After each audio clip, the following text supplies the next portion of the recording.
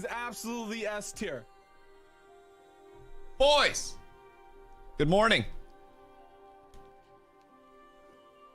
How are we? Yo, Parse, thank you for the follow. First one of the day. Leon getting the first in chat. An absolute bloodthirsty competition for it today, my lads. Leon, Maximus, Rug, Grumpy, Aw, Zine, Hoofs. How we doing today, boys? What are we getting up to? It is ungodly nice out today. It is apparently a record high, and I'm fine with it. Now, I kind of had like a stroke of inspiration while I was out. I was getting some potting soil for my plants and shit. I was gonna repot all my indoor plants. Hit me with it. And basically, instead of repotting all my indoor plants today, since it was so ungodly nice out, I got grass seed, I got some outdoor flowers, and I did some landscaping outside the cribbo today. It was absolutely beautiful. It was so fucking nice. More grass is being touched today with this warm weather. Hoofs. I literally held grass in my hand. Baby grass. Do. Like, I spread grass seed. Because we don't have a huge area of grass, right? But we have this L that kind of like goes around the house. Where we have like mulch and shit like that. And it was just kind of like overgrown and hadn't been like done anything with. And because like, I rent. So I was like, I'll do it at some point. And today was that point. So I went out. I grabbed grass seed today. I grabbed a ton of different flower seeds. Also, hi Panda. I grabbed a ton of different flower seeds, sunflower seeds, wildflower seeds, cut flower mixes.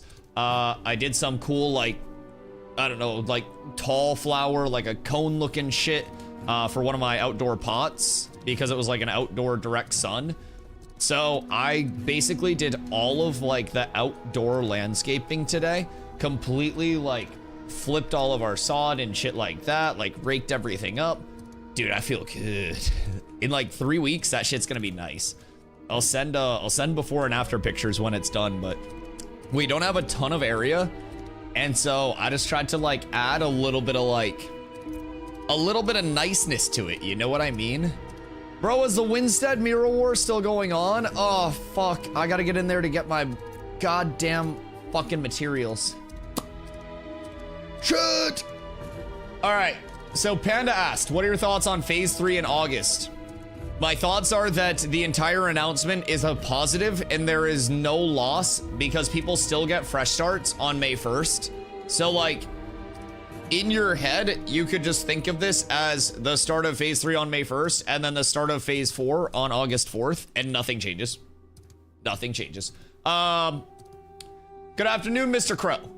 So, yeah, I definitely think like, in my perspective, nobody loses anything. It's more implementation in this time and more core system iteration than we thought we were going to get, even if the entire Phase 2 roadmap was fulfilled, right? So it's just a bonus in terms of like what we actually get. We get another round of fresh starts. We get a transition to like basically an upgrade to Unreal Engine 5.5, which gives the devs way more tools to use. It's a huge upgrade. So yeah, everything long-term is much better because of this. And the game itself, keep in mind, this is the playtest. The game benefits from this delay. And it's honestly more of an extension than a delay, in my opinion. If I had to label it as just one of the two, I would definitely call it an extension.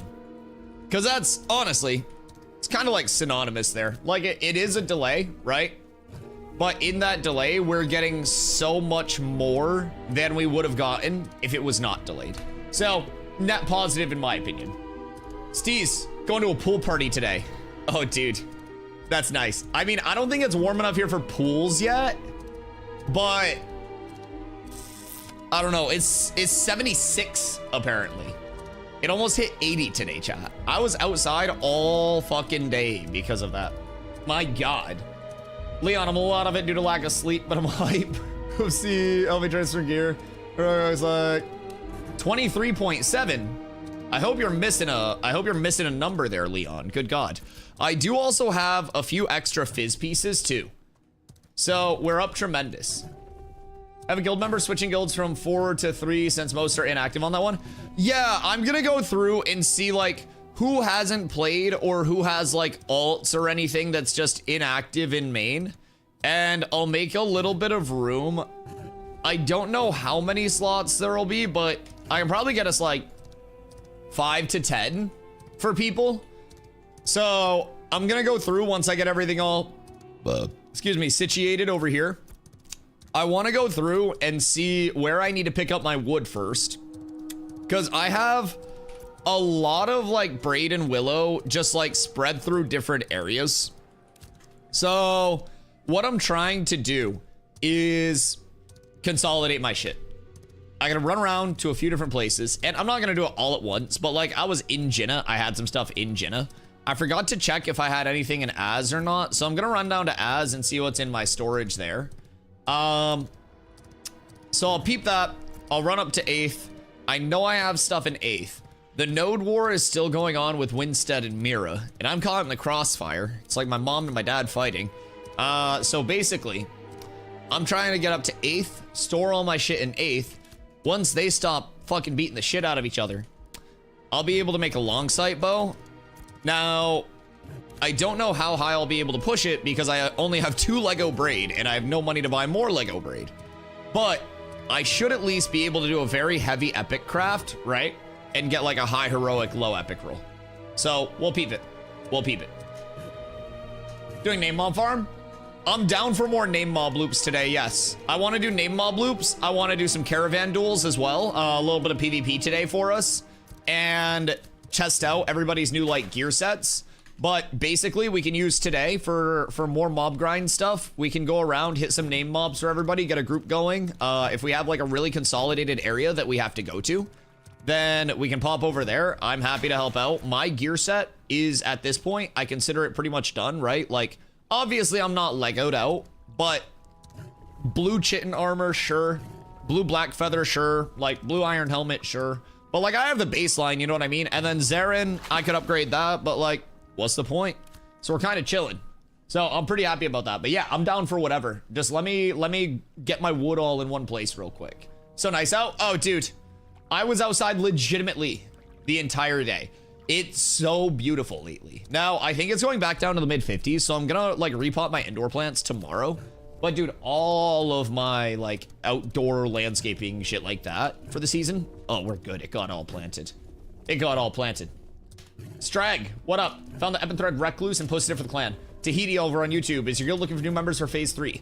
Yes, so we are always taking in new people. We have a very strong competitive base at this point that we're looking to expand upon as well. So we have room for competitive players, casual players, everything in between. Ashes is a huge community-based game.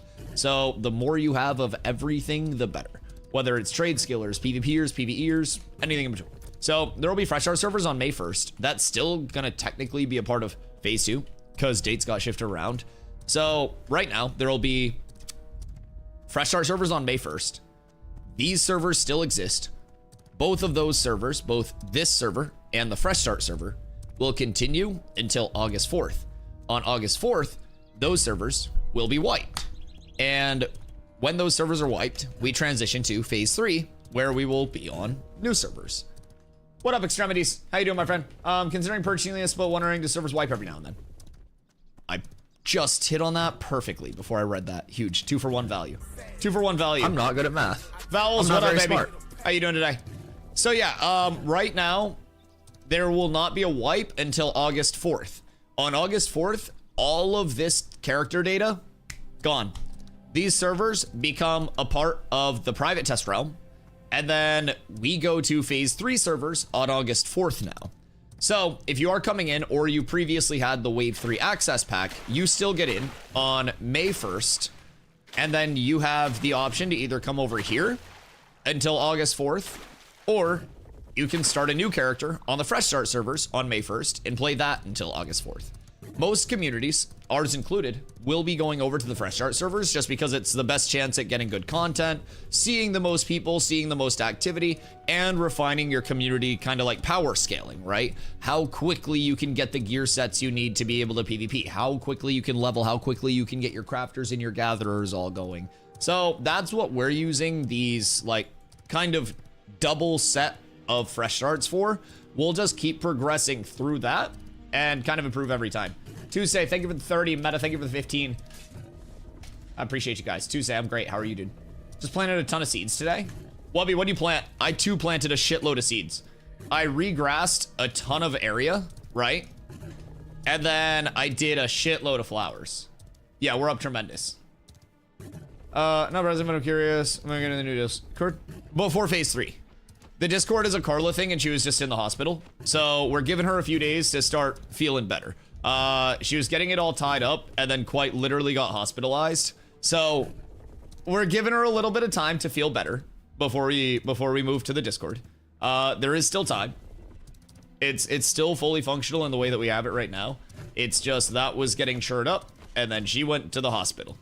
So she's been, unfortunately, the past few days unable to be forced to work. So as soon as she is feeling better, I will absolutely have her get the Discord going. But yeah, I'm not gonna like push her to finish it up until she's feeling better. So that's why it's been delayed. Things happen. People die. She did not die, but she came close. So we're just giving her some time. We'll get in the Discord soon. It is not my specialty putting up the guild Discord and stuff. So it would look like shit if I did it. She designed my Discord and everything too. So yeah, we're just waiting on her to be back in good shape. But it'll be before phase 3. It will be. I promise you guys that. This cat's migrating to a new server May 1st. Not before phase 3. Sorry, before May 1st. Yes, we are Kai. We will be going to the fresh. So we are going to fresh starts on May 1st. And then we will be obviously wiped on August 4th. And we will also be going to phase 3 servers when we're wiped, because it's either go to phase 3 servers or quit. So yeah, we'll be doing the fresh starts on May 1st. And then we'll be using that as another like prep period, just like phase 2. Because the entire amount of progress that we as like now experienced players made through phase 2 is what all of our new players will have for experience through this round of phase like 2.5. So basically our goal is to have all of our wave 3 key holders joining up with us. We consolidate on the new servers, organize the guild structure, the guild hierarchy, have that kind of like, you know, that run through, right? We get everybody acclimated the same way that we became acclimated this patch. And then from there, when August 4th hits and we have our full wipe, everybody that's in the community now hits the ground running on those fresh start servers on August 4th, where it's the long phase 3, right? And we're just like, okay, now instead of having 100 people that have experience and will be scaling up, and, you know, 100, 150 new people in the community, we'll have like 400, 500 people that are all scaled up and understand what they're doing. It's going to be huge. So I think it'll be a really fun experience for us on May 1st, because we'll be able to teach like the incoming players the same way that like we all learned together. We'll be able to help them get geared up, and instead of us all figuring it out from scratch and being like, oh, where do we go for this? Where do we go for this? We'll be like, oh, hey, are you ready to start gearing? Like, are you good for this? You want to start ramping up? Cool. Follow us. Named loops. Bam, bam, bam, bam, bam. They're like, oh, fuck. I'm 230 power. What even happened? It's that easy. We could probably gear somebody up with this exact gear set in less than a day. And just for perspective, I am naked 220 fizz power and 6,700 HP. I go up to like 7,500 HP as soon as I pop my spicy sausage roll. So I'm 220 and 7,500, which I consider really solid. And we can get this gear set extremely quickly. Very quickly. Pretty time to consolidate the rosters? Yeah, of course, of course. We have some people that were coming into level that sniped spots. And I did a quick scroll, and there were quite a few people that were like super inactive still. So I'm going to purge those And I think just off a quick scroll, I can probably get us like 5 to 10 slots. So, yo, what up, Tahiti? I just step away working with Buy for Guild. Hey, welcome back, dude. So it's just discord.gg/DustyWhy is the community Discord. We'll be moving to our standalone guild Discord within the next like week-ish is our target, because May 1st is a fresh start servers. So we'll be moving to the like dedicated guild Discord before that. This was our first phase actually in Ashes. So really took off, hit the ground running there and had a ton of success over here as a community. So I think the fresh start on May 1st will be absolutely massive for us. So just pop into the Discord there. There's a request to join and you can just post your in-game or just like, you know, ex-perms looking to join for fresh starts. And from there, we'll just get you in. What up, Sulas? I was playing with builds on Codex yesterday. You can get up to 7.9k health just from gear if you let all pieces in +9. Oh yeah, absolutely. You can beefcake the fuck up. I'm still using a lot of power scaling as well, right? So I have Boots of the Tardy, Black Feather Tunic, Hardened Chitin Armor, Polished Tin Gloves. This is Rage Bringer, that's from one of the Giants. That's Con Max Health. But Fizz Power with the Polished Tin, Fizz Power with the Ashen Haunts. Like, I'm still like Fizz powered the fuck out. And I'm still sitting like 6.8 just about naked, no other buffs. So I'm pretty happy with that. Yo, what up, Hamad? May 1st will be fresh start. Yes, May 1st, Lineth and Vira, these servers that currently exist, merged into one. Then there's also a round of fresh start servers. So we'll be able to start fresh. The community will be going over there. All of the Wave 3 key holders will be in at that time. The technical Phase 3 start now is going to be August 4th. So what we'll have there is fresh starts on May 1st, and then a full wipe on the 4th of August. And that full wipe sends everybody to the new servers. Do you drop or craft the boots? Drop. So we got the boots to drop blue. We got the belt to drop blue. This is from the other giant. So this is from Dom, Champion of Gom. And then this is from the other guy. Your other healers will get a massive advantage when it comes to hitting phase 3 nice and strong. Fresh start and getting months of practice, plus fresh TTK changes, new players and old players. It took a month to... Oh yeah, absolutely, Daniel. I agree. I 100% agree. I think it is such a good change conceptually. Gives so many players a chance to actually familiarize themselves with the systems that they'll need to be familiar with. And instead of just like hitting phase 3 starts, which will be the longest concurrent period of playtesting, and being like, oh shit, what do I do? Where do I go? Like, who do I say hi to? Somebody help me. They're now going to be able to just be like, oh, okay, I've done this before. I know where to go. Like, I've seen all of this. So I think overall, there is nothing lost from this delay, right? I think at this moment in time, we are getting more content than we were slated to in between now and August. We are getting more core systems changes, and long-term, we're also getting a switch over to Unreal Engine 5.5, which changes the capabilities of the development team entirely. It allows them to do so much more, so much easier. Oh, dude, it's like Ashes has holistically changed so much in the past 4 months that really the only thing that will be the same for players that played in like December at the start of P2 and come back for May 1st is that you are logging into Vera. Like, you're launching Ashes of Creation. Other than that, pretty much everything is different, man. And it's different in a good way, except for this tree that's just fucking my whole day up.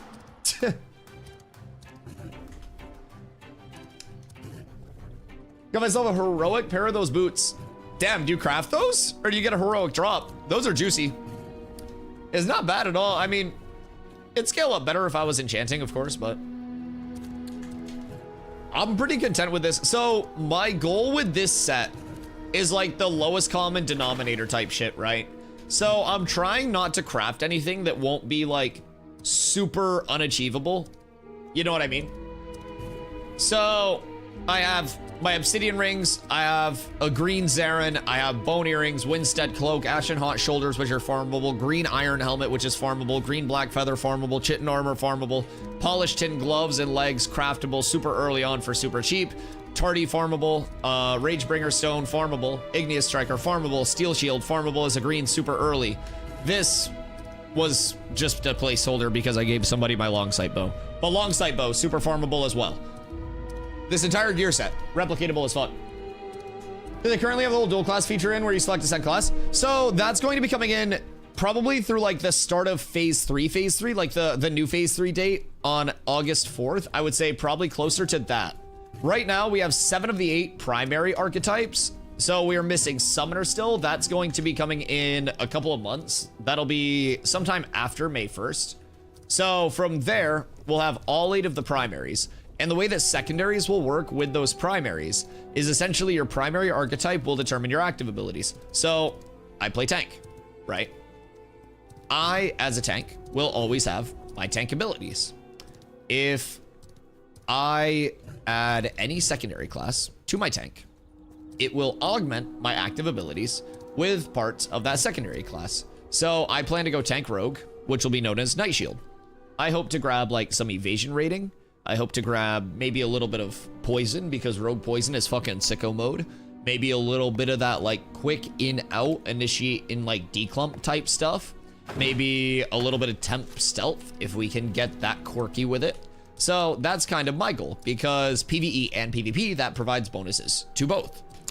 Now, some people that are tanking may go tank and try to just double down on like the brick wall, the max health, the mitigation. Some people may go tank healer and they may try to like self-sustain a little bit more. Somebody may go tank fighter and try to be like that big like bruiser type build. So there will be a ton of variance between that, but all of those, you know, tanks will still have the same tank abilities. They'll just change up in slightly different ways. So it's a really cool system. Through playtesting, once it is added, it'll be free respecs to swap that secondary. Can't swap your primary, of course. That you have to make a new character for. But you can always respec abilities. You'll be able to respec your weaponries, stamina trees, secondaries, all of that for free through the entire playtesting. What up, Scaper? How you doing, my friend? How goes the yapping? The yapping's always good, brother. It's a beautiful day to yap. It's honestly, it's so nice outside today, too, that my brain is kind of like still processing the fact that I got sun today. Like, I went outside, I planted a shitload of flowers and shit, so is a beautiful day, man. I'm big chilling. Now, this loop is not as fruitful as it was yesterday. I pulled like 7 epic braid just yesterday in a very quick time frame. So that was like a blessed day. We're hoping we can get some more braid going today. I usually run this loop when I start stream. I call this entire area like Braidwood Alley right through here, kind of like this colon looking area. So there tends to be a shitload of braid, and since people are just kind of autopilot running through this area, they don't really stop to go through it. So you can usually find quite a few braid. Pretty chill, uncontested. Some good willow spawns here too, but it all depends. If server resets haven't hit for a while, and somebody came through and farmed this recently, like say somebody just came through and did this loop like 45 minutes ago, right before I got on, and I didn't know about it, then I take the risk of every one of the good trees already being farmed. So it's kind of like I'll start it out, and if it's looking rough, I'm just like, okay, well, this is cooked. But I did already get 2 willows today from this, so 2 adult willows is good. Low rarity, not really worth much, but still worth checking out. If the willows are there, there's probably a braid somewhere. Skirt. That's why you're my background noise most days. I love that. I love that. Somebody in chat yesterday was like, yo, Dusty, don't take this the wrong way, but like, I enjoy listening to stream so much in the background that I just fell asleep with stream up. And I was like, dude, that's chill. I appreciate that personally. I like being able to yap 10 hours a day and not annoy people. I consider that a plus. I'm perfectly fine with background noise. No, Grumpy, you weren't the only one. It was, so Camo also got hit by the sleep bomb. It's just, it's the relaxing vibe, dude. What node are you planning on running May 1st? Shit, I don't know. I'll probably make somebody else do all the work of governing. I'll just get the flyer. I'm not a mayor right now.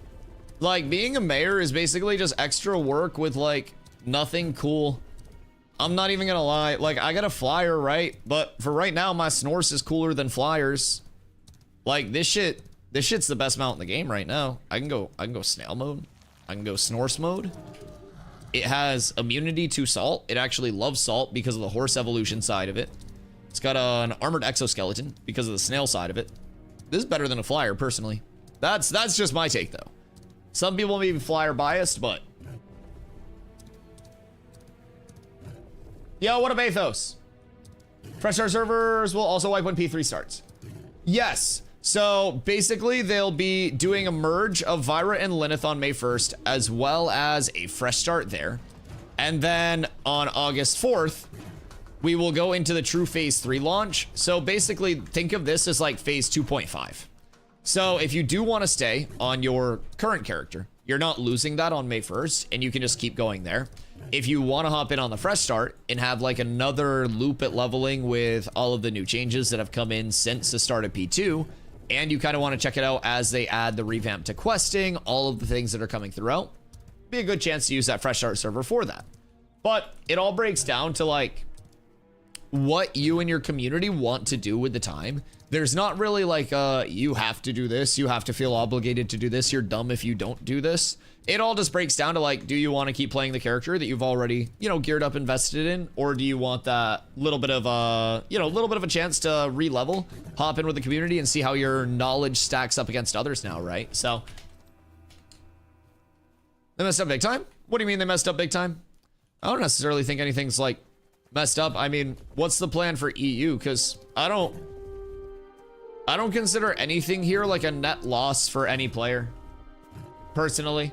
I think the like accessibility of keeping your like character here and also having the accessibility of fresh start if you want it is large.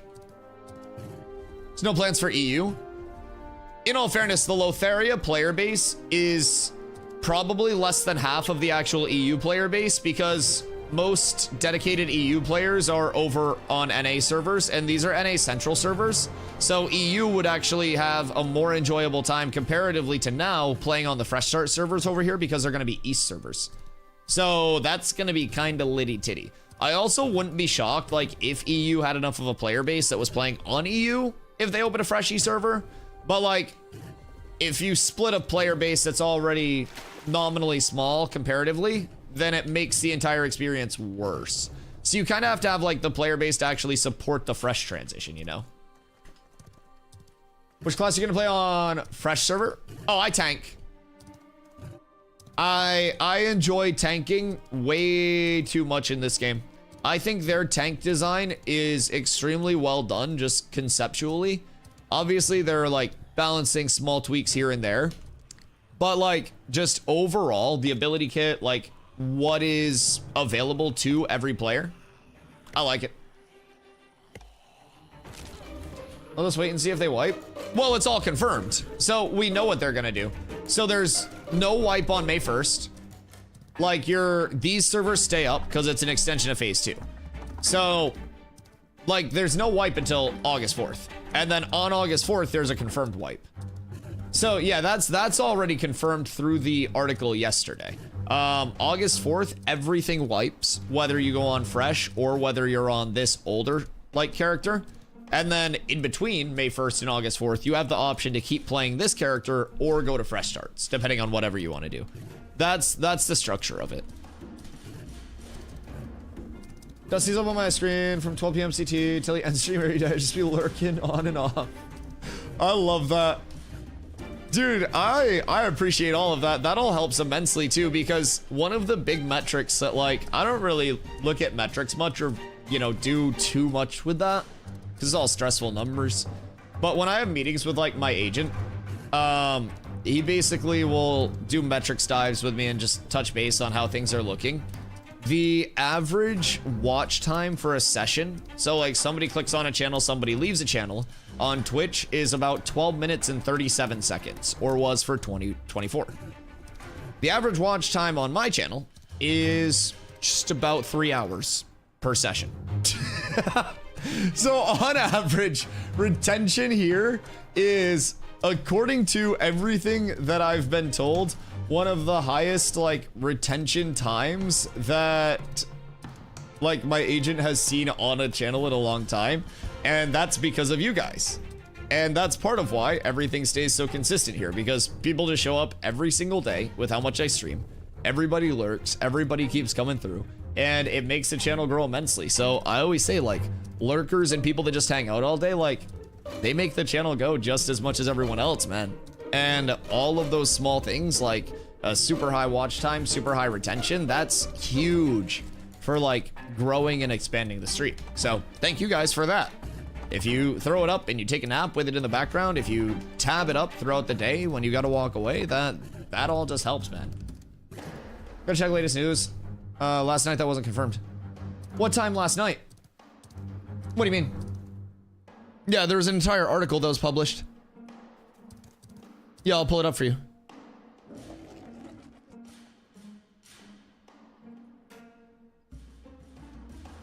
Yeah. Wipe, fresh start, and merge. So, in preparation for phase 3, beginning on May 1st, 2025, we'll be merging Vyra and Lyneth to test our Realm merge. Realm gets wiped, characters stay. Realm gets reset to level 1. Additionally, for those who prefer a clean slate, a fresh start Realm will be available on May 1st, offering a completely untouched experience. Then, to support meaningful testing and gather accurate data from our latest updates, we'll perform a full wipe of all characters and progression at the start of Phase 3 on August 4th, 2025. Yep. Confirmation. Yeah, that was confirmed 5 p.m., 6 p.m. If we start P3 with dynamic gridding and Summoner, we'll have Summoner probably like a month or two after Phase 2.5 starts. So keep in mind, this is the major things, like a list. Of course, happy to help. Yeah, this one live at like 5 or 6 p.m. EST. So if you're on EU, you might have been in bed, because I think that's like late for you guys, right? I throw up a lot listening to you. Well, that's because you're choking on my...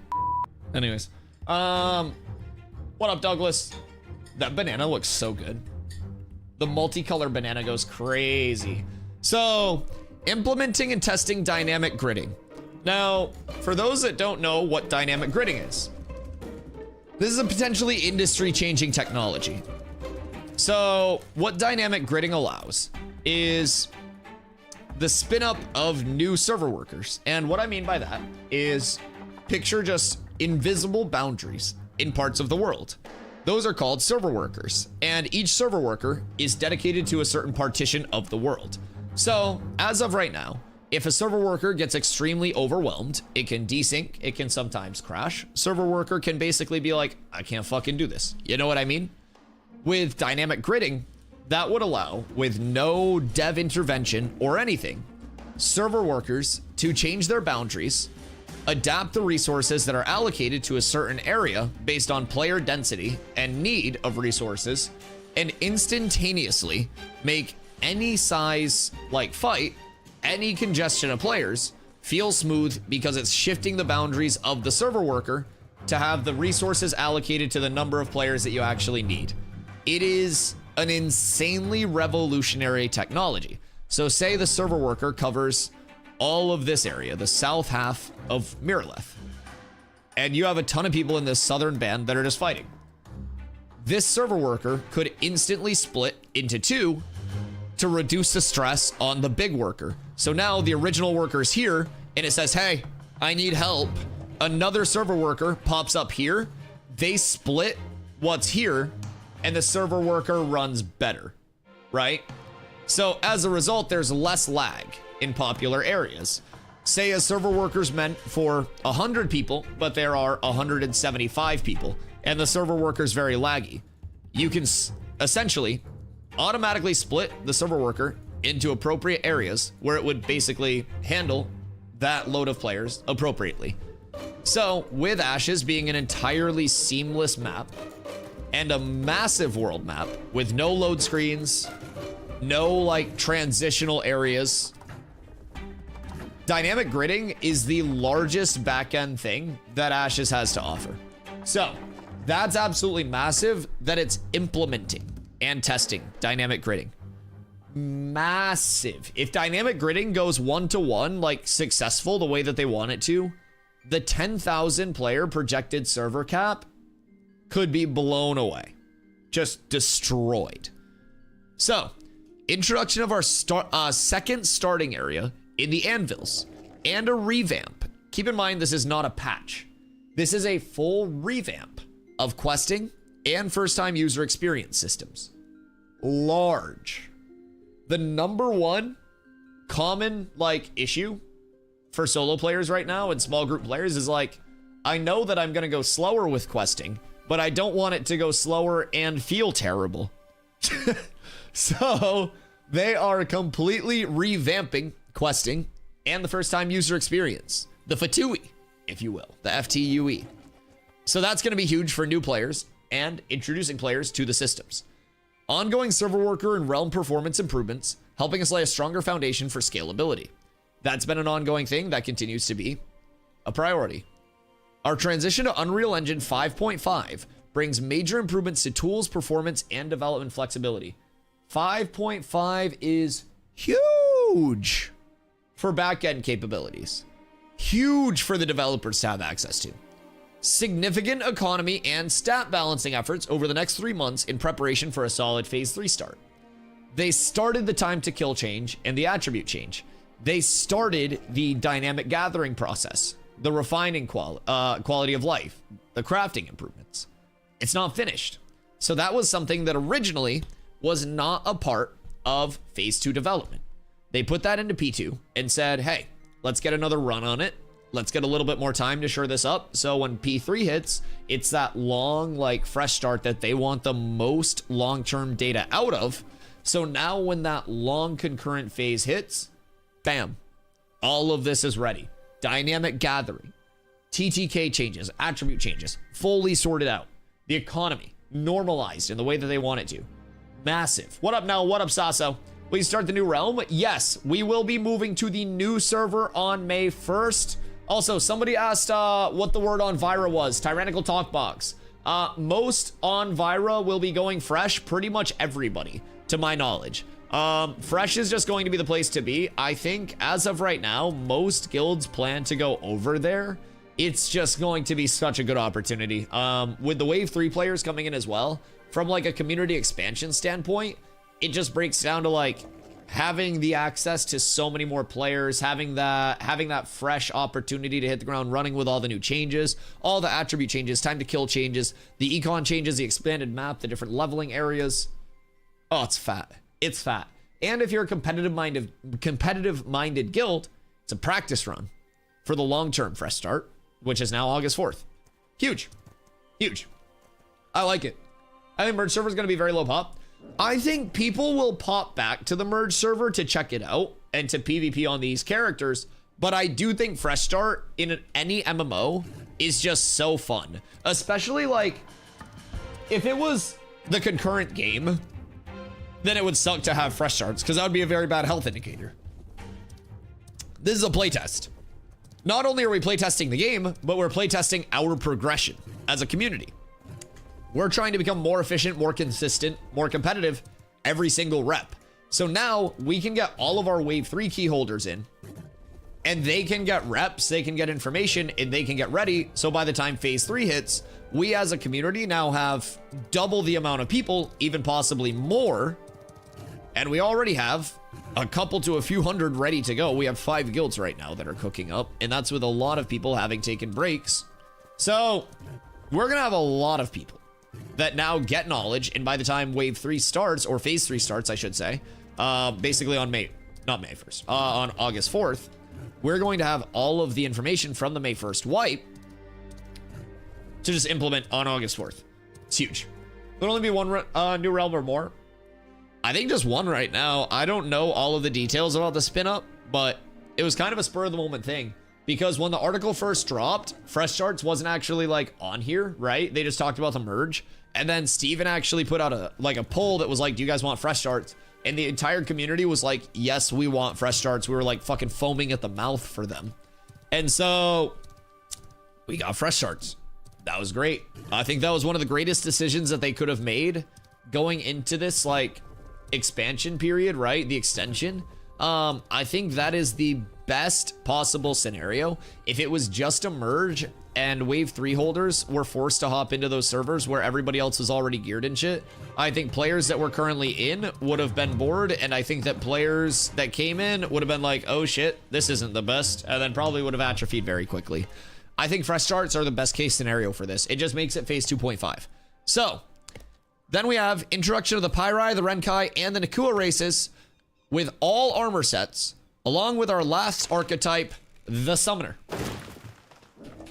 So that is the basic, like, primary checklist of what we'll be getting. Now, keep in mind, that's not all we'll be getting. We will be getting way more things on top of this. But all of these are absolutely massive for the future of the game. And if they're able to get those one-to-one, like, cooked up before P3 hits, Phase 3 launch is going to be insane. I will say. Like, it will feel like a near finished MMO experience at that point if all of these things are in. And keep in mind, Phase 3 launch, if dynamic gridding is working, you won't be dealing with, oh my god, everybody's spawning in here and we're all disconnecting. Everybody run from the starting area. Ah! Right? Like, dynamic gridding will spin up server workers and allocate the resources to the fucking starting areas automatically.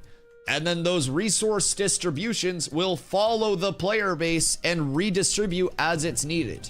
Dynamic gridding is fucking magic, chat. It's absurd. Like, it will just reallocate as shit is needed. Automatically. By magic. I don't even understand how it happens. I'm convinced when dynamic gridding goes live, they just have one dev that's like setting there, like, constantly just changing the fucking server worker boundaries. I don't know how it works dynamically. I'm just gonna go with powered by people still. I want to see an all Nakua bloodline guild to rival Thogli. Listen, man, I've been talking about this a lot lately. Dunold in Ashes. Everybody's like, oh man, it's so cool, they're so funny, right? Hear me out, they're a supremacist organization. In any normal scenario, they would be labeled as domestic terrorists. But because it's an MMO, they can exclude the island dwarves from their dwarf guild. It's a goddamn shame. It's a goddamn shame. Cats is for everybody. Literal domestic terrorists, by the way. I'm just putting that out there. Sulos is bullying people. So, when does this node war end? What? Did the God Spike end and, like, not give anybody anything? Ooh, Firebrand. Yo, chat. Who wants to do Firebrand? Probably AI managed?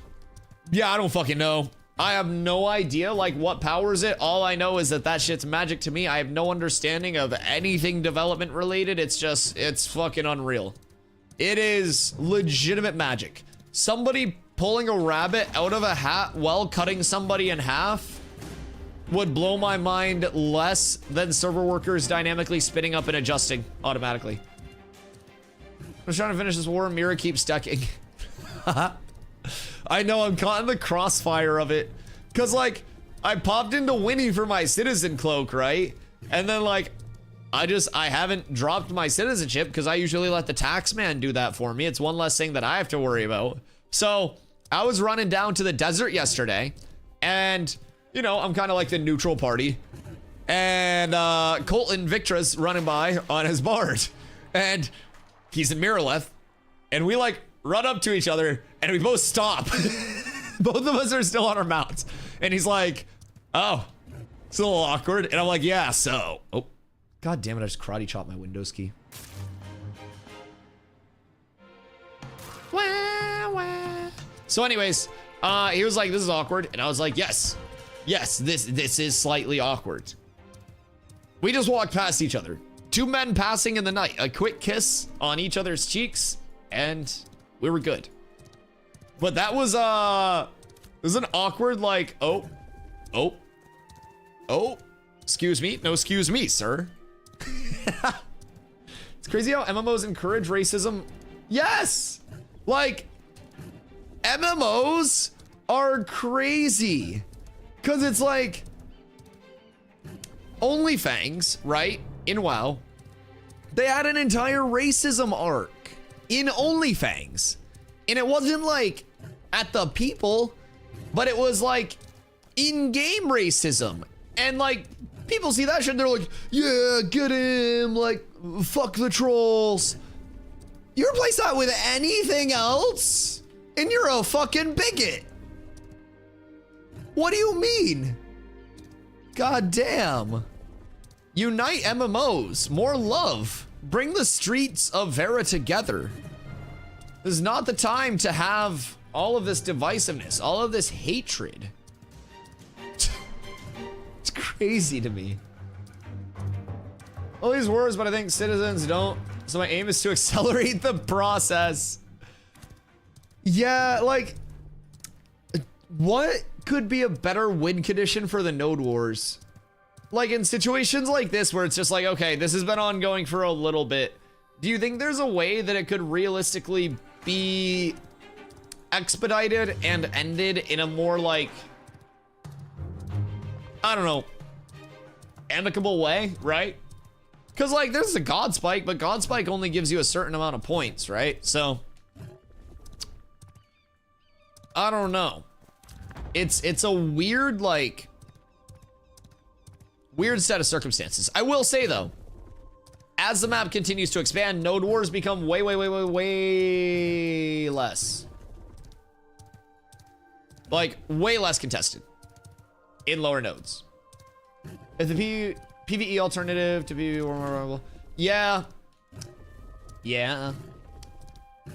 Now, what, like, node war wise, is there anything that like non-warring citizens, not like non-warring, right?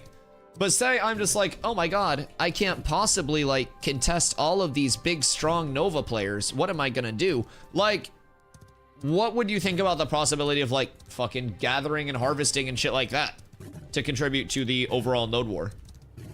Like, I know that's not exactly the point, and that's like a circumnavigation of the node war, but it seems like they fucking crawl without anything else. You know what I mean? They just seem so like ongoing. Do you have to do a braidwood spawn? Ooh. Well, I do love me some braid spawns. Let me go give it a look-see. Sir Child, what up, brother? As a peasant, I should be able to help fortify the city. So, node sieges, you'll actually be able to as a peasant. You won't be like in the node siege. Actually, depending on how large the scaling gets, you may. But node sieges will have a spin up period. So you know in New World how like we would declare a war and it was like your war is starting in X amount of days, like X amount of hours. So with node sieges, the different like tier of node that you have all the way up to tier 6 gives you like that equivalent number of days as your spin up time. So say I have a metropolis and Sulos has a metropolis and Sulos is like, fuck Dusty. I hate Dusty. He's a bitch. We're gonna run up his metropolis. They put up basically a bunch of like the deck process in order to actually declare. Takes a ton of materials, a ton of input, and I believe it's like 1,000 fucking gold right now as just like a standalone deck. All of that's probably going to change economy wise, but it's meant to be a large spin up that's equivalent to like the cost between time and like input, equivalent to getting the node to that tier in the first place. So first things first, if Sulos is getting ready to like node siege me and I'm a tier 6 or even a tier 3, there's gonna be like a significant amount of spin up time to where that's happening, right? They're prepping for it. They're like, yo, citizens, all hands on deck. Like, we're getting ready to cook Dusty's node, right? So I'll hear about that and we'll be like, oh shit, we gotta start getting everything ready. Everybody get shit out of your storage. Everybody like get the fuck out. Like if you are a PvE player, withdraw all of your items from your storage, bring them to one of our vassaled nodes, which vassaled nodes will be the adjacent nodes, right? So you can, well, not necessarily just adjacent, but basically your vassal nodes will be like other nodes that are under like your alliance's control, right? Basically smaller nodes that work for the parent node. So we'll get word because we have spies everywhere. So basically, you know, Sulos is just running bloodthirsty. And so Lineker messages me, and he's like, "Hey, Sulos has just been going fucking crazy lately, man. Just get ready. There's a siege coming your way. I tried to stop Sulos, but couldn't talk him down." So basically, I get word of it, and they're like, "Okay, guys, everybody get your shit out. Move your materials somewhere safe. Get it out of your houses. Get it out of your freeholds. Get it out of your storage, because once that declaration hits, it's declared. Sulos is attacking Dusty. Everything locks." You can't declare shit. You can't like withdraw shit. You can't move your storage around. You can't do anything. It's all locked in, right? So at that point, T6 versus T6, there's a 6-day spin up where we can do recruitment. We can get everything ready. I would reach out to other Metropolis mayors, hopefully in my alliance, and be like, "Hey, I need you guys. I need your army. I need our allies. Like, we need everything we can get." And right now, it's 100 versus 100 slottable for testing. Their goal is at least 250 v 250. Like, it's supposed to be a massive scale mode. So on the defense end of things, or on the offense end of things, in that 6-day period leading up to the actual siege, we would be able to post buy orders. So Sulos would be posting siege vehicle buy orders, siege weapon buy orders, like all of that to get ready to fuck up our town. We would be posting defensive buy orders, trying to get like fortifications up, potentially some like counter weaponry of our own or some bullshit like that. And there will be a lot that those buy orders can actually impact. So even if you're a PvEer in the town, knowing that you can kind of like help out the defense or the offense through fulfilling those buy orders gives you a massive opportunity to contribute, even if you're not going to be on the front line, right? So you're like the factory workers that started, you know, spinning up everything that the war front actually needed, that's supplying all of that, right? So you're the people that are going in, providing the infrastructure for everybody that's actually out there fighting and soldiering to have the success. So node siege happens. Say Sulos wins the siege. We get entirely destroyed, down to rubble. Our node becomes a lawless zone, force flag PvP. Anything that was in storages, houses, all of that, lootable. People can just come through, harvest the rubble. If we have relics in our reliquary, those drop. Those become escortable back to your relic, your node. So sieges will be the highest risk, highest reward. Say we defend the siege. There could be different rewards for us successfully defending the siege based on how well the defense actually went. There's also a cooldown that's node level times 10 days for the cooldown. So it's node level times 1 for the spin up, node level times 10 for the cooldown. Metropolis cooldown, 60 days. You have 60 days after that big siege where you can just, you know, get set back up, get all your people in the right place, and then if you want to, counter siege.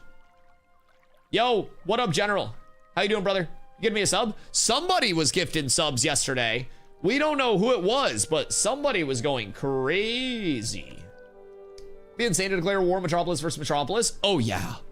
Oh yeah, it'll be nuts. It will be absolutely insane. It's actually cool as fuck. Oh, sieges are amazing, man. And that's just one of the modes. So keep in mind, that's the node system, right? That's the towns. Wait till you learn about guild castles. Guild castles have the big castle in the middle, right? And then you have 3 castle nodes that are on the outside of the guild castle area. These castle nodes can all be leveled to stage 3, which is village, which is this size. So during the once monthly siege, your castle nodes can actually help defend. You as a guild castle lord would be able to appoint generals that would get temporary flyers potentially for that mode, like just that mode duration, if it was upgraded to T3 village. So you'll basically have a siege once a month on guild castles. You'll have to defend it if you own it. If you capture it, it's yours, right? You have a period to build up your like castle nodes after that siege. Like, it's the entire like depth of complexity in the game with the high risk, high reward modes is insane. Then you have your casual modes, guild versus guild wars, node versus node wars, which kind of like spread it out a little bit of everywhere, right?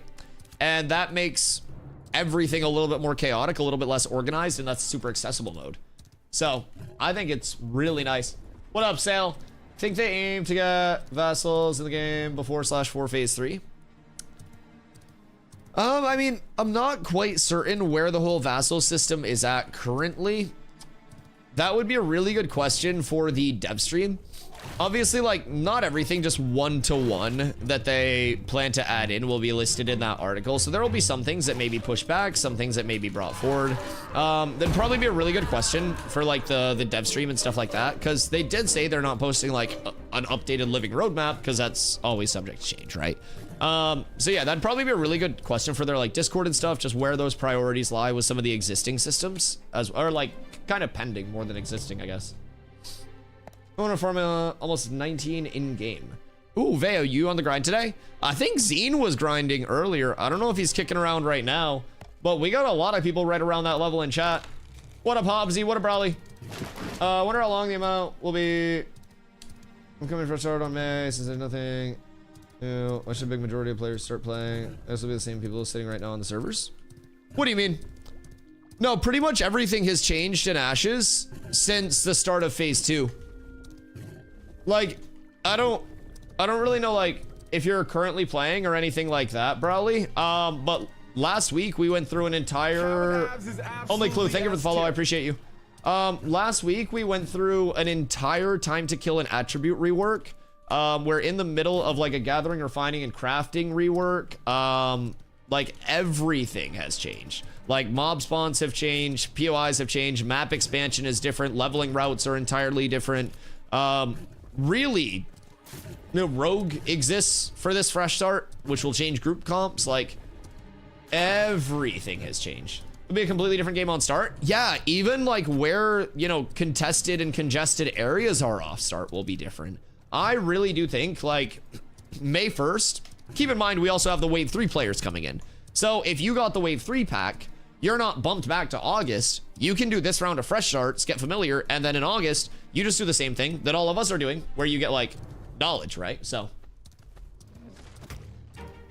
Are the mobs in the desert still bugged when you kill them and they respawn below the map? That hasn't been a thing for months. What do you mean? The desert's one of the best leveling spots in the game now. And then you also have the tropics now, which is a very good leveling strip as well for like the Diddy range, because there are a bunch of crabs that are on this beach. So like anywhere like 13 to 16, really, really good crab leveling area. Jinnah has the best like 20 plus leveling area in the game with Snake Circle, Daytona, whatever you want to call it. Genuinely the best leveling spot in the game for 20 plus right now. Also best glint farm in the game. Yeah, the desert's fucking stacked. There's also a lot of best in slot gear that comes out of the desert now. So this came out of the desert, this came out of the desert, these came out of the desert, this comes out of the desert. Like, gearing has changed entirely, brother. Everything is different. Beast Warden's prod. What about it, Ruginski? It's basically an igneous striker, just in a different biome. Yeah. What's it look like? I think that's the biggest thing about Beast Wardens. If it looks cooler, then it may be worth switching. Give me braid or give me death. What up, Pyriana? You gonna stick on the merge server? Go to the fresh start server? Fresh start server, 100%. We have a ton of like wave 3 key holders that have been waiting to join the community as well. So we will absolutely be going to the fresh start servers. Just getting all of our wave 3 key holders in, getting another rep for like organizing the guild, getting people scaled up quicker. So yeah. Level 10 gear plus up is not the thing anymore. No, God, no. So there's basically an entirely new power scaling curve. So you'll notice I, as a tank, am sitting at 7,500 HP and 223 fizz power. That 223 fizz power is on the relatively high end of things. Like, there is diminishing returns that hits in at 240 that gets very, very steep past that. So most people are going like 240-ish and then diversifying their stats now. So we went through an entire attribute rework, an entire time to kill change. So value-wise, like, I'm making this gear set to prepare for the like May 1st fresh starts. So all of my 10 pieces that I am wearing are simply because they're cheaper to make and are like closer benefits that are accessible. But these are all replaceable, even the legendary 10 pieces, by 20 gear that's farmable. So this is all basically like, for best in slot would be 20, but this is 20, this is 20, this is 20, 20, 20, 20, 20, 20, 20. My bow will be 20. So like, some pieces of 10 gear are like value options where it's cheaper and still provides like a good amount of benefit. And where we just went through the time to kill change like last week, everyone has been re-gearing and figuring things out. So what up, Mackler? How you doing, my friend? Hype for the new races? Oh, dude. Second starting area is going to be so nice as well. I can't wait. What do you think would be the best leveling route? Level 1 to 25 on the fresh start? Depends too much. You can't set a leveling route because everything is like varying, right? So the second you try to go somewhere and then too many people are there, you've got to kind of like adapt. Personally, I would do goblins, just AoE farm goblins as quickly as you can, get a few pieces of gear, or do like highwaymen down here. Coral Lock's gonna be too contested, so one of those spots will probably be a little bit better. I would say highwaymen down here for their first few levels. And then after you get a few levels, maybe like south of Seth, Church if you can get ahead of the curve, but if you're not ahead of the curve, Church is gonna be like insta locked up. From there are a few like different options that you can do once you get into like the 12 range. You can go to the tropics if you're ahead of the curve and do beach pulls. Beach pulls are gonna be a bunch of crabs and shit. There are some lower desert mobs as well that you can farm, especially like along this river area. There are shardlings in this area. And then once you're like 17-ish, Seth, I think, will be open. I'm pretty sure Seth will be open. And then that'll take you 20 plus, and then 20 plus Jinnah Snake Pit until you're 25 or 30. Probably the most optimal route that I would take. Nodes won't be leveled, so Oaken won't be a thing? Correct. Oaken won't be a thing. I don't know exactly what, like, every POI that isn't accessible as a result will be. I joined a few days after the start, so I was kind of, like, new and just taking in everything at the time. So yeah. Desert will be ultra contested. Oh, dude, if you are late getting to Snake Circle, you're fucked. This at 20 plus is the best farm in the game. The best. Hands down. So unless they change that, or like, you know, or you're ahead of the curve, it's gonna be a bloodbath. But if you're the first group over there and you can full pull it, oh, you're up tremendous. Because you will level so fast there as soon as you're XP like eligible that anyone else that comes over, you'll just be able to kick the shit out of them. Because you'll be ahead and you'll get good gear drops. Is healer now really OP? I think it takes more time to kill. It's already OP before the change. And the one guy from 3 players. What do you mean healer was OP before the change? Like, people were dying insanely quickly before the change. I don't really know what you mean by, like, because as, like, a lot of healers weren't even able to, like, heal people in very high scaling sets. You also have to remember, while power scaling got brought down, healer power also got brought down significantly to match. So it's not just like power scaling is 200 and healing power is 700. Like, everything got brought down. So with the addition of Rogue, you also have a lot more mana burn that can go on healers through their poisons. You've got a lot of things that kind of like target healers in a more aggro way than previously. Is absolutely VB, thank you for the follow. I appreciate you. Do I have to go? Where do I have to go? Jova? Where do I have more wood? Where the fuck is all my wood? Oak Willow, that's all just my storage. I have a shitload of braids somewhere. Where is it? I know a lot of it's in Winstead. Is some in Mira as well? I wouldn't be shocked. I got 7 in Mira. That's gonna be rough.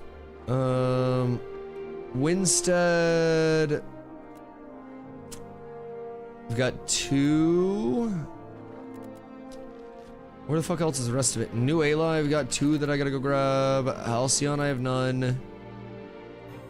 Jova, I have none. 8th, I gotta go run by there. But that's kind of like my holding area. I should be able to craft a bow soon.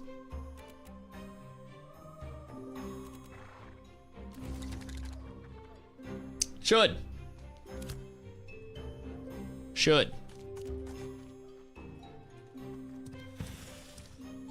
Selv, what up? I hope you're having a fantastic day. You know what? Well, healer was already OP. It was not even easier to heal because I'm not getting much damage. Really obvious. I mean, I don't really need to like watch gameplay or anything. Just in terms of healing, like you also have to remember that while there is like slower time to kill, you're also healing for less. Like everything kind of balances out. Everything kind of balances out. It's all balanced across the board. I would definitely say that. Now, in a 1v1, you may get like blown up less quickly, but there are also a lot of counters into healers right now.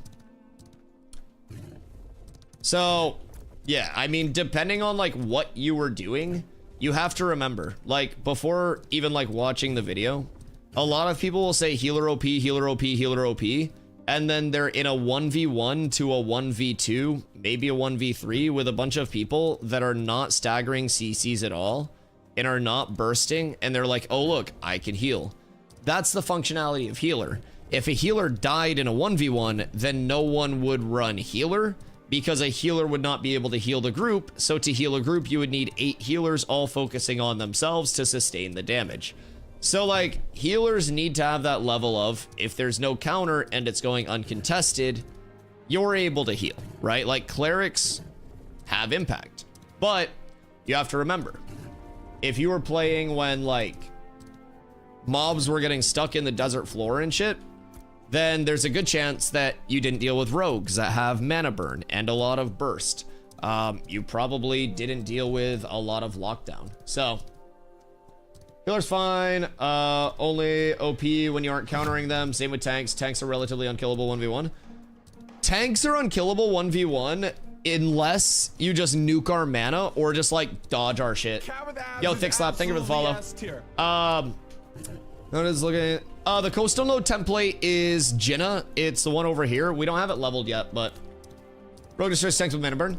Yeah, I would say the two things that I've had the most trouble with at the moment are bards and rogues, because like rogues have the crazy in-out movement. The mana burn hits super hard because my mana pool is incredibly small. Bards have that kind of like mix of sustain, CC, break, CC, like counter CC, just kind of everything. So I think bards deal with us pretty well too, to a certain extent, unless we don't allow them to get their big res dump on us. It's fighting bards is really just like, do I get resonance stacks dumped on me? If yes, I lose. If no, I probably win. And so it's all about, as a tank, like you get the marionette, you're CC'd, you kind of like wait until they send their discordance, and then you CC break the marionette, go into a reflect to break their big combo, and that's kind of how I've been countering the bards. If I miss that, it's scary. That shit goes crazy. Looks like a target probably difference. I'll look at it real quick. I'll give it a look-see. Oh god, it's so loud. Let's give it a peep. So there are people that are auto-attacking someone while you free cast. Correct. They're staggering all of their burst. One of them is swinging a melee weapon out here. Brother, this is like me scoring 60 points in a wheelchair basketball game while I have my legs and posting it on YouTube. I think you're fighting developers. What? Brother, this guy's just swinging a melee weapon like 20 feet away. What? Like, man, ain't no way you're trying to say mage or healer OP. This is a skill level of EU players. Oh no, not the shots at all of EU. Oh no, wait, is this what EU PvP is like? No. Oh, that poor guy. Dude, he's just running around back and forth. He's just strafing. What do you mean? Dude, he's playing on a Steam Deck. What? Why did you clip this? This guy's playing on a Steam Deck. He's playing on like a touch screen. Man, well, of course it's gonna look OP in that scenario, you goober. Of course you're gonna feel strong in that fight. Good golly. That's like a professional MMA fighter coming in and beating me up and being like, yeah, get fucked, Dusty. I'm not very good at fighting. I'd be that one swinging the melee weapon. Oh God. Bard sounds fun. Can the healer, what's their role? All of the roles. So Bard right now is, I think, like the most diverse class in terms of how quickly you can adapt your build to complement your group no matter what it needs. One of the really common Bard builds is known as mana battery. So through the mana battery build, you're essentially able to sustain your group's mana as long as they are auto attacking and taking advantage of your restore. Bards can also kind of do like some pseudo off healing. They can do a damage buff to the group and be like a little bit of a DPS pump with surprisingly good pop if you're able to manage like your buffs well. So every time a bard casts a spell, they get a stack of resonant weapon. On a finisher, which is the final attack in your combo, the resonant weapon stacks, up to 4 of them, can be dumped. Then if you get a deadly finisher, can dump another 4. So it's basically like very big burst if you're building up your res stacks, managing those properly. And if you play it properly, you can go fucking crazy.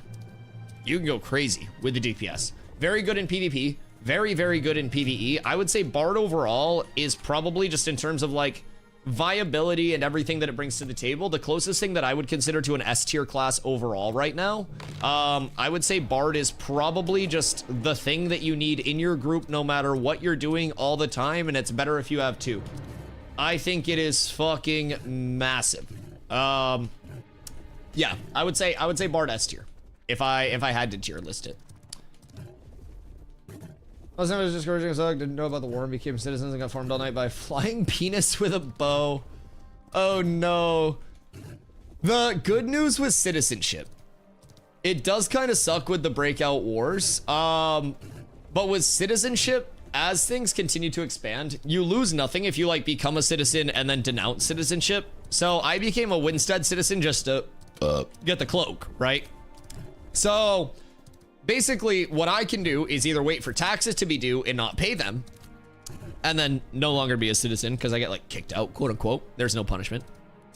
Or I can run back to the guy that you got your citizenship at, and I would be able to denounce my citizenship. So if there is ever a situation where you like become a citizen of a node and you're like, oh shit, this is bad. Like when I was leveling, I also went to my one eardrum again.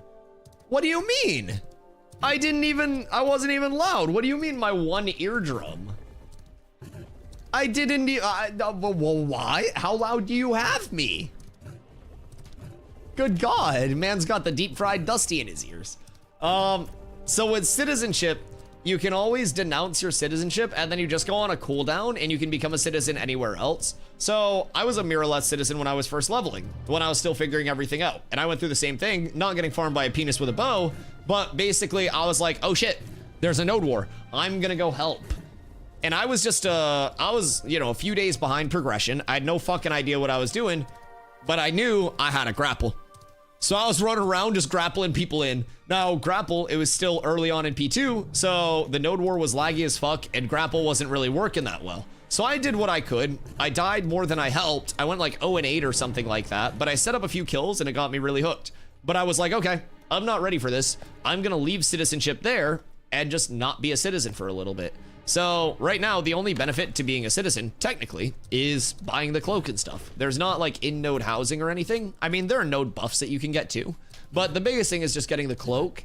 So if it is ever intrusive, don't be afraid to just like not be a citizen for a little bit. This character wasn't even a citizen of a node until a few days ago when I got my cloak set up. So you can always like switch back and forth. You can always go to different areas based on need or gameplay loop that you're looking for.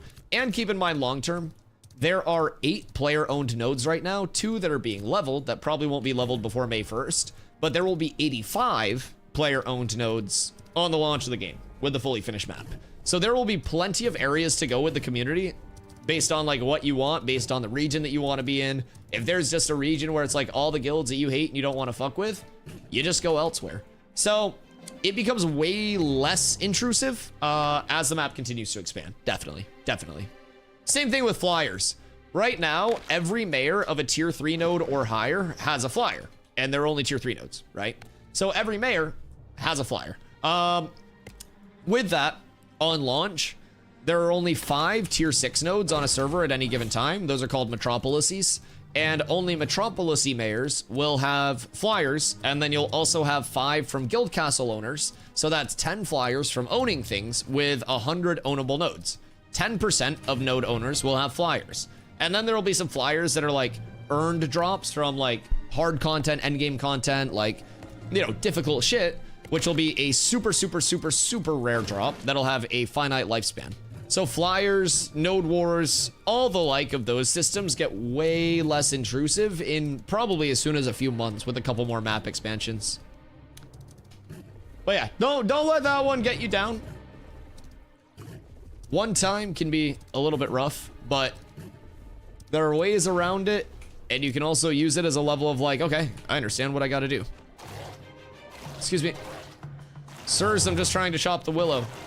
You don't have to be this way. You simply don't. Okay, thank you. Man, my luck has been ass today. Holy. Golly gosh and gadzooks. Shut.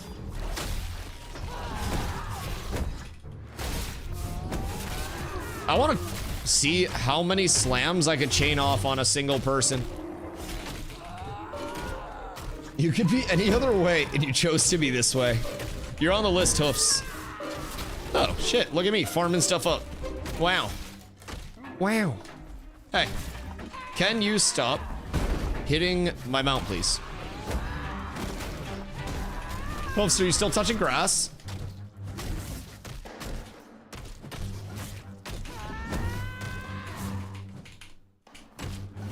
Okay, so they're gonna sit down and snipe people on the roof. Yeah, the rooftops are a constant level of it, but by that same defense, if the other node is in your town, then it's probably worth typing in citizen chat and being like, yo, are we gonna defend this or what's going on?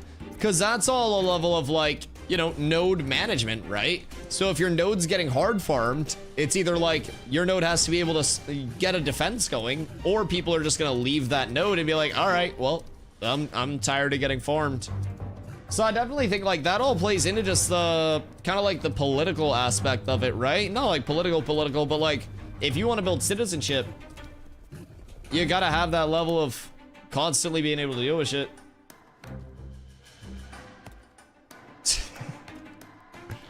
Yeah, the way of the nodes. But again, if it's ever that bad to where it's intrusive, you can just denounce citizenship in a node as well. And that's part of the push off, right?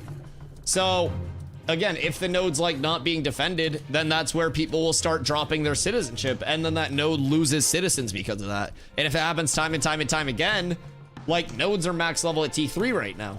When they're T6, if people like lose all their citizens in their nodes, they won't be able to upgrade anything. Like they will literally stall out. So that's all just like, for new players, it's like, oh fuck, what do I do? And then once you learn, I just go somewhere else, you're like, oh, okay, cool. Because it's not even like it locks you in permanently. I have the Winstead Citizen's Cloak. I, at some point, will no longer be a Winstead citizen. As long as I don't take this cloak off, I can keep wearing it. So I just grab citizenship, put the cloak on, denounce citizenship, and then as long as I don't take the cloak off again, we're absolutely up tremendous. And it's the best physical power scaling cloak in the game right now. So that is another very important thing to keep in mind as you look to gear out. The cloaks will typically be extremely powerful from towns. And then there are a lot of other, like, farmable pieces to go for too. So you can take to Mirror and ask why does he deck wars he won't fight.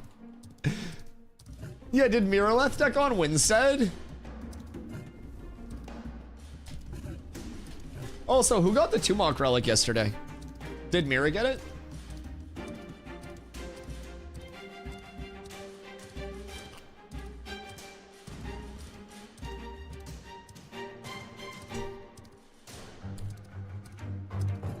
Yeah, the open world PVX loop, man. So it's also important to know within your servers, right, where the big rivalries are. So Halcyon and Winstead are Nova controlled, I believe. Are you guys still in Halcyon too, or are you guys just in Winstead now? Either way, Winstead and Miraleth are like the top powerhouses on the server. Both? Okay, cool. Can I have one? So Winstead and Miraleth are like the two poppin' areas. Halcyon is also a poppin' area. So you have like Nova, which is the largest standalone on the server. They have like alliances and stuff like that too, but they're like the biggest like standalone guild at this point in terms of like PvP power. So Mayfair's Winstead is yours. I'm keeping it on the new server, baby. You didn't say where, Sulos. You're locked in now. Legally binding chats. You didn't specify. We're coming for Winstead, baby. So Nova's in Winstead and Halcyon, and then you have Polar and Envious, who are primarily in Miraleth. So they're basically like these three just constantly beating the shit out of each other. Then you have the desert, where everything's super chill. No one really just, you know, decks on the desert because it's out there. Nuela is more like crafters and stuff like that. I don't even know who the fuck's in Jova. I think Jova's like a cult. I don't really know what goes on out here, but they got some weird shit going on for sure. Down to Nuela. Gaming says viruses won't be called Vira anymore. Yeah, it's just like this neutral fucking bomb field. Nuela, I think it'll be contested because of June Dark. And if sailing opens up, that changes a lot of what's good. You gotta remember, like, as soon as the June Dark's added, the invisible wall goes from where it is now in the tropics, which is here, right? So right now, this area is sailable, this, and then behind my camera. When the June Dark comes in, next week, hopefully, it expands the invisible wall all the way out here, into here, all the way around here. That's huge. That's huge. I thought Jova or Halcyon was Dunehold. I thought Dunehold was in the desert.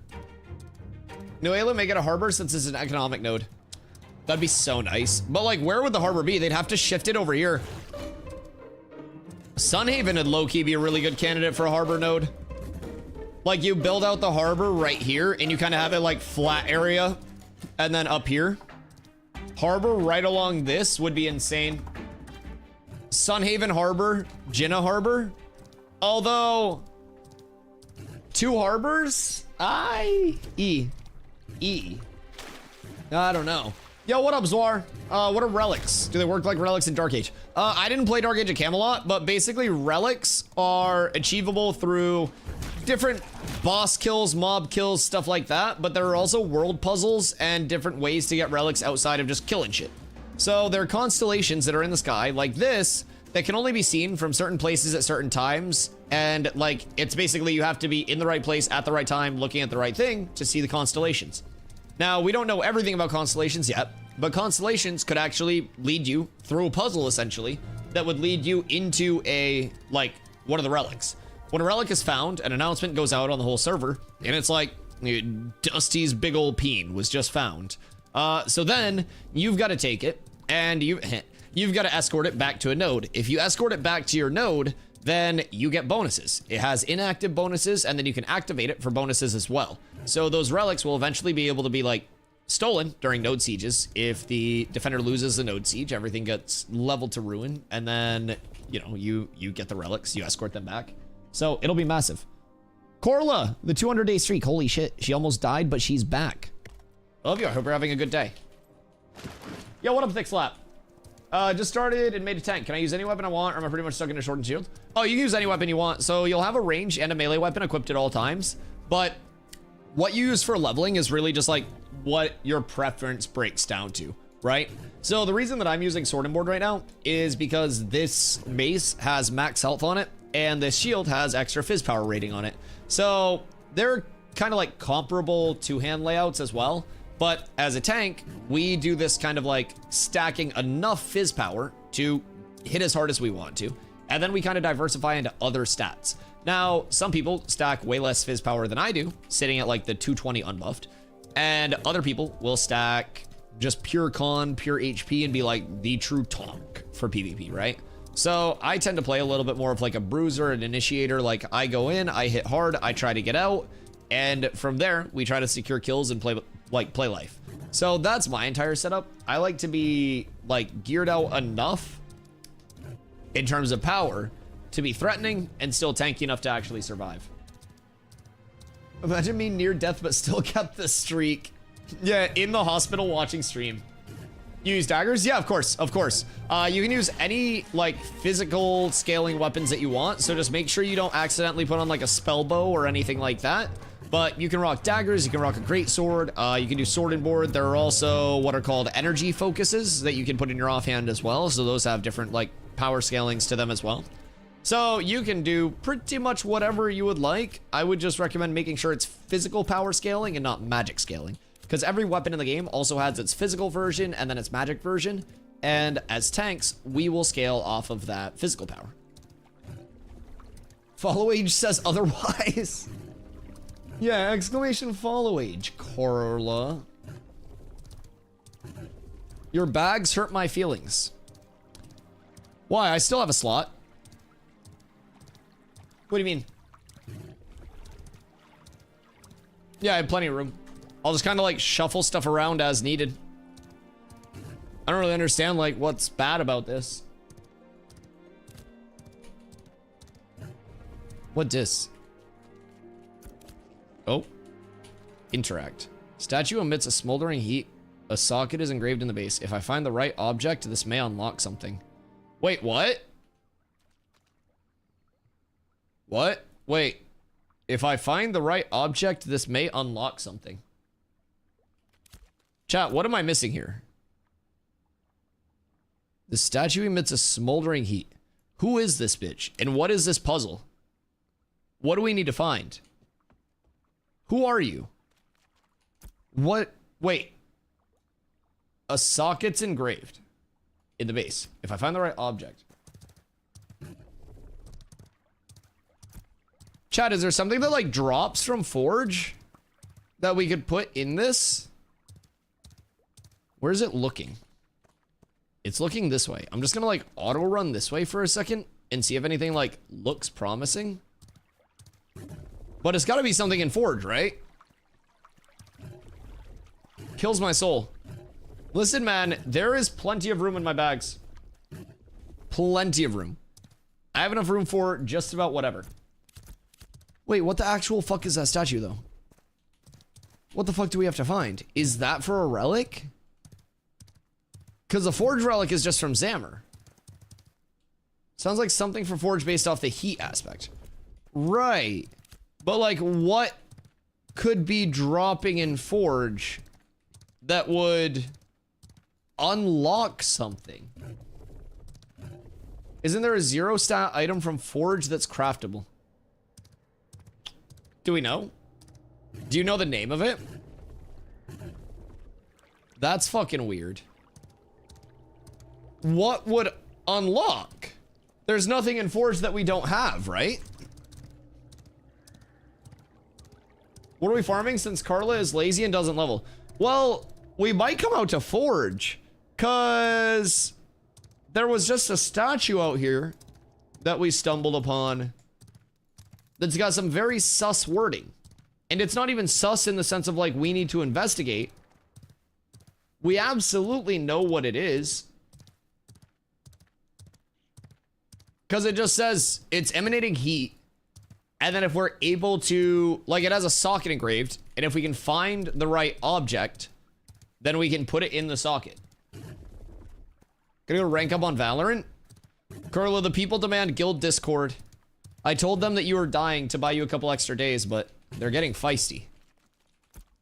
The statue emits a smoldering heat. A socket is engraved in the base. If I find the right object, this may unlock something. What's the socket in the base look like? Show me what the socket looks like. Chat, what's up with this? I do the guild Discord tonight. You're amazing. We all love you. Okay, that's fucking sus. Do we want to farm Forge? What's the 0 stat craftable item from Forge? Do we know? And where is my in-game music? I need my in-game music back. So I'll be playing Phase 3. Carla, Phase 3's in August. You're playing Fresh Arts May 1st. May 1st. That's what you're doing. she meant freshies, not phase 3. She's just confused and delirious. Phase 3 is August. Slacker, she doesn't know what she's talking about. She just almost died, brother. I started learning to gap other healers so Dusty doesn't leave me. I don't need a healer. I'm beefy as fuck now. The Dusty doesn't need self heals has never been more true. I'm so fucking beefy. Never been forged. What kind of gear does it drop? Forged gear. No, there are a lot of different like trash mobs in there. Lot of named mobs, and then you have the boss mobs too. So pretty much every class can get stuff out of Forge. It's level 20 gear, so pretty solid rolls. I don't necessarily know who's pulling Bissington out of there, but my mace comes out of there. Some nice armor pieces. There are best in slot caster and physical damage dealer jewelry pieces that drop from there as well. So it's a good farm. Absolutely. If we can get some people over there for it, I'd be down. Chat, do we want to do Forge? Still looking for that item. I saw it 2 days ago while planning armor for my tank. If you were able to find it, that would be very intriguing. I would personally love that.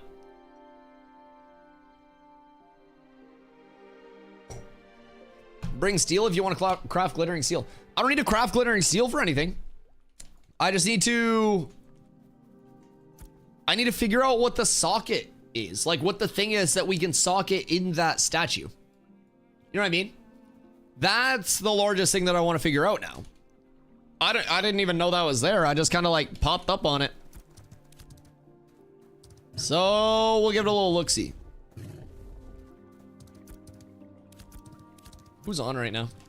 Do I need to join to know to craft armor and weapons? No, you do not. Working on this riddle. To the north, where the cold breath of earth meets the sky's embrace, the way is found not by the eye, but by the step of the unwary. To the east, where the honored rest, the earth keeps its secrets, holding still what time dares not touch. Where is that, Strag? The cold breath of earth meets the sky's embrace. That sounds like water. Or like a very windy area. What's the area for that? I actually just found it. I'm glad I could help. Yeah, I'm really happy that I could give a hint. I'm super good at puzzles. I always tell chat that I'm insane at puzzles, and they're like, Dusty, no you're not. You can't even read. But I just solved your puzzle without even seeing your puzzle. Some real Rain Man shit going on over here, chat. Yo, what up, Borg? Hope you're having a good day. North of Halcyon. Up here?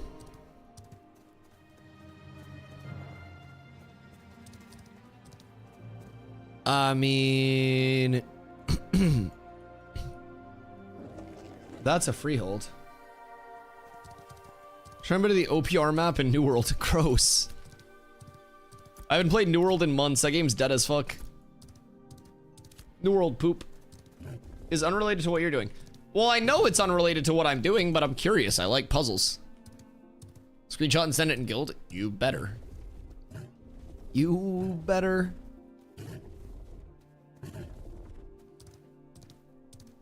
All right. Who want farm? Took my medicine, but since you can call me, the pain was 10 times more than usual. Okay, hear me out. I texted her and then figured that she was still sleeping, so I wanted to let her sleep. I'm not a bad guy. My intentions are just misaligned. Is wrong on it being a forge thing? I just thought it was listed treachery's vessel. It mentions Seth, so it's maybe a Seth thing. It also uses brass and magic power. Treachery's vessel. Is that on Codex? He's a horrible guy. Cancel DustyWhy. Out of fucking control. How do you spell treachery? Like that. I'm looking on the wiki for it. A magical orb imbued with the magic of Cephalion. It's a ranged offhand. Treachery's vessel is... looks like a focus, according to the wiki. Anguish skulls, brass ingots, and powder. Magic powder. It's a focus with no stats. I feel like it would definitely be something at Forge though, no? Like, what would that random statue at Forge be? And what would drop from Forge?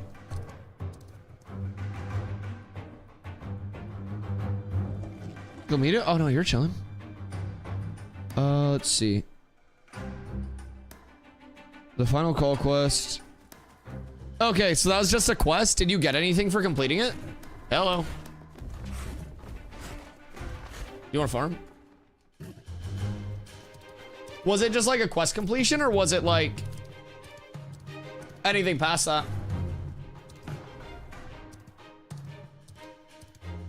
It's kind of peculiar that there's kind of like that looking area, right? But, huh. That's weird. Do you get any follow-ups after you got the interact done?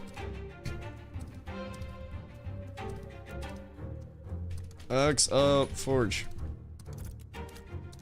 I love the riddles personally. There's so many small riddles. Oh wait, do you think that that could just be for a quest?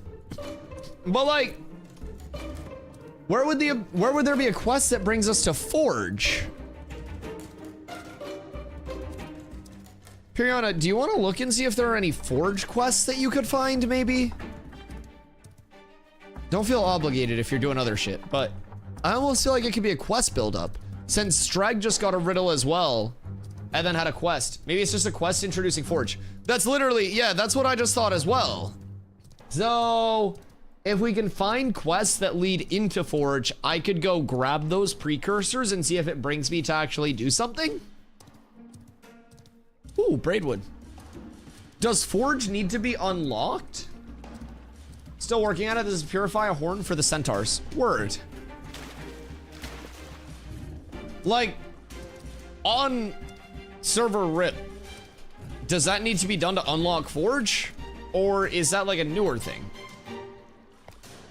Because you would think that the hot object to socket into it would come out of Forge, no? Like, anything's possible, but I don't know. I don't know.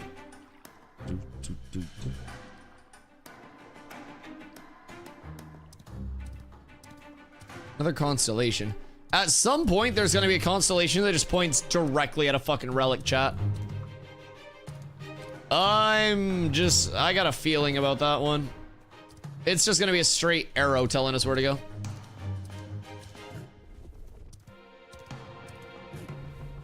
I'm so confused by that though. Where would a Forge quest be? Because like Forge isn't tied to a node.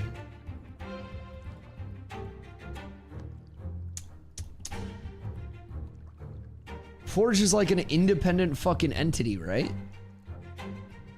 Is Forge gonna be in the June Dark, or like what is this area going to be? Is this gonna be part of this tropic node maybe? That wouldn't make sense for that to be in the fucking tropics though, because it's still in the Riverlands. It'll be a sandal pointing the way. We just gotta find a big sandal to socket into that. Maybe you're right. Maybe we're looking at it too literally. Like, why would I need an actual, like, you know, something I can socket when it could just be a sandal to smack the shit out of that statue? I think you're right. Well, I guess we're doing a codex dive on the boss loot tables. Ashes, codex. Befallen Forge.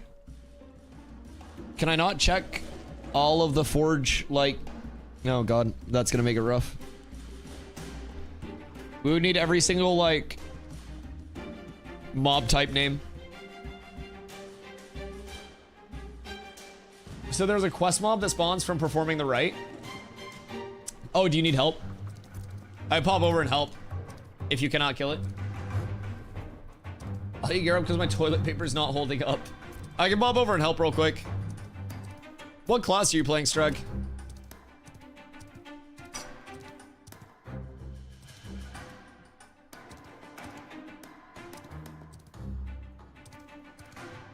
Ranger? Okay, I have some fizz pieces. I can get you a couple.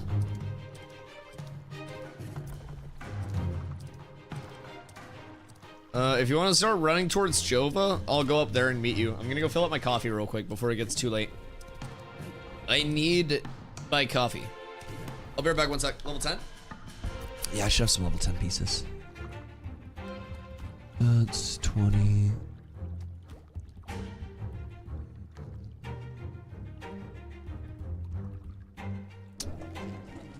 Yeah, I'll have a few pieces. I mean, I won't have like a ton.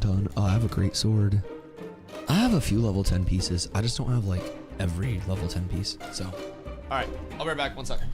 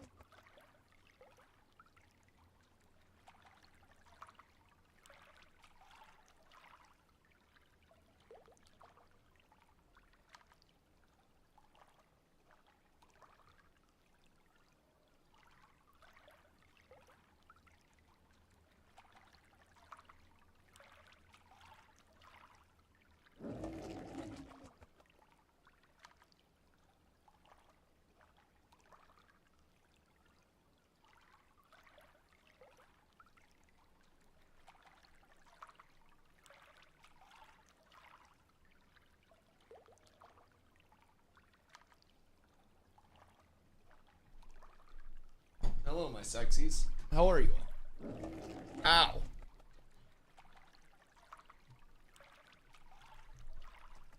Okay.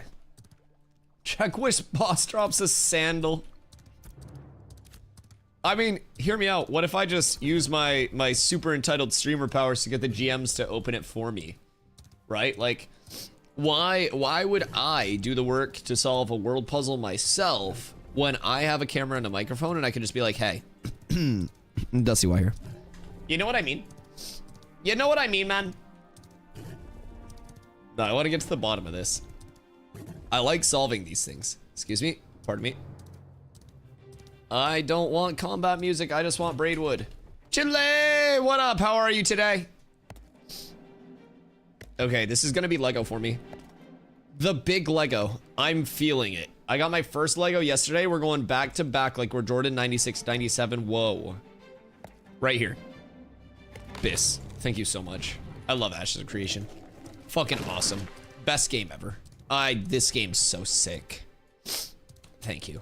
Thank you, thank you, thank you. Just north of Jova? Okay, I'll pop up. Just got legendary rubidium. Goddamn, what's that going for? I got my first Lego Braidwood yesterday. And like, yes, legitimately first Lego Braid. Not like of the day. Like first Lego Braid ever. It was a humbling experience. Congrats. Well, it was also an adolescent. So it was 2. So it's like, thank you, but also I need 18 more. And now that I have 2, I'm like, well, I'm gonna find more, so I can't just make like a shitty bow. I gotta make a good bow. This game's dumb. MMOs are dumb. I should start like a landscaping company. I planted so many flowers today. It was so fun. Chat, anyone want to join my landscaping company instead of this dumb guild? Like, we can all just go plant flowers and shit together. Do fun stuff. Like, we don't need Lego Braidwood if we grow the Lego Braidwood. You know what I mean? Like, what if Cats with Abs just becomes, like, professional landscapers? We go down a new route. Staying on the merge server. Oh, that's bold. That's bold. Do you have a guild that's staying on the server? We're going over to Freshies, 1000%. It's gonna be such a good opportunity for us, and I think most communities will be going over there, but the merge server is still gonna be it's gonna be a blast. Like, people that stay on it will still have fun. There's no, like, wrong way or right way to go about it. It's literally just whatever you want to do with your time and your character up until August. And so for us, we're just like, oh yeah, we gotta get more people in the community, more experience, more repetitions, and get more of our new players shaped up, right? So for us, we go over there. We have all of our wave 3 holders, right? West entrance. Okay, meet me in the middle. I'll just pop back up. But like, for us, we have all of our wave 3 holders that'll be coming in, and we want to get them all up to speed as much as we are now.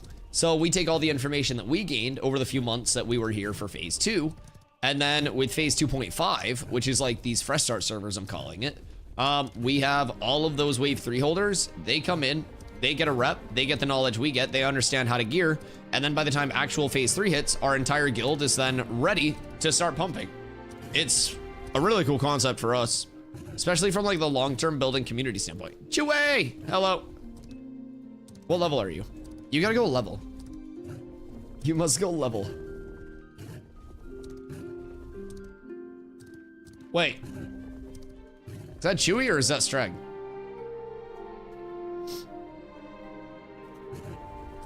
Is this a switch up?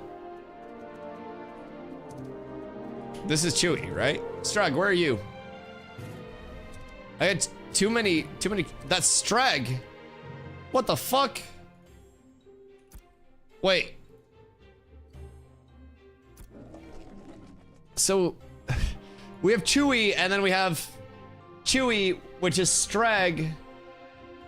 Huh. All right, that's a little bit of a trip. We'll get used to it. We'll get used to it.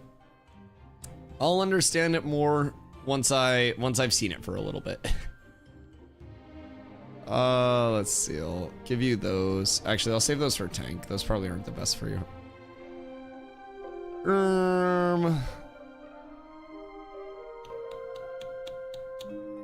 I don't know if you need those or not. Feel free. I have those. Not really used for anything. What else? Anything down here? Wouldn't want to burden you with that. That shit's ass. Okay, yeah. That's probably good.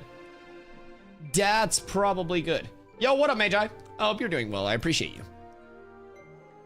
That should help out a little bit. Oh, thank you. You didn't have to pay me. Not gonna use this shit anyways. Fupo! How are you today? I really want to play Summoner. Thick Summoner will be out soon. TM. Soon, TM. And the anticipation will kill you along the way. It will. So in every MMO, I am a tank main, just like through and through and through, right? In every ARPG that I've ever played, which is my second most played genre, I'm a Summoner main. So I have a very soft spot for Summoners, and I've played so many different like Summoner build-outs, right? That I'm really intrigued about how they're going to run the summons. What do you think you're gonna multi-class with when it comes out? I'm going to be going Night Shield, so exclamation classes will bring up a handy little grid of all of the like potential crosses in the names. So Night Shield is going to be tank primary, rogue secondary. So part of the reason that I will be rolling that is because as a tank, we typically have a few forms of mitigation. So in passive like tab target games, you typically have a passive block chance that's higher than 2.7%, but because we have an iframe and we have our active block, which we can control, we have a very low passive block chance in Ashes. Past that, you'll notice we have no parry. So in a lot of games where tanks are specifically just melee, we have a defensive called parry. So it's a chance to parry an attack, completely stave off the damage from it.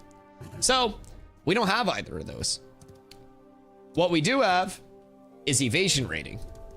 And what I really hope to get more of is evasion rating. Since we don't have parry, since even if I am holding my block and actively blocking, it's a bleed block where it gets basically our mitigation, fizz block mitigation, taken off of it, and then the rest goes through, we still take some damage through blocking. I tend to iframe more than I tend to block, especially in PvP. So if I can just have passive evasion rating where people are like, oh my God, like I'm trying to get Dusty off of me because he keeps tripping me, but I can't hit him to get him off of me. And they're like throwing punches and I'm just, you know what I mean? Like literally just too shifty to hit, right? So that's the goal there. I tend to play very like in out initiate type beat, like get in, hit quick with a combo, set up kills for other people. And I'm like, I'm going in on these people, 3, 2, 1, we go, they die, I live. That's my goal. So Rogue is gonna be very good for me to be able to do that. Could also see some fun with Tank Cleric, which will be what I'm going when Tank and Cleric secondaries are added. So the first 2 secondaries that we do get will be Tank and Cleric for every single class. So I'll be going Tank Cleric to start instead of Tank. A little bit more self-sustain, a little bit more, oh shit, some bailout perhaps. Summoner's in the box. Fupo, you need to let Summoner out of that goddamn box right now. The Summoner cannot be kept in the box. Fupo, are you the one that's breaking my RNG today, by the way? So I have a theory that somebody from Intrepid is gang stalking me. And they just follow me around and they lower my rarity to 0 anytime I hit a tree and they just sit there at their desk and fucking laugh all day. So essentially what happens is my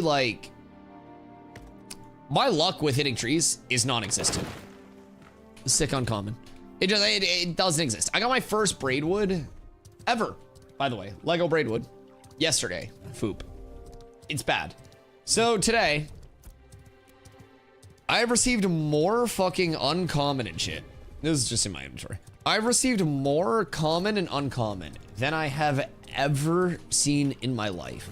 I'm convinced I have a GM following me around and just like spawning in shit trees in front of me to keep me like on a leash and direct me to places. And just like jebaiting me in a circle. Look! Foop, help! Fubo, I'm cursed. Lazy Peon gets 5 characters leveled, and what do I get? This. Fuck did I do? What did I do, man? Originally was true, then they opened up names in RuneScape 2 when they wiped the bots. His name was available. I feel like that's better considering the circumstances. That does make sense. That does make sense. Well, now that I know the affiliation, I just thought that was a Chewy alt this entire time. But Chewy, I guess, is like Chewy Fighter, Chewy Rogue, and stuff like that, right? So I guess like Chewy has denominations. Man, what if Fupo's borking my RNG? Oh, Foop, we found another puzzle too. I mean, it's not like we found a puzzle, but like, we're all confused. Because over here, there's an interactable that is up near Forge. It's this statue. And I don't know how I've never noticed it before because I've spent a lot of time up here. But basically, it's not very cryptic. It just comes out and says, the statue emits a smoldering heat. A socket's engraved in the base. If I find the right object, this may unlock something. I don't have the right object. Like, I already tried the obvious. My dick was not the solution. So I've ruled that out. If we can find another alternative, then I'd be down. Sure sounds like a puzzle. Yeah. It's not like those other puzzles where like it's a Chinese finger trap and like I get my peen stuck and then I have to get one of my friends and then we just kind of like get out of it, right? Like this seems like it actually needs some investigatoosky work. So we had a couple theories. First theory was A, maybe it drops off a boss. Second theory was B, maybe it's a quest. So I kind of want to source all of the like boss loot tables on Codex and see what DustyWhy is going on with it. Because if there is something that looks like it could resemble an opportunity to maybe, you know, fulfill that, it specifically said something may unlock. Yo, what up first? Remember you're creating New World content. I'm saying I hope you make it. I appreciate that, dog. I appreciate that. Much love. We still got the daily streams going on. Well, it's no longer New World. I am extremely happy with Ashes. It has changed my take on content creation so much. And everything's going beautiful, dude. We multi-stream over on YouTube and on Twitch. So feel free to pop over whenever, whichever site. We are always live on both, 2 p.m. EST daily, brother. I appreciate the kind words. Much love. TTP failed. Instructions unclear. I mean, it was just, like... So it said it was smoldering hot and had a socket. And I figured... probably not the worst thing to try. I mean, like, chat, y'all probably done worse, right? At least a few of y'all probably did the same thing where you're like, it's warm and it's a socket. I'm gonna try it. You can't lie to me here. Stream sees all.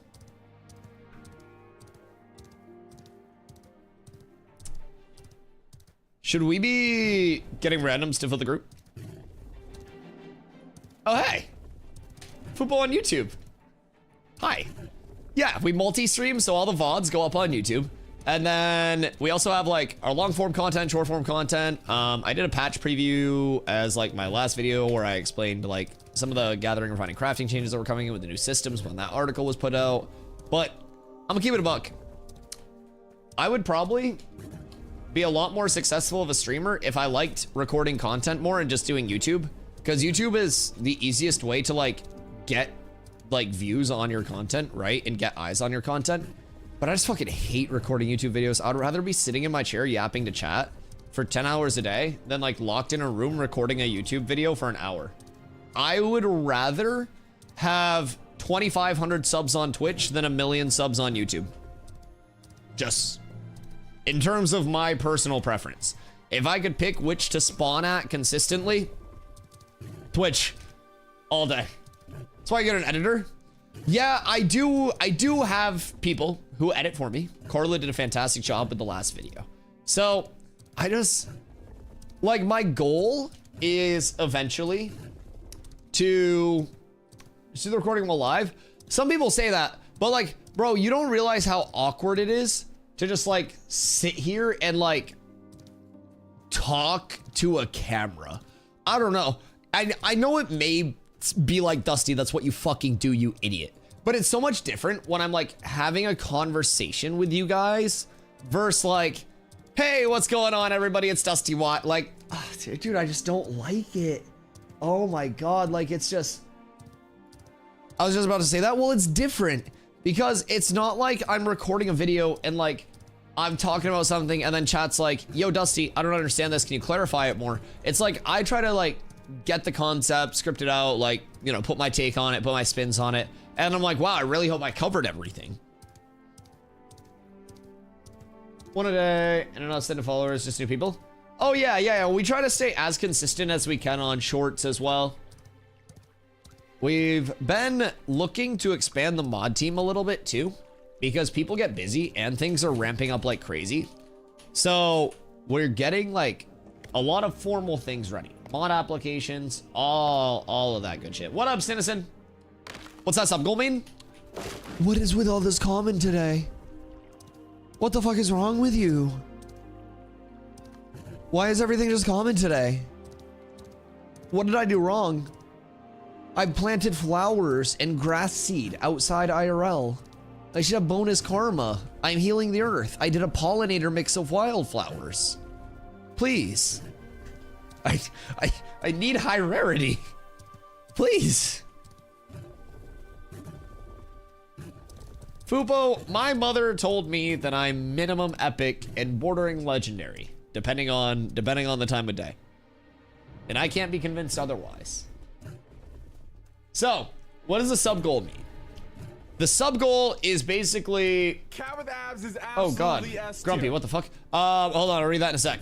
Stids, thank you for the follow, much love. So the sub goal is basically the entire design of my character, except for the fact that I'm a tank and that I'm naming it. I don't trust you guys to name it because something cool. So basically, I'll be a tank and I'll pick my name. You guys pick every single other thing about my character for fresh starts. Now it says P3, that was for fresh starts. I forgot to change it over, but it'll be May 1st. And then once P3 rolls around, we'll probably do the same thing because I think that the amalgamation of character that could pop out is either going to be insanely cool or just a fucking horrendous creation. Like really like a Franken tank, if you will. So I think it'd be a cool little thing and just either trust you guys to make the coolest looking tank possible or a fucking hideous creation. Really a self-insertion.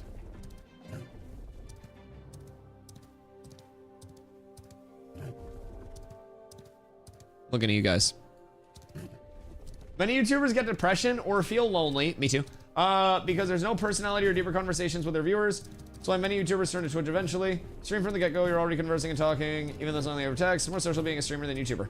Oh yeah, absolutely, absolutely. I definitely agree, and that's why I would rather do this for 10 hours a day than have like a YouTube base to just kind of like put out a video to for some people to watch, right? So it's all just preference, and I know the pipeline is put out a YouTube video, it converts a portion of those viewers to Twitch, grows your Twitch, yada yada yada. It's just I just hate recording YouTube videos. It's so weird and awkward for me. You know what I mean? It's so strange for me. So yeah, like some people like the YouTube side of it. I just love the prospect of like growing the community in real time. Like if we were putting out YouTube videos and not streaming this, right? Then the community would probably be a lot smaller in terms of our in-game community, right? So I definitely think there's benefits to each side of everything.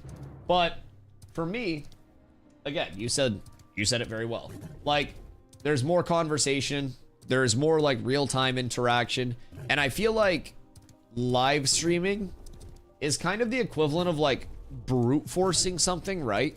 Trying to just grow through streaming as your primary.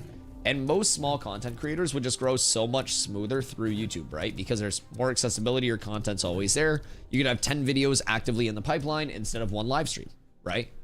So it's a group on the way to Forge. Hey, what up, Iso? Trying to find a group. Yeah, wait, how many do you have? Invite us. It's me, Ultraman, and Dasher. That's, we have 3. I will literally just run around and tank shit. Oh wait, that's fucking perfect, actually. So I don't know if you heard, but there's a little like mini puzzle that we kind of found. It's like a hint. So there's a statue at like the north little entry area, like up here, and you interact with it, and it's like, it basically says this statue is smoldering. There's a socket. If you find the right thing, you can put it in the socket and it'll unlock something. So I'm like, what the fuck's going on here? That's what I'm curious about. So I want to try to find that Braidwood.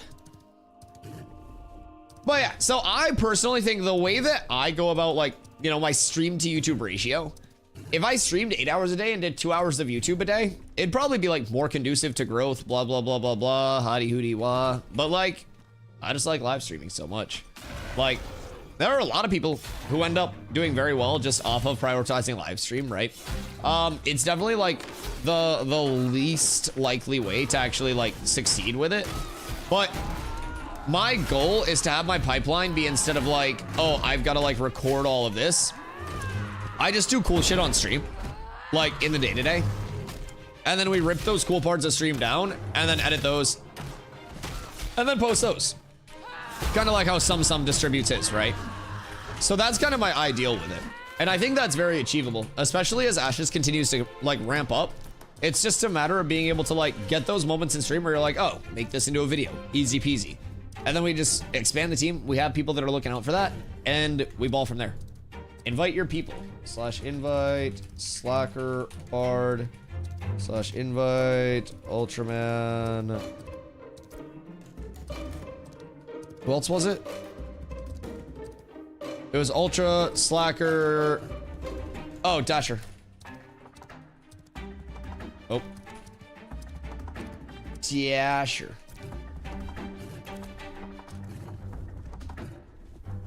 Okay, huge. I'm passing you back, lead. That's who we have. You're Derek.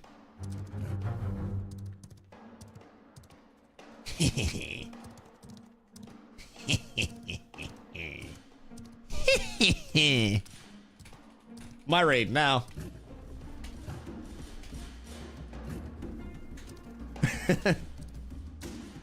I might have fucked up your raid frames, but yo, what up, Chili?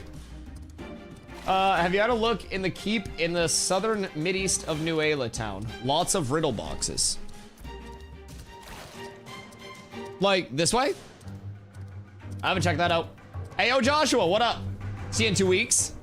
You coming to the Fresh Start servers, brother? It's gonna be a fucking party. It's gonna be an absolute party. I'm excited. We will be going Fresh Start servers. We will be rocking it there. We're on 24/7 stream because of subathon, but I pump out shorts. Yeah, I do like my 10 hours of stream daily, and like we're actually talking about a subathon recently, and we came to the conclusion that like because I stream so much anyways, I'm essentially a subathon like most days because I'm just here all the time, right? So the difference between me doing a subathon and like me just streaming my normal schedule with sub goals is like me sleeping on stream, and I don't want to sleep on stream, so it would be me running replays of other streams while I slept. So I'm like, if you guys want that, then just like watch the YouTube bots. So I feel like I stream so much that it's basically a subathon anyways. I don't like the replay stuff. I know you're confident sleeping on stream, dude, because like I'm a mouth breather, so like I drink a lot of water, and then like sometimes when you drink a lot of water, you wake up in the middle of the night and you gotta pee, so you wake up bricked up. And like if I'm sleeping on stream and I'm drinking a lot of water and I wake up bricked up and I gotta pee, then that's gonna be a risky business. You know what I mean? Sometimes I wake up with my hand in my pants and get scared. You're like, was I just jerking off?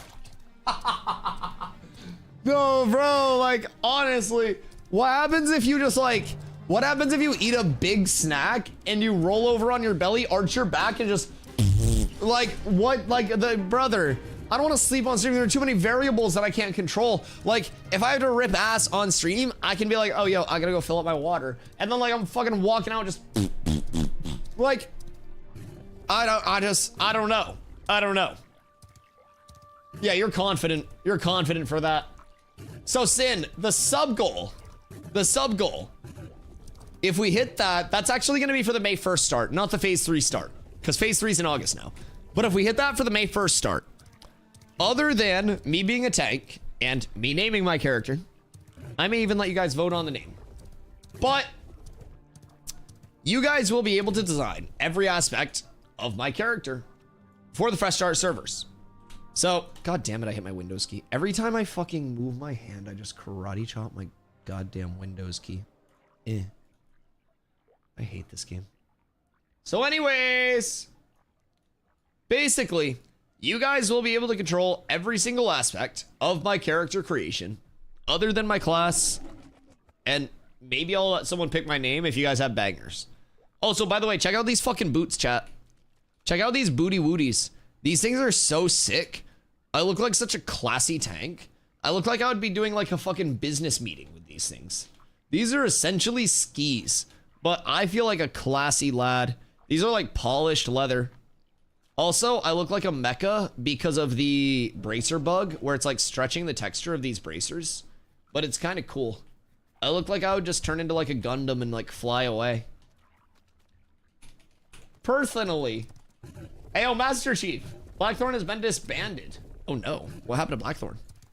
Did they die? Not playing merge? Nah, fresh start's gonna be the place to be. I think pretty much every community is heading over towards the way of like fresh starts. When the servers do drop, right? So we'll go here. But I don't know. For us, we have a lot of people coming in with a wave 3 access where we want to get all of our new wave 3 like key holders in. We want to kind of like bring them up the same way that we came up this phase, get all of the knowledge established, get everybody set up, right? And then through that May 1st fresh start, we hit August 4th with multiplicatively like more people ready to go, right? Guild invite, and how do I leave guild? Press U, and then you should be able to leave guild from this, I believe.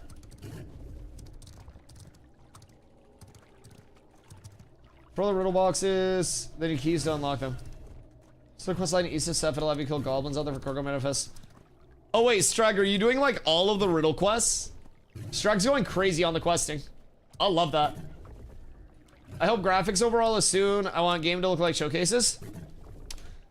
So remember that showcases are going to be run on like super cinematic settings as well. Steven's computer, if they are doing like, if you mean like that from like Steven's POV, he's running on fucking super settings, right? But they did announce in the article in between May 1st and August 4th for like the fresh start to phase 3 transition with the new phase 3 date.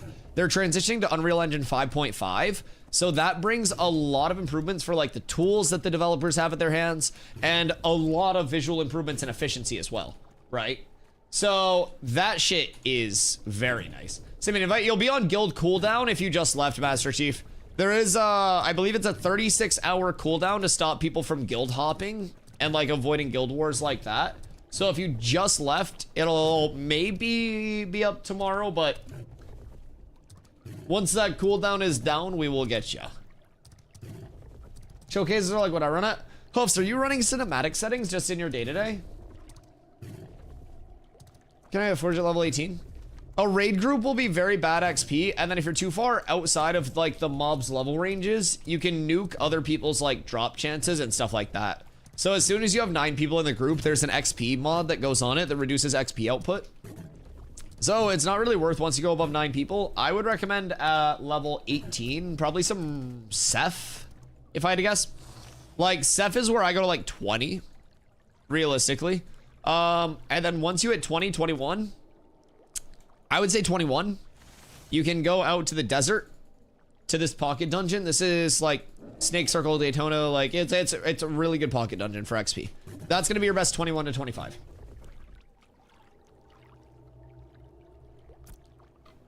What is? What'd you got for me? Lumen Star. Oh, it got renamed again. Star was Edge. Interesting. You should try tanking with that. Oh, just the full evasion tanking? I mean, how much evasion rating is that? That does seem kind of juicy. What's this? Is this 658 evasion rating? And it's 4%? Oh my god.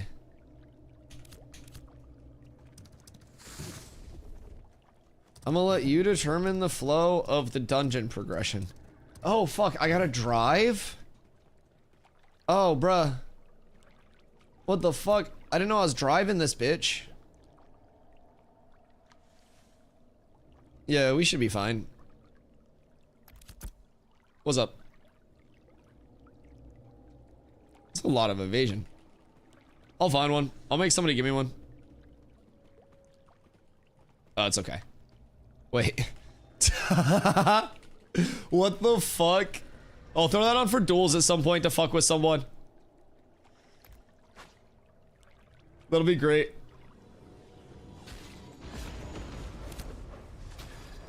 I need that back, but check what your evasion is. Fizz evasion 38.6. Jesus Christ. It's like 16%.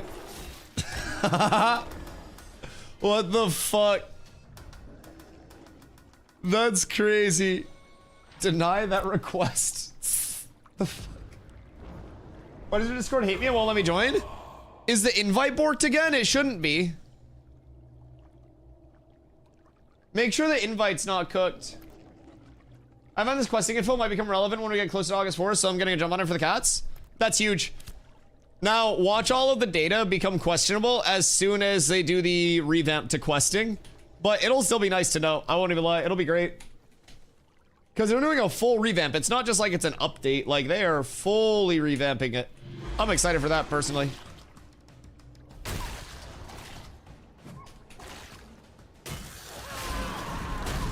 Uh-oh.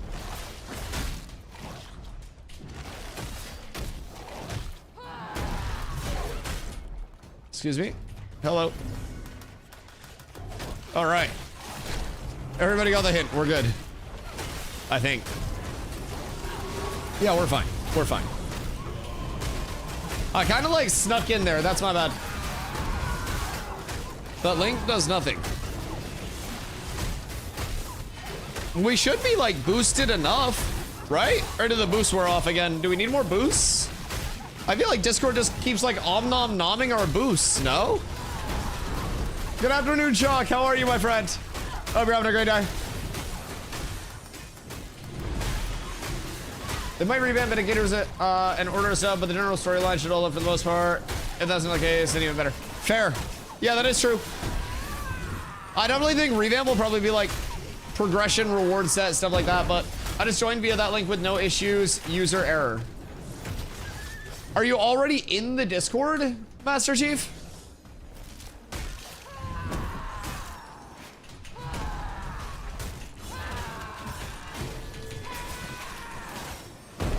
Send me your Discord user. You might be banned. Oh no. Oh no. What do you get banned for? Oh god. Yeah, Shock, pull up. ESO's lead, so just message Derek. Rewards leave something to be desired. It's a tough balancing of quest rewards too, I feel though, because like with static mob grinds as a comparison, it's just so hard to have any semblance of like reward balance when the second you start questing, you've got to like, you got to run so far. But even with like node commissions, as soon as Jinna leveled to level 1 and we got the commission board out there, we were like, okay, let's check it out. I got 2 commissions to kill snakes. One of them was kill 10 snakes, one of them was kill 20. I still have them actually. So to kill 10 snakes, I get 6632 XP, 3 dim, 3 dull. To kill 20 snakes, I get 6632 XP, 3 dim, 3 dull. So like, the rewards are a little intriguing sometimes, but the revamp is gonna be really nice. I hope it's a full commission revamp. I hope everything gets like ground up, put in place, because questing is the #1 thing that I hear from players where there's like, man, I really do wish this worked just a little bit better. That would be awesome.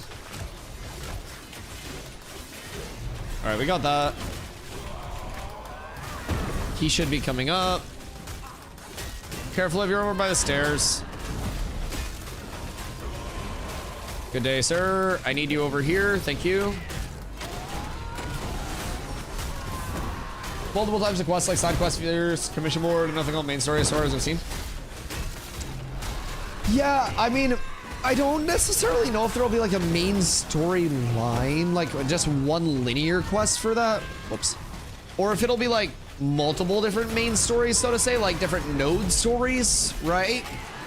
Because I feel like if they had one linear main story, the world's just too big for that. Like even already, if there was a main story that took you from like the Riverlands to the desert to the tropics, like then to the June Dark, then to the anvils, like that's already sicko mode. So I definitely feel like if they do go the route of like main story quests, so to say, it'll have to be more of like, or not have to be, but I feel like it would be best served more like narrative-based main story progression, so to say, that also brings you through like mob grinds, side quests, all of that. That's what I think, at least. Where's Shockums? Shock, are you on? Do you message Derek? But I do definitely think like a little bit of hand-holding through some progression that also introduces a player to the side questing and more of the areas within nodes could definitely be beneficial. There's a certain level of delinearization where like a lot of players Especially like the stark contrast between how linearized things are in gaming right now versus the delinearization of ashes. It can be a stark contrast that I feel like can make some players be like, okay, I have no idea what the fuck to do. It can be a little overwhelming, right? Until people realize that's kind of how it's supposed to be. So I feel like just the right amount of that sand park hand holding instead of just like, you know, the sandbox leaning, it'll be nice. A good first time user experience, a good like new player experience, also crucial, like retain them through the first few levels, let the world open up naturally for them, and then anything can happen at that point. Between like refining skills, between the crafting sidetracks, just everything, man. Yeet. No.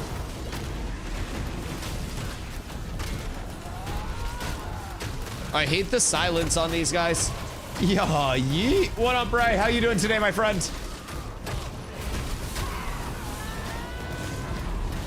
Shock, are you on? I don't know when Shock's getting on, but sorry, Isa invite Shockums. I think he's on. Oh, okay, cool. Message Derek when you're on. We're just doing some loopies, so should be pretty chill. I'm gonna keep my eyes peeled for drops that could potentially be like related to the whatchamahooza, the shenaniganism that we saw outside that little statue-y area. Because I'm very intrigued by that. I want to do duels today too.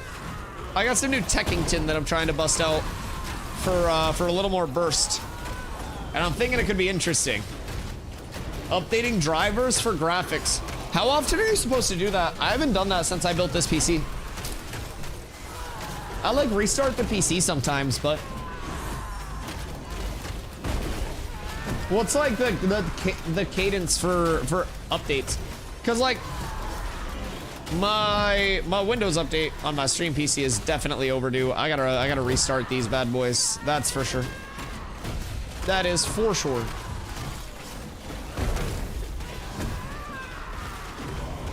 Every 6 months is okay to update drivers. Word.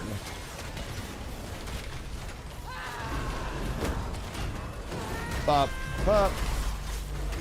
At most, you should do it once a year. Okay, cool. I'm chilling. Yeah, at least once a year. At most. No more than once a year. Or your computer will fall apart. Alright. As long as we don't aggro those, we should be chilling.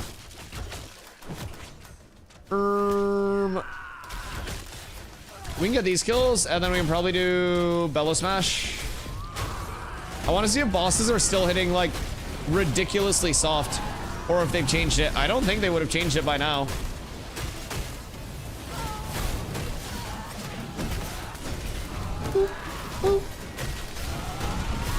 I wonder how many slams I could chain. I want to say I can slam 5 or 6 times with this if I play it right during the trips. I can get a lot of slams off. This might be like the ultimate burst output. Oh, poor Puff Puff. R.I.P.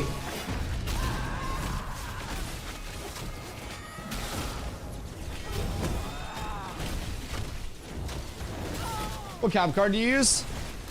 I run an Elgato. I want to say it's just the... It's not even the 4K one. It's just like one of the 1080p 60 ones from Elgato. I don't remember exactly which one it is. I put my dual PC together so long ago and then haven't changed anything.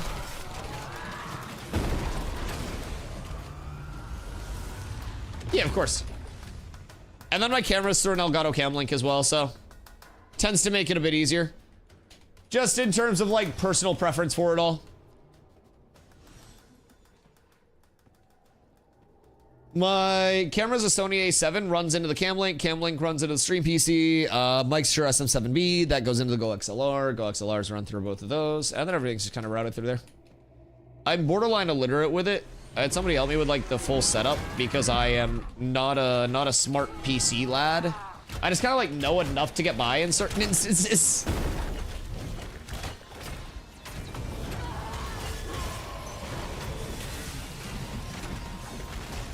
Yeah, it is Bellow Smasher. Bellow Smasher is one of the bosses here. And bosses hit for legitimately nothing right now. It's kind of laughable how little damage bosses do currently, but I'm sure we'll probably get a patch that like within the next couple of weeks that will address how weak bosses are. I just spilled coffee on my shirt.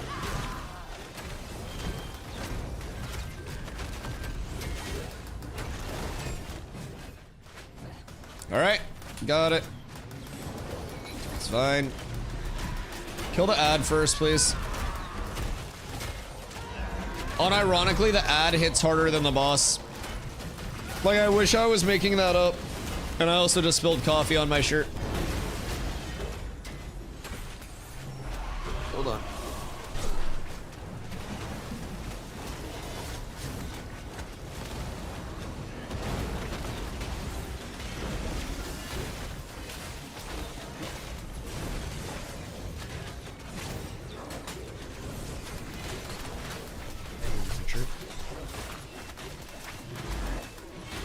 And back.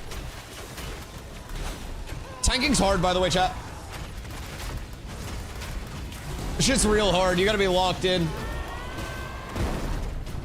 Tanks are super, super weak, and all of the tank updates were terrible, and we should all be super angry about them. Or at least that's what, for whatever reason, a lot of tanks would have you believe. I don't really understand that, but teach their own, I guess.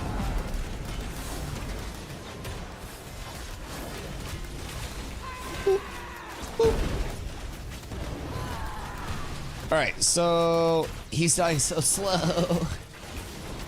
I almost feel like bosses like die too slow and do too little damage, you know what I mean? It's like both sides of the TTK got a little wacky with bosses.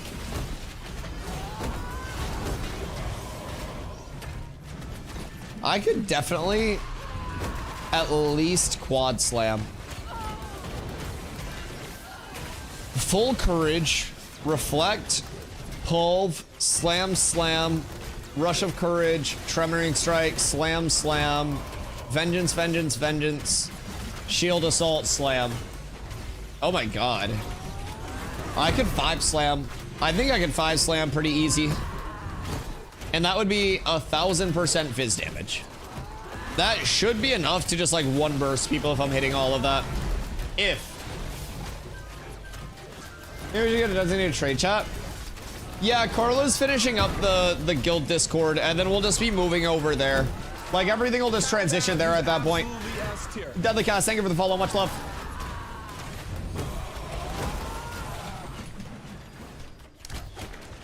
So, I do believe she said she was going to be working on the guild Discord tonight and getting that all situated for us. So that'll be great. Hey, Deadly Cast coming in with a primer as well. Thank you so much. It's very kind, very kind. I appreciate you. Look at designated trade chat in game, not in Discord. Oh, for ashes, like not for us.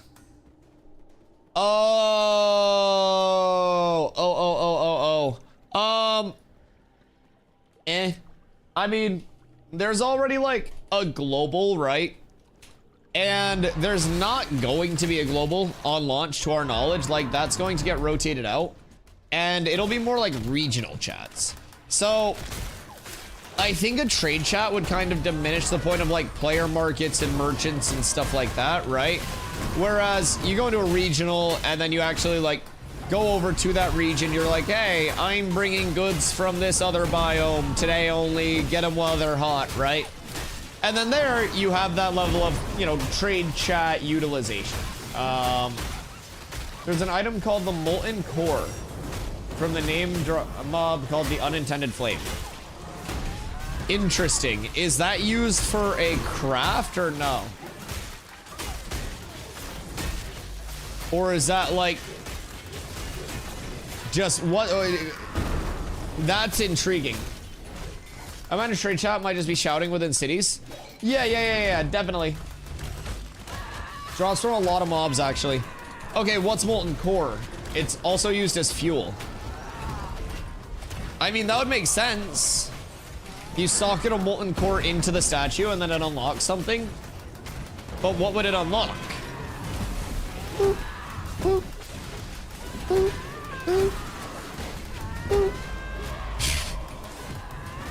5 slams is heinous. Absolutely heinous.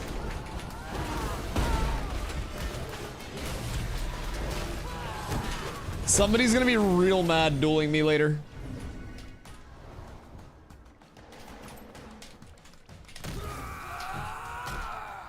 Did everybody make it? Yes, yes, yes, yes, yes, they did. Huge. Other organ, siege mechanics. Volunteers tribute for duels. We can run some as soon as we get out of this. I'm down. I definitely want to get more duels in. Because I'm working on like what I want my actual like full burst to work out as. Finally at 255. Jesus Christ. How much HP do you have? 255 is juicy. That's a lot of power. Are you noticing the diminishing returns? Because that's when you start to get into the thicker band of them. Like, you're probably in like a 10% diminishing return bracket, somewhere right around there.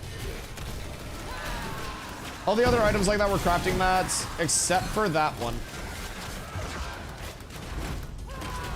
I don't fully understand the diminishing return now. Hold on. Let me grab...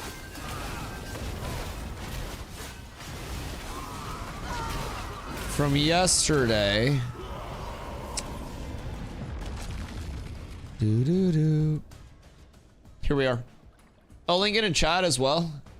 Copy. Exclamation add com. Exclamation dr.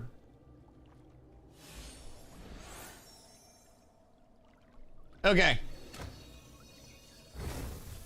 So this is our diminishing return brackets. Roughly. Someone on Reddit sourced this, so don't yell at me if it's wrong. But yeah. So this is essentially old versus new diminishing return curves, and like the power rating curves and shit like that. So this is roughly what you're looking at, just like percentage diminishing return wise.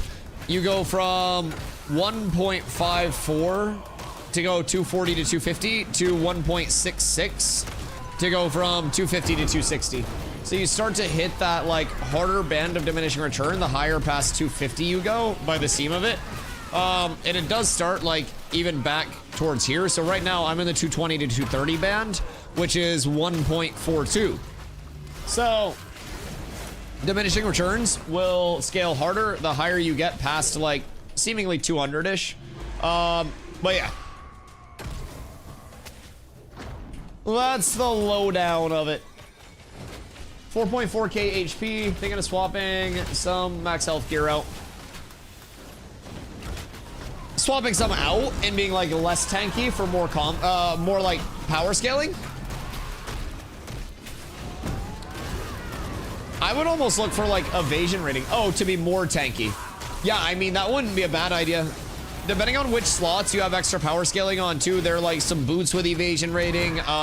Lumen Star if you're using a, I think it's Sorrow's Edge now, but the new Lumen Star reroll also has evasion rating on it for a two-hander.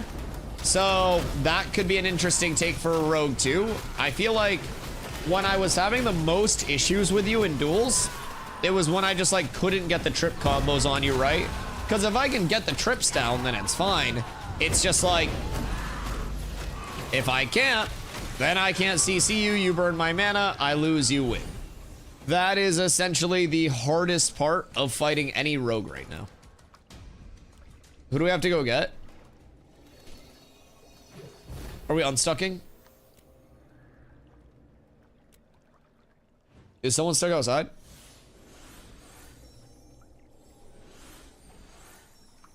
Oh wait, no. We got everyone. Okay. No, we're fine.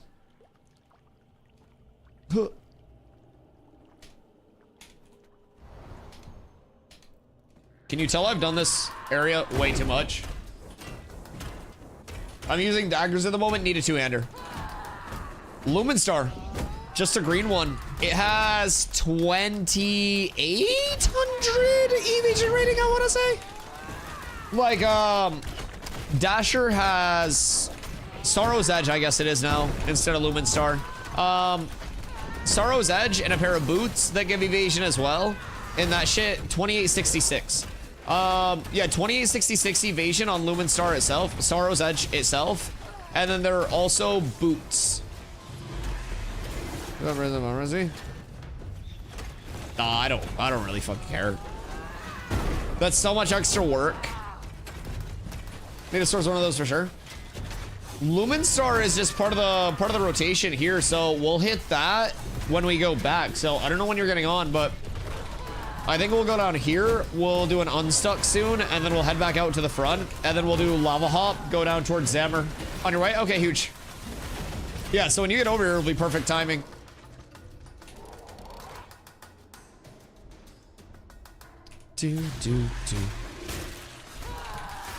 Please don't guillotine me, Poppy. Everybody's here. I'm gonna pull this just like up a little bit. I do not enjoy tanking next to all of the other mobs. Excuse me, you were supposed to get grappled. And we have ads. Okay, that's fine. I have the ads. Everything's fine. Everything's perfectly okay here. Boop. Boop. Alrighty. What else do we even need to do here? I've done so many of these fucking loops. I forget what's where. Which I know is like the antithesis of what it should be. Oh, this is Lumen Star guy, right?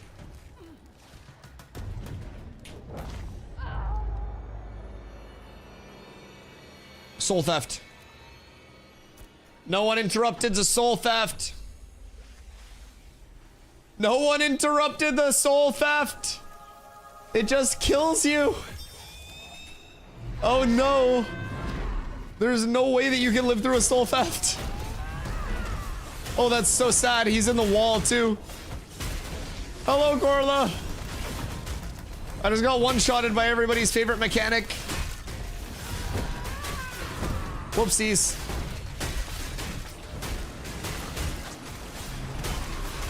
Okay, so that's my bad. That's my bad. Yeah, there's an ability that the admins cast called Soul Theft, and somebody's supposed to interrupt it, and I had to run up the stairs to see what was up there, but...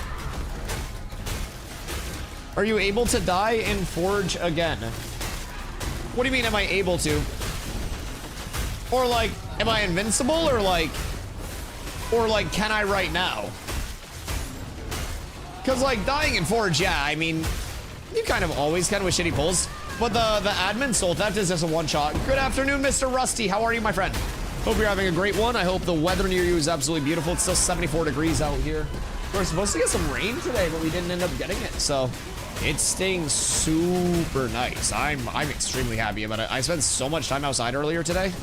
Yeah, it was beautiful. I probably have a sunburn, but we're easing into the pain of the sunburn. As long as we kind of like, you know, we get a little dip here and there, a couple hours. We don't overdo it. We're fine. We'll bronze up. I have a lot of low rarity wood. Did I have my good willow on me when I came over here? Either way, I don't fucking care. It's fine. It's fine. Once Rug comes over in the underground, I can move over. But I was hoping to do monitor to get my boots. Yeah, I'm down for whatever. I'm down for whatever. Definitely burnt right now out here. Have you just been doing lawn stuff all day, Hoofs? Did you buy like pre-started grass or did you buy grass seed? Because I bought grass seed. Carlo, what does this predict that you've started? Chad, I think Carlo's cooking predicts. What do you mean how many times? I don't even know how long we'll be out here for.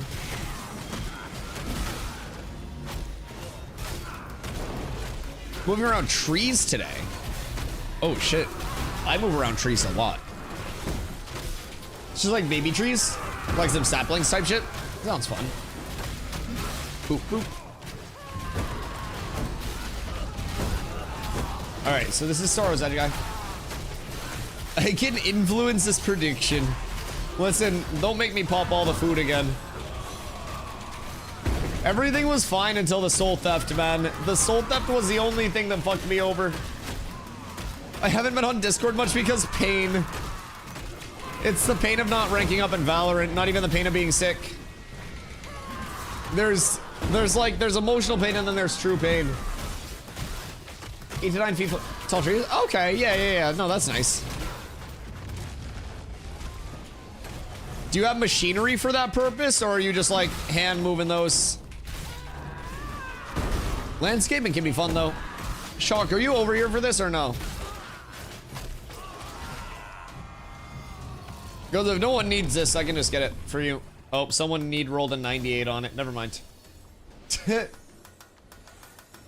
Never mind. Good luck to them.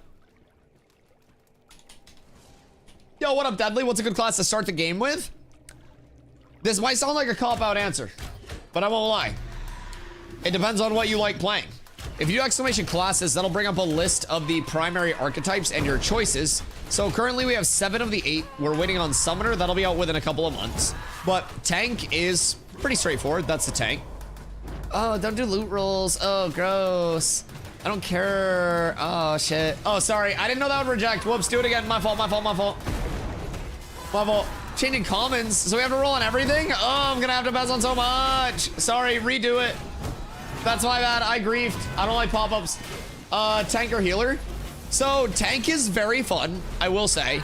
If you like tanking is very active over here. It's not like a super, like, just AFK, press one button, and then, you know, hold thread on everything. You've got to manage your courage, which is your class resource, as well as your mana if you don't have a bard that's doing mana sustain for your group.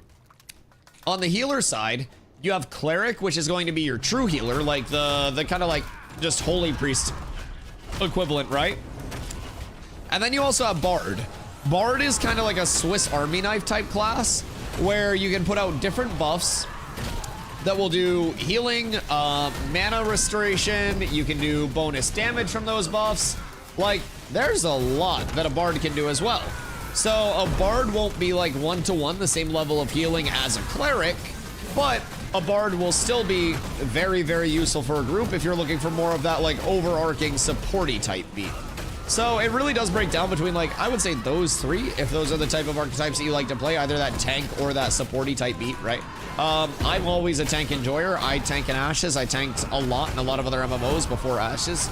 And I do think Ashes tanking is one of the more enjoyable tanks that I played already, even with it having, you know, some spots that are contested among the community, some spots that some people like more than others, dislike more than others as well, but it's always just, for me, about adjusting to the class as it stands and enjoying it that way. But what up, Macaulay?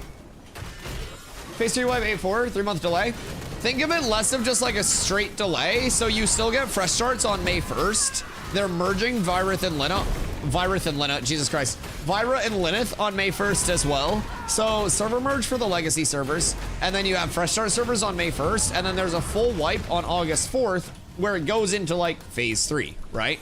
But the phase 3 that we go into is going to be way further progressed than any phase 3 that we would have gone into without this delay, right? So I think it's important to see like all of the things that we're getting in between May 1st and August that were simply like not projected to be in existence anywhere near this time.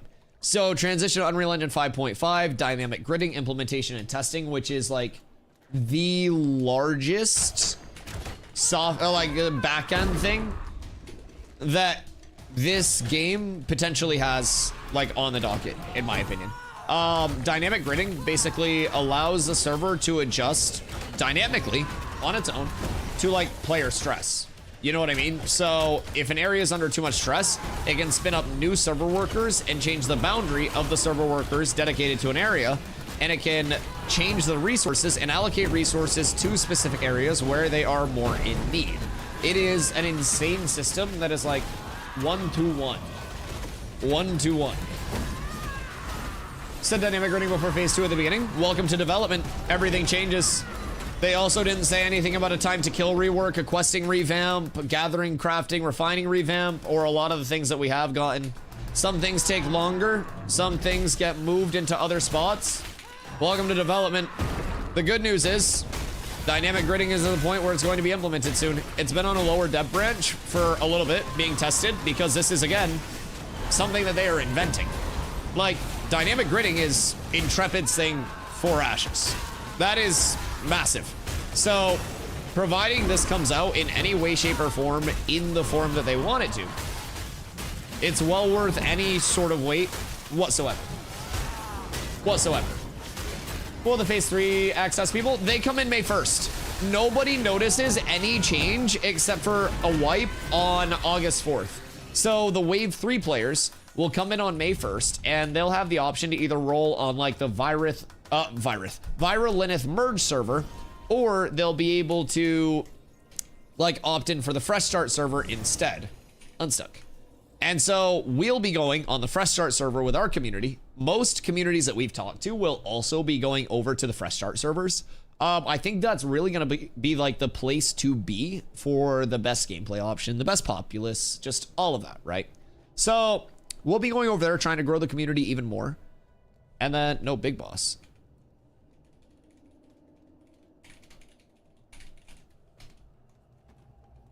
Yeah, we just go the other way for Zam. You just go down and around. What do you mean down and around? Because there's other shit on the way to Zammer too, yeah? I usually just unstuck here and then lava hop it. And that's typically quicker. Forge Right's on cooldown. Yeah, we got Forge Right on our way in. So we usually just go back and lava hop. Go straight to Zammer. Okay, I mean, that's fine. I'm just gonna unstuck.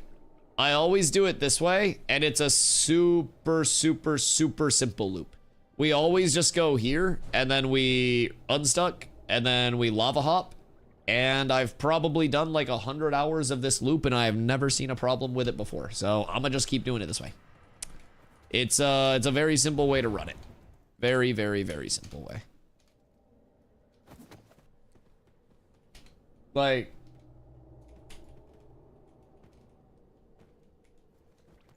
pick me up then too. Yeah, we also have Shockums waiting out here.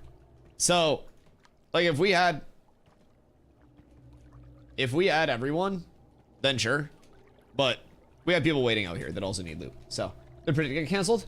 No, I think it's still up. I think she's leaving it up until we're like done here. Check the Beast Warden's prod. I have a green. I don't know if it's better than what you got at the moment. I think it's very comparable. It's like a near 1-to-1. I think it has slightly more max health and then loses the armor and magic resist, if I remember correctly. I want to say it was another like 90-ish max health. So wait, unstuck? Yeah, I'll just unstuck. What's up? Oh, thank you. Legend. I will surely put those on my bar at some point. And tell you specs. And with Ceph, we need a tank and more DPS. Chat, who wants Ceph groups? I know there are like some 16 pluses out there. But yeah, so regarding the dynamic gridding and everything too, important to remember, it's not just dynamic gridding that we're getting. Like, it's like the progression continuing. It's just another round of wipes on the 4th of August. So you get dynamic gridding, implementation, and testing. You get the second starting area in the anvils with a full revamp of questing and first-time user experiences. They're continuing, obviously. Server worker and performance, that just is natural. Full transition to UE 5.5, which is massive for the long-term health of the game and development. They're finishing up their time to kill adjustments, their attribute changes, and the gathering, refining, crafting rework. So that way when phase 3, those long concurrent servers pop up and are ready, it's not going to be a spot of like, oh, well, this is still like in process, because these two changes were not changes that we were going to get in phase 2. These were like new systems that were implemented. So they're getting these all finished up. And then you get Pyrai, Renkai, Nakua, and Summoner. So it's not like this is just a delay because everything's super far behind and they like can't keep up with shit. It's simply because there's more to do before they have it into a spot where they want that long-term start. Is Steel Helm just better than Iron? You notice, lower down the realm character being increased to 10? Yes, I did notice that as well. So, long term, do we think it stays there? Or is that just for the actual, like, for the merge? Because that could be a proponent of UEFN as well, right? Because UEFN with 5.5, we looked at that yesterday, is like less than 10% of the storage required per character. Was that UEFN or was that MetaHuman? That was UEFN, right? Less than 10% of the storage required, like, per character and per, like, person in the world than previously. If you have 5 on Vira and 5 on Lyneth, what happens? I think that should cancel out all your characters and wipe your account, personally. If you have 10 characters in a 5-month alpha, you're a fucking psychopath.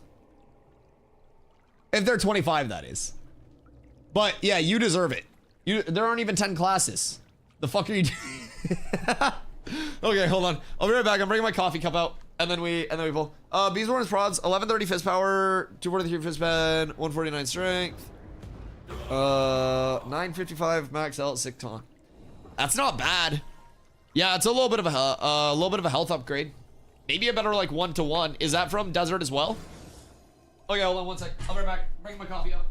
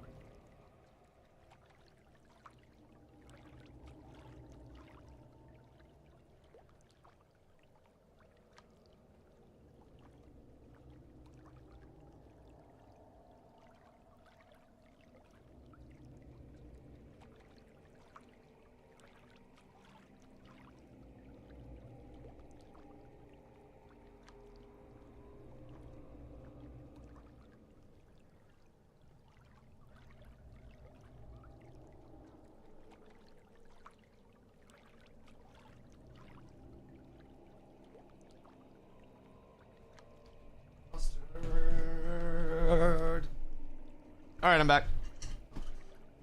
Desert. Okay, cool.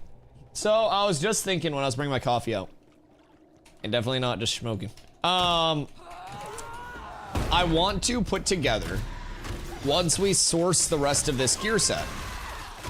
You know how early on, when I first came over, those that have been here since I've been streaming Ashes will know this, but I look at, like, guide content differently than I look at overview content.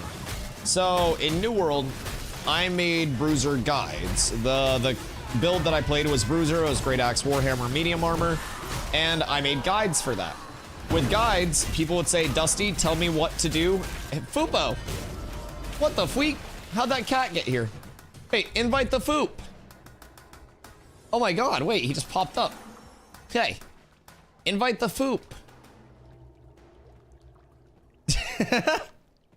How the heck? I think my neighbors just threw their kid off the floor. But yeah. So when I was in New World, I would make build guides. And build guides were essentially people being like, Dusty, tell me what to play, please. I want you to tell me exactly what gear to get. Decisively. And so I would. I made build guides for every single class that I played, like every build that I played. And I just said, go here, do this, play like this, and that's it. But I consider overviews to be different than that. So an overview is like, here is the archetype like description, here's what we're supposed to do, and here's what we're trying to accomplish with our gear set. And then here are a few possible options as like a small preview of what like the totality of gearing is. So what I'm considering with like my tank overview, essentially, I want to do like a new player tank overview for P3. Not P3, but for the fresh start servers. And so for the new player tank overview, I want to have multiple gear sources, like gear sets sourced. So I can basically be like, this is your best in slaw option. If you're gearing like this is your second option. If you're alternatively gearing tankier, then this will be your options. So that's kind of what I'm thinking, because I have already been able to source pretty much 2 gear sets. Like you've got your budget option, which is built to be like the replicatable set right on rip and get you set up incredibly early.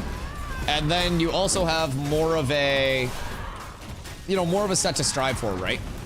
So I think that's the important balance with Ash's kind of like build content versus, oh god, Derek.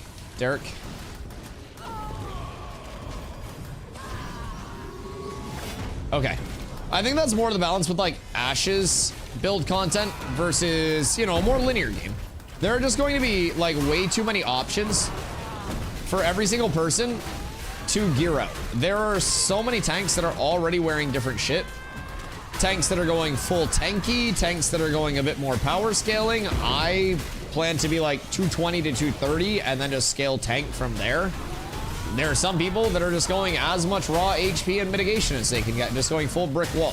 So I really love it. You can have 2 tanks that both make overviews for their build, and they're going to be completely different, and neither tank is wrong. So I think with all of the gearing changes, it's been a great spot so far for the evolution of like diversity in gearing, which was a huge problem throughout phase 2. So I definitely got to get one of those cooked up. Maybe I do get a Beast Warden's prod. Did you say that was a green as well, Grumpy? Because if a green prod is better than a blue Igneous in terms of just max health scaling, then that'll be importante. I wonder what a blue would be. Are you a mimic? Not a mimic.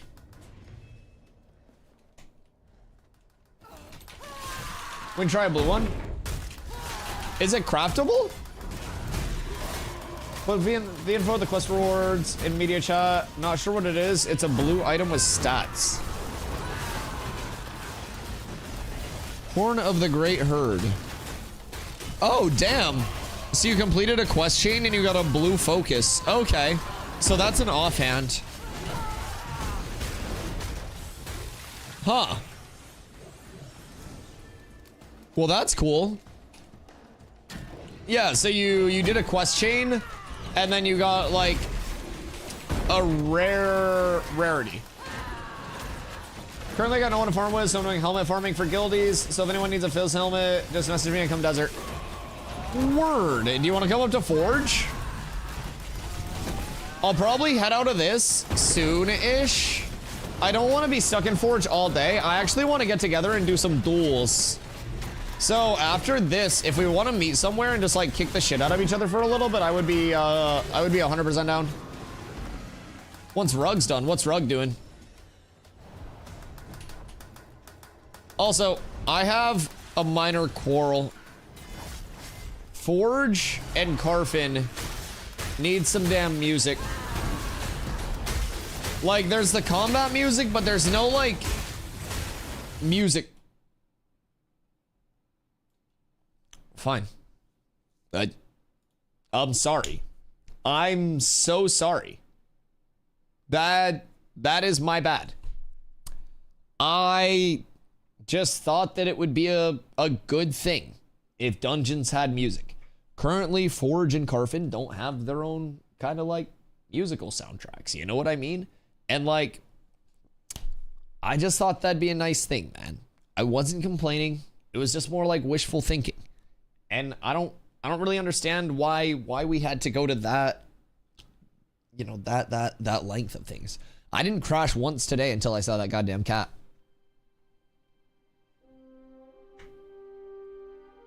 The void consumes all. I made somebody mad. I wanted music. I wanted Sylvie. No, am I dead?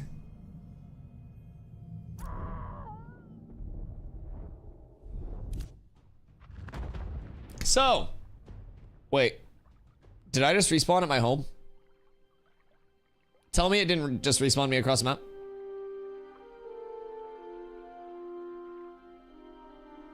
I might be at Carfin. If it just respawned me at Carfin, we might have some issues. We might have a slight issue. I might have just got wombo comboed by the game.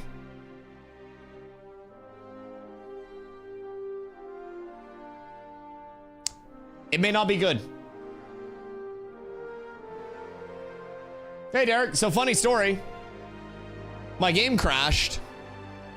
I loaded back in, was dead, and now I'm in a load screen, and I might be at Carfin respawning. I don't really know where I am. How many deaths? 2. It's because you were shit talking about their soundtrack. I wasn't even...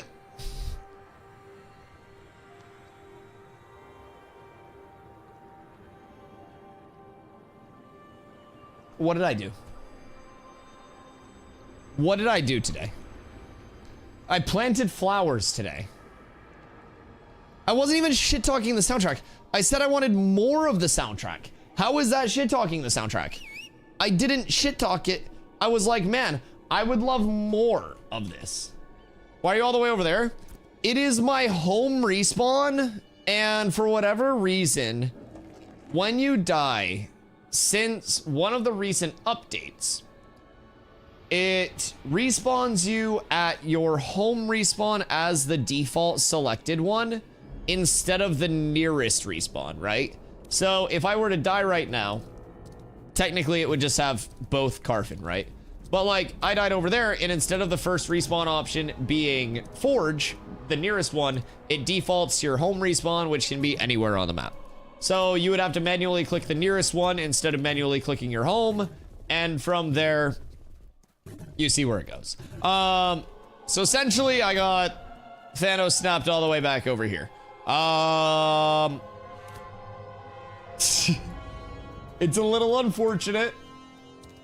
It's because you didn't call me, the universe knows. I wanted to let you sleep. Jesus Christ, you're like dying. Time to run? We could run, or we could just call in a caravan somewhere and kick the shit out of each other. I won't lie. We could just turn this into duels.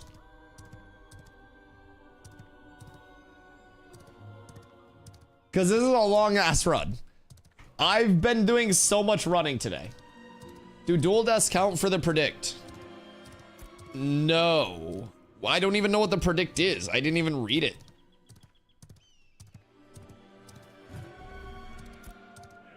Are we done? Unless you guys want to wait like 20 minutes for me to get fully across the map again. Yo, what up, Ruben? How you doing, brother? Y'all recruiting? Yeah, of course. Fresh start servers on May 1st. So discord.gg/DustyWhy should be the place to be for that. We're moving to our standalone guild Discord soon. So that will then be the place to be. But you want to run back, it's all good. Do you guys want to come do duels? We can meet up somewhere in the middle. Like, I don't know. Honestly, we could either go to like Jova, because that's probably going to be pretty chill. Or we could meet up in like Sunhaven, depending on what you guys want to do. Yeah? Yeah, bring your people. I'll bring my people. We'll split up into good teams. And then we can maybe like hop into VC if we want to do team duels. My people need to hit 25. If you guys want to do duels, we've been doing named mob loops as well. I can go down later in the day. I'll get some of my people that need levels. I can bring your people with me as well. We'll get an 8-person. I'll tank it, and I'll bring them over to Snake Circle. It's the best XP in the game as long as they're 21 plus. If they're like 21 to 25 people, I'm more than happy to tank for that. I'll bring my people over, and then I'll bring your people in the group too. I'll come pump some snakes. Call me a snake. Sorry. Yeah, we can do that in a little bit. I shall level for you. We must duel. We must duel. It's PvP time. There's an interesting thing someone just said in global. Yo, an anonymous gifter coming back in with another 5. Who is this? Who? Thank you so much. Whoever that is, if this is the same person from yesterday coming to finish the job, my goodness gracious, thank you so much. Chat, there was an anonymous gifter in here yesterday that was going absolutely crazy with support and with love. Thank you so much. Day 2, I appreciate you. Thank you, thank you, thank you. My goodness gracious. Absolutely insane. Okay, so we'll meet up over in Jova, and then we'll do some PvPing. I support Dusty. Listen, the community overwhelmingly supports Dusty, and there are many days where I legitimately get off stream and cry happy tears because of how much support this community throws my way for no fucking reason whatsoever. I simply just get on and yap all day, and I am so lucky to have such a supportive community, man, and I genuinely appreciate it so much. It has changed my life. So thank you guys. It really does mean the world, man. Cause you put them ears on. Hey, Bad Dad, good afternoon, my dude. We're heading over to Jova to break up into some teams, do some scrimsy whimsies. We'll do a little bit of duels if you want to head over there. That's going soft on us? No, I'm always appreciative. I tell y'all like 4 times a day how much I love y'all. It's just I tell y'all 6 times a day how much I hate some of y'all. Like I always say, it's a teeter-totter. It's like, you gotta balance it out. To be an untiltable mountain of positivity, you also have to be the leaning tower of hatred. It's just gotta be directed in the right areas. You know what I mean? You know what I mean? Ruben, discord.gg/DustyWhy. It should just be the same as my stream name for the link. Gotta build a hate so you can bring us back up. You know the cycle. When we're gonna 12 tonight. Oh, goddamn. Goddamn. When are you going for that? Are you already in? So I'm swinging off and on the work. Hey, I hope work goes well, dude. Make sure you get some good noms before you go in. 12 is long as fuck for anything. Hopefully you get some good coffee. About 40 minutes to call it. Okay, you're chilling, you're chilling. How's the weather near you today? It is, it's still 74 in Maine. And I spent my morning like landscaping around the house. I went and I got a bunch of grass seed. I got a bunch of different like flower seeds, did a ton of planting just in the general area. Should be making everything look all pretty. So 58 in Soggy was almost 80 yesterday. I'm in Maine. Is there a chance that like you gave me this and I'm gonna get the 58 and Soggy? Because the grass seed that I planted today is going to need a little bit of rain. We thought we were gonna be getting rain today, and it just kind of like held off. Did you repot your shit? I'm gonna repot the indoor plants tomorrow. Since it was so nice today, I just spent the entire day outside and I was like, okay, tomorrow is going to be like a little bit less good. I think it goes back down into the like 60s or 50s tomorrow after being almost 80 today. So yeah, I'll repot the indoor shit tomorrow before stream. And then we'll have all the stuff done outside. All the plants inside will be repotted. I got the soil and shit when I went out. I just gotta like actually do it. So I'll do that before stream. We'll hop on, that'll all be done. And that's kind of like my enrichment activity. It's letting the cat chase the laser. Everything will look pretty, I'll be happy. It'll be no Mo May, I believe it's called. I don't know, I heard about that shit. So it's a good time to get the grass seed going, good time to get the flowers going. We're up tremendous. It's a good day. Braidwood! Where are we meaning to engage in single combat for the title of #1 streamer PvP here? I'll come over to Jova. I still think I unironically have a shitload of wood in my bags. It was all low rarity, so I didn't really like deposit it or anything, but I'll throw my shit in my Jova storage and then I shall come over and meet you for the kisticuffs. Kisticuffs are like fisticuffs where we just end up making out after. Yes, yes, yes. Oh, I should also get my build switched over. Golly gosh and gadzooks. Me oh my. Up.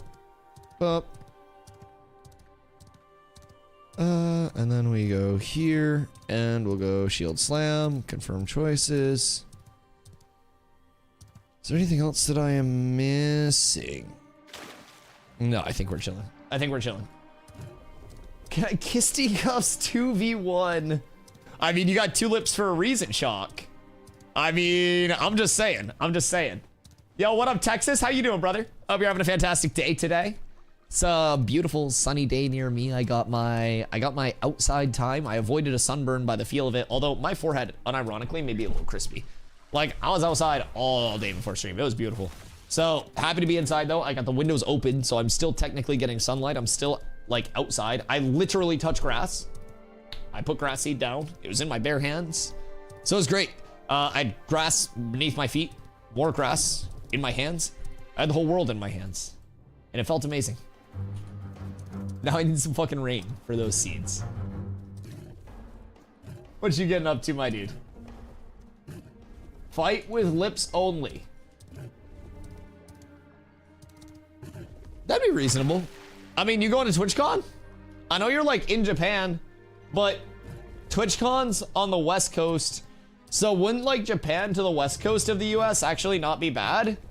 Cause like Japan's on the right side and like the West Coast is on the left side, but you can go so far right that you're on the left, right? That makes sense. You just have to understand. Yo, what up, Negative? Anderson's Games in Alpha, how much does it have to offer for someone who enjoys gathering and crafting?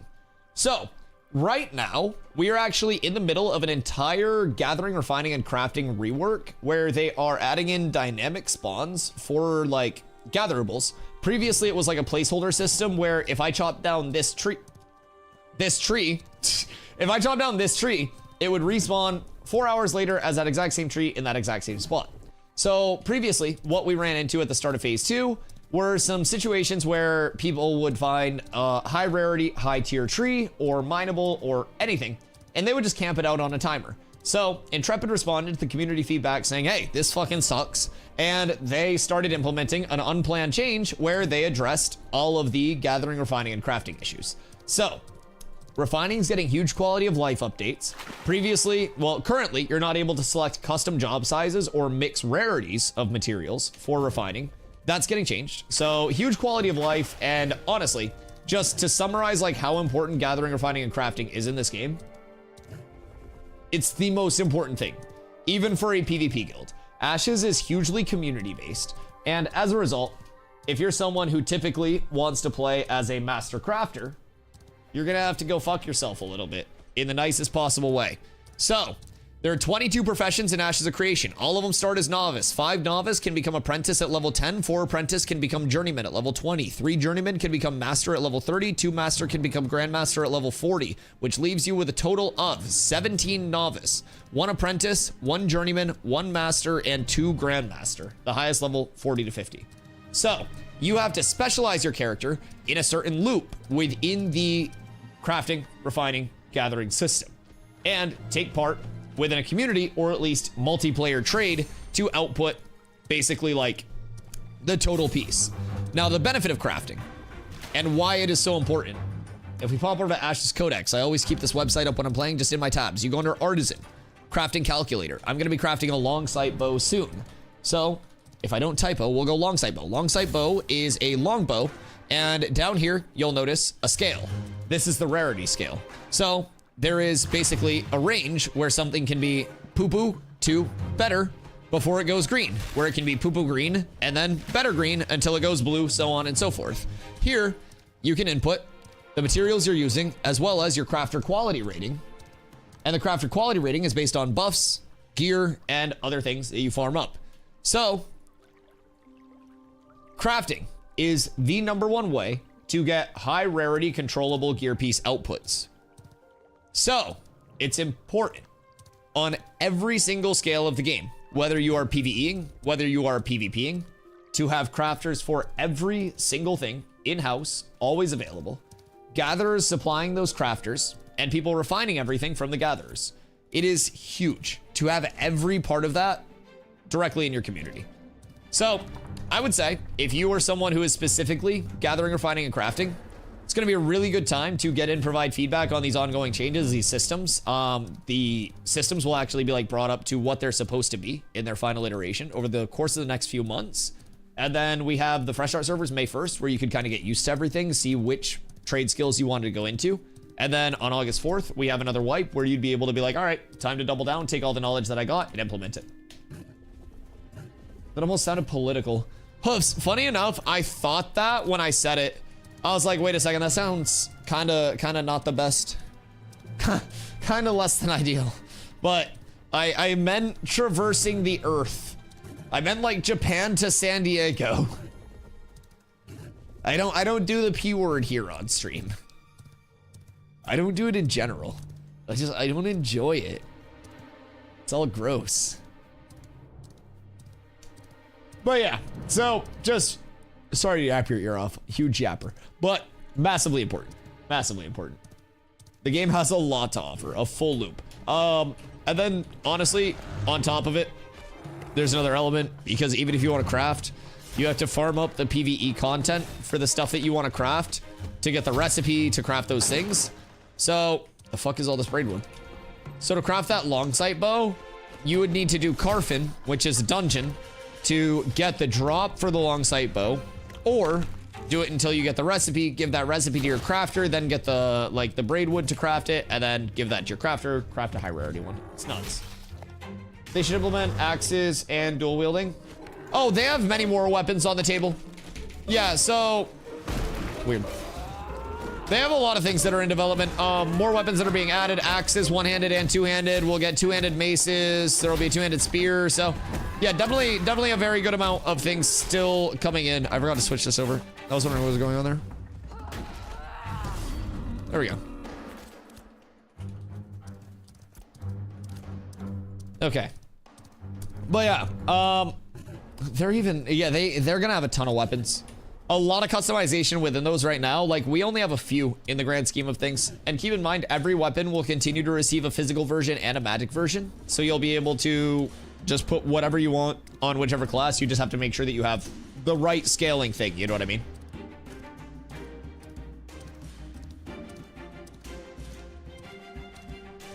In terms of spears and shield look badass. The old Spartan build. I mean, a Spartan tank would go so hard.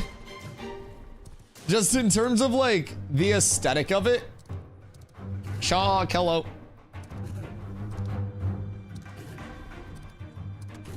All right, let me put all of this stuff hopefully in this not full storage. Beautiful. We love that. Don't mind any of that. Don't mind any of that. Okay. I will get a caravan. We'll probably have to get a new caravan if we split up into teams or anything, but while everyone gets organized, we can kick the shit out of each other a couple times. Click to manage my caravans. Not you. Purchase van. 10 silver. Launch.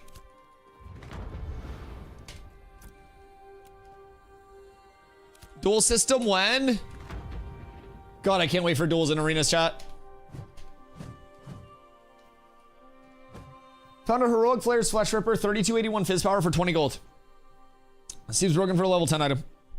I believe the reason that it is scaling so hard is because it has a secondary fizz power rating roll on it. So you see like this shield, right?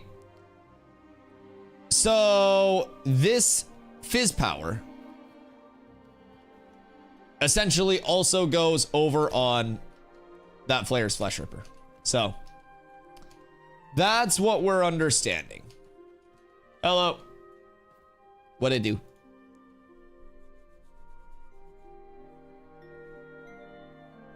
Can you attack my caravan yet or no? Do you have to wait for it to come in? Are we making out? But yeah, Flesh Ripper is, I think just gonna be the hardest scaling.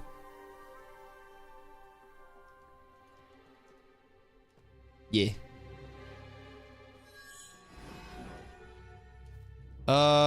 Should we get away from the... Okay, no, I guess we're not at the Ember Spring. Oh. Okay. I'm good when you're good. Jump when you're good, sir. Okay. I think we're chilling.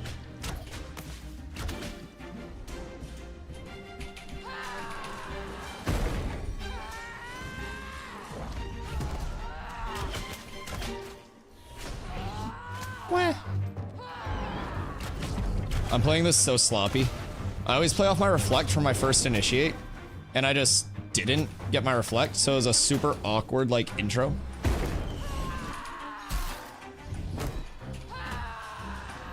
Oh, I need to get out of the silence too. It's so weird going like onto a cleric.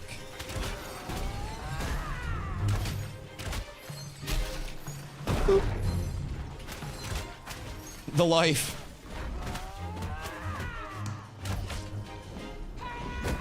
Okay, we're chasing him down. We're going for it, boys. We're fighting that cleric with everything we got. He has so much mana. This is peak gameplay.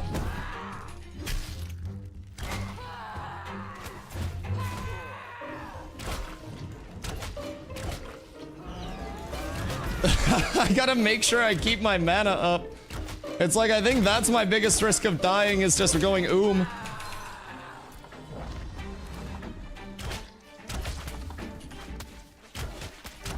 It's okay, this will end at some point. We're chilling.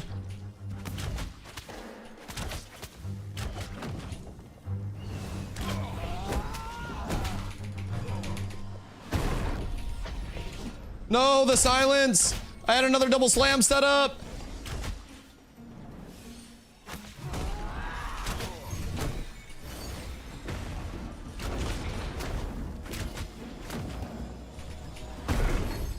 No, the stuns. I just don't know, like, if I have enough to actually, like, boom him. I mean, I guess I have some sustain coming up.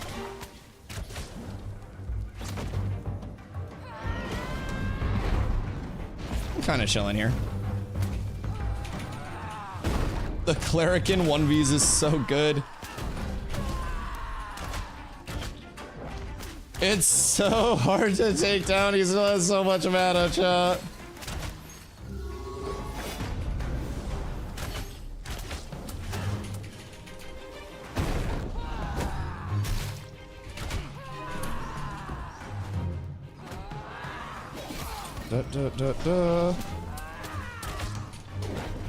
The condemn comes out. I got just a couple seconds until I'm balling again.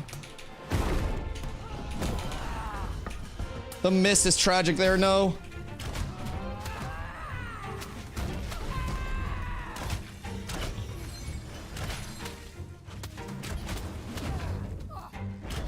I just gotta hold out for a few seconds here.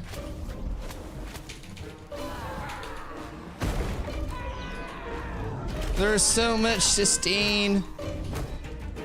What a class. What a class. What a class.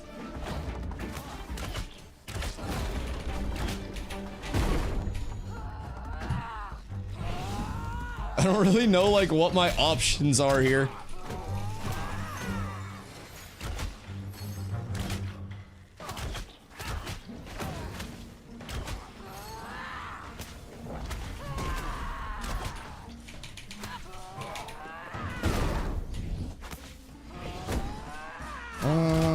I mean, I have like 20 seconds, I guess. Hello, Sidora, how are you?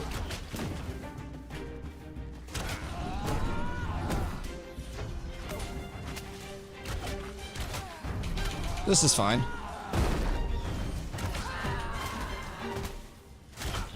Perfectly reasonable fight. The sustain. All right, who goes first? Me or him?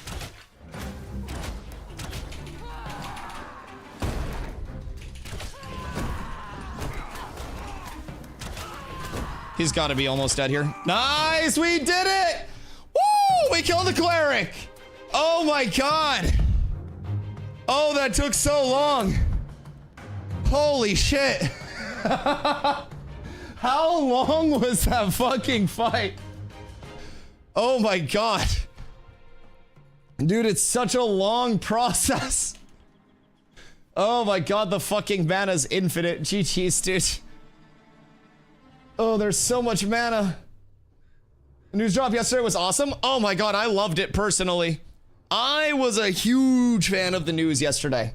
I thought it was wonderful, in my personal opinion. Cover versus cleric, interrupting your finishers. Well, anything will interrupt, like, anything interrupting my finishers, like, will fuck my mana regen, because I need to make sure that I'm getting my refreshing follow through as well as my inner fire off. All right, good one, Yor.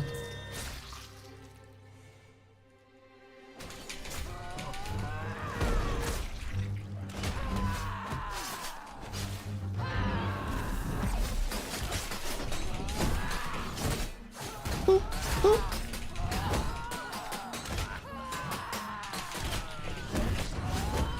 Oh, my mana. Where did all of my fucking mana go? The hell do you mean?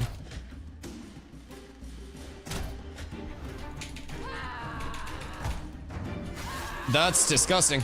Yeah, mana burn is too good. That shit's actually OP. I can't do anything about mana burn. Rogue's just nuts. You can't beat a rogue.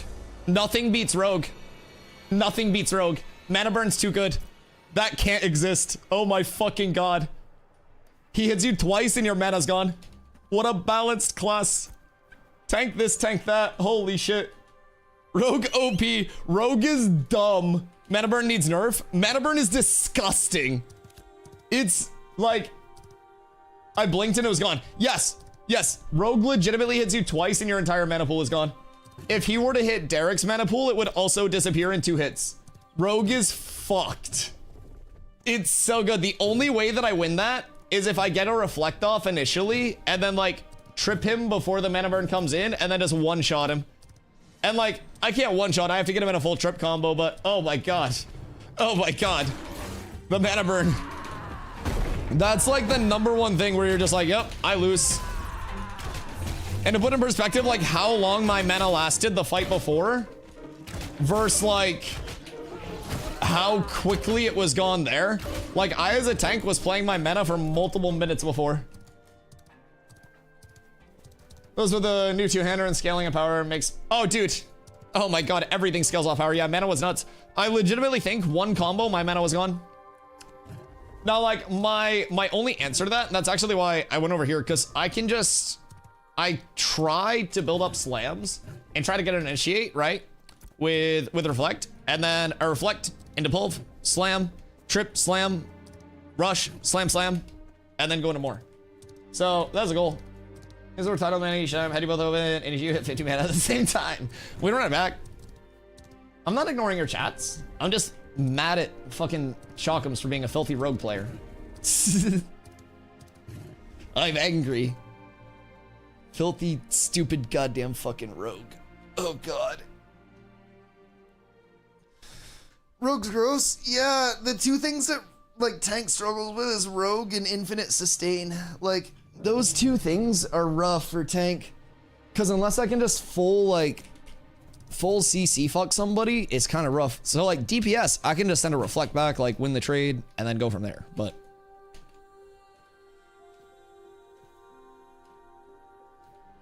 Rogue needs a bat taken to it. Rogue needs more than a bat taken to it. Rogue needs a goddamn fucking paper shredder.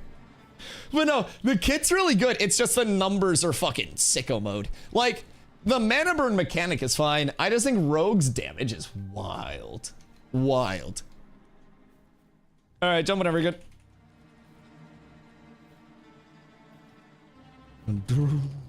The violin is so good. I don't even know if that's a violin or if it's like a cello or something, but pretty sure it might be like a cello.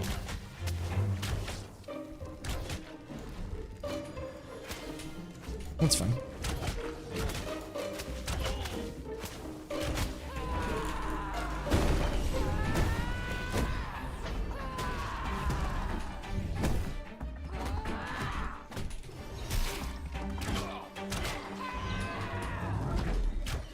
Okay, so that's gonna force a big chunk of his mana out. I would consider that a 1 trade for me, Silver.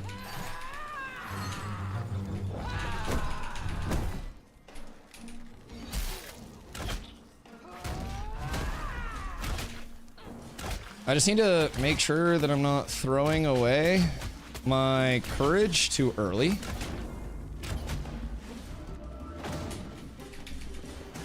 And if I can manage courage, then I'm in a really good spot.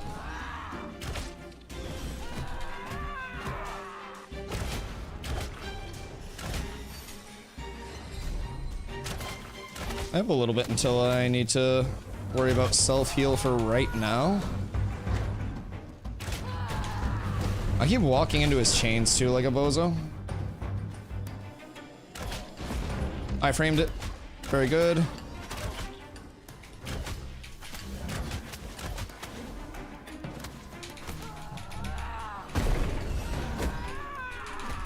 Framing that cast was a large thing for me.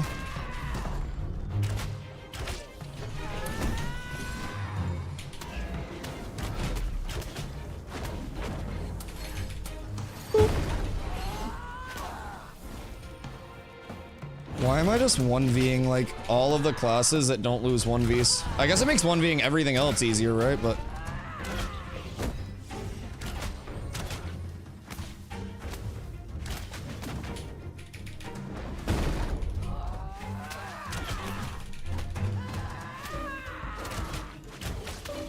boop.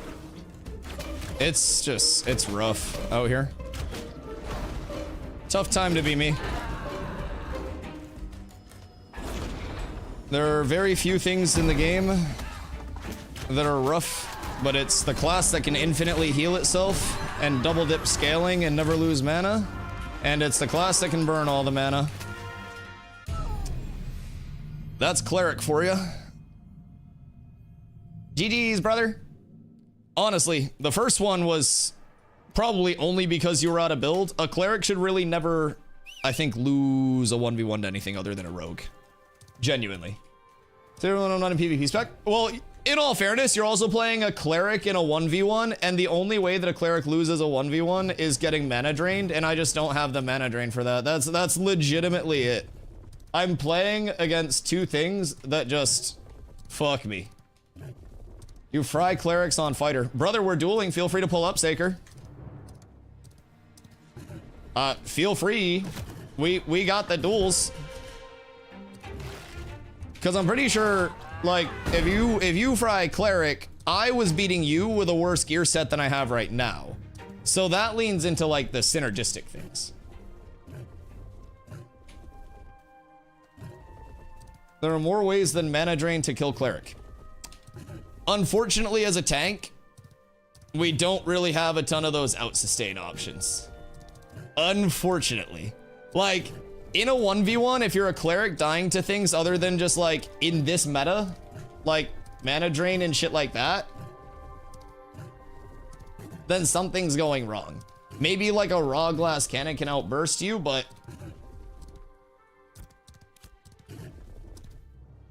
that's what I'm saying. We don't have the force without our CC combo. Right. That's kind of what you're missing with the TTK changes. Right? So tank doesn't have that force without CCing and kind of initiating that. So if I don't play react, like if I don't play initiating, you don't have to actually heal, and then you just out sustain and win. That's the big thing with like tank in that matchup, where it's rough. That's because we can't do any damage without a combo. Our entire thing is actually get the combo off, force you to heal, react to that, right? So by the time the combo's off, with the new TTK and shit, that's entirely what it is. 1v1 100 gold. Saker, I'm literally telling you where we are. Brother, stop PvPing in chat and come PvP in Jova. What? What do you mean? Why 100 gold? You don't need money to come 1v1. Just come 1v1 since you're egoing. What do you mean? Because I'm broke and have 10 gold. Then you can't do a 100 gold 1v1. What do you mean?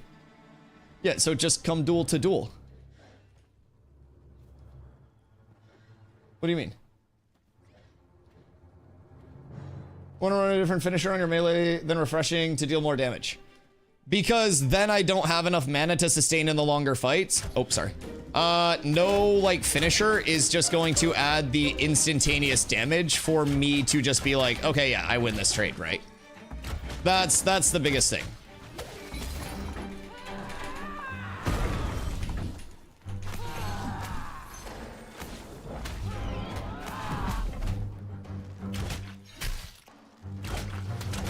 So it's all kind of that balance of things, right? Because without my refreshing, then I'm not going to be getting all of these beautiful little procs. I gotta frame this if I can. I think I actually did. Quite large. I need to get out of that silence a little sooner.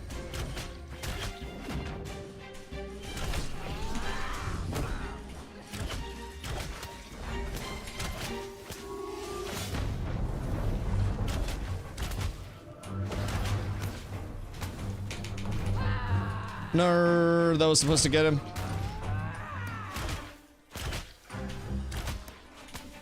I can pull him out of that. That's fine.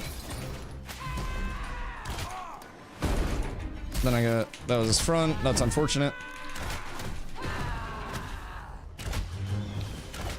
We can just kind of keep pressure up. It's just, again, the mana drain is, like, not there for me. I don't really think I'm winning the mana trade right now, but... Could maybe catch him in something cheeky, force out a little bit of a cast here, keep a trip ready. It all just depends on how that sustain's actually looking on his side, and I need to try to play around some of his coolies a little bit more. Make sure that I'm getting my mana back on my reflex, and try to force that.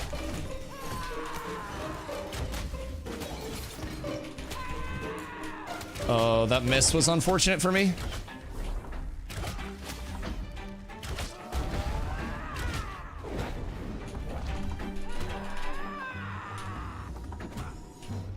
Nice.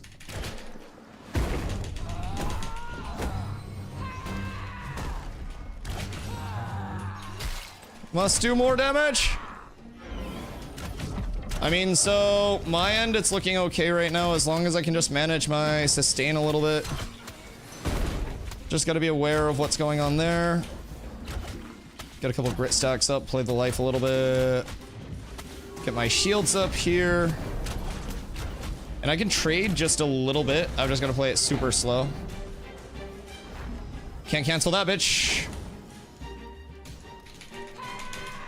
No shot, I missed it! Oh, that's so tough. Oh, my hit rate leaves so much to be desired, chat.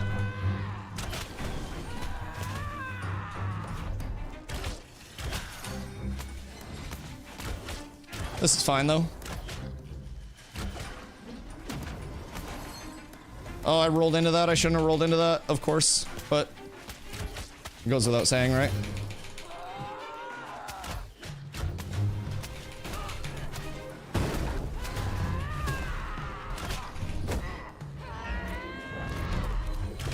What the fuck am I doing?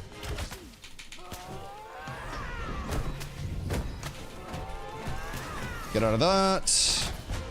I got a mana for a sec. Just play that.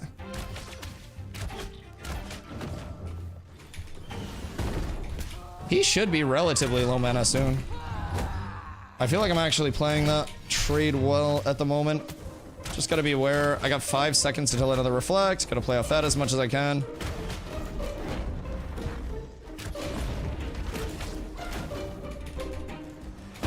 And then burst here.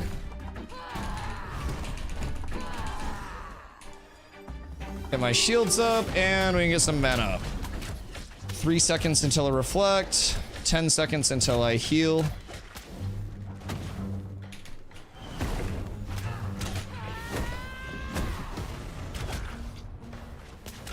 Alright. Pop that. I gotta keep the pressure up here, I think.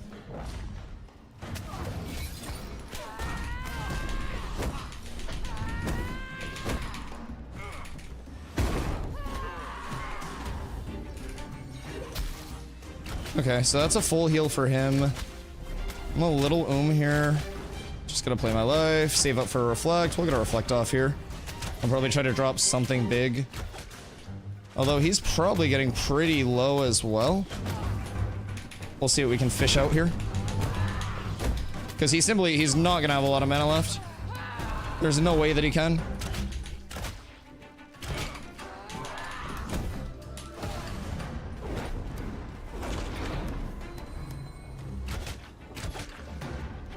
We gotta keep these mana ticks rolling in. A little bit of passive heal rolling in as well. We frame that. Unfortunate that I missed that.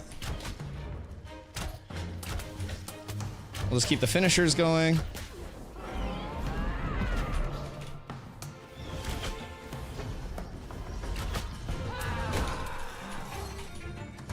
I can pull him out of this. I'm not gonna follow him into that. Cannot. But what I can do, let's go there.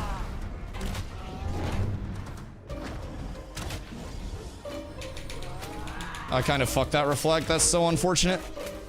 That might have cost me a lot more than I thought it would. Damn. That's a tough sell.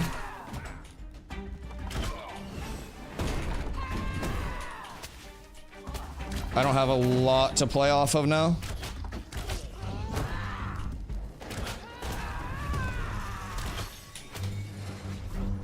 Okay, I have no mana, but I do have 10 seconds until we're up. Massive.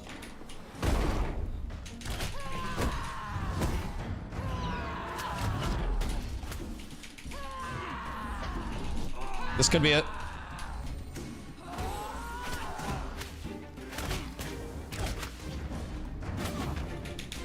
This could be. Just gotta stay on him. Can't let him get to those heals.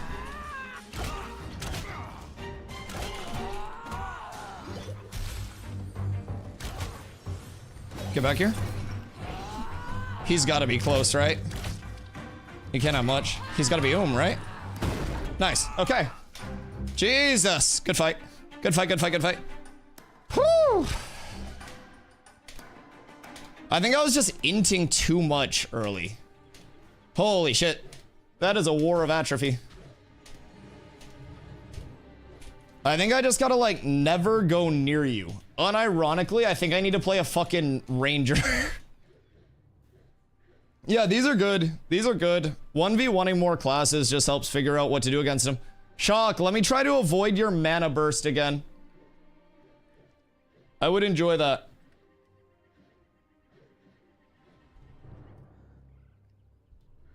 Because I think I have an answer for it. I just need to play around it. All right, whenever you're good. Close to sun, but sure. Listen, everybody's more than welcome to come through. These duels are for the people.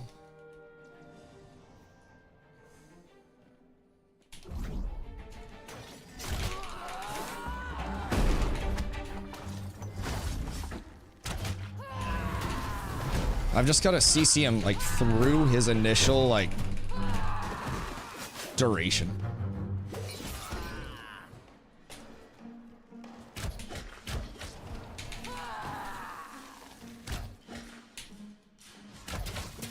Oh, I hate you for that. You're such a bitch. You're such a dirty piece of shit.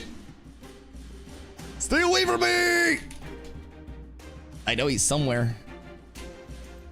I spy with my little eye a fucking rat! Oh, get fucked! Chupa mi huevos! Okay, yeah. Oh my god. I just need to, like, not... I just need to not get caught in that. Hello. What did I just hear? Nothing.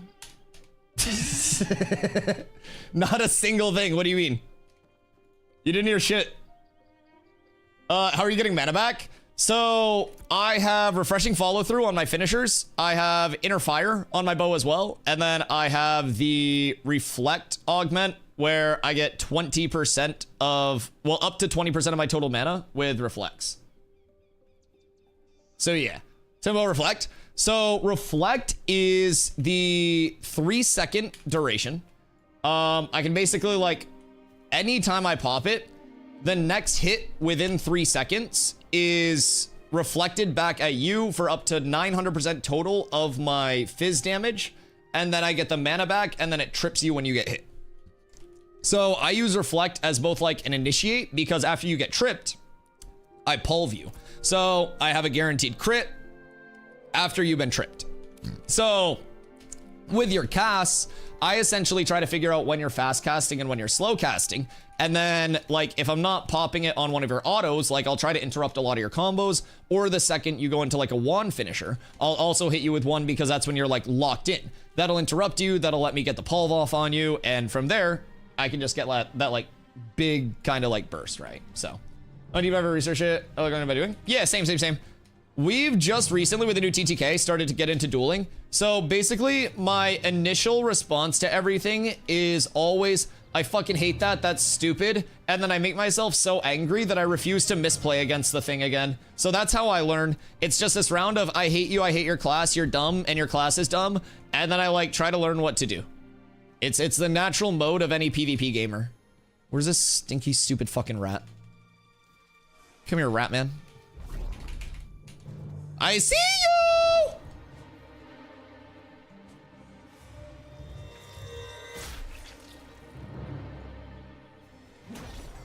Get fucked!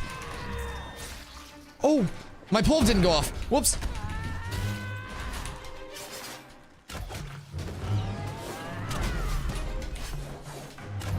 Okay, we're chilling.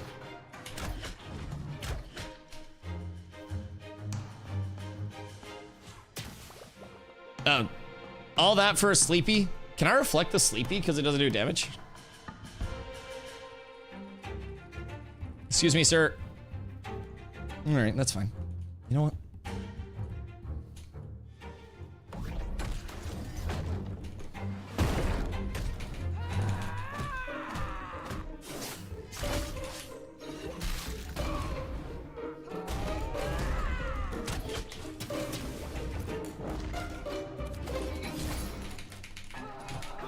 I did it. I just got to avoid that big mana burn. As long as I can get something off on the mana burn, we're fine.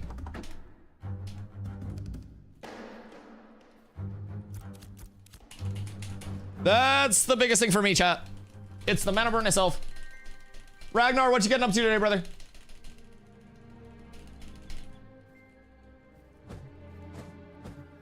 Everything is just a war of atrophy.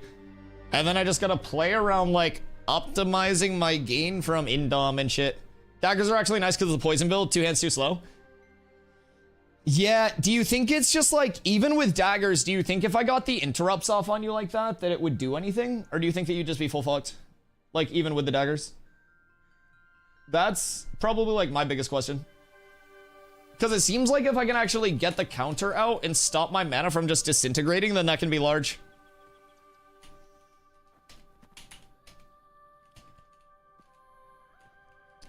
That's the biggest thing. I'm just, like, I have a lot of things that I can thread in to, like, hit different interrupts and, like, different CCs, so.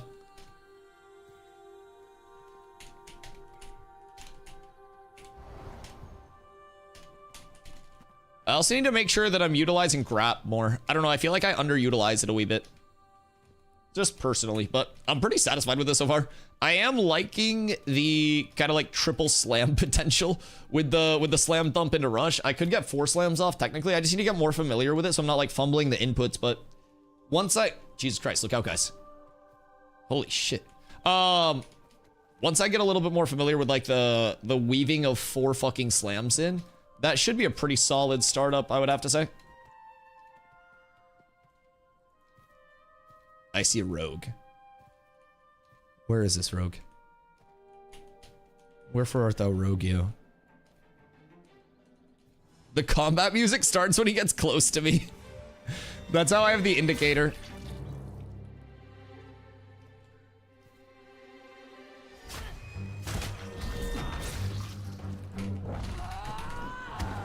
Oh, that's not good for me.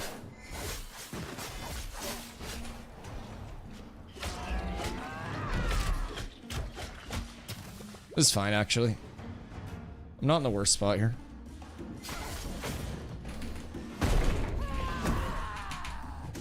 No, I missed. Oh my god. I need that trip to literally do the opposite of that.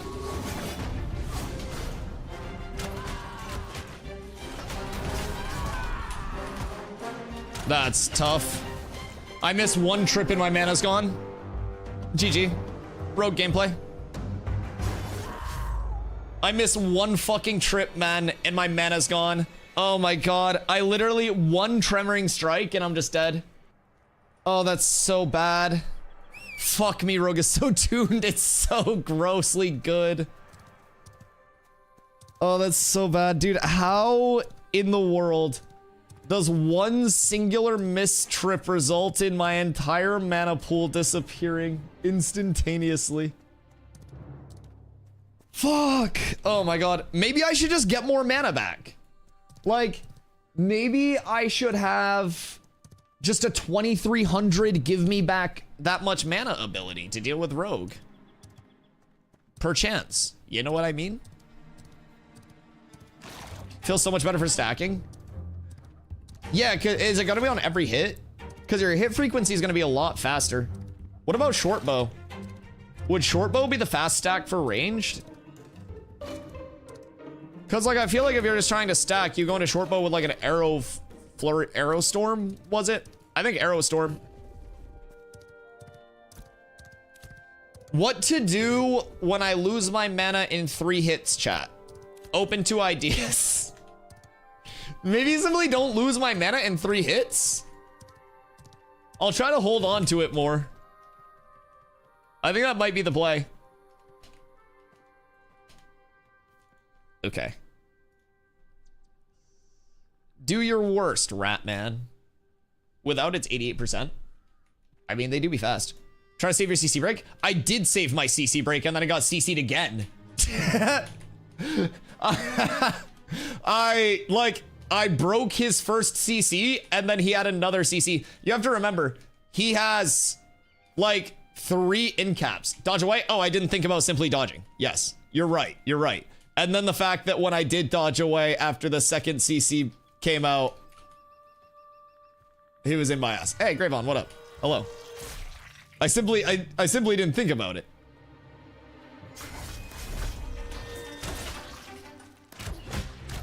We're just gonna play off of this. Ready? He'll try to get greedy.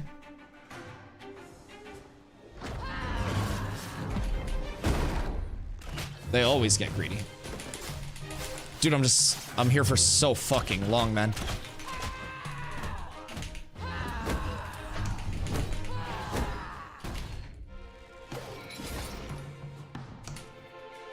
I'm going fishing. Fuck. He went the other way. I threw that just hoping I would fucking smack him with it. Yeah, man, let's give them 2 12-second incapacitates. That's fucking reasonable, chat.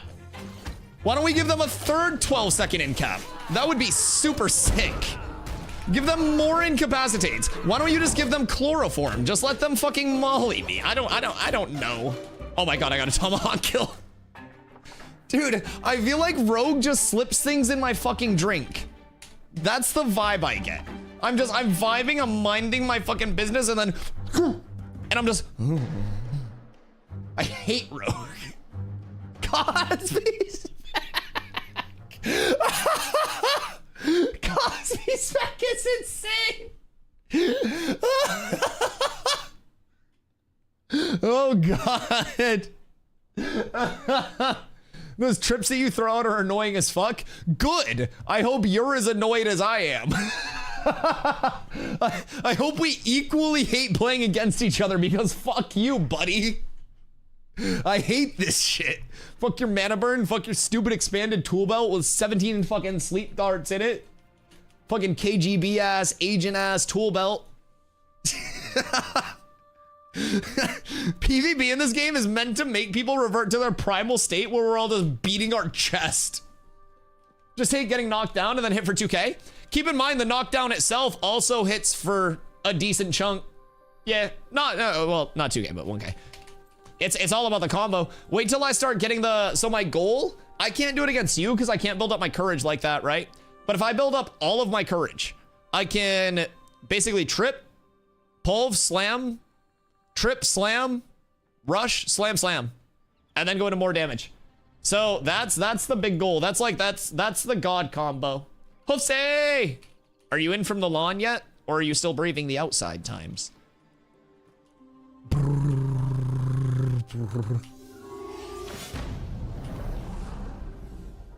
Hey, man.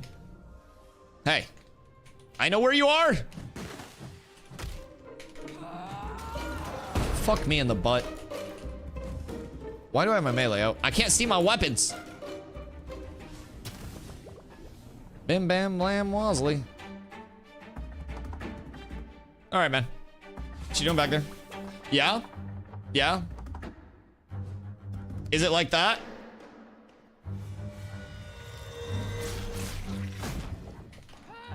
How did that not?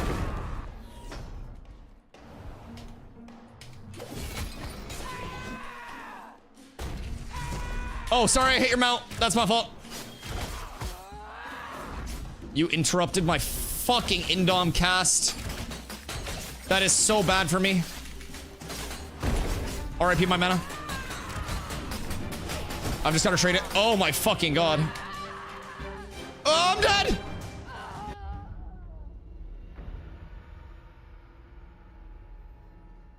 How much did you just bleed me for? I gotta not stand in the caltrips. This is absolutely S tier. Yo, Shockroot, thank you for the follow. I decided either you or I was dying there. I was standing in the caltrips and killing you, or you were standing in the caltrips and dying to me. I did not expect both of those things to be true. It was like a one or the other in my head. I don't know how I feel about this outcome. Can a mod and the prediction? Yeah, Corla. She started the prediction and then started slacking. Caltrips might be nice since you move so much after the dive-in. Yeah, I tend to, like, it's almost the same concept with my dive-in. I try to get a trip, and then I try to, like, pulve in, because pulve moves me to the target, and then I try to get behind for, like, a tomahawk for the secondary trip. I have a lot of trips, though.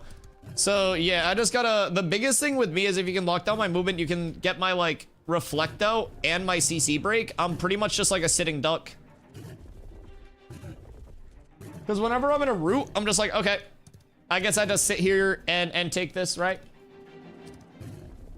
Are you still in Milan? Hoofsy was like out working on his lawn. It was, I don't know, Hoofs is in the Northeast as well, I think, but it was like almost 80 degrees in Maine today. And brother, I was outside all day before stream. Also, what's going on with the playoffs? What's happening over there? I haven't been following. I just kind of like peep Twitter for highlights and like updates and shit after stream. But if anything's like already popping off, I have not really been out. God damn. You're like 0.2. Fuck. You're working on dodging right after the CC break. Extra evasion. Oh yeah. Yeah. Dodging after CC break is huge, so you can't get re-CC'd as well.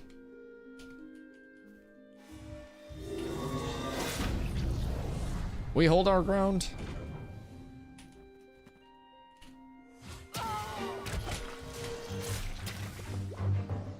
You won't. You won't. I can't even hit back right now, but you won't. He's so scared.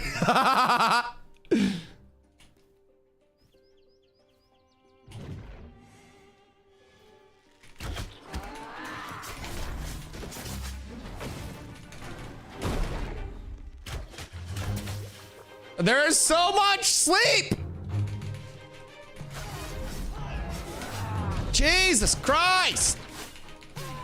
I don't want to sleep right now. I missed him 6 times. This is heinous.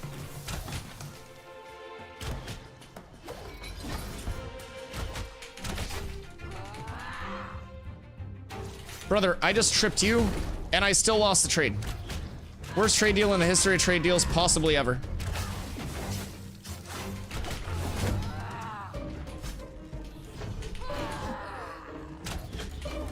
Everything sucks. It's like, even when I'm winning the trades against a rogue, I'm losing because it's just too stupidly strong. You don't win these trades, man. Oh my god. Oh. Oh. It's so scary. I'm so terrified all the fucking time. I live my life in fear because of rogues. Dropped her mana? Dude, he reached into my asshole and ripped my mana out from my fucking intestines. Like, I didn't drop that shit. I was holding on to it with my dear life and he spread my bussy and stole it from me. I did not want to give up my mana. That was not the goal. Good day.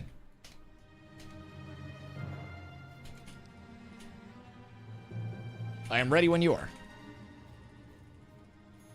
Player mana like a puppet master. No, bro, I swear to God, like, I'm budgeting 100 fucking mana like it's my entire goddamn budget. We go.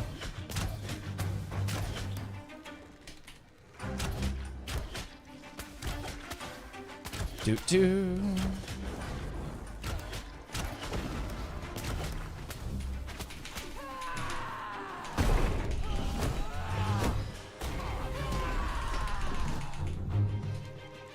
And back up.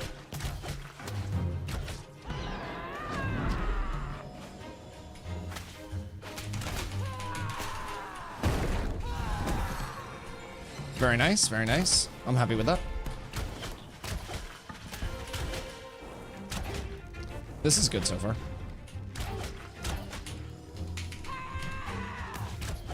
Pull him back in here, make him a little uncomfortable. He doesn't like being close to me.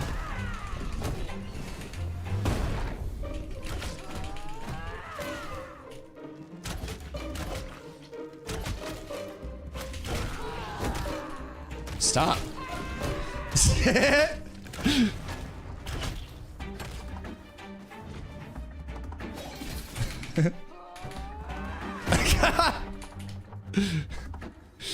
I'm uncomfortable now. I don't like being close. Let me use my bow.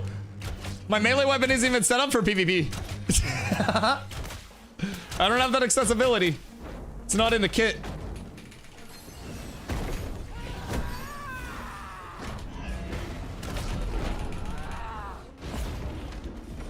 Nice, good burster.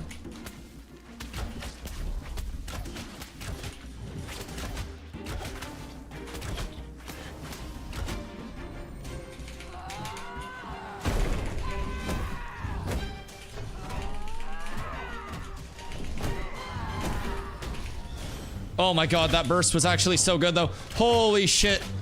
That had to scare him a little bit at least. My god.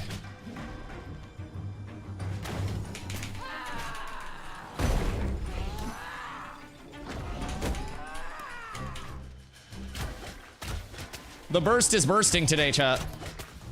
I've just got to manage my mana. I've got to trade a little bit more. I do have some health to play though, so this is good. We can just ramp mana up here, win a couple trades, play a little bit more passive. Just get those big profit trades out. It's all about the long game in 1v1s, I feel like. You just got to make sure that you're playing everything well. I've got big coolies here, so I'll wait for this to go out. Keep him out of that as much as we can. Get out of that.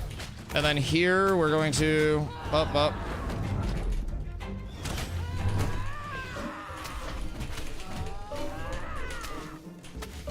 Hey, so just played a league match and was sure we win. Turns out my team threw hard. Well, tell your team to stop throwing. What do you mean, brother?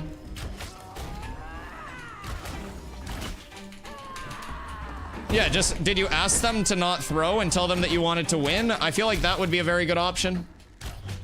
Just like as a long-term approach, you know what I mean? That was a stupid reflect. I heard a cast and just wanted to reflect something. That was actually so bad for my, like, longevity in this fight.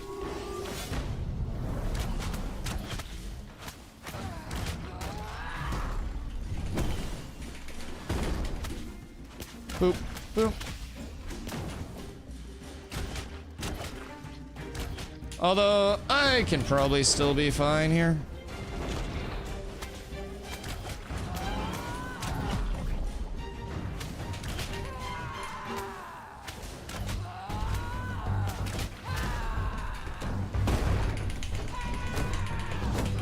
Boop, boop, boop. The mana! Yeah, I played my reflex really bad so far. I'm gonna have to play a little bit from behind, y'all, if I want to have a chance.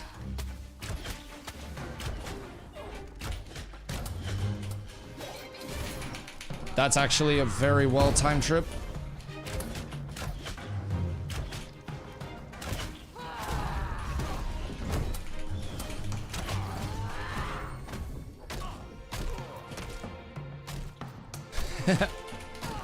Oh, a little smack and a bonk for Mr. Derek. Keep him humble. New race coming on May 1st. Yo, what up, Token? We don't know specifically, like, if it's coming May 1st per se, right? But more races will be coming throughout the remainder of the extension of P2. That is the biggest thing, in my opinion. So we have 3 races coming. Kiefer, what up? Thank you for the follow. I appreciate you. But basically what they gave us was like over the remainder of that like May 1st plus time, right? So that is the big thing to remember there.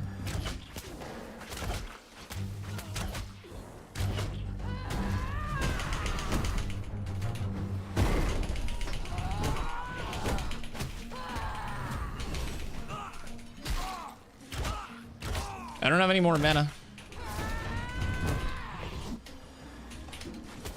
That's about all I had left in the tank for burst, but that's okay. I have more available.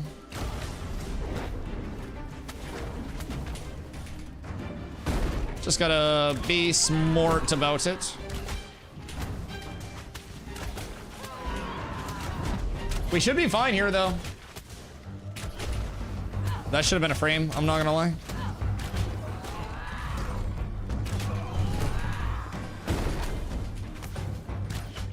Should be good here, though. I'm liking the way this is shaping up. I mean, I feel like I'm, like, keeping his mana nice and low, which is good.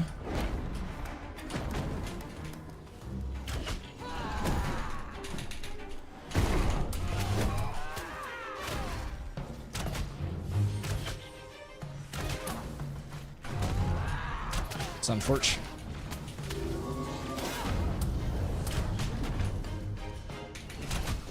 Boop. What did he block out of that? Should be good. Nice. Good fight, good fight, good fight, good fight. Oh, that took so long. Okay, holy shit.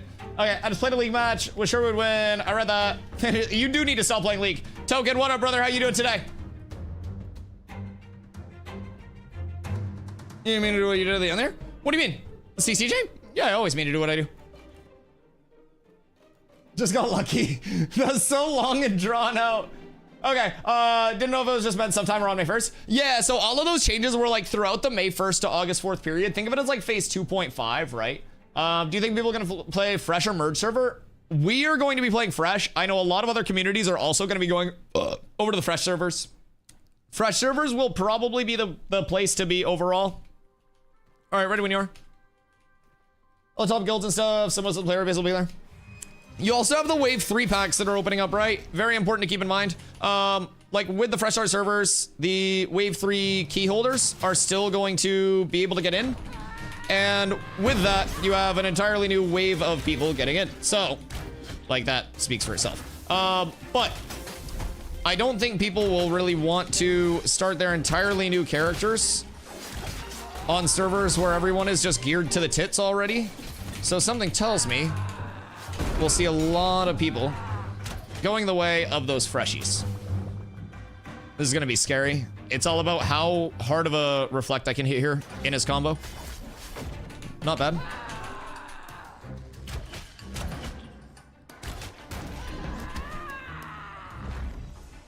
Ain't no way. Ain't no fucking way.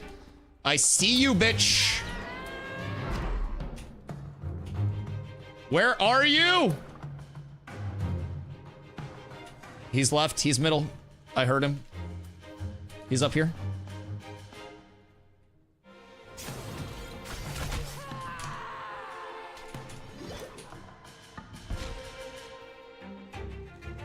I love this, actually.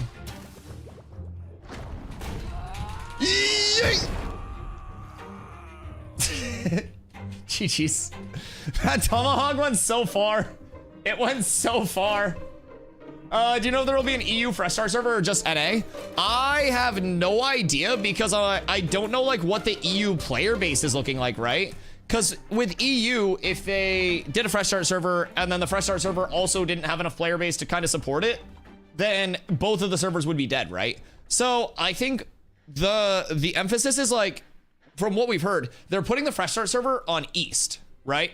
Right now, servers are on NA Central for the NA servers. So Fresh Start server will be an NA East server, which will mean that EU players have more access. Hey! Hey! Oi! EU players will have more accessibility to the Fresh Start servers. So I personally think that will be very good. I think it's going to be the closest thing to like a mega server that we will have prior to a launch. It'll also be a good test to the netcode because people from like EU, people from fucking New Zealand are already playing over here and they're like, oh, this feels insanely good, right? So I think it just feels better. Hold on, let me pee real quick. These fights have taken so fucking long. My bladder's filled up. One sec.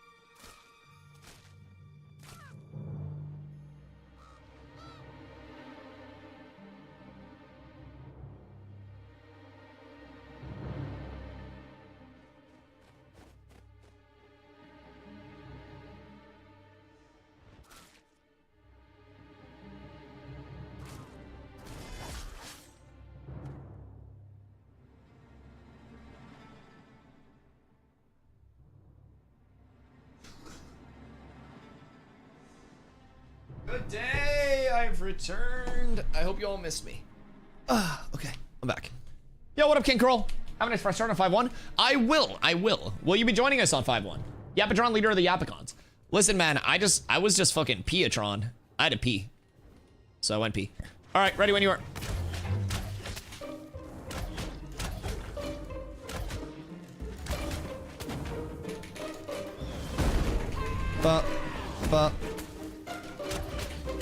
It's all about the management of HP, cooldowns, and everything in between.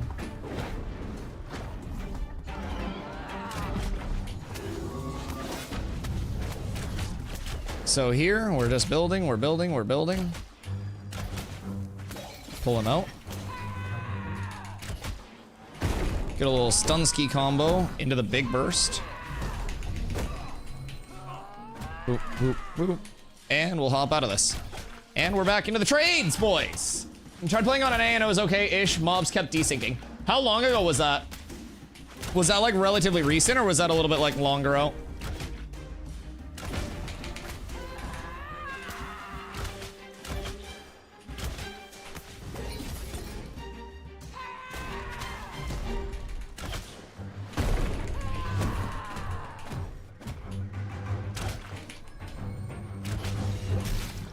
Fuck, I went a little too soon. A little too soon. Fighting clerics is all about discipline, I feel like.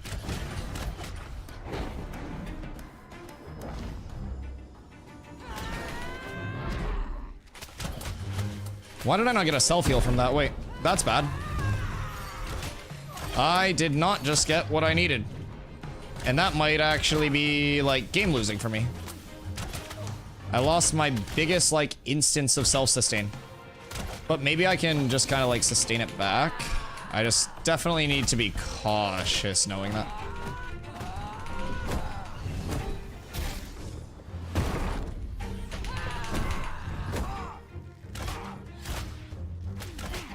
Good combo there. That made up a lot of the ground, I think. But he's still full mana, man. It's a little rough to try to sustain through it right now.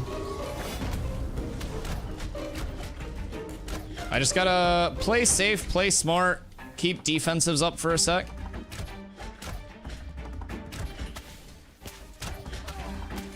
And then we chill. That's unfortunate that that bricked.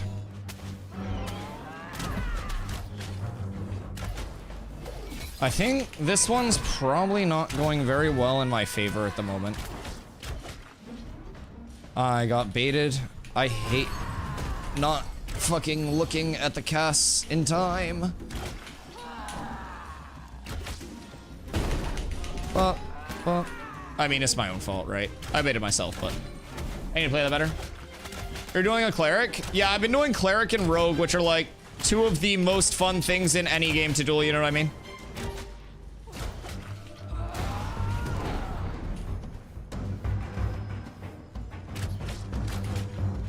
So I'm doing what I can, brother.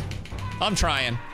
It's going okay, surprisingly. It's just, I need to play extremely, like, perfectly, right?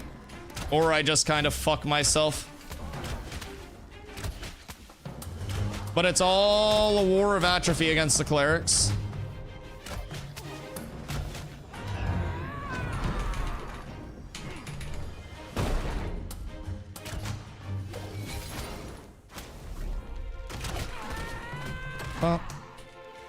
It's literally like, I have to play more like a fucking cleric than he does.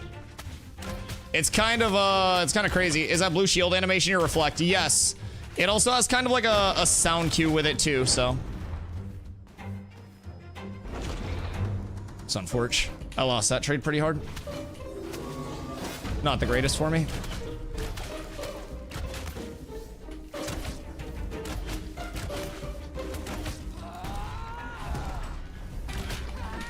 He was inside my body for that, so I had to burn another trip that I didn't want to burn. Slightly tough.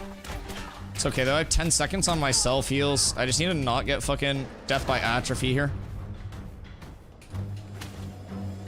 And I keep baiting myself into these casts just a wee bit too soon. Not a good scenario to be in for me right now, but we'll see how it continues to shape up.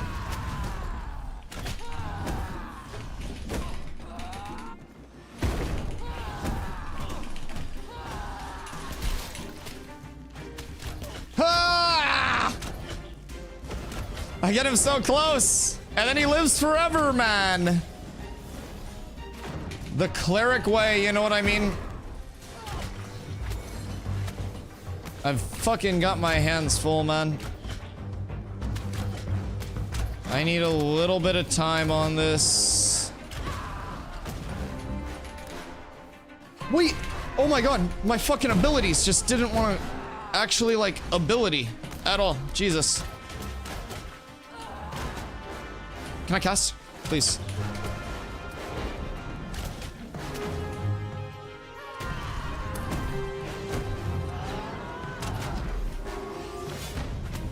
Alright, this is fine for now. This is fine at the moment.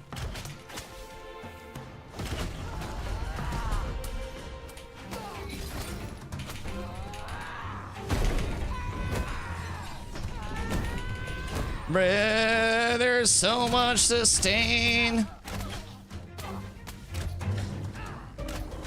I genuinely hate this. He still has half his mana. Like, how perfectly do I have to play to beat a fucking cleric just pressing 2 buttons?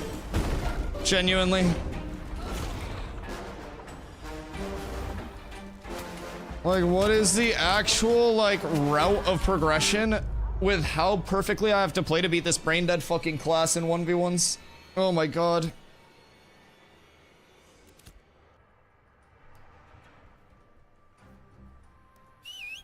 So you know what? Just how angry you get at cleric. I get the same versus you. I know, that's what I'm saying. Like, every single class in this game is designed to make people hate each other. Like, it's literally just designed to break up friends. Like, that's, people wonder why there's so much like all chat, like global chat, PvP banter, like in Discord, in global and everything. And it's because like the second that you start PvPing someone, it's just hatred flowing through your fucking veins. Oh, it's so terrible.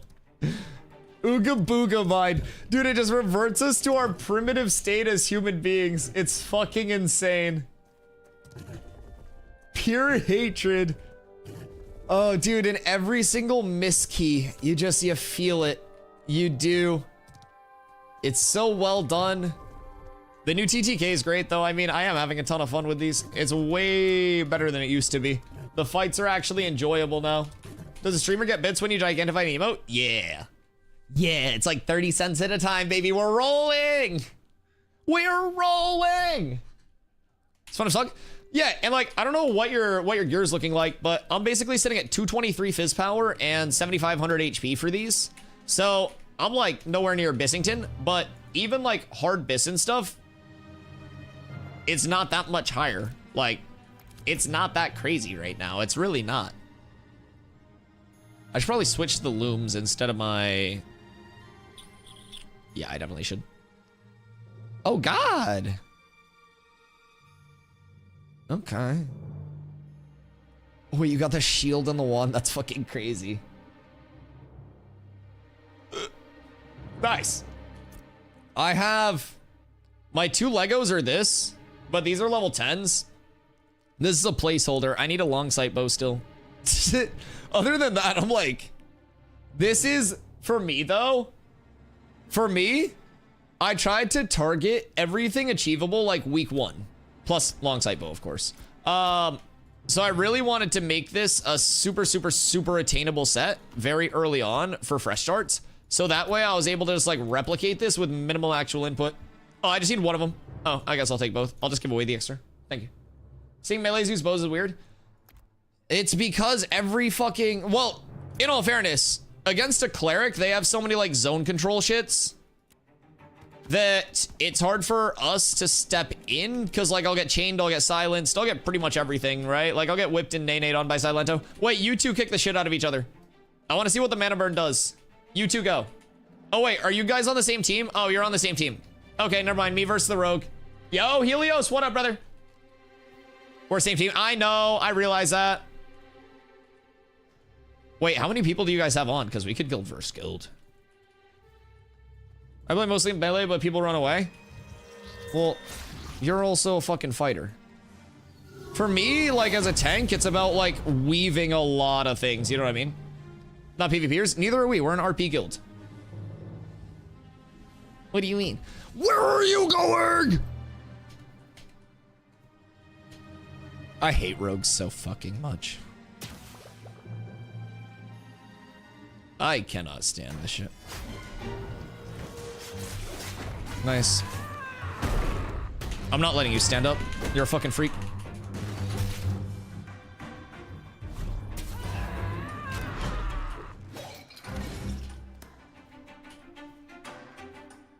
Gonna have to tab twice because Derek's here. Okay, we should be chilling.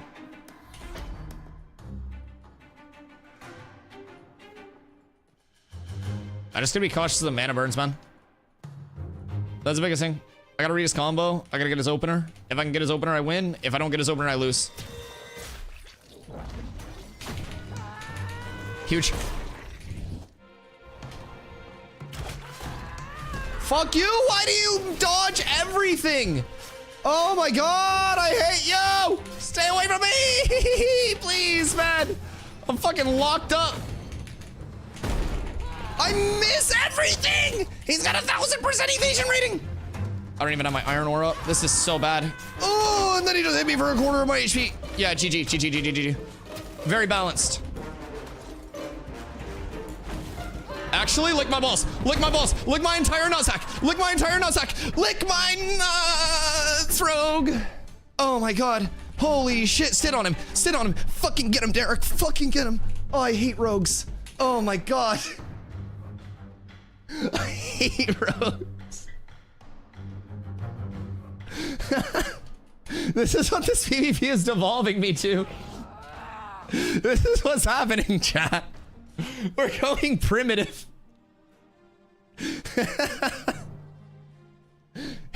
The fights versus the rogue are so explosive, and then the fights versus Derek, it's just pew, pew, pew. Can you hear his heart rate from here? No, that was my balls clapping against my thighs. Yeah, no, we hit the full bag there. Ready.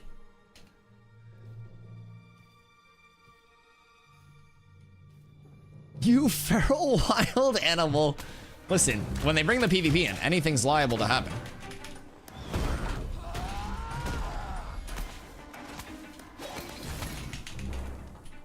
Leave you with a little something to go home with, perhaps.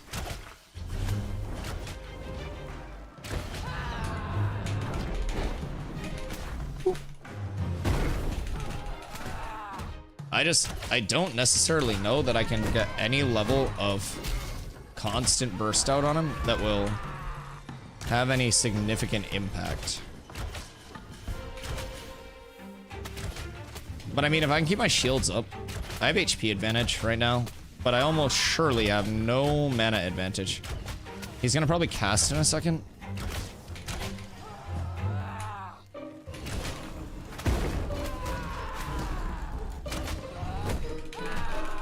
Stun? No, I timed it too quick. It's unfortunate.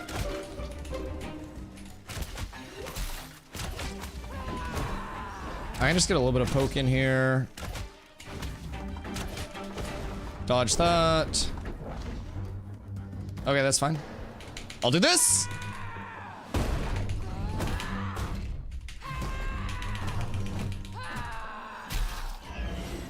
All right, there goes half my mana, but also all of your HP. It's a trade I'm willing to make.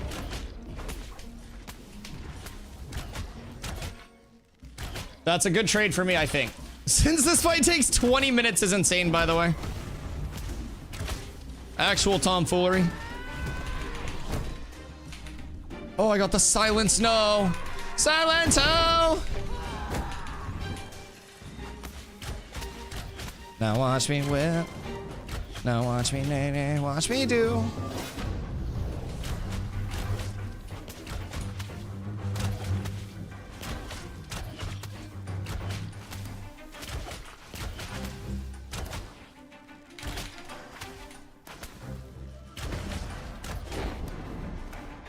We're fine.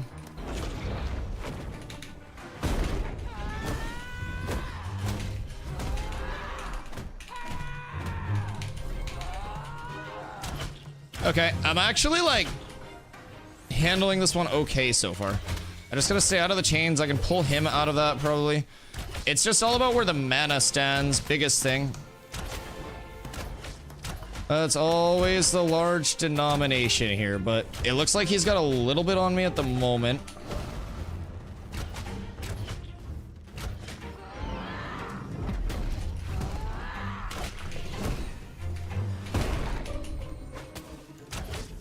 Should be able to get another push in here. Get a couple of slams out. No, I was a little too late with that. That's so unfortunate. If I was a little bit quicker with that, I would have been fine. I would have got a second trip off with the hatchet in the back, but we bowl. I just get grit up here. Self-heal, self-heal. He's trying to get his stacks off. Clears his stacks. He's got no anti-heal now. So we just keep pressure up. That's fine. He's trying to rip his stacks off here.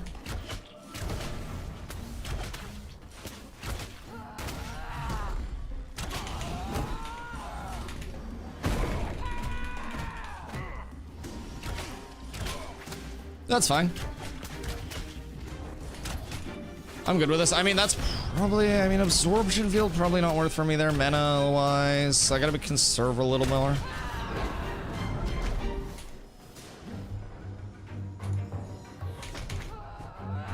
Bang.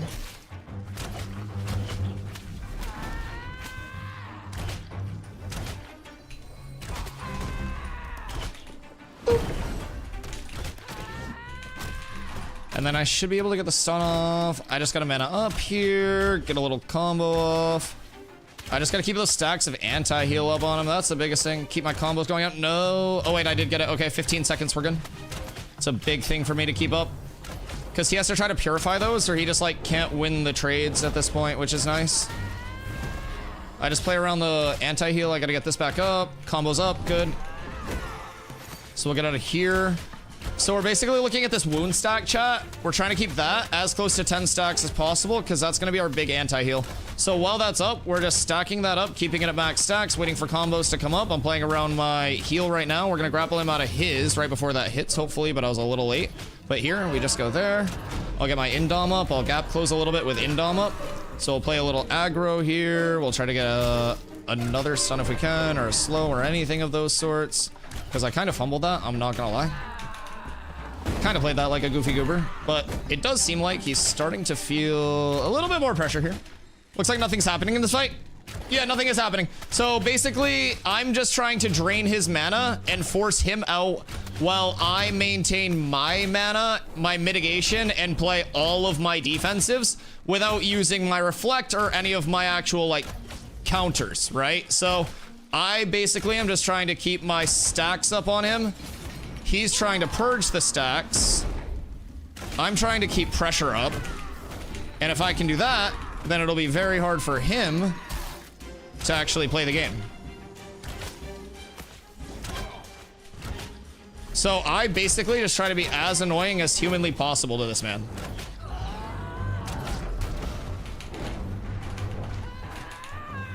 And if I can keep that up, then I should be pretty well set up. Now, I oomed myself, but I should be able to get more benefit out of low mana than he can, because he's very dependent on his mana, because I can start slam spamming, get 800 out at a time, and then once I get a combo up at about 300 mana, wait for him to get that cast off, we'll burn through this shield, he'll get a little over half HP, and then what we're gonna do is trip that, and then we're gonna double slam, pop this, double slam again. We call that the Chic Quattro, 4 blades for your pleasure, a nice smooth shave.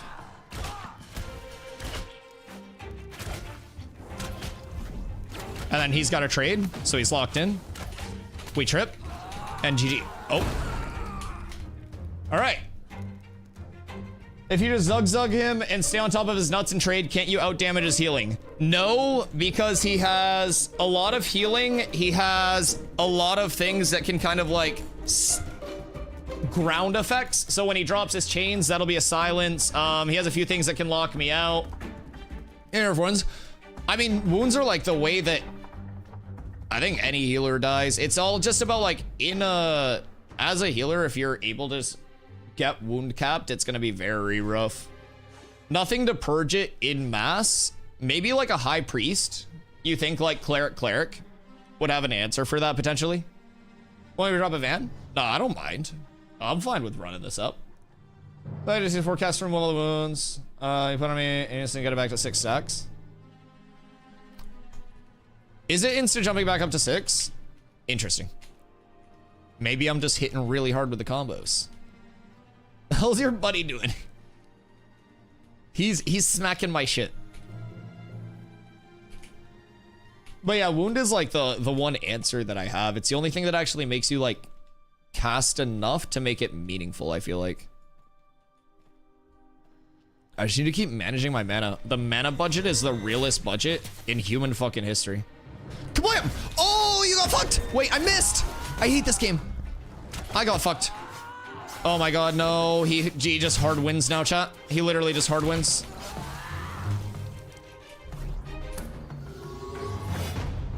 So essentially what happened there and why he hard wins is because he interrupted my Indomitable cast. So through interrupting my Indom,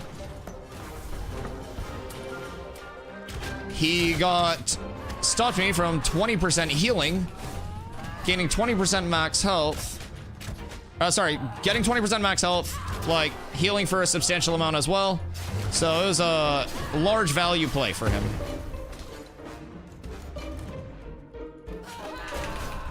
No, I missed that. I actually could have. No, I threw that. So yeah, that's kind of my biggest, like, I hate this right now. The 0.5 second cast, it gets interrupted so much, and then you lose your coolies. But I just gotta play around that. That's like a fucking, he wouldn't do that again if it, like, was an intentional thing he was trying to do, because it's a half-second cast. You, like, can't register shit that fast. But I just happened to indom when I got stunned, and as a result, lost my biggest, like, defensive coolie there. So I just need to play around that with those important cooldowns. I need to protect them a little bit better. And there, instead of indoming while he's on me, I need to, like, iframe into the indom while I'm iframing. That's the biggest thing. It's a half-second cast, half-second iframe. Super easy play to make. I just misplayed it there, and I lost my indom, which is super important coolie. So I just play my fight was more in favor, but that's so fun. Yeah, that's, I mean, 1v1s and arenas and stuff. Arenas will add in more, because we have to remember the balance for groups, their ideal point of balance is 8v8s, right? So they're not too worried about, like, 1v1s, 3v3s, stuff like that. So we will have a slower than intended TTK in 1v1s and shit, just based on sustain. Burst coming in and even, like, 3v3s, 5v5s, that's going to change everything. PvP, like, strat-wise, balance-wise, everything. Everything just starts feeling incredibly different as soon as we get, like, arenas and shit. Can you drive the van back into the same node? No. Or just wait for it to die? You just kind of, like, kill it if you wanna get rid of it. I guess you could technically hit the log out, but hello, Ultra. Hold on, let me get the rogue again real quick. I want that rat. I need to assert dominance over him. I need to make sure that I'm protecting my important coolies.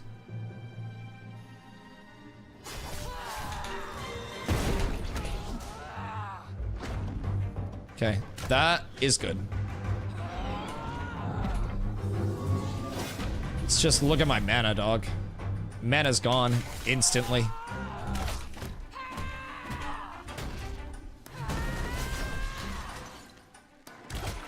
We just distance it out a little.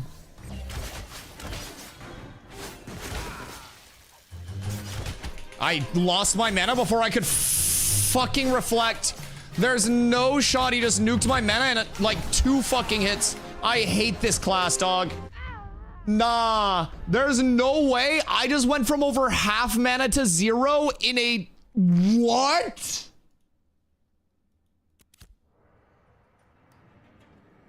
Nah, that's getting hit with a nerf bat. That's getting hit with a nerf bat. That's gonna get chased out of the fucking kitchen like a rat stealing your food. That's fucking absurd. You just took half of my mana in 1 hit. Holy shit, that's so fucking imba. Nah, that is not okay. New opener's nice. Is your new opener still gonna be nice once your piece of shit class gets completely fucking nerfed? Is it still gonna be nice when you get brought down to where it belongs? I hate your class. It's so overtuned. The day of reckoning.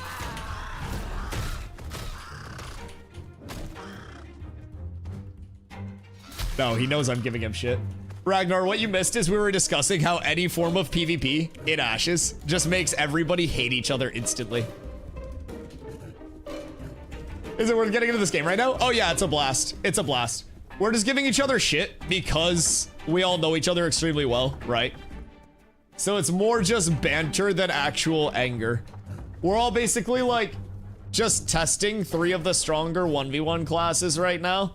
And a lot of Ashes is like a dice game, or not a dice game, but kind of like a matchup based thing, right? So there are things that you can do in every matchup to kind of like influence what happens, but certain things will have an advantage over certain other things, kind of like a Pokemon type system, right? So essentially what we're doing is trying to find the workarounds for every single class. So on their end, they're also probably like, Jesus fucking Christ, Dusty, I hate everything about your build. Tank is terrible.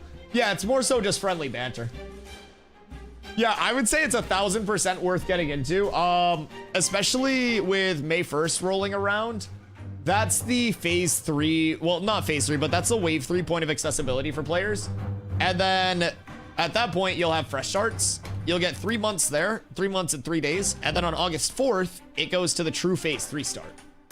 So it's definitely a very, very, very, very good learning time. Things we can all agree on. Rogue needs a nerf. This game's fun. Oh yeah, absolutely. Absolutely. Yeah, we all play the game together a lot. So we're all very good friends that are just fucking bantering. Like, Shock is the only one not streaming, and if I had to wager a guess, Derek's probably screeching at the top of his lungs throughout our fights, and Shock is also probably screaming during his POV of these fights. It's all beautiful love. What class should I make? Any classes that are underrepresented? Underrepresented classes. I mean, bards and clerics are always in demand, but that's just because bards and clerics are like sicko mode worthwhile, right? Ranger. Yeah, rangers are also very good. I just think like I'm personally a bard and cleric more all the time. Please give me more. Oh, hold up. Hold up for what? But yeah, ranger definitely like underplayed right now. Has a lot of viability in PvP. You get a nice initiate, good AoE initiate, good pop, some decent AoE. It's kind of like a jack of all trades, right? So somewhere along that sense, but Ranger is definitely underplayed. Fighter's a little bit underplayed as well. But everything in its own sense has value, has a role, has a place. It's just a matter of like where you really want to settle in. If you do exclamation classes, you got CDs back? Yeah, we're chilling. We're chilling. Whenever you're ready. But yeah, so I would definitely say it breaks down to like what kind of like archetype you like playing as a gamer, on top of really like where your interest lies. Do you want a DPS? Do you want to be more of a supporty archetype? Do you like healing people? Do you want to be big brick wall tonky boy like I am? There's so much that you can shake up. And I think all of that cumulatively just adds to the Ashes experience, right? So, don't play Ranger unless you like Ranger. Yeah. Do exclamation classes. Check that out real quick. That'll give you an idea of all of the archetypes. And then from there, like, it's all about just what really seems interesting to you. There are so many like variances and differences in role and stuff between a lot of the classes that it really is just like, you know, what do you want your role to be? So as a Ranger, I think the new Ranger changes are probably for the best. I won't even lie. I think like giving Ranger the builder spender system that they have with the focus allows good Ranger players to just get like a net bonus in their damage output. We avoid that. We gotta get some stacks up before he starts healing again. We're at 2 stacks right now.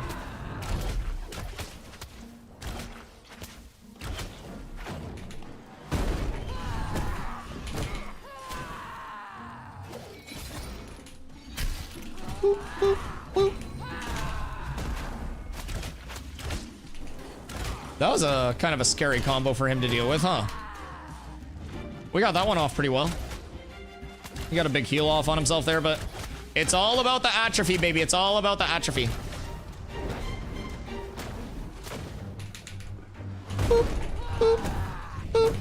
Another Tripinski into the triple. We'll get out of that. I just gotta make sure that I'm keeping my wound up. That's the biggest thing.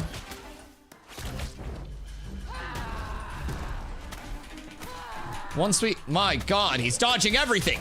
It's Jason fucking Bourne. It's insane. He's the most athletic cleric alive. Never seen anything like him. All right, stacks are up. We can make a little play here.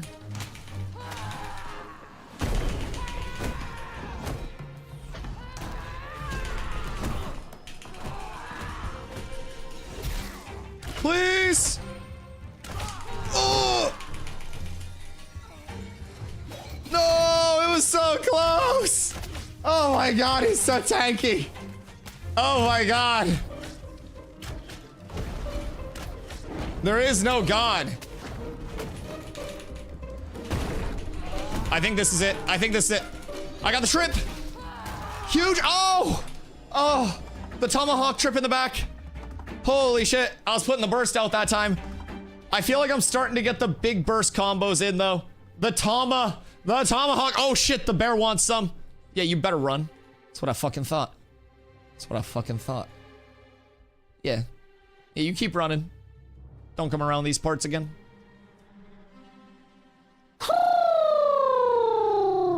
Jesus. Jesus. Oh my god.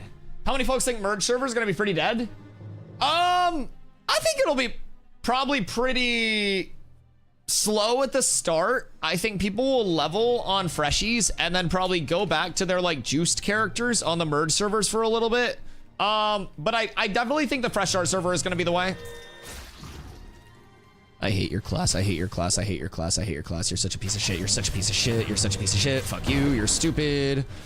Literally, fuck yourself, nerd. I have my melee weapon out. Ain't no way. Ain't no way.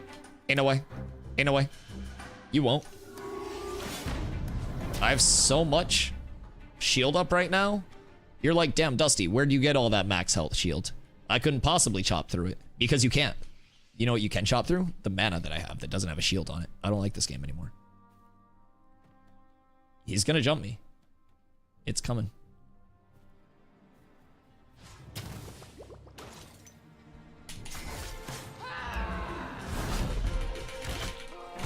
No. Gotta get him out of that. And then we gotta get a stun. 3 hits in a row. Nice.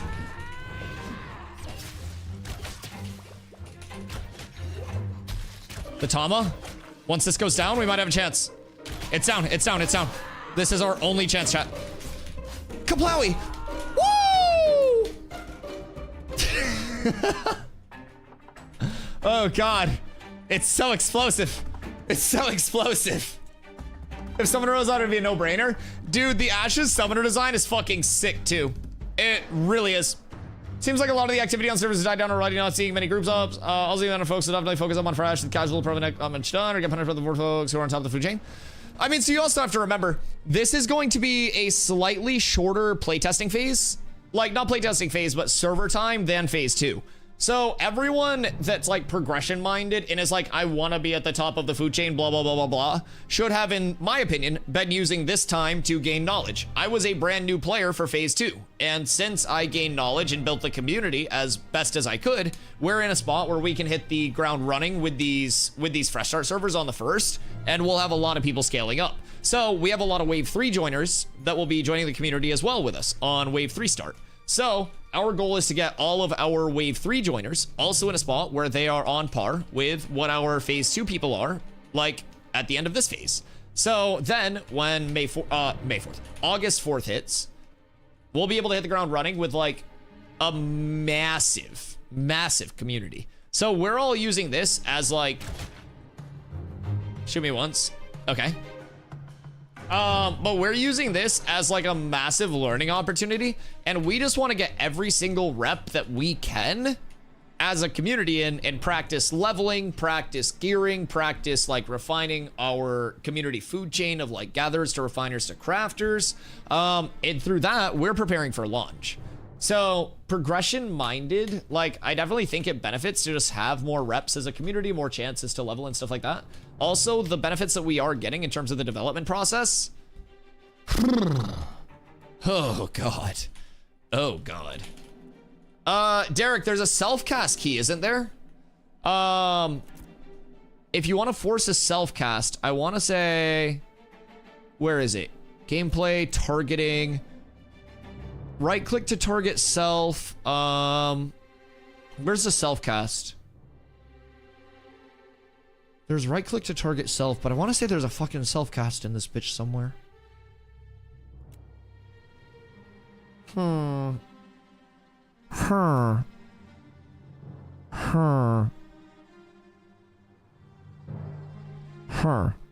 mine's F1, but I wouldn't recommend that.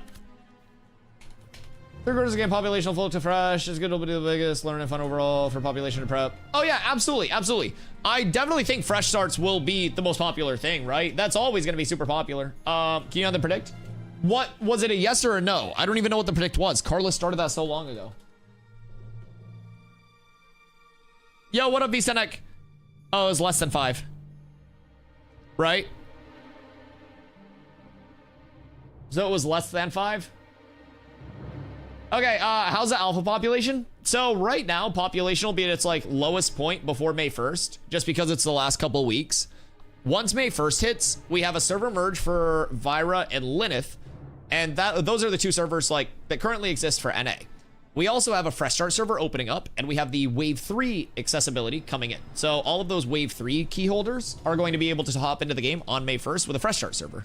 So I think population is basically in the point where like it is settled down in kind of like the crevice of like, okay, we're right at the end of this phase. It's playtesting, so everyone knows their shit's gonna go away, right? So some people are just like, I'm gonna wait it out. I'm gonna not burn out or anything like that. 100% reasonable. Me, I'm a degen. I want as much info, as much practice, as much everything as I can get in preparation for May 1st. So I think it's a great time to hop in, especially with May 1st. You're going to hit the ground running with a shotgun start, a ton of players on that fresh start server. It's going to be a very MMO-like experience, and there are massive changes coming in between May 1st and August 4th when we get a wipe and a reroll. So thinking of buying into Wave 3 Alpha. If you were thinking of buying in, just remember, if you do buy in, you start on May 1st, you get a wipe on August 4th, where you reroll for the start of like true phase 3. And then you also get 90 days where no matter how many hours you play during that 90-day period, if you end up not liking it, you just get a full refund on the product. You just put in a ticket on the Ashes website, and again, 90 days, 9-0 is their refund period. Fucking insane. So yeah, you essentially get 3 months to play it, and you could essentially use that time, May 1st to August, that entire server period to figure out if I want to stay through the rest of phase 3 and the betas, or if I want to wait it out until the game launches. So I definitely think it's a great time to hop in. There is a lot to be learned, and the ability to like restart and hop on fresh servers will allow you to kind of like find a community that has the knowledge to spread, where it'll help you not be as behind. Plus, I stream every single day for 10 hours, so there is a ton of knowledge to be gained here. Okay, who am I fighting? Who are we scrapping with? Monitor spawn. Do we want to go desert farm soon? Oh wait, I think Shock was jumping. Hold on, Shock beat you to the jump. Abs is absolutely S tier. Yo, Senek, thank you for the follow. I appreciate you. Which server do you think will level up the nodes faster? Merge or new? Oh, new. 1000%. Hold on, Derek. I got a rogue that's about to be in my ass. Hold on. I'll be right with you. You're a good, Shock, whenever you're ready, big dog. Yeah, I definitely think everything will level up faster on the new servers because you have a lot more of like an organic populace, right? You have a ton of levelers that are going to be in those early nodes in particular that will just be contributing constantly between the... Oh, you're cooked. You're cooked. Oh, yeah. Oh, that's how we deal with a rogue, baby. That's how we fucking deal with a rogue. Oh, my God. 10 hours daily got me? No, I'm not exaggerating. That was not an exaggeration, by the way. I start stream at 2 p.m. EST every single day. I've streamed 660 days in a row, and I stream 70 hours a week. I wish that was an exaggeration, but it's not. Like, I legitimately play 10 hours a day, every single day. Ask chat. Ask chat. We're always here. That's such a bad opener. Yeah, I caught you out and turned that shit. I 180'd that. I felt like I was in control there. But yeah, so with the new servers, you'll have a ton of people that are leveling organically, progressing through, hitting trees, hitting all the mobs, sprouting out. Because it's not about like killing one area of mobs fast. It's about like everybody spreading out and killing everything, right? And that's how node progression is going to happen. So that's going to be a massive thing to keep in mind. New servers with all of the players spreading out everywhere. Oh my God. Oh my God, it'll be so fast. All right, what do we have here, Mr. Derek?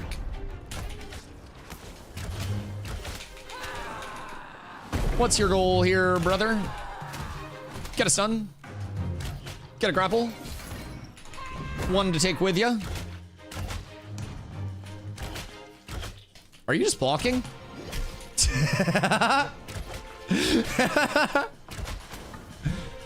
That's so funny. No.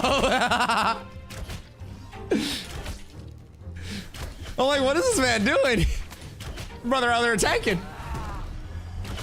Whoop. We're out of that. I'm gonna pull you out. I'm gonna trip you here. We'll get big damage out. Chains goes out. We'll get off of that. We're big chilling here. I'm feeling actually pretty good about this one so far. I too have self-healing.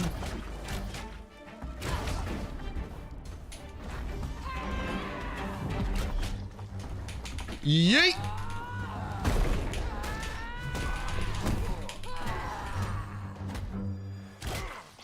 Alright, alright, alright, alright. Hold on.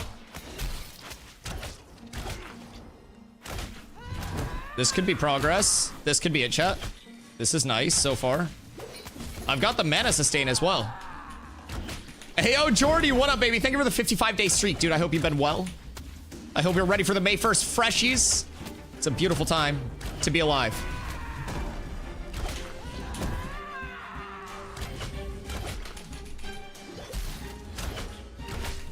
Woo. Oh, that didn't crit.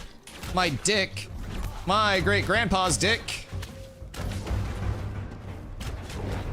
Why do I keep reflecting a fucking condemn? You goddamn dumb piece of shit fucking tank player, DustyWhy. Stop reflecting condemn. Condemn's a fucking CC, you idiot.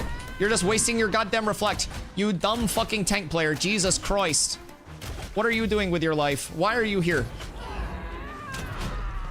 What is the purpose of me? What a dumbass. I know, I fucking hate this guy, dude.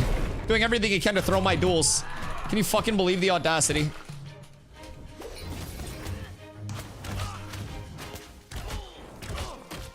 Boop. What a dumbass. You're up earlier, gonna be lurking or whatnot? Yeah, absolutely, dude. I appreciate you. I appreciate you. Let us know if you need anything. Let us know if you have any questions whatsoever. Happy to help out. Always happy.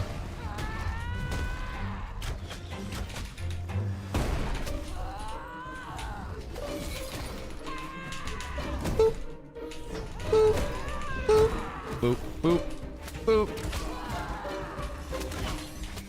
All right, this is good so far.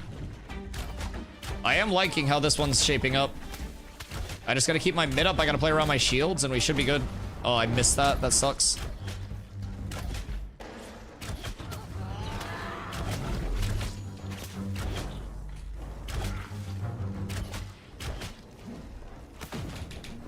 Okay, this could be a good opener.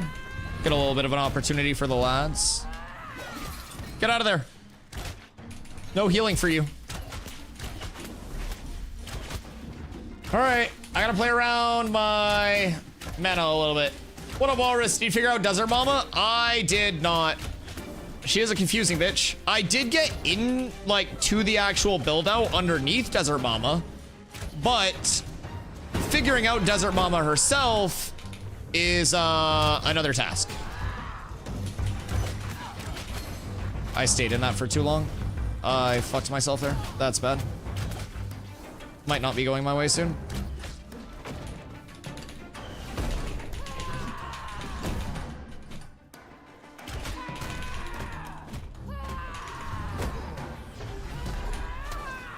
Okay, that's a pretty good turn for me. That's a pretty good turn for me. You shadow stepped in? Yeah, that's as far as we got. Fuck, I missed my fucking reflect because I was in a cast. Not as much in a cast, but I was in an attack animation. Super unfortunate.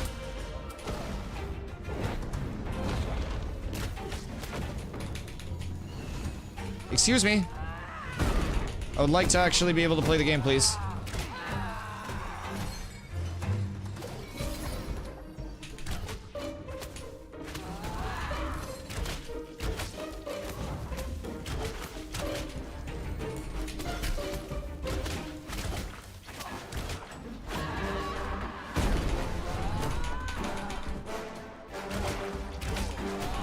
This is fine. Oh no! He won off that. That's so bad for me. Oh, that's so unfortunate. He got my shake it off. That's extremely rough for the boys, chat. think it's GG. It very well may be. I'm not in the best of spots. It was the best of spots. It was the worst of spots. And I was in both of them this duel. But we try to salvage what we can. We never give up. We never what, chat?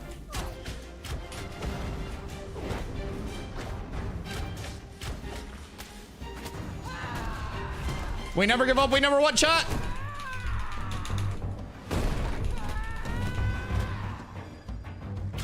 All right, that's good. That's good. That's good progress.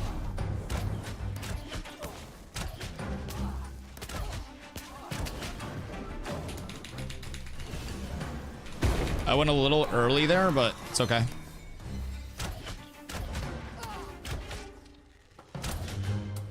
Progress is progress, chat.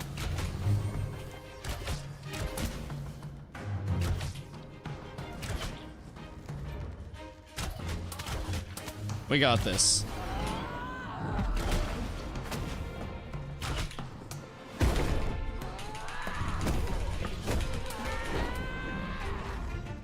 I believe. This is good. This is good. This is good. It's just a war of atrophy. It's just a war of atrophy. But we got the full heals up. It's a good time to be me. Big trip there. The reflect is always coming in clutch. I love me some reflecting.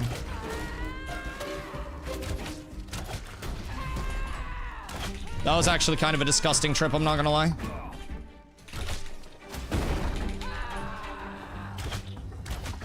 That was actually kind of stinky.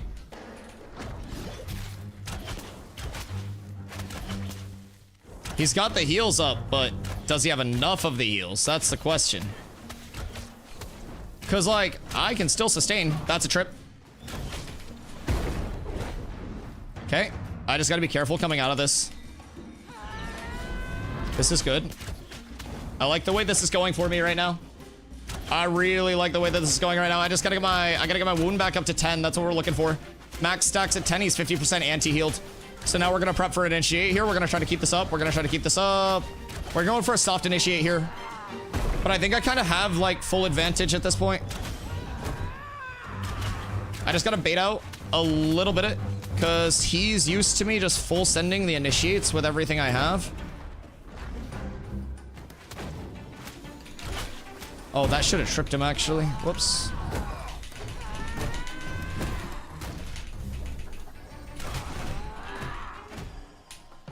We'll try to get him out of this a little bit. I kind of sold that. That could have been way cleaner for me, but it's okay. I think I'm still in a good spot here. I just got to be careful of his casts. He'll be casting soon. There. Tripped. Go in. Combo. Second trip.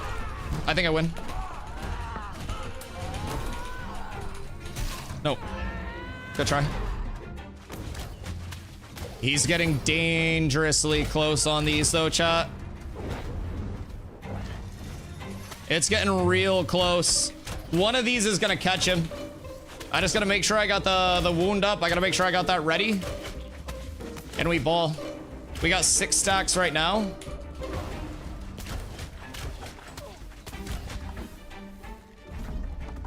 Get a little bit of selfs up. He's trying to purify it. Deadly finishers are so good. The deadly finisher proc rate is everything that I need in life. Yeah, it's a deadly finisher versus a normal finisher. It's a deadly finisher chance, or the extended. It's one of those, but it's basically the same thing that causes a bard to double res stack dump.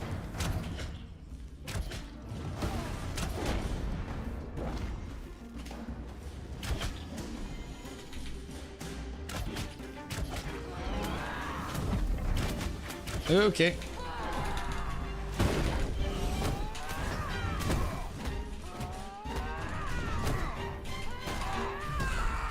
There it is. Oh my god. We just gotta get the combo. I think it's the deadly finisher. Because when it goes, or extended finisher. Because when it goes finisher, extended finisher, right? Is that what's going to actually trigger it? Said that the PvP's been raging for 2,000 years. How actually long was that duel? Was that duel almost 10 minutes? How long was that fucking duel?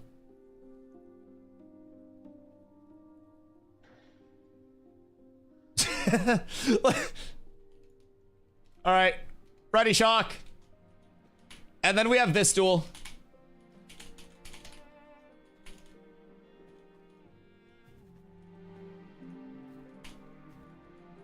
That I don't know CC you want to do. Well, every class has a CC break. Yeah, game would feel terrible without a CC break. Chain CC's allowed. Well, there is CC immunity if I over CC you, but that's part of why I'm like chaining it, right? In the way that I am, where I'll go 2 trips and then I kind of like let you live your life, and then I'll go in with more trips. Cause if someone just like goes in and tries to like your phone's kind of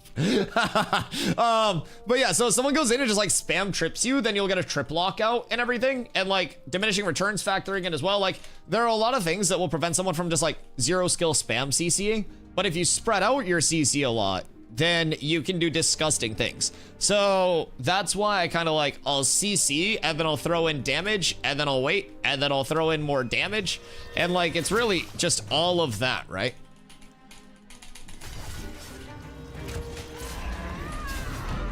Oh, you're getting absolutely rickrolled this one. Oh, you're playing. Oh, the dodge. Nice iframe, nice iframe, nice iframe. I like that. I like that. That's a good play. It's a good play.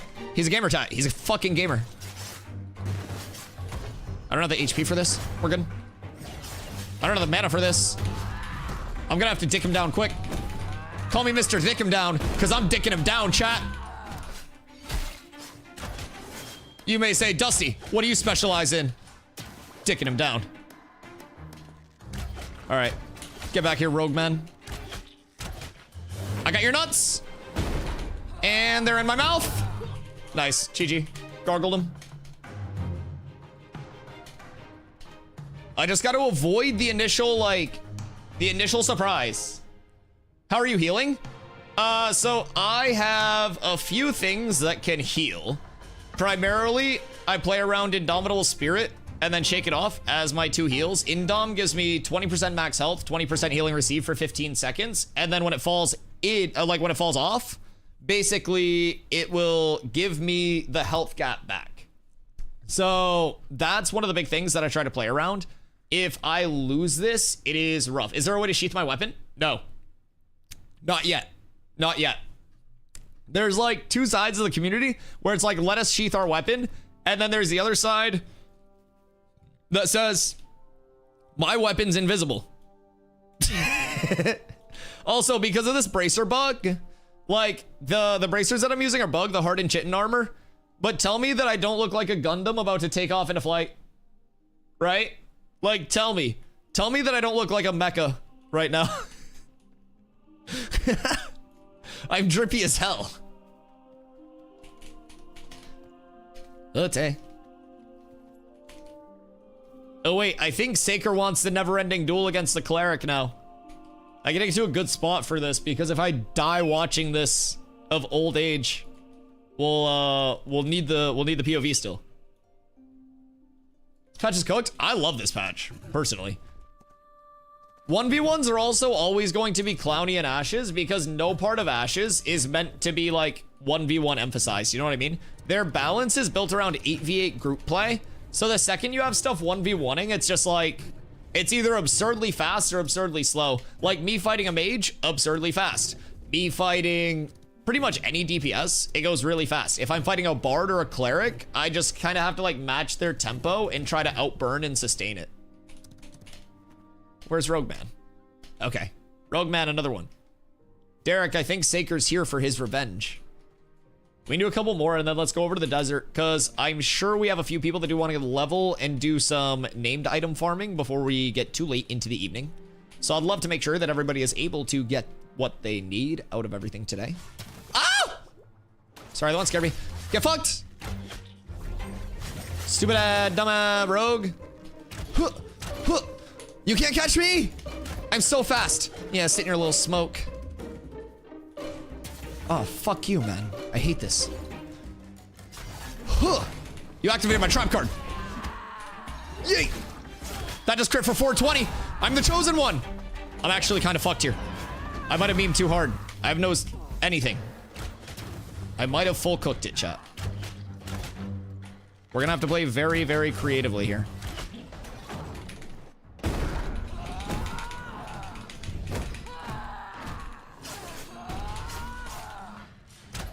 Okay. No, he got the stealth off. Oh, that's bad news, Paris. Kai, wait. I'll be right with you in just a second.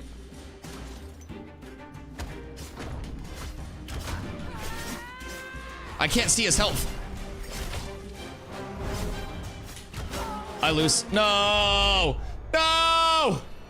I couldn't see his health! Kai, why? I've been griefed. Hey, what up, Stomps? Why are your eyes so red? Why are you so short? I don't know, man. Ika told me to. Ika! Kika the Ika. Kai threw that match. I threw that match. I kind of trolled a little bit with one of my initiates, and as a result, I left myself in a disadvantageous scenario. I gotta be more careful with things. Win-win. Okay, let me get my revenge. I need to kill the rogue one more time, and then I'm satisfied. I must kill the rogue man.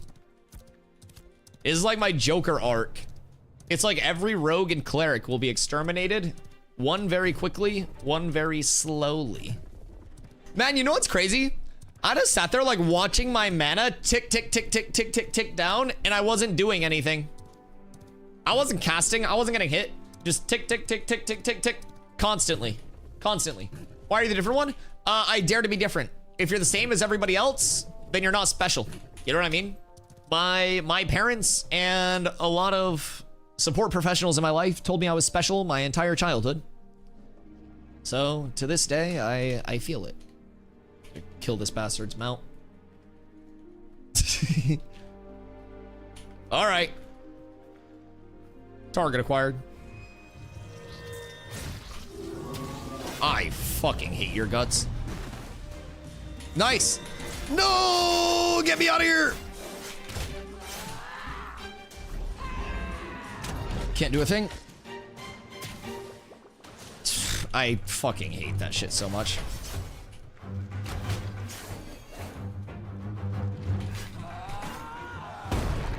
I can't even hit him, dog. Oh, that was a misclick. Oh, no. This is bad.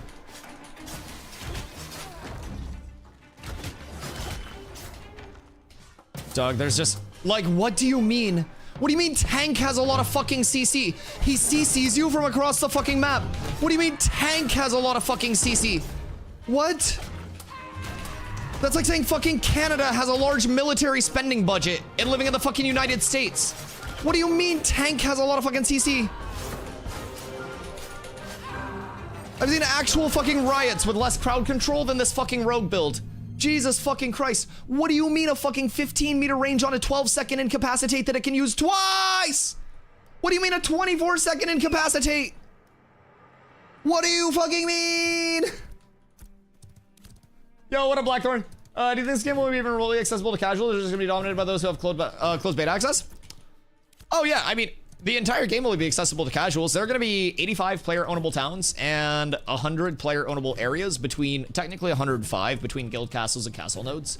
And so like casuals will have areas to play, right? The entire map will be massively expansive.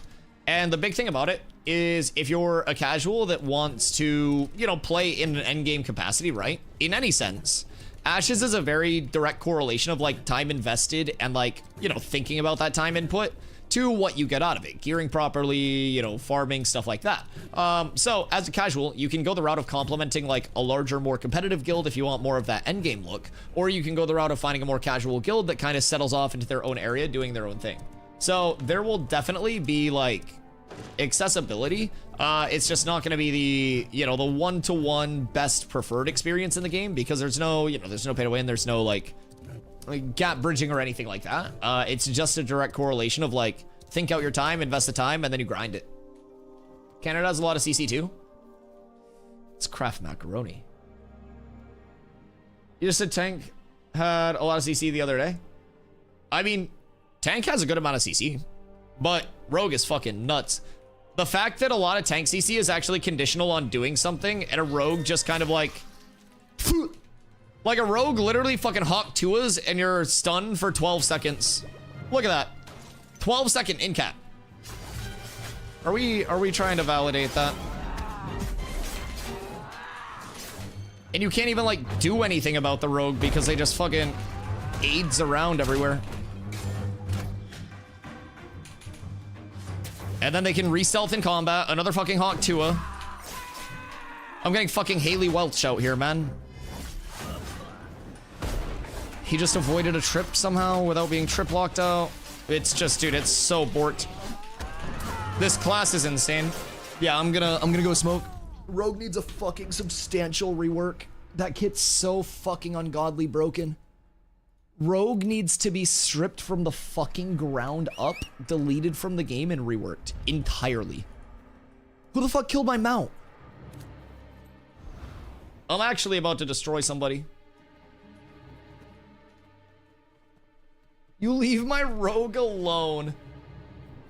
No, rogue is fucking disgusting. Its numbers are overtuned. Keep in mind, by the way, if you were to duel Derek right now, you would kill him before he even gets an ability off because you're hitting me, like, as a tank with 40%, like, mit, right? 40% plus Fizzmit, CDs, defensives, everything, right? You would be one-shotting Derek on his cleric right now. You would literally just be, like, jumping in and destroying his shit. Nerf Rogue and then let me learn the new setup. I don't know why they haven't done a Rogue numbers pass yet. Rogue's fine, it's balanced. Stomps, you haven't been playing for like 3 months. Rogue is absolutely fucking imba. Rogue was hitting people for 12.5k with an ability before the attribute rework. And those numbers didn't change, it's just the attribute kit. You should always lose against Rogue 1v1. You should only comment on games that you're actively playing because you don't understand that Rogue itself is absolutely broken. Like, what do you mean? What do you mean, Stomps? You don't even know Rogue's scaling. You don't even know what the kit does. And you're like, oh no. Yeah, but they're glass cannons. That shows you know nothing about the Rogue design because the Rogue is more like apt for staying in and trading than a tank is. What are you actually talking about? The Rogue has one of the highest effective HP pools in like 1v1s because of the evasion stacking. What do you mean? You saying Rogue should be best 1v1 is just a cope take because you don't actually know what the entire Rogue archetype even is in Ashes specifically. You couldn't name 3 abilities that a Rogue has right now. You could name Stealth and Backstab and then you'd probably try to make something up. Like, genuinely. Brother, Rogue has been consensus broken and you haven't been playing? Maybe gear is a tank. This just shows how dumb you are right now. I re-geared and I'm in tank gear, you fucking bozo. What do you mean? You literally don't play the game anymore. You don't even understand, like, what people are gearing as. What the fuck do you mean? Gear is a tank. Brother, my entire kit is reworked in tank gear. You don't even know what you're talking about. You don't know the Rogue. You don't know what my gear set is. Health and defense. Brother, I have a 7,500 plus HP and 40% mitigation. What are you not listening to? You fucking Goomba. Holy shit. Why are you being so dumb right now? It's funny how triggered he is. It's funny how stupid you are. Here. Enjoy a timeout. I'll be back in a little bit. I'm gonna go smoke.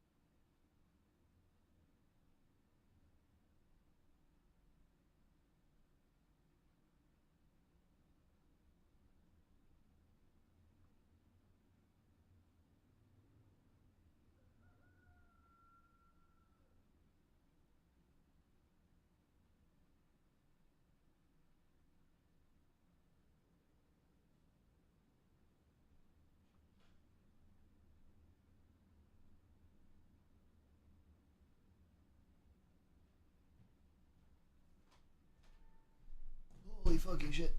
Like, chat, you need to understand, for the love of fucking God. We're trying to provide, like, actual feedback on things. Like, actual feedback.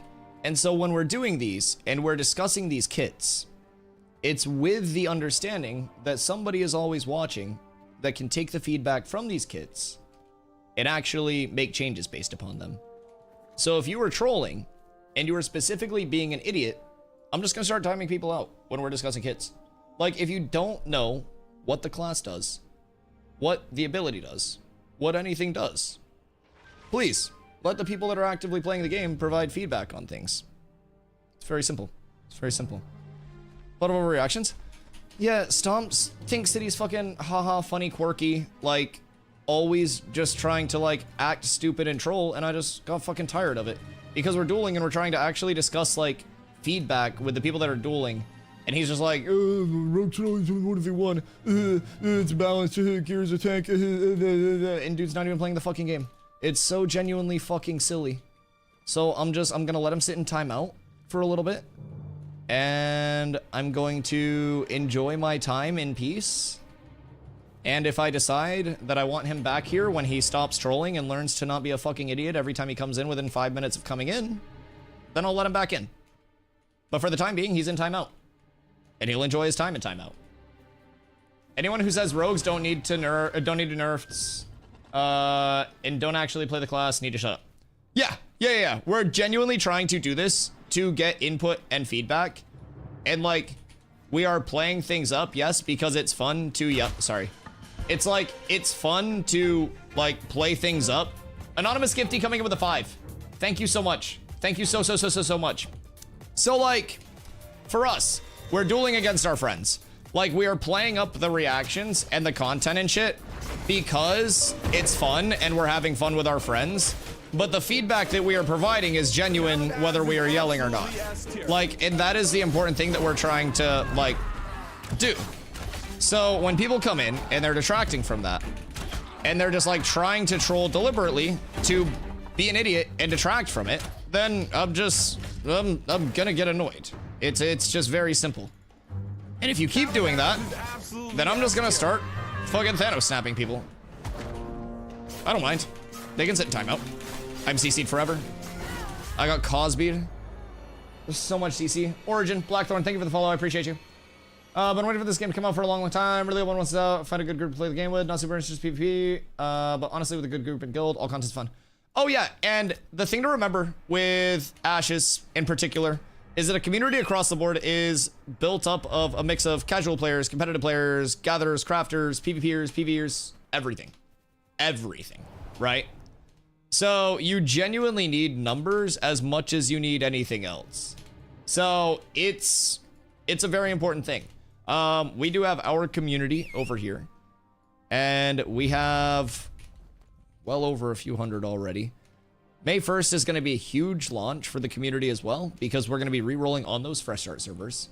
We have quite a few people who are competitive minded, who are trying to push power scaling, push pretty much everything up, and from there get more familiar with everything for the launch of the game.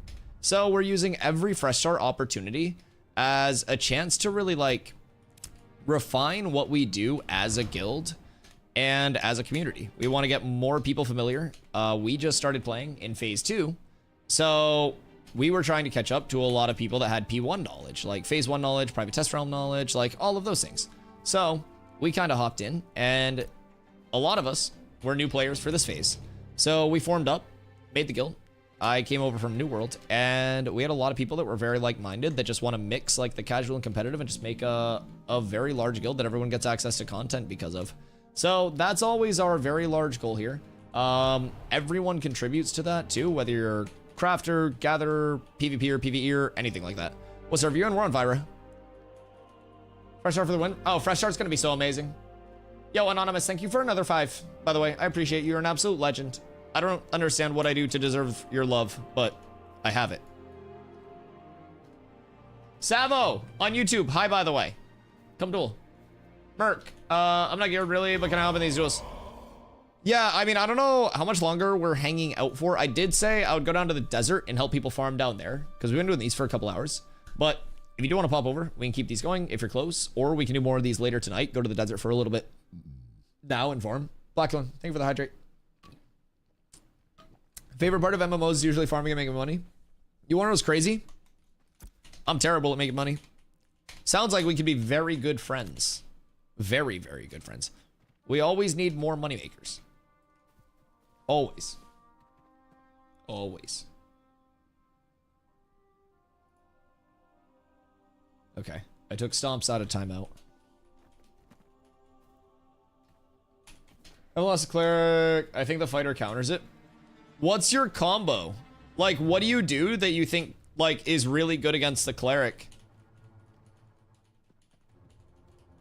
What's the thing that you're putting up that's just, like, making it hard for him?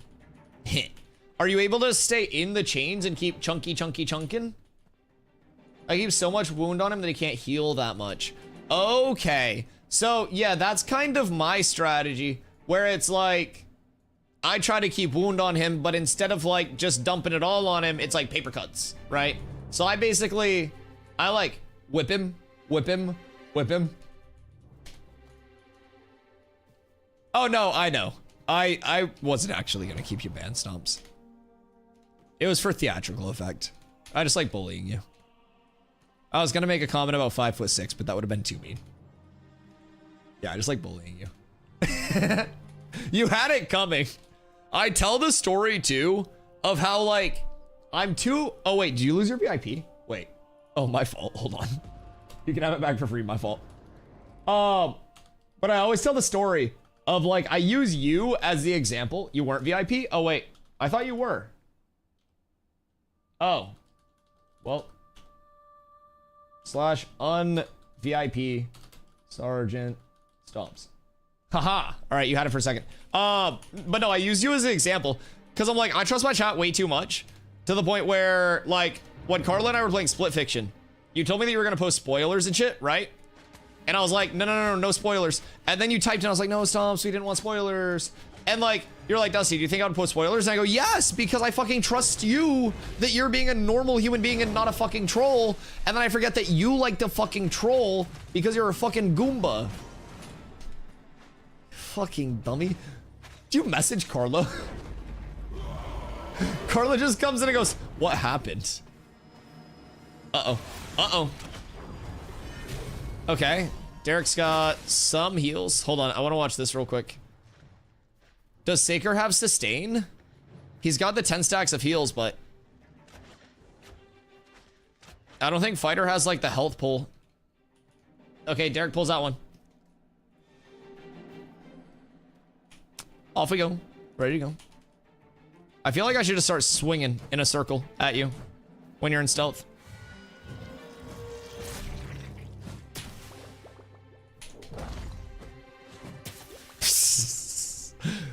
I thought I'd get away with it. Oh, I fucked myself. That's bad. Yeah, I sold this bag. Oh, I don't even have my iron ore on for some reason. That's great.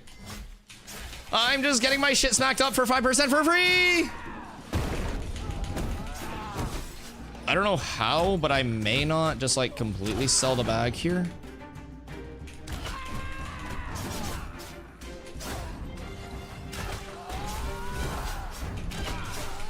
Oh, no, I didn't have the mana for that. Oh my god, dude, I was 1 mana away from the trip that I actually needed.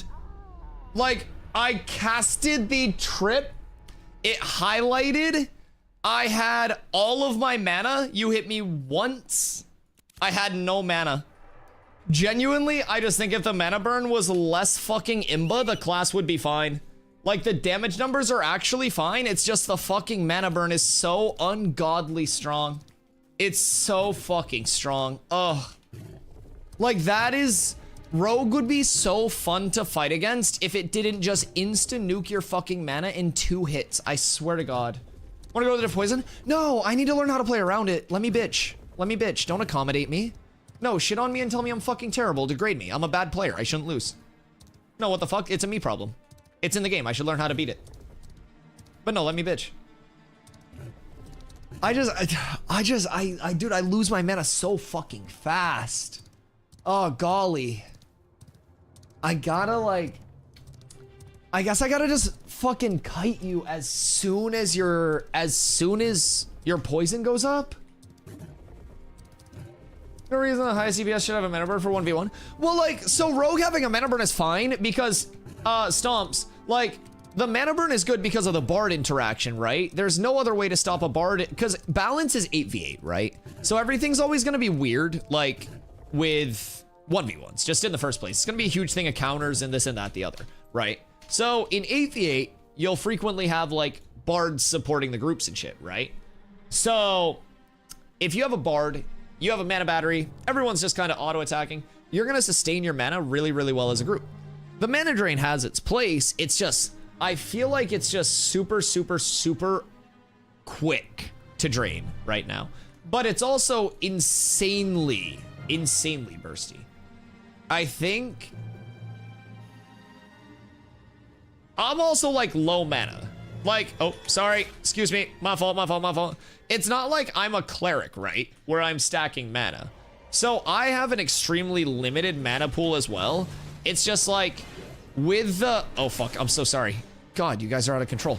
Hold on, I'm watching. Stop harassing me. It's just like with the, like, oh, ow. With like the spontaneous pop off of that mana drain, it's fucking hard. Is it percentage of flat? It's percentage of their power. Like, I'm pretty sure. I'm pretty sure that it's just a percentage of rogue power, right? 40% of damage dealt. And it's, so it's not a permanent, like, you know how WoW Rogue, you applied your poisons and kept them up, right?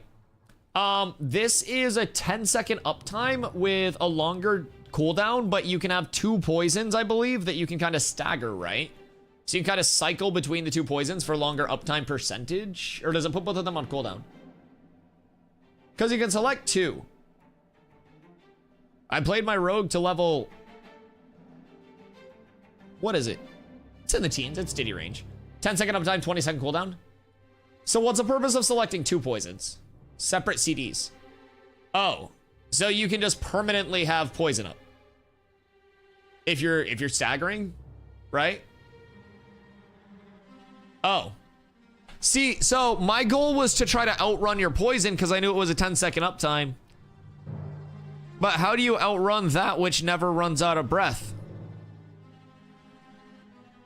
That would be like if I could just keep pressing Indomitable Spirit every time I had 63 mana to gain 20% more health every press.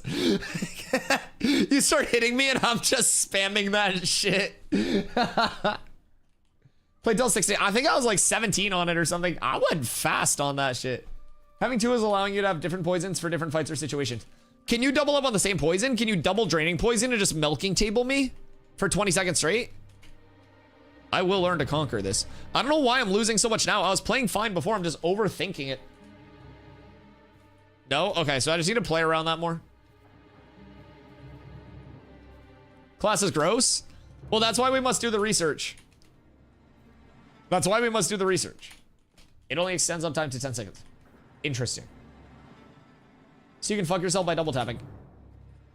Okay. Wait, but you can refresh your duration? So you would essentially have like a 1-second carryover? Same rogue? Yeah, Shock's same rogue. Shock's same rogue.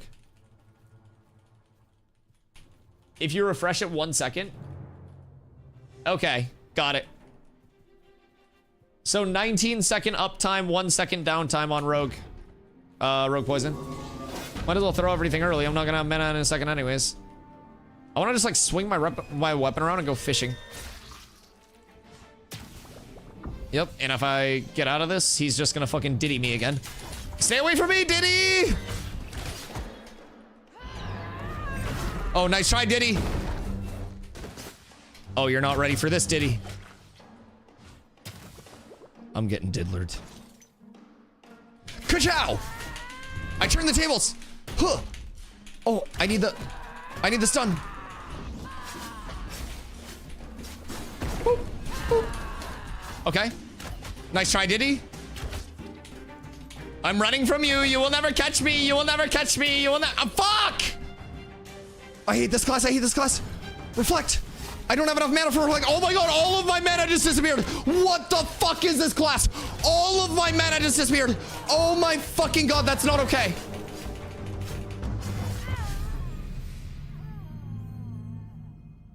All of my mana just disappeared in one hit.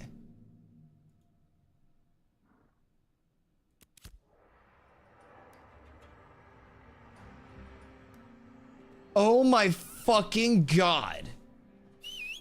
All of my mana is gone.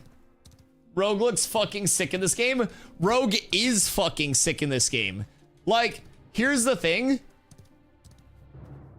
As Shocks duels more and plays more, he's also experimenting with different openers, different gap closers, different everything. Because he's been dueling against me a lot. So I'm trying to adapt to him, but Rogue has so many tools in its kit where it went from me playing aggro and trying to be able to trip him to him having like the defensive in his kit, him playing around the mana burn poison up time a lot more. It's good. And like Rogue is one of those things where it's so zippy, it has so many options that you can hit, you can get out, you can re-stealth, you can hit again. Oh my god, dude, Rogue, as soon as people saw the kit, everyone knew it was an extremely well-designed class. And I hate how good the kit is. Like, it's so good. Agreed, it needs nerf. The kit's nutty. Oh, yeah. So, I think the thing with Rogue is the kit makes sense. The kit's very good, and it's very fun to play regardless of numbers.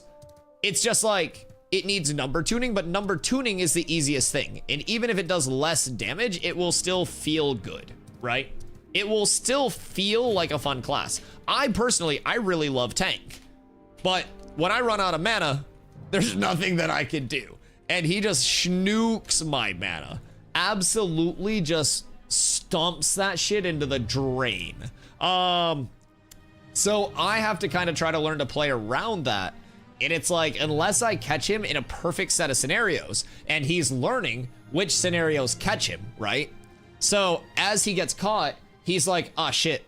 Like, I gotta not get caught by this. I gotta play around this combo like this. I gotta get around this. So he starts to kind of recognize where I'm getting him. And as he sees that, he's just not dying to the same thing twice.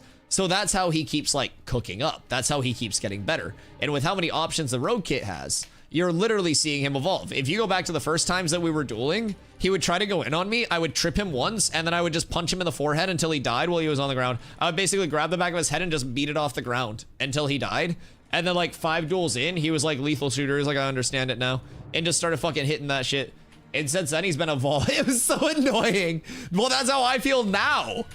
That's literally how I am at this point. I'm like, man, fuck this guy. Fuck this class. Fuck this game. Going back to Diablo 2. I boost!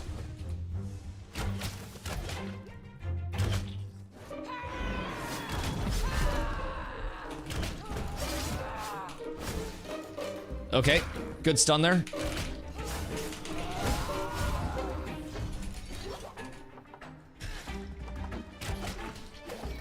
Oh.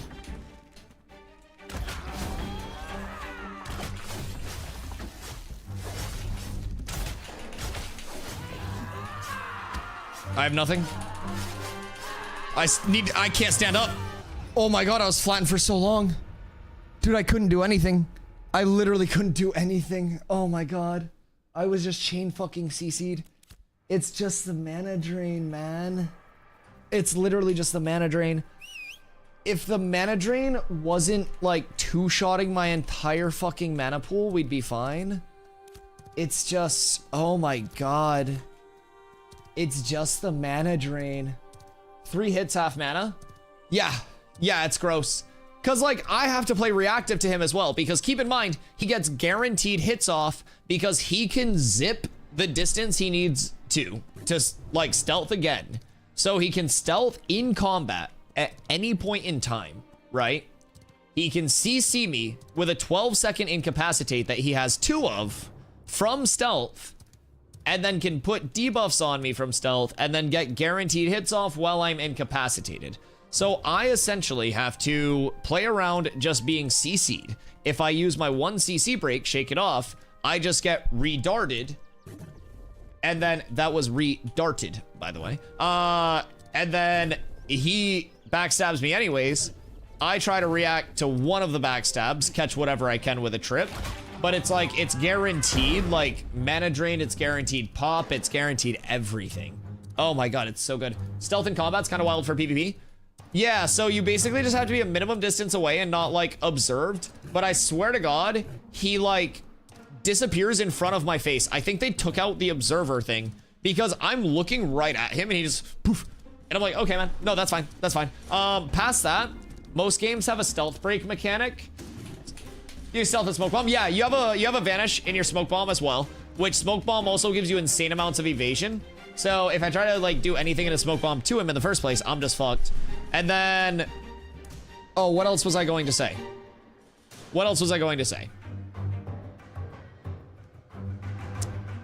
Minimum distance, stealth, ditty range, re-stealthing in combat, healing from your re-stealth. You can eat in stealth. Oh, stealth break mechanic. So most games, stealth break mechanics are like on damage taken, right? So if you're stealthed and I hit you, you pop out of stealth. Initially, Intrepid had it at 10% of max health taken as damage before you popped out of your stealth. And then they nerfed it to 5%. So it's 5% of your maximum health as damage taken before you pop out of your stealth. That's fucking nuts. Still, it's just, it's so guaranteed because you have to be like 24 meters away to stealth. I don't know how far away that is, but like you have to be a significant distance away to actually stealth. 15 yards to re-stealth, is it? I thought it was 24. What the fuck? It's only 15? I hate this game. I hate this game. I thought it was 24. This is disgusting. This is egregious. All right. Merc's gonna try to hold out. Now, keep in mind, Shock is also very well geared. Shock is very well geared. So Shock is 255 power, I believe, at this point in time, which is on the high end of the spectrum. Now, not the spectrum I am on the high end of. That's entirely different. Shockums just has a lot of power. 247. 247. So Shock is juiced. Shock is large. Like, not in like, you know, a grotesque way or anything. But like, hits hard, burns mana fast, does a lot of damage. You keep spamming stealth while stealth, so that 5% isn't too bad if you have dots on you. Yeah. Yeah. Re-stealthing in your stealth is sicko mode. What? I'm dueling, hold on. There's a fucking rogue in my ass. I just rolled into that.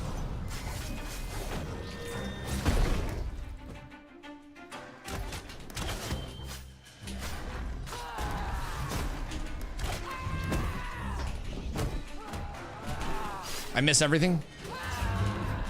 Bye-bye, mana.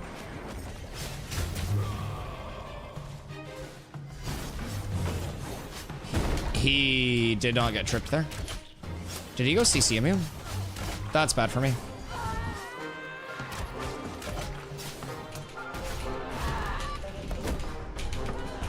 I missed! No! Oh! Oh! Oh, I hate this game. I hate rogues. Fuck. Oh my god. I hate rogues. I'm never dueling again. I'm fucking retiring. Oh my god, I'm a PvE player again. Oh fucking hell, I hate rogues so fucking much. Oh my god, I'm gonna have fucking nightmares about this fucking mana burn. Oh! Dude, how much evasion? Did you get the Great Sword for Forge yet? That gives like fucking 28 million evasion rating. I misplayed and chased with Shadow Step. Good. Going on a duel. Going on a W, never duel again. Yeah, I'm just gonna stop streaming now. I beat a rogue, that's a high point. Don't have it? Oh my god. Yeah, that's like another 10% evasion. Honestly, like, evasion stacking may be the play over this as well if I can get a high rarity. It's just max health is so good.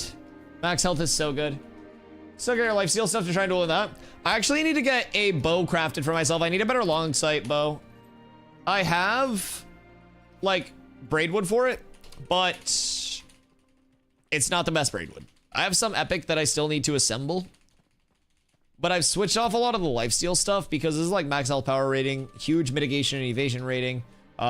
These are also solid. So like I'm sitting at 224.5 and then just under 7,500 HP. So like I'm pretty happy with where I'm at. It's just not happy with Rogue. It's all just a matter of perception and perspective. And sometimes you've just got to anticipate and react with the perfectly timed iframe Aru. Hawk Tua. Where are you gonna double Hawk Tua me? There's no way you're gonna double Hawk Tua me, right?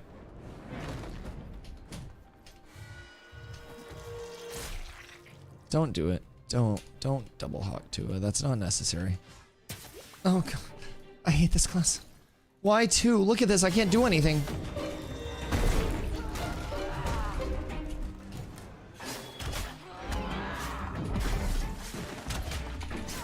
I need that to hit. Thank you.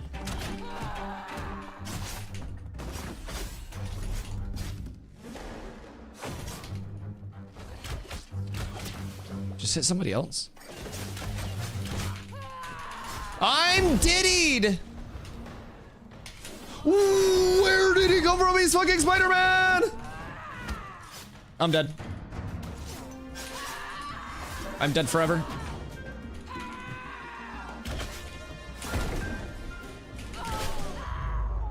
Jesus fucking Christ.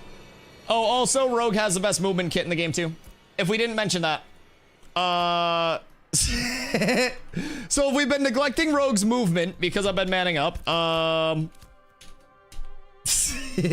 what if I told you Rogue also had the best movement? I love this class. Feint chased your double dash. Yeah. Yeah. You literally just followed me the length of a dodge jump B-hop into a charge B-hop. Yes. Yes. Yes, you just probably one ability covered 60 meters. I have an insane amount of movement, and one ability that you pressed just took you the entire way. Oh my god. Like, what do I do at that point? I can't even, like, reset, dog. I can't even reset. I get double diddied into guaranteed backstabs and mana burns. I don't have the burst to trade. How many football fields is 60 meters? 0.87. I think. Off the top of my head. I'm very good with conversions. Chat, somebody check. Chat, somebody check. I'm pretty confident in this one. Is he using daggers? Yeah, he's using daggers. All right, come over here. This way. We fight in the road, actually. Just don't kill my fucking Snorse again. I just wish I could, like, fish you out of stealth easier. Like, I wish I could just, you know, go fishing for something, right?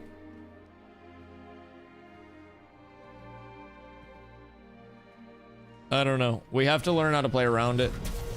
Either get with it or get left behind by it. We adapt it.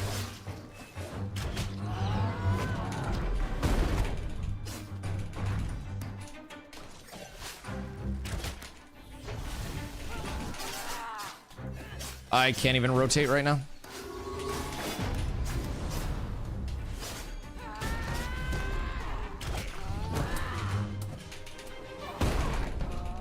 I have no fucking mana, dude. I just got diddied again. He can just throw the dart whenever. It's just, dude, what do you do against this? I have no mana to do anything. GG. What a class. Like, what's the answer, realistically? Like, what is the answer in any class's kit to deal with that on a consistent basis? You just, there's always a 12-second incapacitate. He's rocking like 40% plus evasion with his active buffs. What's a boy to do? I genuinely don't understand. Mana pots, potting in duels is for actual like smaller peens than I am. In a normal scenario, yes, mana pods are probably going to be a high value thing. I don't believe in potions in duels though. And I'm too poor for potions in duels. Yeah, I've always been an anti-potion in dueler, just as like personal alignment. I respect people who do use all consumes at their measure, but I personally am a believer of no pots in duels. Ready. Invalid target. Can you hit me once, please? I believe you're buffing me.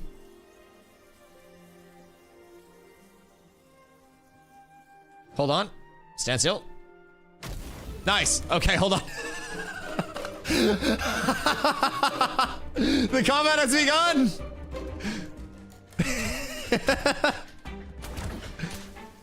And they say caravans are griefy.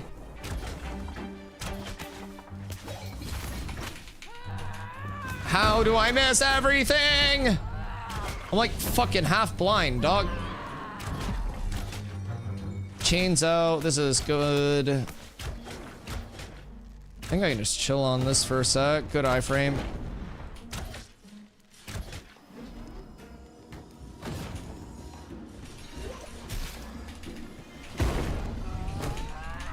Oh, that's unfortunate for me.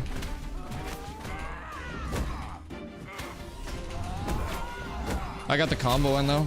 That's a good combo for me. I can't one combo him. So I just need to make sure I'm winning the long-term trades here. And the more I can accelerate those, the better I am.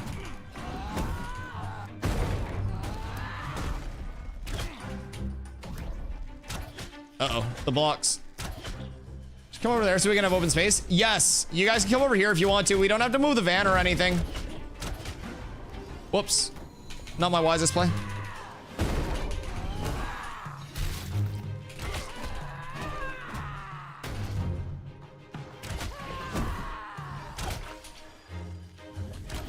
This is good for me though so far. I like the direction that this is headed.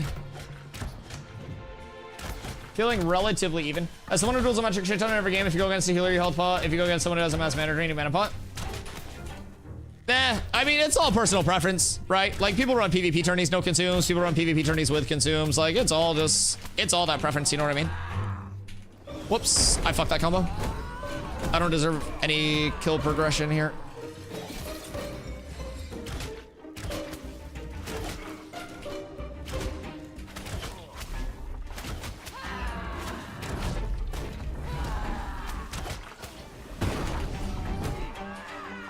Okay, this is okay. I like this. I like this. This is good trade so far. It's just like, where is his mana versus where is my mana? Pot's only on both sides agree to it. Yeah. It's all personal preference. It's not like you're fucking Satan if you pot during duels. But it's not my preference on things.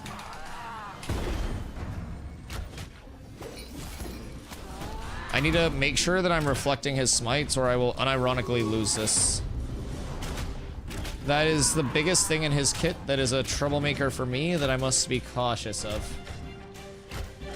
And I gotta make sure I'm keeping my fucking anti-heal up. That should have been an anti-heal. Or not an anti-heal, that should have been a fucking dodge. I can't even talk. I'm so flabbergasted.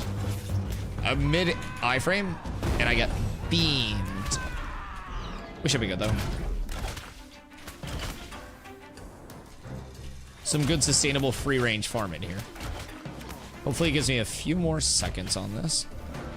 Okay, good intro. I got silenced. Oh, it was up at the last fucking second. This could be good for me.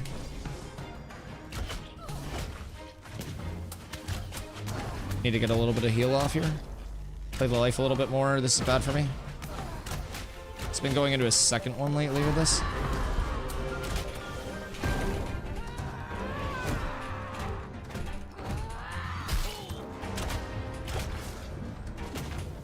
That full heal is devastating for me. That's quite rough. Gonna have to try to just trade what I can and live, but it's gonna be rough. Okay.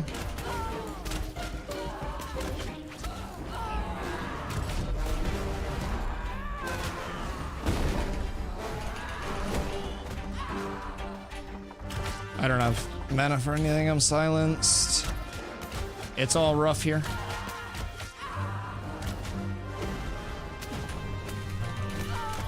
That's also incredibly harsh for me. It's okay though.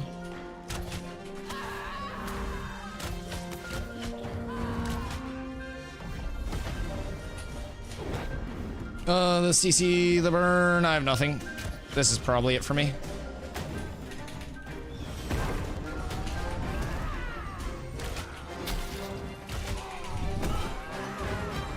Unless I can just get incredibly lucky, but I need to live 10 seconds, no mana, no health, no anything.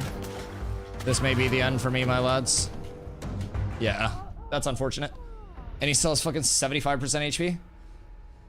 Ah, I gotta keep more wound up on the cleric that has infinite healing. That's a sustain issue. I must anti-heal more. Simply put, if I drop a van over here, can ISO attack it and then us be able to PvP with yours also up? I think we could break mine and then get a new one.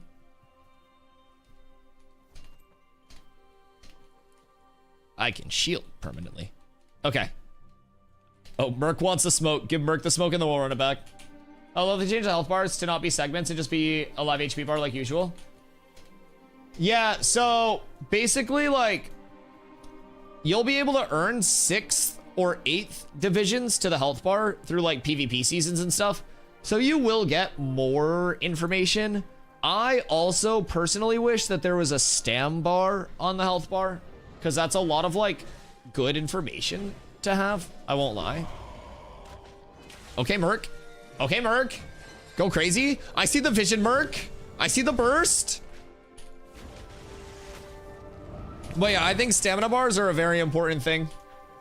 Especially as a melee player. It's very important for me to be able to gap close and know that I can kind of like make it there, right? Force out their stam before I full initiate in. Oh. Merc died to the dots while stunned. Poor guy.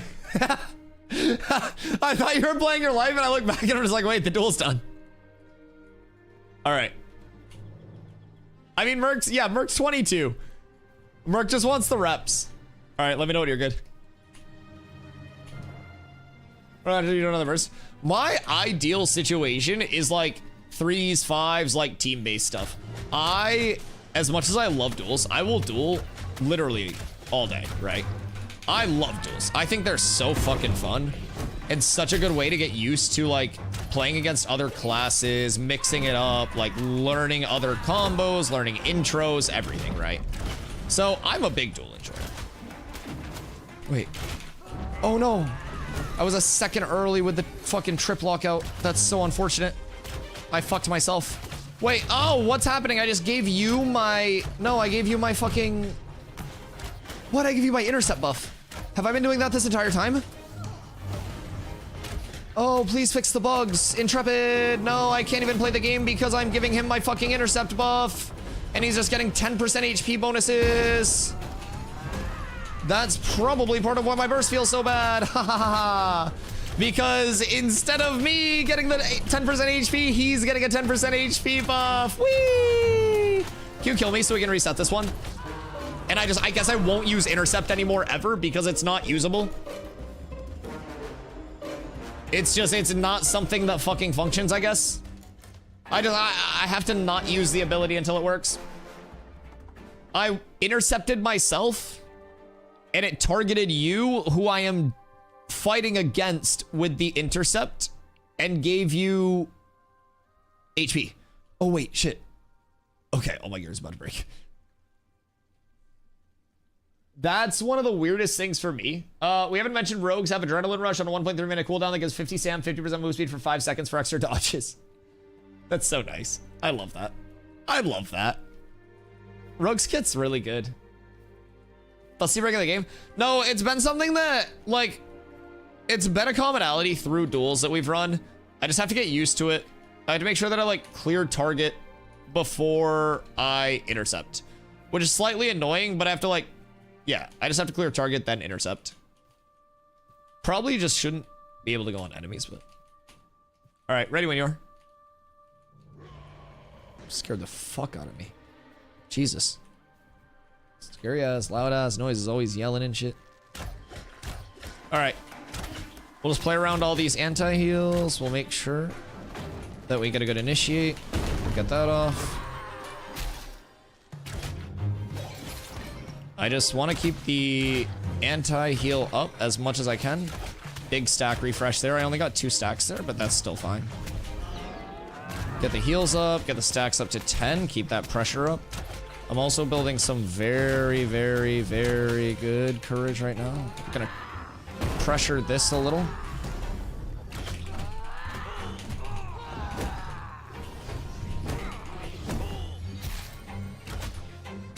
Okay, good pressure. I just need to get anti-heals back up. I need to hit finishers. That didn't have put one on him.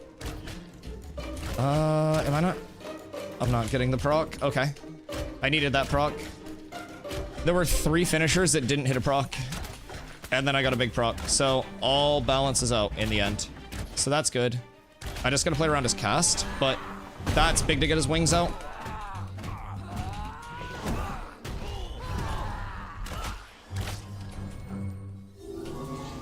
Whoops. I didn't mean to throw that there. I wanted to throw that where I was rolling, but that's fine. That's fine. Does your melee have days? It's all wound over days against a cleric, in my opinion.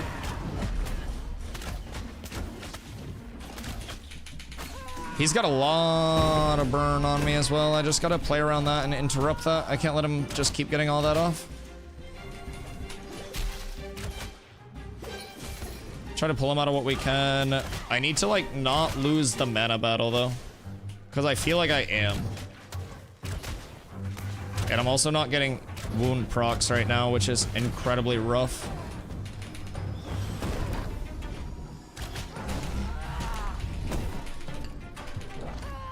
I had to burn my shake it off there.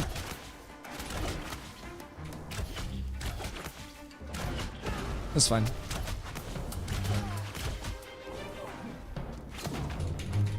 This could be good.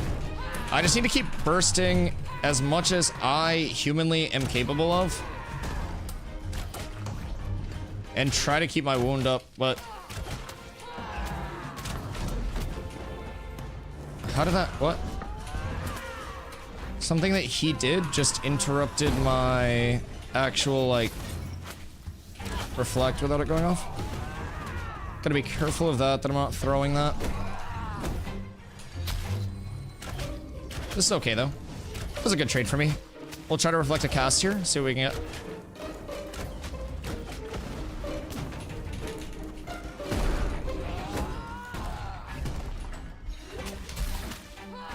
Maybe a stun here. Into another trip. Missed the trip, that's fine. We'll just play life here a little bit. Try to get this all set up. I just gotta try to find one of his casts here. That's the biggest thing. I got some wound up. He's got heals out.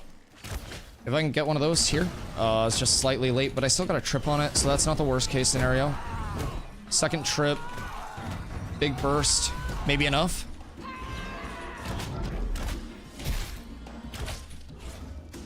Not enough. That's okay. I respect that. God damn. Bop, bop, bop, bop. Alright. It's a decent little pop there. I just gotta play meta-minded here. Try to get a big reflect for some mana. I can't even keep my fucking stacks up against him. There we go. That'll be nice. Pop off of that. That's fine. Get my shield up. I gotta get wound up, man. I'm having bad luck with the wound this duel. No wound. Wound. Okay, that's good.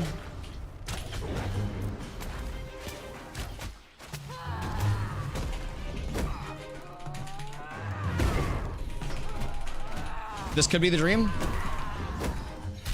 That's every ability in my kit all at once. If that doesn't kill him, I don't have enough to kill him.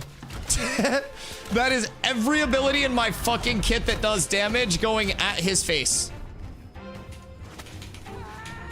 Oh, that's unfortunate that I missed. It's a big L for me. I think I shielded him again accidentally.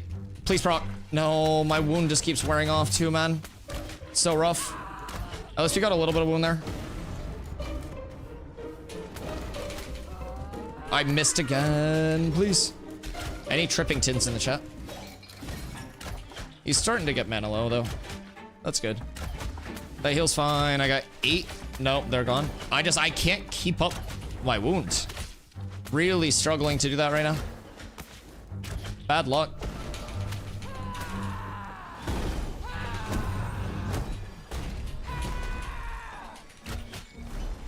That's okay, though. We just play the long game. We play it slow. We do everything we can to keep it up. Please proc. Fuck me. I could not pay for wound procs right now, my brothers in Christ. That was almost bad for me.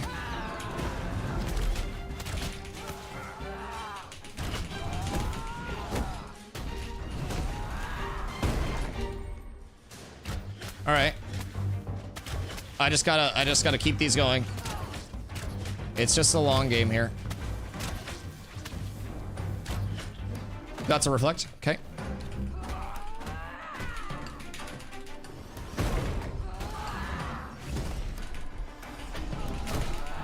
Okay.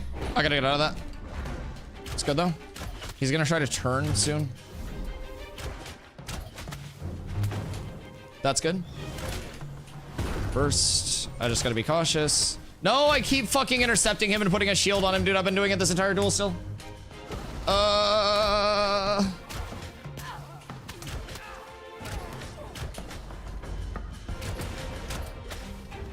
Can't you CC him out of the full HP heal? I can't just CC spam him and lock him because there are diminishing returns and lockouts, and I have very, like, similar CC types.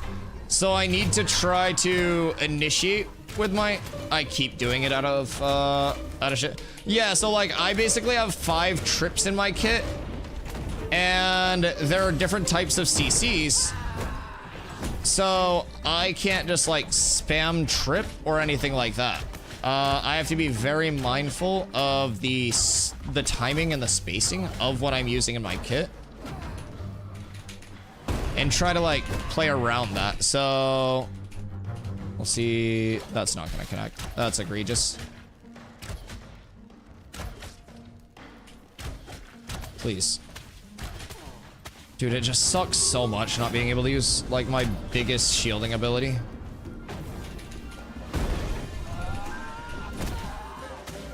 Genuinely, that's the worst feeling.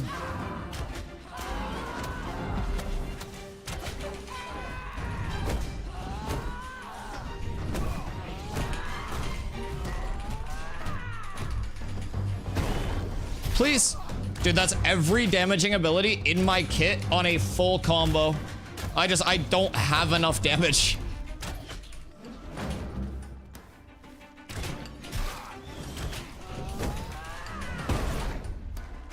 I don't know.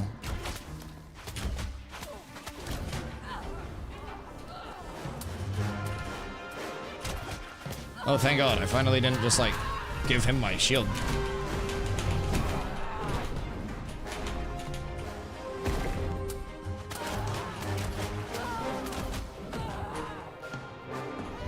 Whoops. That was not the best.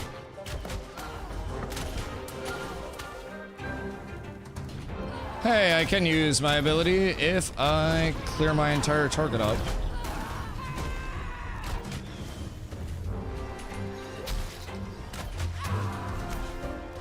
So unfortunate.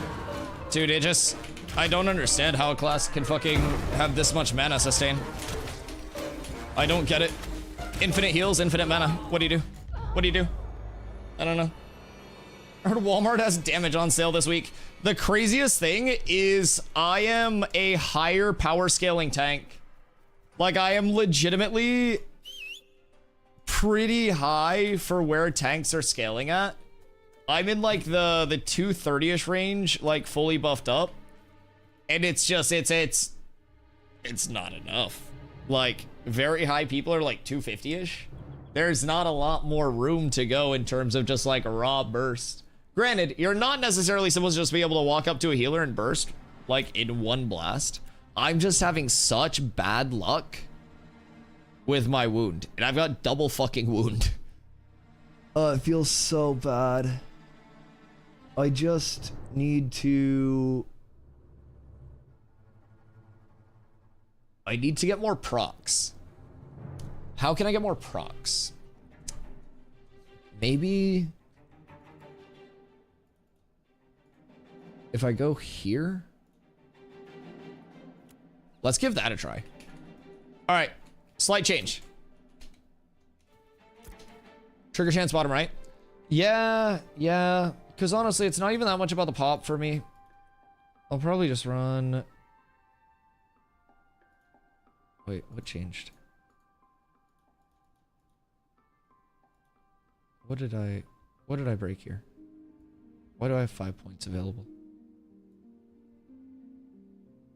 What intonation did I just break?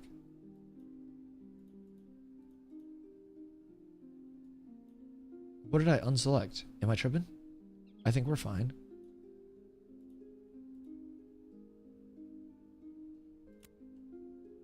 Yeah, we should be fine here.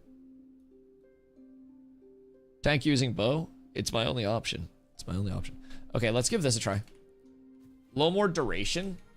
Hopefully... oh, wrong person. A little more duration on the wound. And see how that works out.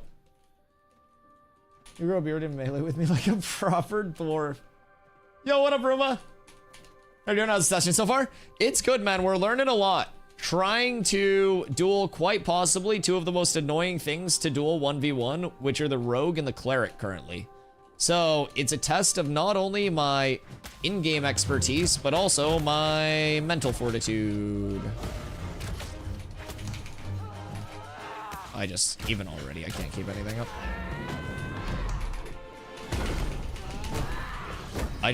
I need to actually be able to get my antes out.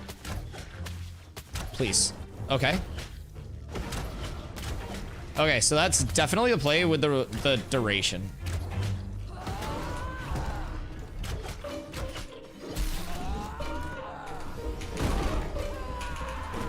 That definitely feels like the play anyways. Okay, I gotta back off of that. Being able to keep that wound up is large. Make sure you repair. Oh shit, yeah, I'll have to after this one. Nothing's broken yet though, so that's good. Buying phase 2 access tomorrow. Where should I start? Ooh, I would say start on Vira. If I could provide some humble feedback from a man who enjoys this server a lot, I think it is quite the place to be. I think it's a very fun place to learn the game. And be aware that with that phase 2 access, you are also getting access to the fresh start servers. It'll be starting on May 1st, and then there will be a wipe on August 4th that you should know of. So I would definitely say start out by doing exclamation classes. Familiarize yourself with what you'll have available for the archetype choices when you do start out. And from there, you can make a little bit of a decision on where you want to go for your base class. That'll determine like your active abilities. So I play tank, for instance. We're doing a little bit of PvP, and my buddy Iso Derek over here plays a cleric. So he's more of the healer, but healer's got some nice pop to it as well in Ashes right now. So it can definitely hold its ground a lot more than a bunch of traditional healers can. You've got to play pretty smart playing against a cleric that knows what they're doing, and it becomes this big war of atrophy. And for me, trying to catch their casts like this and then capitalize on that and change CC the shit out of him until he's yelling at his monitor on his stream as well. That is my goal. Get over here.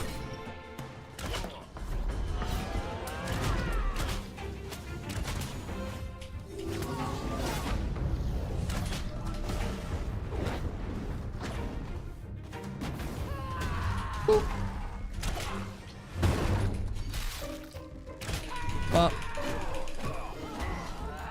Okay, okay. The proc duration was definitely a good thing for me to get. Man, I need to stop tanking all these.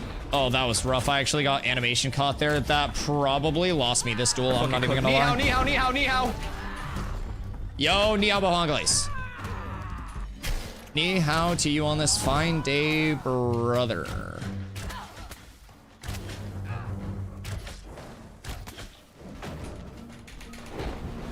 Nice.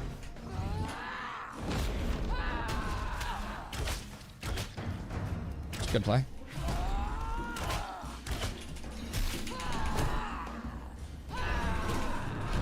Okay. A little self-sustain there from me. That's good. That's good. We needed that. I gotta get some grit skis up. And then I gotta get ready for this cast bar. Ready? So we're waiting on that. We're waiting on that. I don't want to get animation locked. It's coming soon. That was a self-heal. Judgment can either damage me or it can fucking hit me. That's so rough.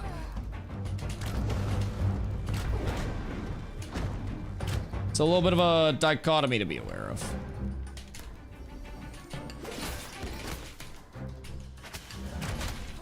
Boop, boop, boop, boop, boop.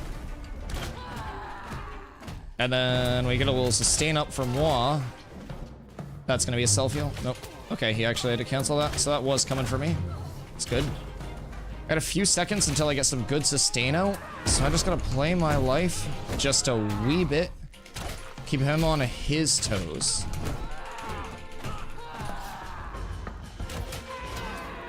There we go.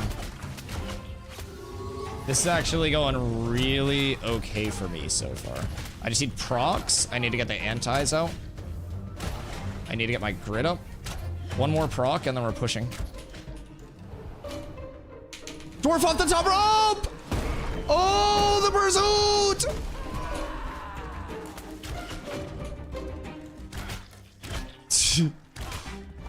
This shit's ridiculous. I hate this.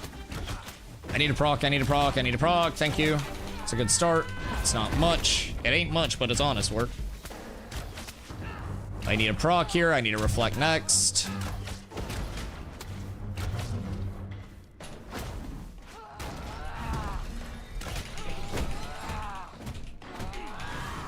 I need the trip. Okay. I'm liking the way that this is looking at the moment.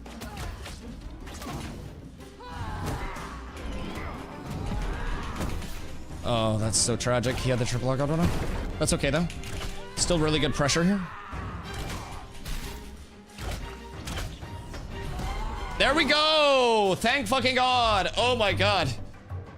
Holy cannoli, we got behind him with another trip. Whew. I feel like I'm trying to take down a fucking house. I feel like I'm trying to take down a fucking house right now. Oh my God.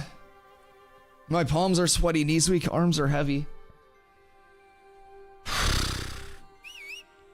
Everything you hate about me. It's literally you in the mirror. Chuckle fuck is crazy. It's so good. Oh my God. How are you enjoying the new TTK? Seems really good. New TTK is quite good. Rogue fights can be really fast. Cleric fights can be really slow, but balance is intended for like 8v8s, right? So there will be a lot more kind of like burst, a lot more everything shaping up as groups shape up, as we see arenas, as we see more numbers match. That's where I think you're really going to see a lot of the best PvP starting to come out. So I am excited for that. I'm a huge arena enjoyer, so I definitely don't even know if I will be like leaving arenas as soon as they come up. Yo, Nautilus on YouTube. Is there even difference in classes? Seems like both can heal, tank, and EBS. I mean, so these are like 1v1s, but there's absolutely a large difference in like how most of these classes will function. I'm such a bitch for that. That's so bad for me. I don't know why I am the way that I am. You're gonna have to catch me first.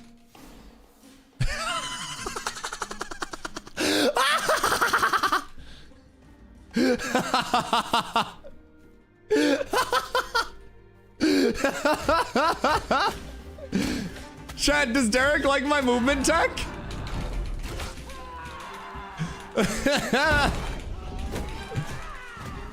All I want to do is pew, pew, pew, pew, and a boop, boop, boop, and kill your healer. No! Did he just cast while he was like fucking eating grass? Eat dirt. Please.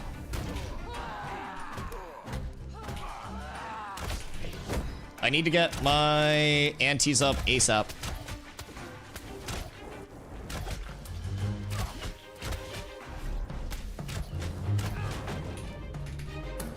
Bop, bop, bop, bop. Need to get more antes up. Don't let him heal off of that. That's the biggest thing. Just gotta refresh those bad boys. It's a war of atrophy, and the more healing he has to pop, the better for me.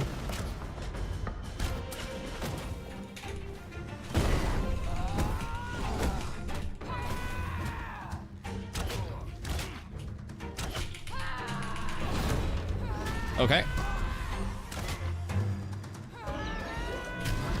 This could be good, chat. This could be the start of something new.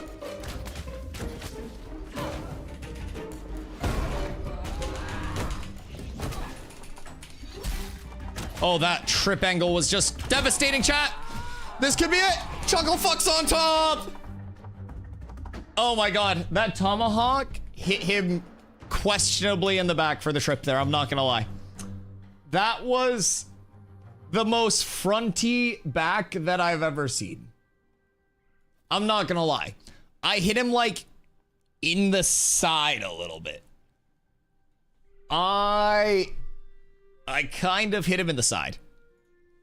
I think, honestly, Derek, I won't lie. If you review that last trip, I'm in the ballpark that that's an unethical trip on my part. Tomahawk's supposed to trip if you hit someone in the back, and I'm pretty sure I hit you in, like, the nipples, but I'll take it. A dub's a dub. A dub's a dub. Now I get shit on by a rogue another 6 times. Come on, balance, daddy, humble me. I hate you so fucking much. I hope that you fucking stub your toe, you dirty fucking piece of shit fucking rogue player. God fucking damn it, I can't fucking stand you. Dumb fucking stupid ass rogue player. I hate this. Why? Why is he everywhere I am, Professor? What do you mean, brother? All right. I'm diddied. R.I.P. mana. Oh. Oh. I missed. No. No, chat. No. Oh, he had another CC ready. I can't rotate. I'm fucking stuck forever. I can't play the game. Oh, please, please, please. Oh, fuck you, rogue. 2 for 2. We're retiring, baby. We're retiring. We're retiring. That's it. We're calling it. We're calling it. We're up tremendous. Oh god. Hat trick? Yeah, someone get Merc over here on the level 22 fighter. Hold on 1 sec. Okay. Okay. Can we get Derek again? Was it truly a fluke? Your duels went so long, my food buff fell off is fucking disgusting. I hate that. All right, ready when you are, Poppy.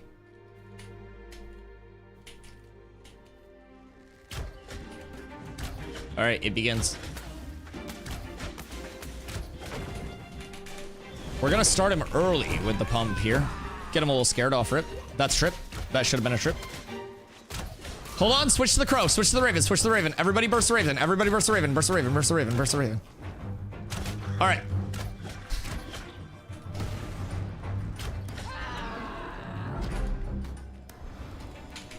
Boop. Boop. Boop. Boop. Boop. Boop. Boop. Boop. Boop. Boop. Bro, I swear to God, any DPS that gets hit with that just dies instantly.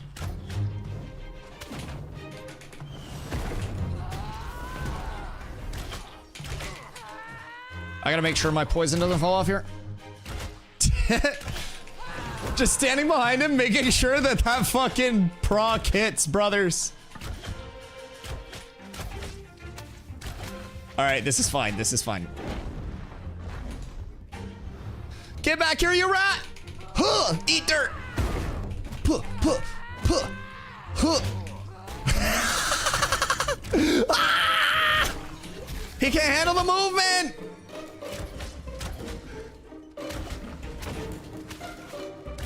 Hey, you look a little hungry. Eat dirt! Kobe!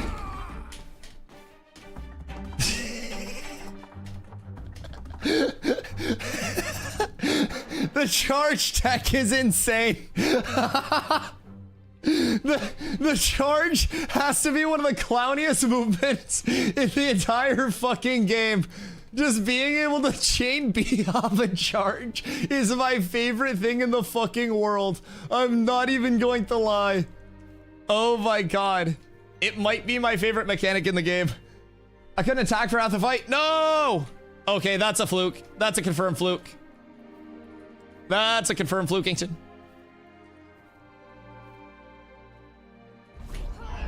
Where are you, bitch?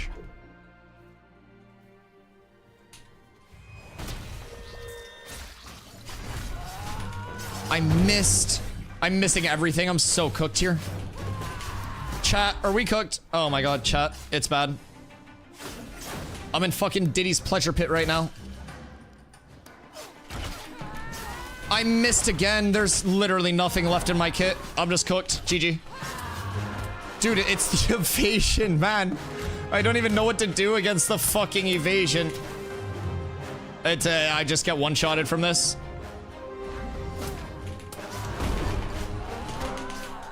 There's another CC. I'm just on the ground forever. Nope. What do you do? What do you do?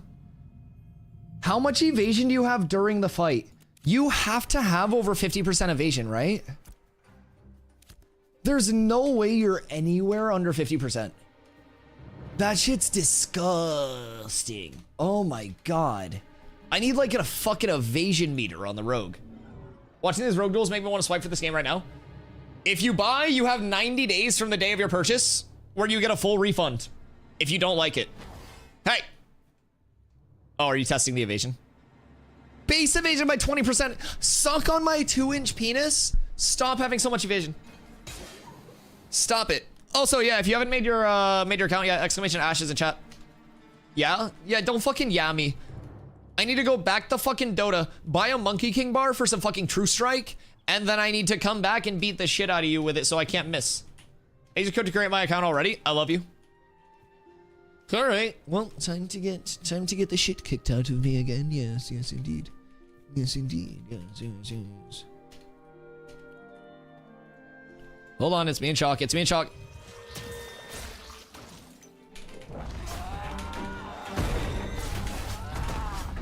This is where it goes south. I can't turn, I can't do anything.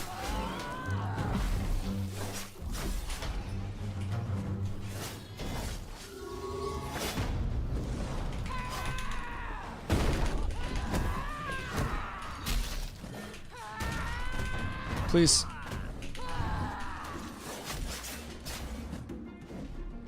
I shouldn't have tripped that. Or not tripped that, but reflected that. This is bad. Sorry, Derek. You're in the way. I have no mana. It's GG here. I have nothing. I'm just, dude, I'm full comboed. What the fuck do you even mean? What the fuck do you even mean? I'm just sitting there on the ground getting fucking shing-shinged for 6 seconds with nothing I can do about it because I'm out of mana because the mana burn drains me in 2 hits. I don't know what to do.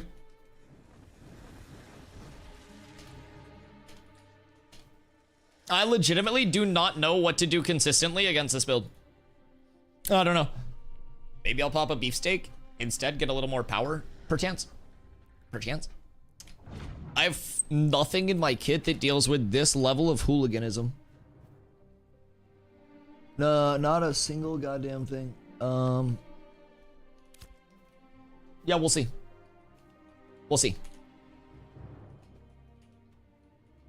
I can't even like, I can see his nameplate, but I can't tab him. It's so unfortunate. And just diddy dart me already. Come on. You know you're going to do it. Just fucking diddy dart me. You just walk a certain amount away and then you have a 12-second incapacity for free. Oh, you finally missed one? Holy shit, there's a fucking god.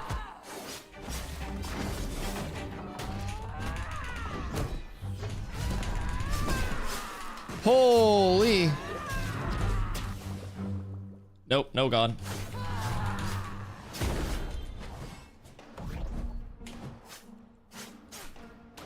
Wait, what the fuck?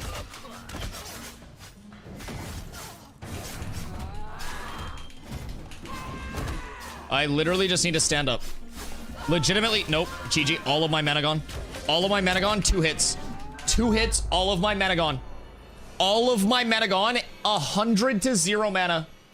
Yo, Shanti, thank you for the follow, I appreciate you. Nah, that's actually not okay. Mana burn needs to get nerfed tomorrow. This is too strong. That is too much mana burn. If all of us are in agreement that that shit is much too much mana burn, that shit's too much mana burn, dog. 2 fucking hits with daggers. Mana gone. What the fuck is the scaling in that? Fix your gear? Yes, I must. RIP my money. Good fucking god. I hate mana burn. I feel like, honestly though, I feel like without it, the rogue is not the greatest. And I feel like with it in its current iteration, the rogue is too goddamn brain dead.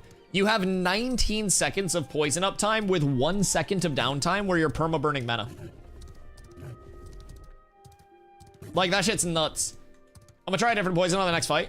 Just to test. Oh, like, maybe you burst me through it, but in terms of, like, fight-wise, the entire fight changes the second I just can't use any of my abilities. As soon as you drain my mana in 3 hits, I can use ground pound and I can use slam. That's it. I have no mana restore as a class. We're not using pots, so I'm not mana potting. Like, there is legitimately nothing that you can do about losing your mana like that. It's fucking wacky. And like, I kind of want, like, I wish Iso could switch. Because I'm pretty sure you would also just nuke through a cleric's mana pool in a few seconds. Like a couple of hits. I don't really see a world where anything, like, sustains. If I have more bands, we should probably go to the desert soon. It's already 9. We should do some named rotations probably. Get some more people some gear. Wait, what? What are we waiting for?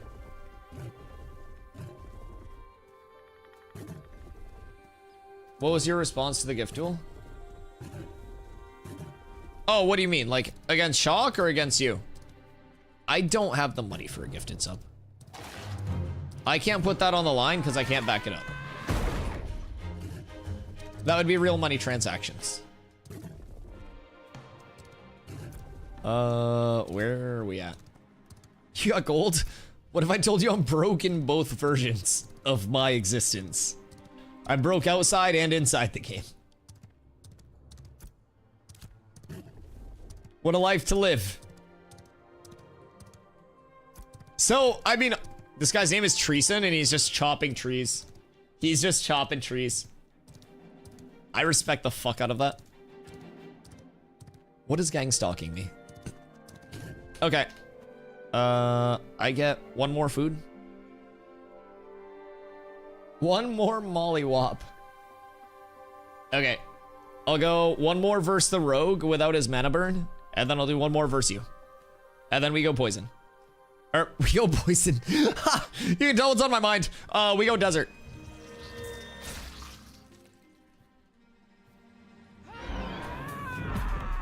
Ayo, Derek.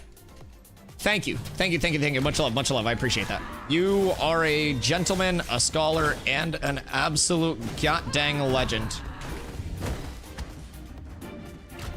I appreciate you, brother. Thank you, thank you, thank you.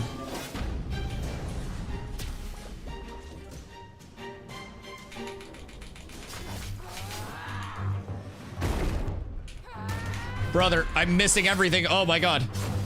The evasion.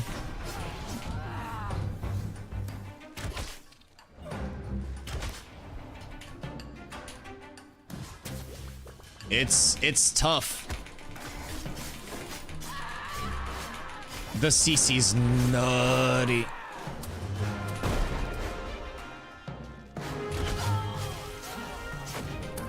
I misplayed so hard too. I fucking threw that. I played that like absolute dog shit. Let me get 1 more against Shock real quick. And I'm not going to burn my strongest fucking cooldown as an intro to the fight thinking he's gonna try to burst me because I'm so used to playing against this mana burn. I'm so used to being That was Withering Poison. I played that like shit. Run 1 more with that.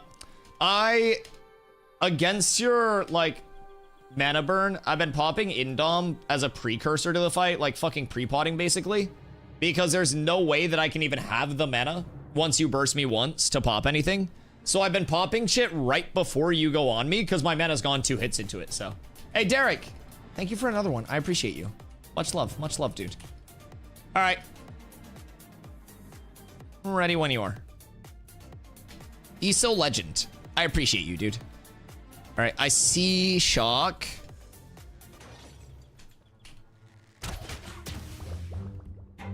We'll tank this first one. That's fine.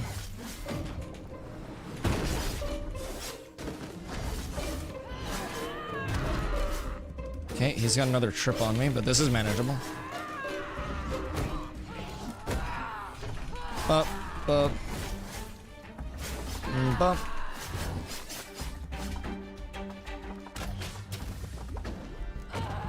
What the fuck just hit me for 1,000? Oh. That's cool. Appreciate you, dog. Much love, much love. Is the entire purple guild just a fan of me? Like that? That's crazy. All of purple is fans of DustyWhy. That's so wild. Huh. Brother watches my stream daily and wishes that he was me. OGBK. Good try, brother. Good try, brother. Much love. Much love. I hope you're doing well. I hope you and your group of 4 players are ready to do nothing on fresh start servers. Because nobody wants to play the game with you whatsoever. I hope you guys are ready for that. I hope you're doing well, brother. I hope you're having a blessed day. You and all 3 of your friends hanging out in a VC together and nobody else caring about your existence whatsoever. Thank you. Thank you. You're a legend, dude. You're a legend.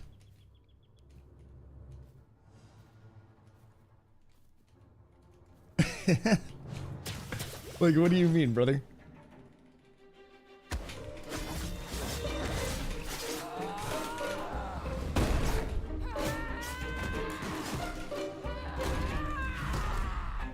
I'm gonna pull him out of this, perhaps.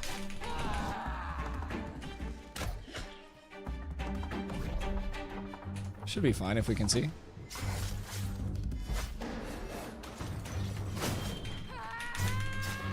The missing is crazy, man. What was that trip range? Hello. We love rogues. Melee range trip, by the way.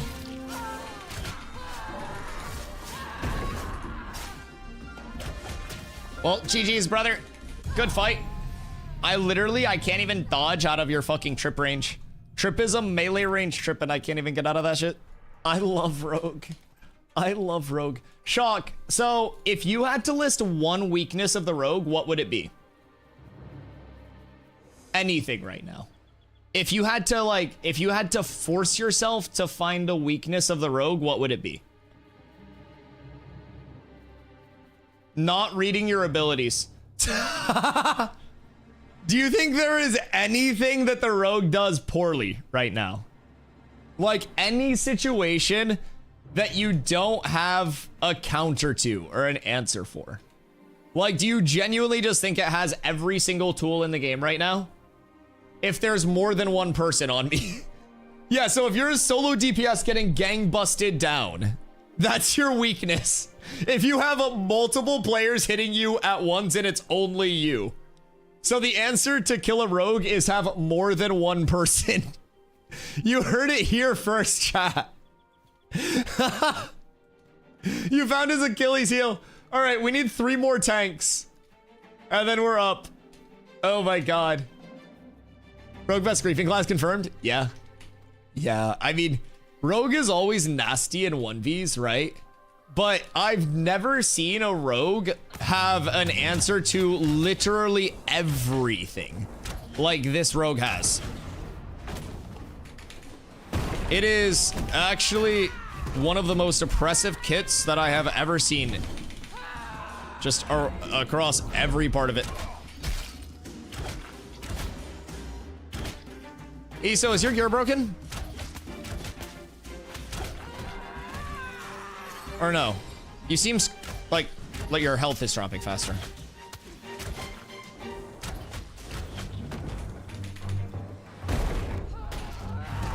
Eso, your gear's broken.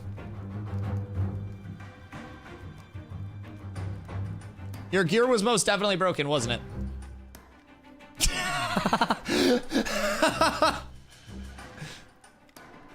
Okay, maybe go repair. Maybe just fuck you up pretty quick. Catch you install the hair frozen fuck. How many CC breaks do you have? Large scale PvP house rogue? Are you hitting people on the outskirt of the fight, or are you sending your entire dick into a clump of people? I think that's the biggest variance to rogue, personally. 1 CC break on rogue. Same stack. Eso! Another one. Much love. Repair your gear. Dude, I hit you like 3 times and your health started dropping, and I'm like, well, I know I popped a beefsteak there, but Jesus. A non-matching with a gifty? What is this? A non. Thank you. Eso. Thank you. Wait. Is there a duel? Holy cannoli. Anon, thank you so much. Thank you, thank you. Eso, thank you for the 3 as well. Much love, much love. All right, repair your sheet. All right, Shock, we run it back. We run it back. Eso with another one. Chat. Chat, W gifters right now. Huge W gifters. Much love, Eso. Much love, Anon. Thank you, guys. Thank you, thank you, thank you, thank you. I greatly appreciate that. Hey, Bucky sniping one as well. Now we just need somebody to nerf this goddamn piece of shit rogue class. Yep, that's fine. CC me forever, that's fine. That's fine, just DD me again. Nope, that's cool. Didn't want to play the game anyways. I just like framed out of that. Wait, Eso coming in with a 10. I don't know what the rogue kit lacks. I do not understand what the rogue kit lacks. I am so, like, I'm trying so hard to find a single thing that the rogue doesn't have in its kit, but it is so stacked. Eso, thank you for the 10 gifted subs. Chat, has there ever been a class as nuts as Ash's rogue for its entire kit? Eso with another 5, fishing for the hype train. Choo choo, boys. I don't know where the hype train is. The hype trains are shy. Where is the hype train? I don't know. Maybe it takes a couple primers. I think Mage has the best chance, since they can detect stealth at least. Oh yeah. Eso with another 5. Hello, brother. Thank you. Let me keep getting my ass kicked as a sacrifice for these gifties. I love my boy. I call him what I want to. I call him everything that I want to. You should hear the things that I call him off stream. You should hear. It gets, oh, sorry. It gets grimy. I don't know why I thought I could attack a rogue out of stealth. Maybe it's my fault for giving the rogue the ethical intro every time. I hear you. I can't do anything about it, but I hear you.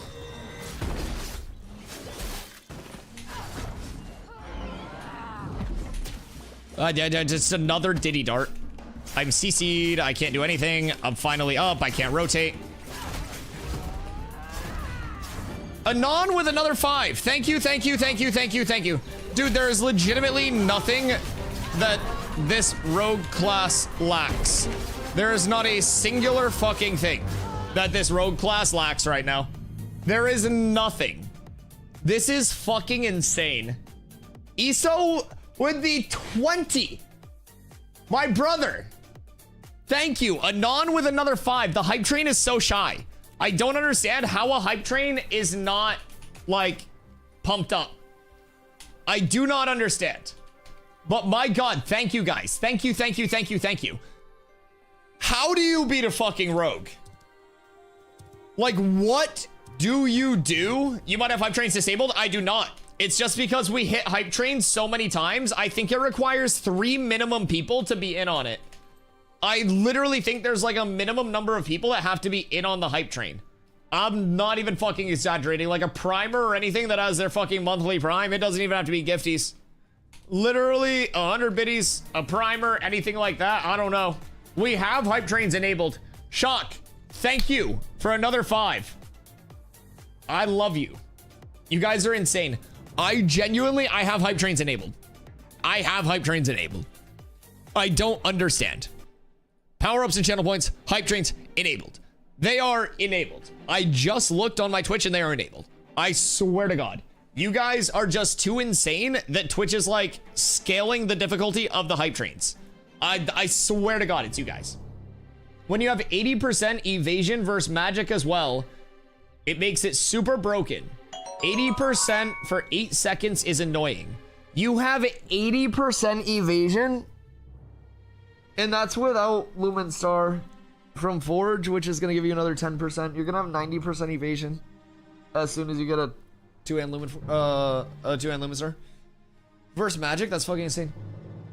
Derek, thank you. Thank you for the 300 biddies. Thank you for all the gifted subs. Dude, you're actually insane. Anon, thank you for coming in as well with another 6. You guys are ridiculous. I love you. I appreciate you. Shock with another 5. Genuinely nuts.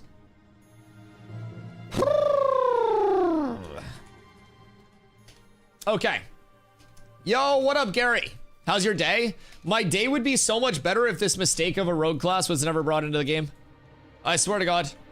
I swear to God. I've never just, like, I'm not really a fighter IRL, right? I play video games 10 hours a day. So, for me, it's like, gotcha, bitch. He has 80% evasion. I can't even, like, jump out of my, like, CCs and jump him with it. I'm dead here.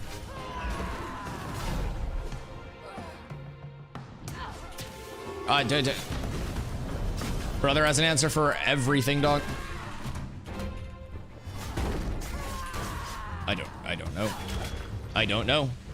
I don't know. Losing my mind.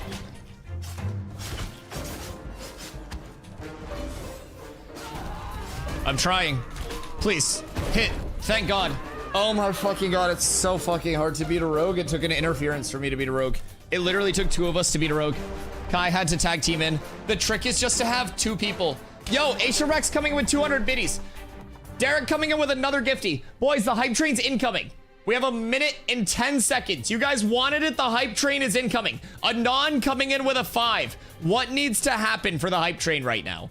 What needs to happen? The top cheerer gets a conductor badge and the top gifter gets a conductor badge. How are we missing this hype train? Boys, the hype train has arrived. Choo choo. So while we're on this topic, Savo has asked what the sub goal currently is. Wait, did you not die or did you? Oh, you died. Okay. So, Resonator, thank you for the 100 biddies as well. Much love. So, we have a level 8 hype train going for the next 4.5 minutes, chat. The all-time channel high is a level 20 hype train. Will all of my deaths translate to a level per death and we juice the hype train because I've died a fucking lot? But with that being said, if you guys have 100 biddies, if you have your prime, if you're not subbed and you want a T1, you can get exclusive emotes that are only earnable during the hype trains. Choo-choo! Derek with the 500 biddies as well. I appreciate you. Thank you, thank you, thank you, thank you. Boys, so for the sub goal that is above the camera, P3 is supposed to say May 1st. I just didn't change that shit. So essentially what we are looking at is chat being able to design my entire character aesthetic. I'm playing tank. I'm gonna probably name it unless one of you comes up with a banger. But you guys will be able to pick my character race, how my character looks, my titty slider, my tricep slider, my height slider, every single part of it. You guys will be able to design. I will be stuck with that. We'll do the same thing for the actual phase 3 server, which will be the longest concurrent server that there is. Anon, coming in with another 5. Boys, do me a favor. If you're out there, if you are currently subbed, if you've received a gifty from this incredibly generous hype train so far, please do me a favor. Click on your emotes. Select a Dusty W Booty emote and spam that shit one time for the one time. For the love of God, if everybody in chat does this, you guys can work together to call in a 6.9 Faptitude Girthquake on the Dictor scale that will summon a Punami that consumes all life as it washes across the screen. Now, this takes a community effort. You guys need to really make some waves with that thing. But through believing in the Dumpy, absolutely anything is possible, chat. Don't let Shockums do it alone. Deft getting in with a first-time chat to try to summon the Punami. Boys, it is entirely possible. You, as a chat, can work together. Derek, one more duel, and then we go to the desert. I want to not duel something that makes me want to, like, pinch my nipples. Because, my God, I hate Rogue. Poor Kai. Oh, no. Oh, no. Kai, run. Kai, run. There's no hope. Kai, the Diddy Dart. No, you can't get away. There is no stopping it. Boys, the Punami. All right. Iso. It's time. It's time. All right. Boys, the duel begins between two manly men. Two incredibly handsome manly men. I'm gonna yeet him. Just a little slow on that, but that's okay. It has begun. We just chat, you know the deal. I need to harass him with constant anti-heal. He cannot breathe. He cannot be allowed to think. I fucked up that. I hit the wrong thing. Boop, boop, boop, boop, boop, boop, boop. No, it was so close. We could have had it all, chat. Oh, God. Oh, the burst was almost there, chat. You can't swipe what you can't see. All right. Well, I've been condemned. This is fine. Everything's fine. How is he regenning mana? His entire kit's based around mana regen. Dusty, you gotta play around that, buddy. Tripped you.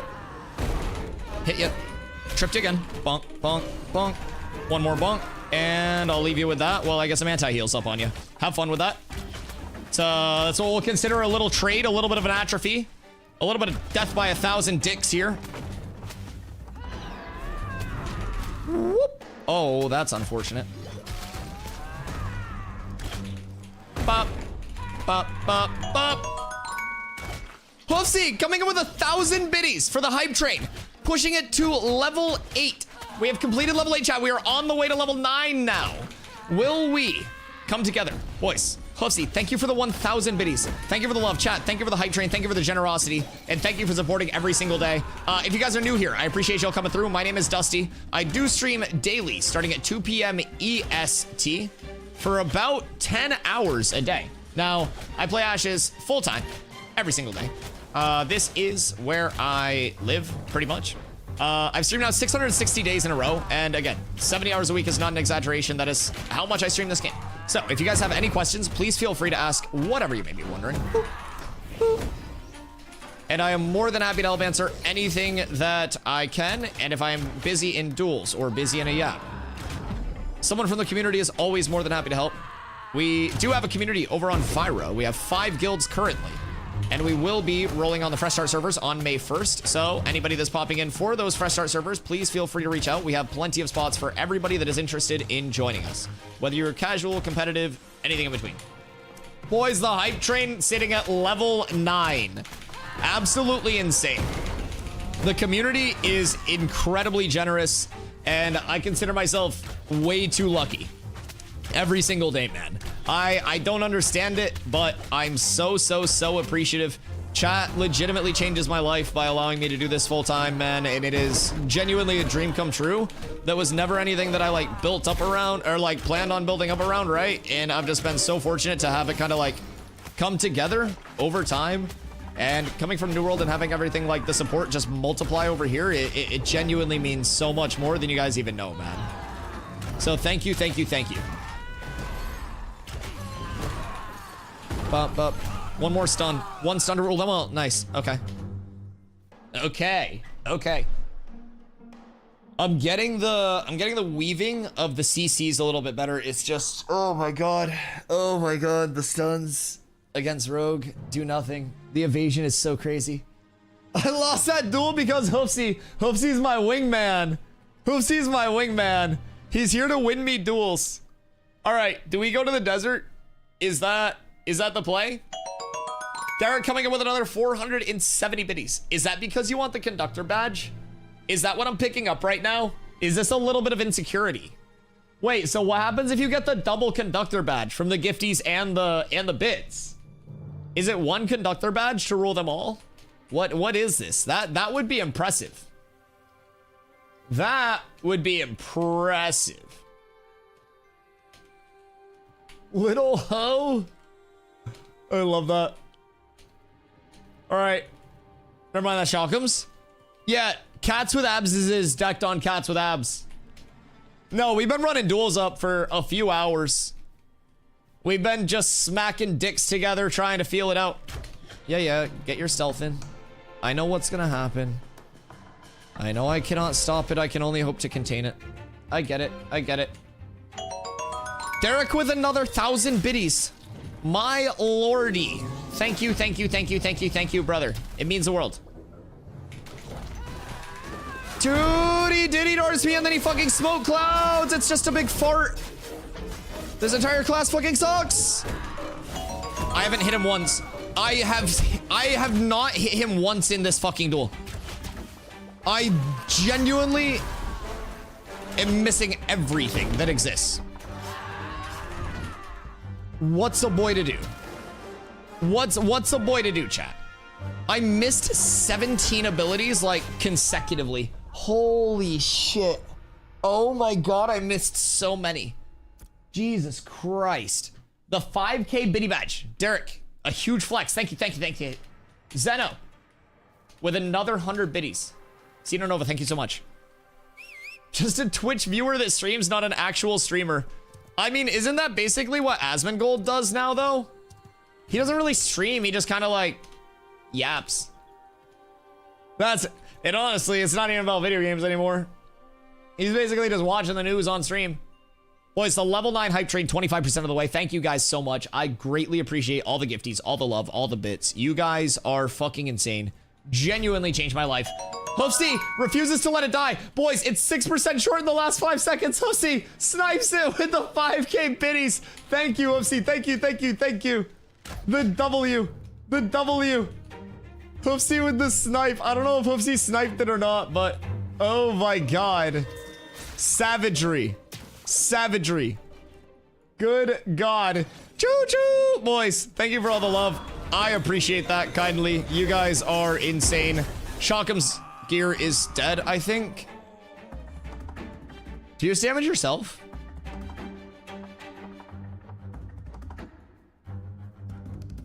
Shockham's, what just happened? Is your gear broken? Or did you just damage yourself?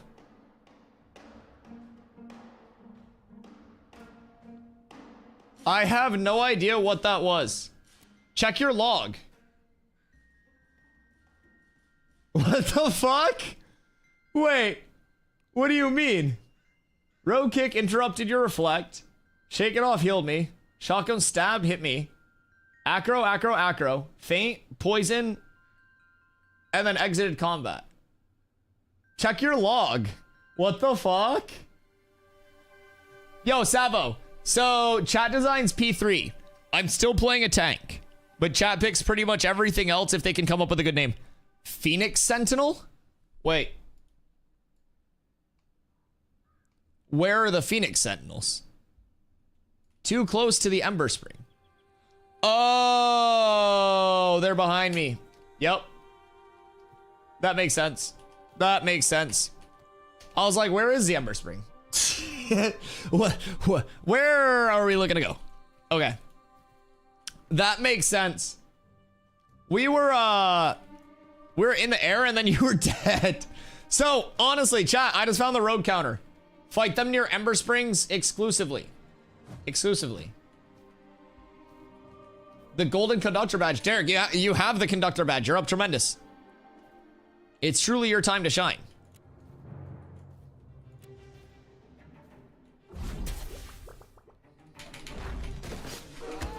I can't even do anything. There's just another CC always. You literally just can't play the game.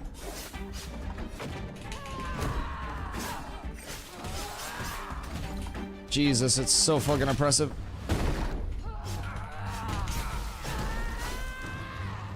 What? Is my game tweaking? What just happened there? I'm confused. I just ground pounded twice and it didn't go on cooldown there. I think something might have actually been weird there. I'm not even gonna lie. That's unfortunate. That was weird. I ground pounded once and the animation hit the ground. I wasn't stunned. and ground pound didn't go on cooldown. And then I had ground pound again. So maybe I got like either desynced or stunned out of my animation for ground pound? Maybe. Yeah, what up, Crackle? How many fire spells are there in Ashes? There is an entire mage that has a lot of fire spells. Desert up? Yeah, I'll go over. I'm down to go over. We'll do this one and then we'll go desert. This has been fun though. We've learned a lot. We've learned that mage makes me question my entire sanity. Or not mage, I'm so sorry, rogue. I don't even know what I'm angry about at this point.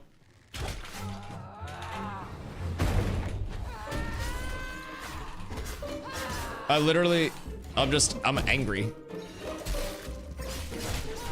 I feel incredibly laggy at the moment.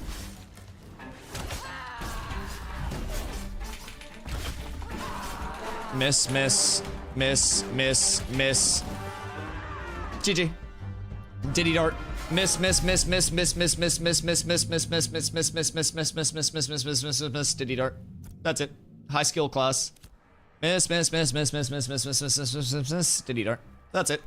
You just miss. What's your fizz evasion? Your fizz evasion has to be above 60, right? Like, where are you actually at with that? Like, dude, I don't see any reason to not just run 100 rogues and one-shot everyone, right? 41% and with my buffs. Correct. So I know you're at 41% base, which by the way is already fucking absurdly high. And then your buffs give you 20% base. So you're 61%. Oh, that's with buffs? And then you have, oh, you put mischance on people too. How much mischance do you put out? You have multiple mischance buffs too. Or debuffs. Because I genuinely, I don't know what to do against a rogue. There's no answer in 1v1s. Other than getting extremely lucky and defying the odds of like missing in getting a perfect RNG roll. I genuinely, I don't see a way to deal with rogues. The withering gives attack speed reduction. I mean, it's not even like, so this is the thing. Attack speed reduction doesn't even really matter against rogues because you don't have time to try to attack trade because the second you go into an attack chain against a rogue, you're already dead. That's, oh yeah, it'll kick in a sec. But yeah, the second you try to like attack trade a rogue, you're just, you've lost. You can't trade attacks successfully.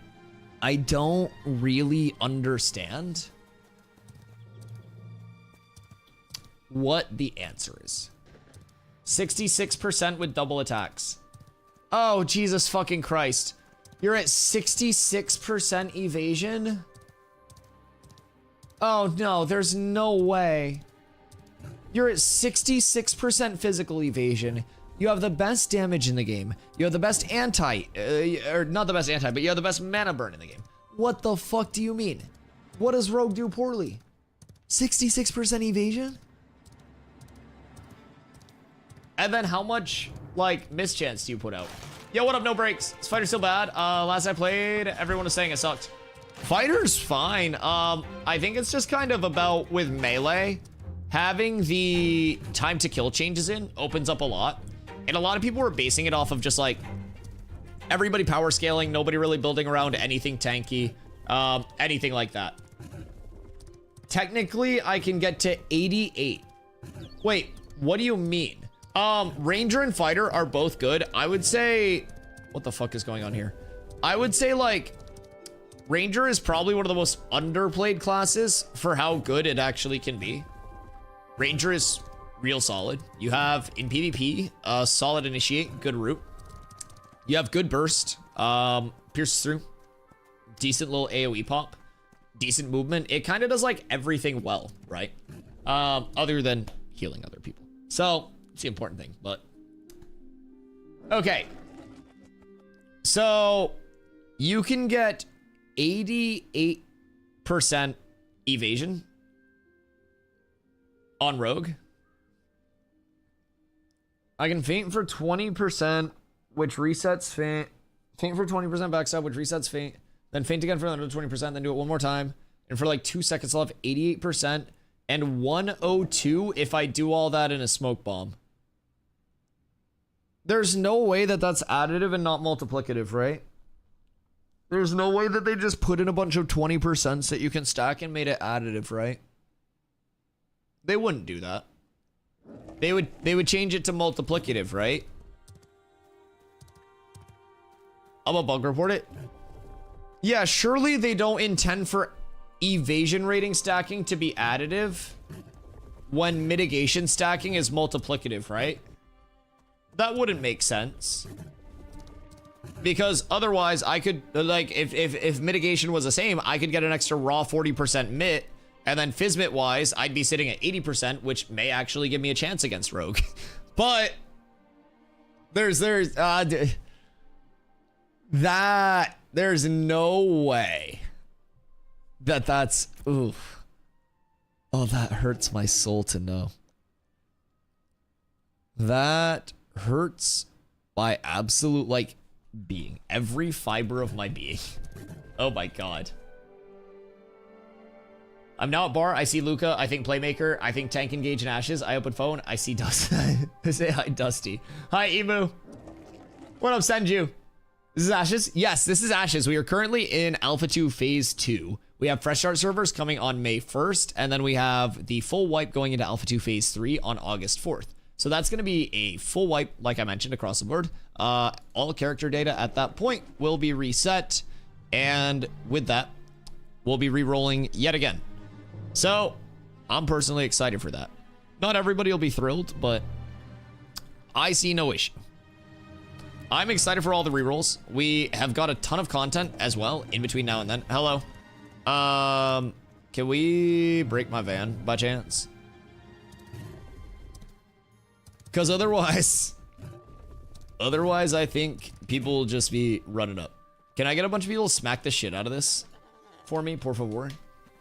But yeah, so estimated time to launch is probably going to be like 2.5 years in my opinion. Could be longer, but with either of the packs, if you do have access to it, you get access to the entire development process. Senju, thank you for the follow. Much love. So no matter if it goes 1 year, 2 years, 3 years, 4 years, whatever, you would have access the entire time.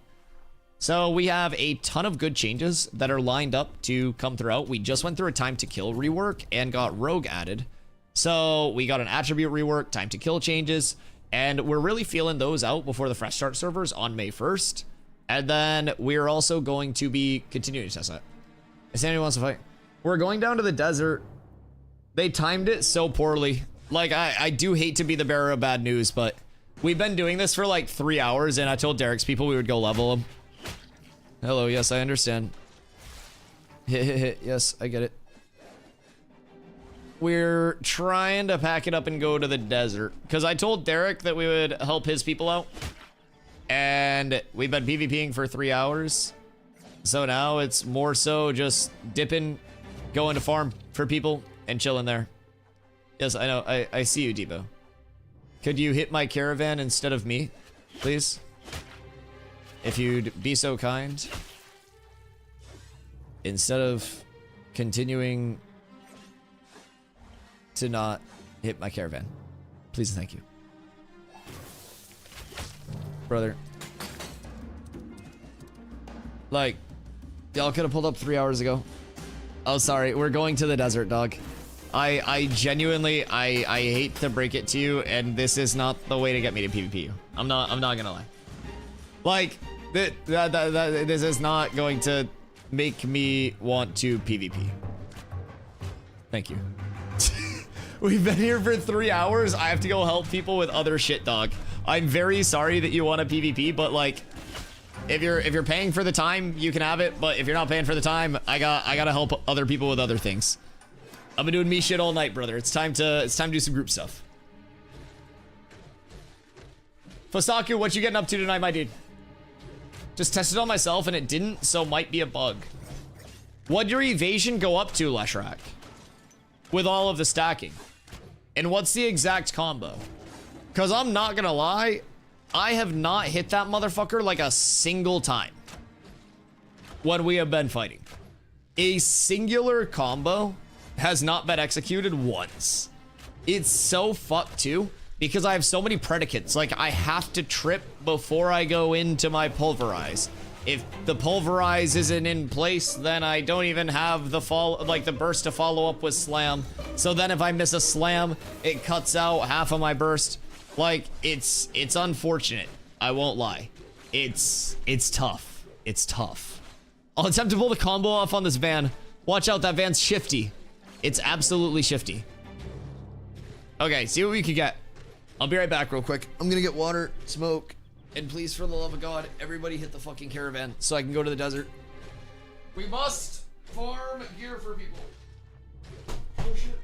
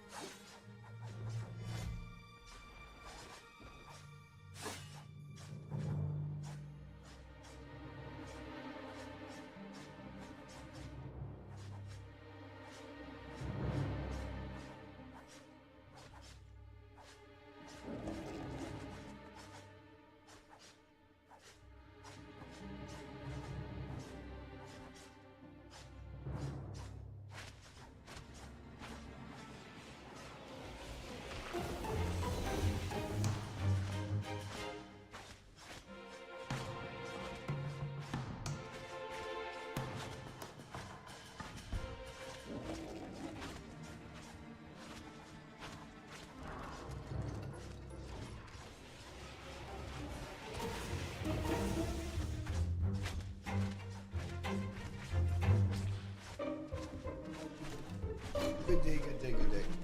Oh god. Can we...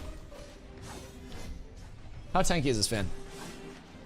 Can I just, like, unsummon the van? Or hit my own van by chance? Surely I can just, like... Wait. I need help recovering my caravan. And then... Yes. Oh, okay, huge. Bis, I solved the problem. We're up. I forgot that feature existed. Okay.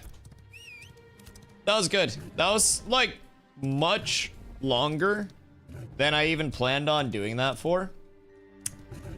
Because I wanted to try to find something in the rogue kit where I'm just like, I can play around this. I can beat it with this, right? Like, I can use this against it. You know what I didn't find? A weakness in the rogue kit that I can do anything against it with. Where's the cookhouse? Oh wait, I need to grab more food before I head out. I need my glizzies. Yeah, I don't know, man. Like, I don't understand what the answer is. 66% evasion still nutty. Yeah, I don't see a world where I can kill that, right? Like, at all? Unless I God RNG you. But that's what it feels like. It feels like I need the God RNG against you to be able to do anything. And if I don't get the God RNG, there's no shot that I can kill you. I don't know. Like, accuracy meta confirmed? I don't know. It's a rough time, though. Now, like you said, if you get jumped by 30 or so people, then you might actually die. But it seems like 1v1s. I don't know. Just imagine evasion tanking with tank rogue combo. Now you understand why I want to play tank rogue. I've said it since I goddamn got here. That's why I want to play tank rogue. Because, my god, it's strong. it's good. It is like, I'm hoping too. Indomitable Spirit, 2020, max health, healing received, 20 evasion, flat. If evasion is really additive and not multiplicative, that's gonna be wild. Yeah. Because keep in mind, he also doesn't have the two-handed sword from Forge that drops with about 10% evasion on it. So there's a great sword that he could get that would just give him another 10%. So providing that is scaling without diminishing returns on evasion, he could be sitting at a comfortable 77%. So plan for tomorrow, try and get a sword. Somebody in chat might have an extra one. It's just Lumen Star. The old Lumen Star, it got renamed again to like Sorrow's Edge. So I'm sure somebody has one. They're extremely common. 77% for 8 seconds. Yeah, that's fucking disgusting. And that's just like on your character. So like, with their defense and damage and CC, there needs to be some tuning coming up soon. Keep in mind, damage, evasion, CC, stealth, and self-heal, mana drain, movement, all S tier.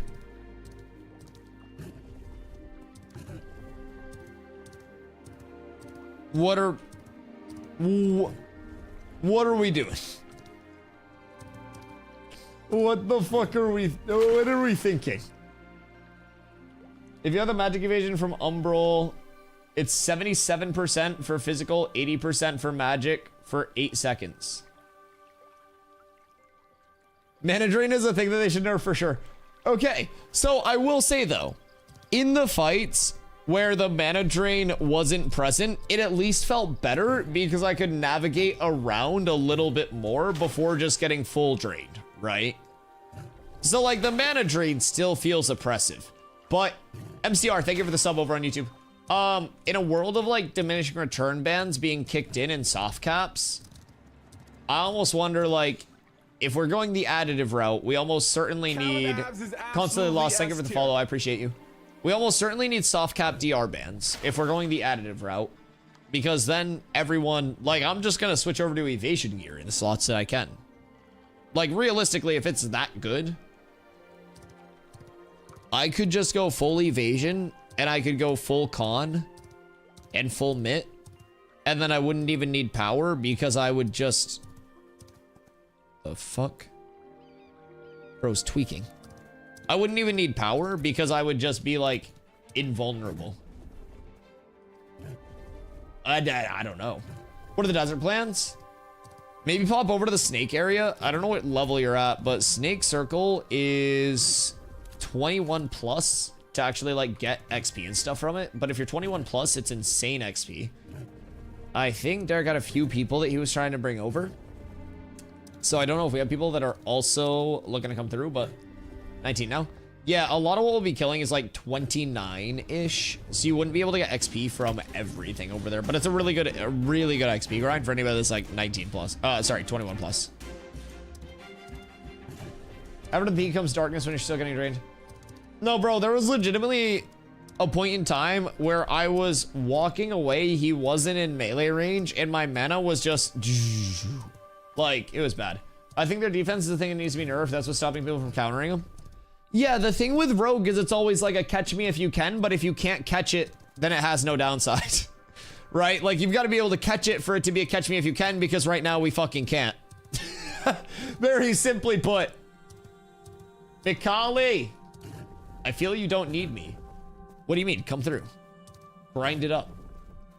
Yeah, a catch me if you can class needs to be able to like be caught in a reasonable manner. I've tried everything. I've tried charging away. I've tried getting the reflex in. I've tried the graps out of the smoke clouds. Like, I've tried everything. I've tried, it can re-stealth in combat if it gets in trouble. Oh my god, it's like, even when you think you've got it, you don't got it. Imagine this. I'm not a great PvPer, so this in the hands of a god rogue would be nutty as fuck. Oh yeah. Oh yeah, I mean, don't get me wrong, you're playing it very well. Like, there are plenty of people who would play it much worse than you. Like, you're doing very well. But, yeah, you're going crazy with it. Tank feels like the class that should hard counter rogue and you're worthless against them. Well, part of that is primarily because I'm mana dependent in most of my abilities, my sustain and everything. So in a War of Atrophy, like, I don't really have the sustain in that scenario if they do have mana drain, because the second my mana goes out, and keep in mind, it's not just a mana drain where it goes into the void, it's a mana transfer to the rogue. So they'll always have that level of sustain where they can just kind of like pop in, hit a combo after the Diddy Dart, pop out, and then they just, you know, they wait for Diddy Dart, they dart in again, they backstab guaranteed off a stealth, they pop back out until your mana's gone, and then once your mana's gone, they just go on you, and then they drop a smoke bomb, and then you're just cooked. Because you can't get away. I don't know. I don't know. Right now, best arena team, 1v1s for duels, rogue. 3v3s, rogue, rogue, rogue. 5v5s, rogue, rogue, rogue, rogue, rogue. I mean, it's kind of like the new Bard, I guess, but Bard still fucks. So maybe like rogues and bards. But if a rogue goes on a bard, what can the bard do? Maybe some CC and some escape. But I think rogue fucks bard's mana so fast. Because rogue is like designed to be anti-caster with a mana drain. That is a complete kit. Now, part of it is also probably that most classes are missing, well, every class is missing 50% of its kit, right? So part of the stuff that we're feeling is a lack of completion in the kits. But with that being said, what the fuck is the second half of the rogue skill tree going to give the rogue that it doesn't already have as an S tier ability? Like, what do you mean? It still has half of its skill tree coming. That kit is going to have multiple answers for everything. That class is going to be so ungodly equipped for legitimately every scenario. Like, what? Yeah, I don't know. I don't understand what they could add to rogue at this point that it doesn't already have.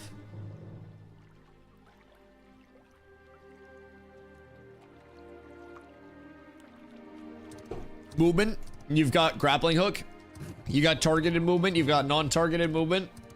Vanish, you've already got a vanish. All you do is throw a smoke cloud. Evasion rating, can't add any more because it's already hitting 100% at level 25.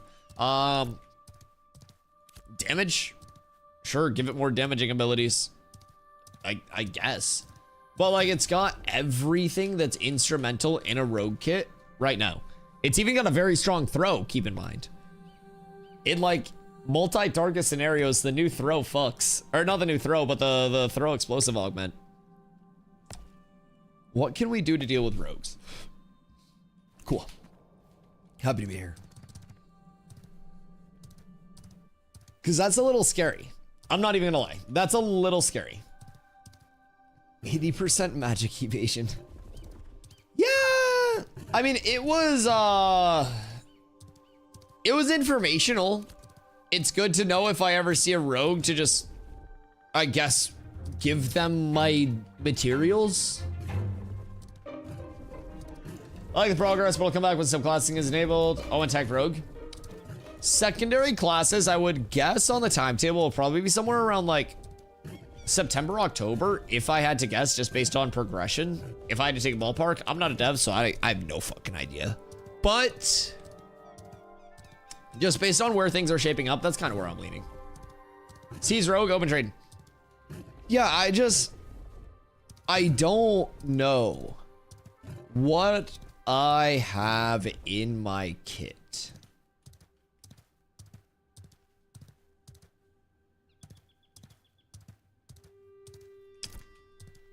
Like, I guess I could int him and just try to like, that's disable evasion. So that's not even gonna be like pure evasion cut. I don't know, dude. Surely I have an answer where it's just like, look at target, guaranteed hits on them for the next hour, right? The way you counter a rogue is to play a rogue.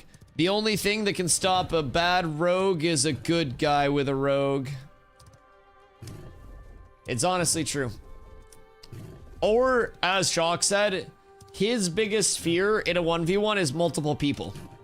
So, if I were to kind of like fucking hit some in like clone or some shit, then maybe, because one of my trips would hit if I had 4 of me, just statistically. But, my god. Rogue versus rogue is never ending because none of them want to get out of stealth. Low-key, that's true. And you also can't really go stealth fishing for people. So, like, if I could go around and get the rogue out of stealth in any reasonable way, shape, or form, it would change the entire dynamic. Because the stealth initiate is just like, you bend over, you take this diddy dart, and then you let me stand behind you and put it in you from behind. They're daggers. It's a backstab. So, you guys are the fucked up ones. But basically, there's nothing that you can do about that because you would have to fish and you would have to hit for 5% of their max health. Even after the nerf. It was initially 10%, by the way. 5% of max health on somebody that can't be seen when resource cost is very important and you can't just like send out fucking random arrows. I can't switch to my bow and just turn into a fucking auto-attacking turret in a general direction. I have to have a target. So it's like, I don't have an answer where I can break their stealth. Most stealths, especially something that you can re-stealth with, that's a stealth break on damage taken. So, I could fish with Intim Aura. I could pop Intim, and I could run around, and I could wait for that to proc.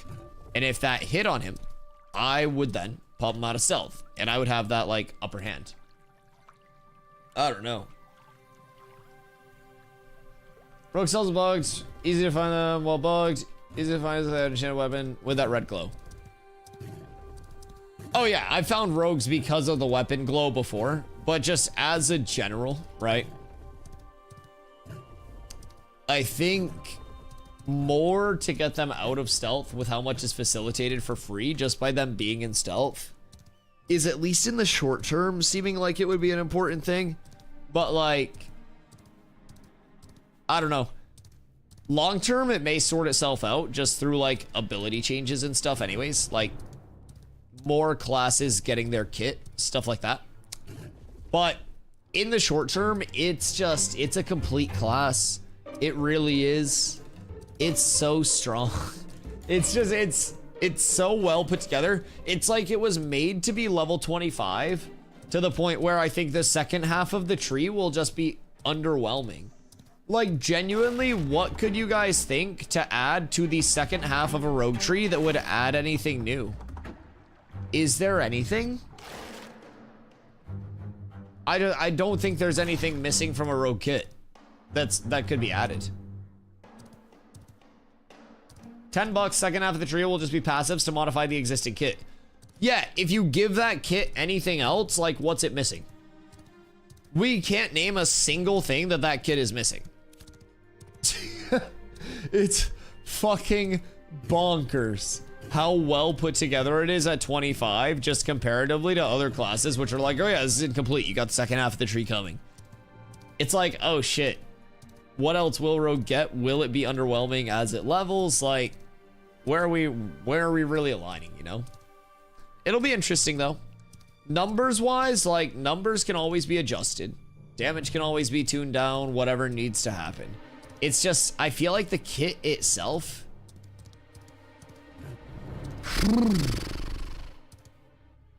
it's like, it's S+ tier right now. It's S+ tier. What would be a nutty class to pair with attributes with the current kit? So, currently, with the current kit, just go fucking rogue. I'm not even gonna lie. I don't think you need anything else. Can rogue steal from players in this game? There's not like a pickpocket function, no. Rogue steal my sanity though.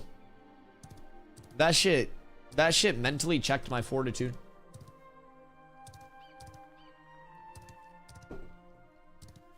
Predator style to keep range and melee assassin. Is Rogue Ranger is Rogue Ranger actually called Predator? There's no way the class is called, no, it's called Predator and you just go around diddy darting people? No. No, Intrepid. Say it ain't so.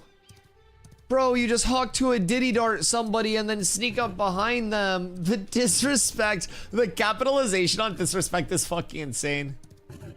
All I hope is I can be an evil cleric. Tired of having to RP a good person to heal.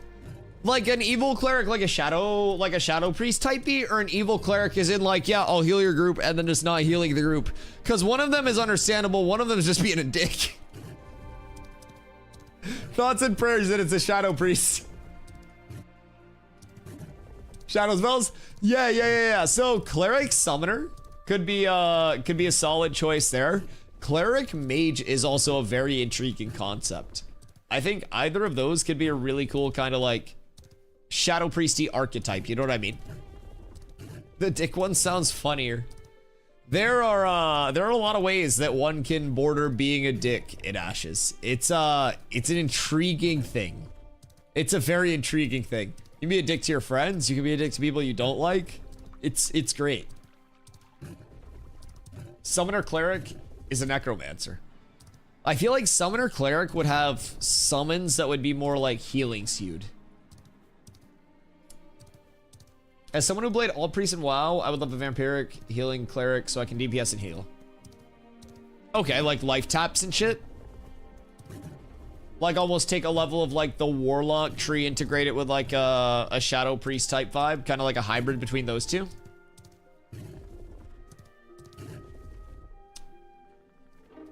Shadow disciple cleric rogue. That could be nuts for PvP. I don't know. I mean, like rogue will, ooh, Braidwood. Rogue will get tuned.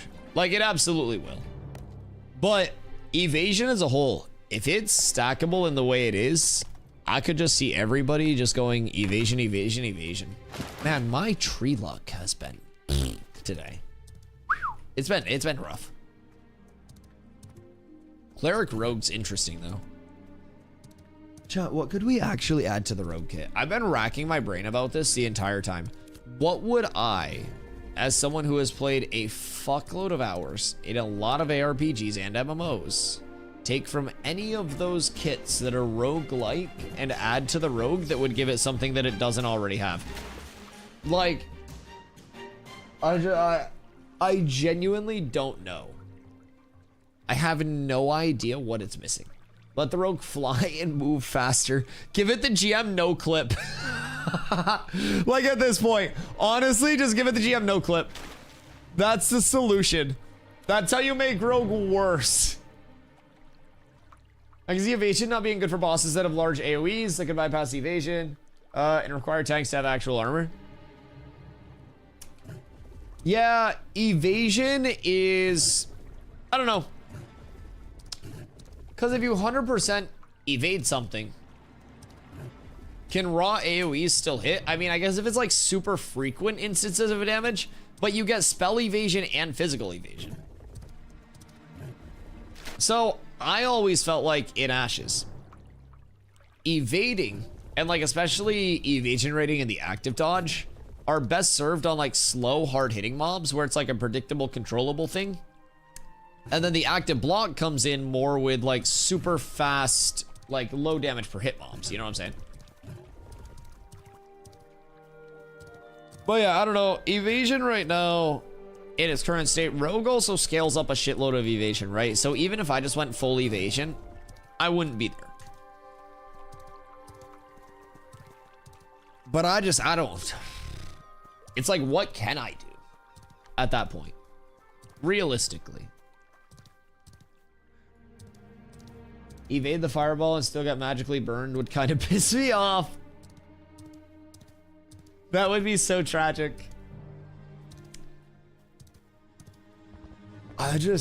I genuinely, I unironically don't think there's stuff they can add to the rogue kit to add value to it. They may genuinely have to take things away from the rogue tree and sub it in with other things to have some value added in 25 to 50. Otherwise, the class is going to feel complete at 25 and will gain nothing 25 to 50 except like small accents. Oh no. Oh no. Oh. What's going on here? Huh. Anything else have stealth detect other than mages? Because that'd be a large thing to potentially throw in, but...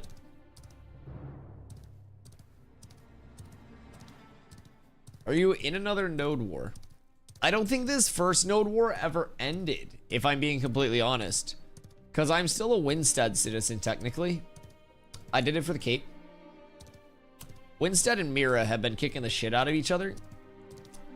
So I'm still kind of like caught in the crossfire. So I'm just kind of, vibing, living my life, living in Vida Loca, so to say. So I'm doing what I can to get through it. Rogue Bard will be sliding around even more. Oh my god. Rogue Bard. Holy shit.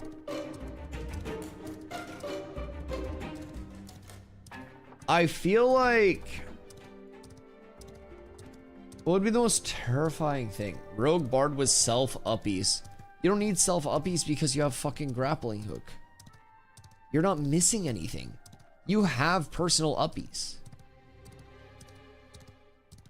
Like, I'm disgusted at how good the rogue kit is. I want it.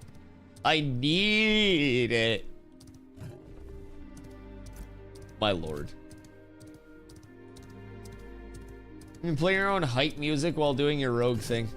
They're gonna have to make secondaries like detract from the rogue itself.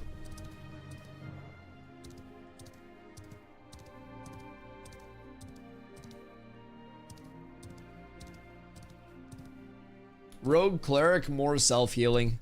I'm gonna fucking throw up. Any attacks that do go through will be instantly healed.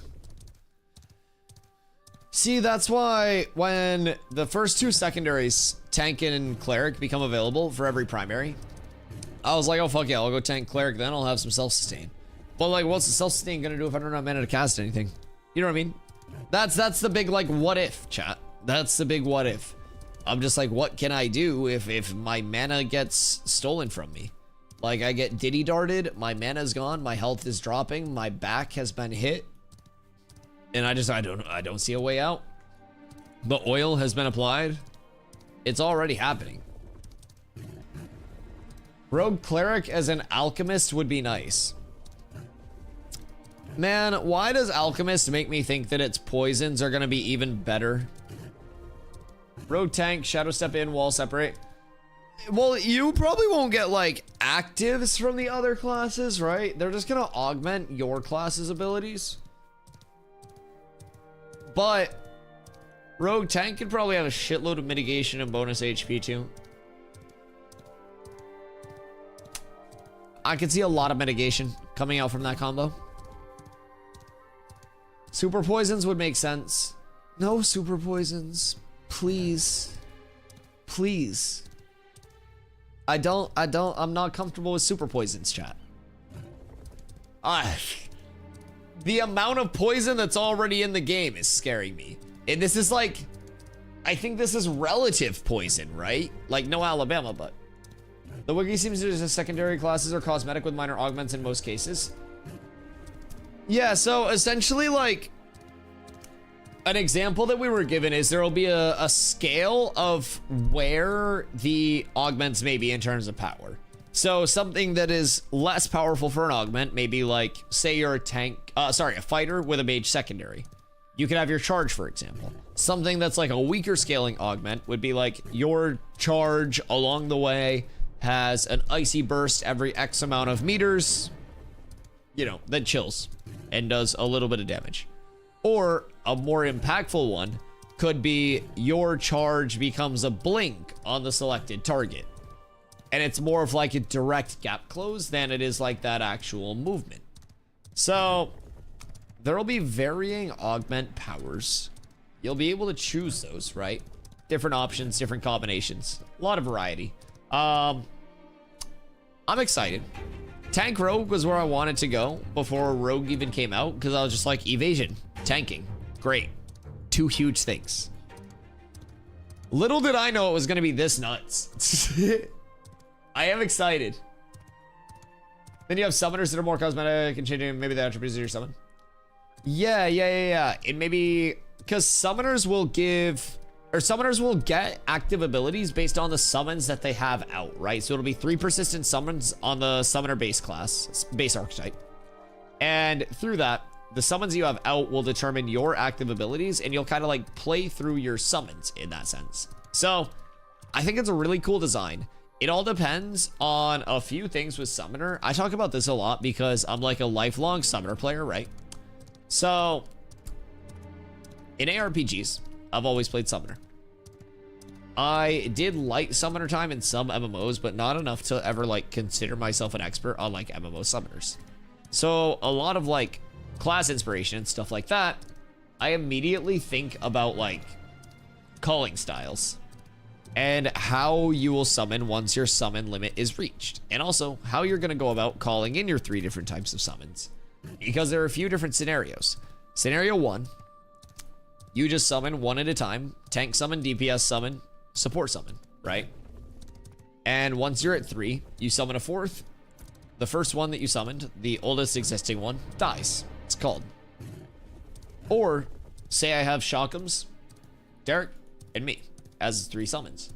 I basically select one, call it, and then I can summon a 3rd. If I try to summon a 3rd without calling one, then I can't because it's at cap. So it'll just be like unable to summon. That's also a scenario. Then another scenario that's a little less traditionally used in summons, but takes some more elements from Dota 2ski, with the element of like 3 things combining to give you active abilities. I think of Invoker in Dota 2. So with an Invoker style summoner, you would be able to kind of like queue up the 3 types of summons that you would want to call in. So I would have like tank, DPS, healer. Call summons. All 3 of them rise at the same time. Last wave of summons, if the one's active, dies. The abilities on my bar would then be given to me based on the combo that I pulled out. Then, say that combo, I rotate through those abilities, I want to cycle again. I queue up another one on cooldown, rise, like raise minions. And then you get more abilities based on that other combo. So you gotta like rotate through combos situationally, adapt to a bunch of different scenarios. And if you want to go really high APM, you can kind of like dump a combo, have another like queue set up, call that queue, get more abilities, dump another combo. So those are like the 3 main types that I could see them going with the 3 persistent summons. It's really intriguing to see what's going to shape up with that. Summoners can be so good if they're very active, and I've played a lot of summoners that are both active and more passive. And genuinely in a game like this, if you have an active summoner style where people can get high APM, they can get customized with it. Just off of the summoner minnows in game, what do you think of the wolf and raven summons? Because I assume that'll be the only summons in game when they release an alpha. I don't know. I mean, there are a lot of different like placeholder type things that could be used for summons. Because I feel like a summon is just the actual like AI behavior with a different skin on it, right? I feel like it would just be a matter of taking the behavior that's applied to the wolf, the raven, or whatever it may be, and then putting it on something with a different skin. So you could put it on like a DustyWhy summon, but not sure if Iso is coming here. He made you group lead. Oh shit, did he not have anyone that want to come out? How many people are on?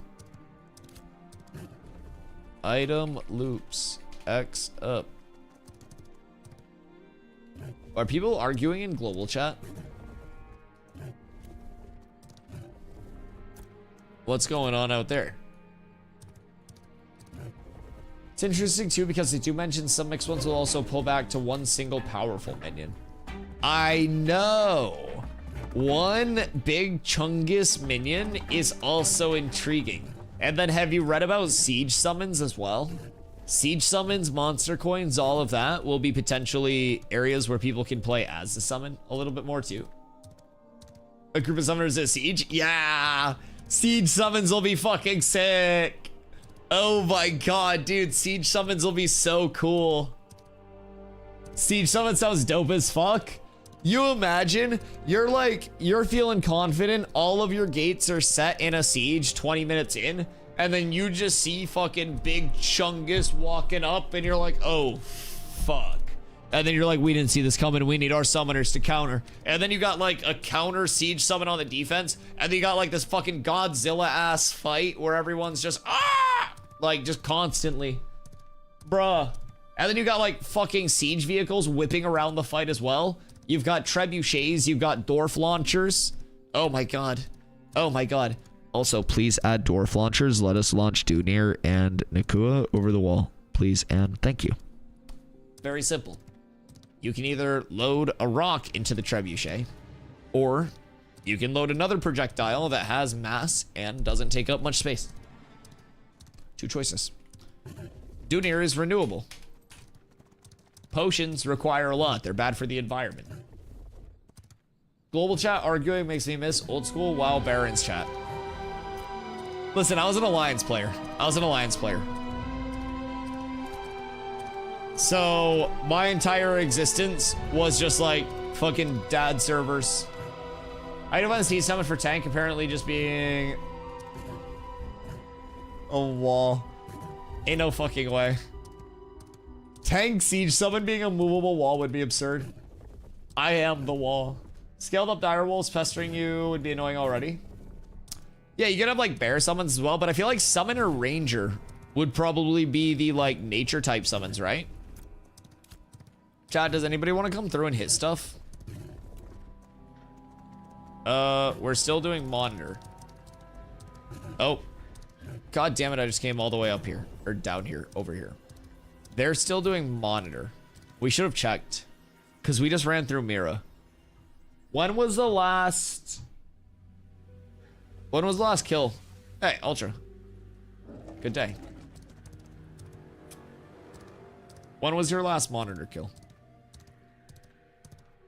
One summon, but get to change the stance to DPS healer or tank. Also have limited time summons. You summon at your target, and they do their thing. What's that, Jen? Like in a WoW AV, when they would summon the golems, summoners combine forces to summon a... Yeah. Although, AV was Drekker Keck, I'm not gonna lie. AV was entirely Drekker Keck. Oh, options for summons? True. Alliance? So I started gaming when I was 4 years old with Diablo 2, right? And I had two older brothers. So I was just like playing what they were playing. So I was brought up in the gaming world. And basically when WoW launched, I hopped in just to play with them. Now, Shiku, thank you for the follow, much love. So I hopped in on WoW launch so I could game with them. And they went where their dad went. So every Alliance server was basically just a dad server. It was kind of a rough experience. But essentially what happened was I fell in love with playing Paladin. So through Classic, well, Vanilla, I was healing. TBC hit, and I learned about tanking. And I switched over to Protection. And I fell in love with pulling and pulling fast. Very fast. I like pulling big clumps. I like large pulls that I should die in. Even in PvP. That's my entire thing. I like sending it into large initiates, facilitating a bunch of kills where I either die or I don't, but we win the fight because of it. We're doing Ashes Addict, so I thought I would tune in. I am a hopeless Ashes fiend, yes. Absolutely. Absolutely. I am a goddamn out of control fiend. I stream like 10 hours a day. Now, our 24/7 servers were pushed back to August, but every single day that the game is up, I'm here 10 hours constantly. I don't leave. I love Ashes. I am very optimistic about the future. I recognize a lot of things that they can improve on, right? And that could be better. But I come from New World. I played 7,000 hours of New World over the course of 3 years before I came here. And so everything for me is like sunshine and genuine fucking rainbows. It's so nice over here. Like, the angriest I get at this game is when I'm dueling my friends and they steal all of my mana and 3-shot me. Okay, maybe we go up and help them with monitor if people just aren't going to be down here right now. Because we can always pop over there and do that. Might be beneficial. And then we can pick them up for loops. Been ignoring since we're PvP. Yo, Shock, GG's, dude, good runs. I mean, you're definitely figuring it out. But yeah, so the dedication over here, like, you guys maybe just stick there. Okay, are you guys gonna come down after next kill? Name rotation and then return. Yeah, I mean, if they're coming down here, we've been here 2 hours waiting for the spawn. Is the spawn bugged? That doesn't sound right on like a 45-minute to 1 hour spawn. Sounds borked. Yeah, if you guys want to come down, let me know. And then we can just loop it up down here for a little bit. But yeah, so in terms of like dedication, right? I just love streaming. Like, I consider myself extremely lucky to stream full time, considering I'm not like a 10,000 viewer streamer or anything like that. I'm quite a small streamer, and not a lot of people my size are able to stream full time. So I just enjoy it as much as I can and spend as much time as I possibly can streaming every single day, right? So I limit myself to like 10-hour streams, but I really do just consider myself extremely lucky to do what I do. And with Ashes, I've just happened to find a game that I enjoy a lot. And it's still in its playtesting phases, and I've already got over 700 hours since December. So I think that is one of the most encouraging things for me, is that I continuously have fun day in and day out, even with it being an incomplete gameplay loop, with it not being fully polished, with it being level 25 instead of a level 50 cap on launch, 8 owned nodes right now instead of 85. Like, I think it only continues to get better. Now, it's not perfect. We hit bugs every day. I hate rogues. Things happen. Things happen.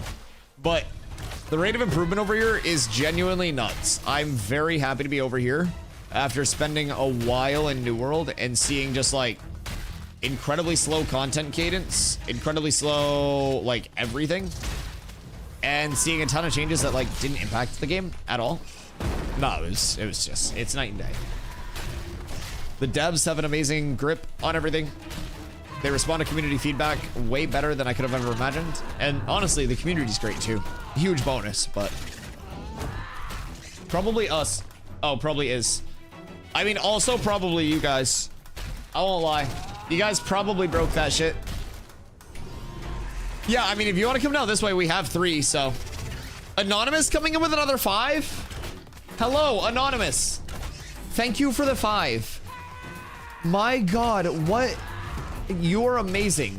Thank you. Thank you, thank you, thank you, thank you, thank you. I'm a sub. Hey, congrats, dude. Did you just catch one?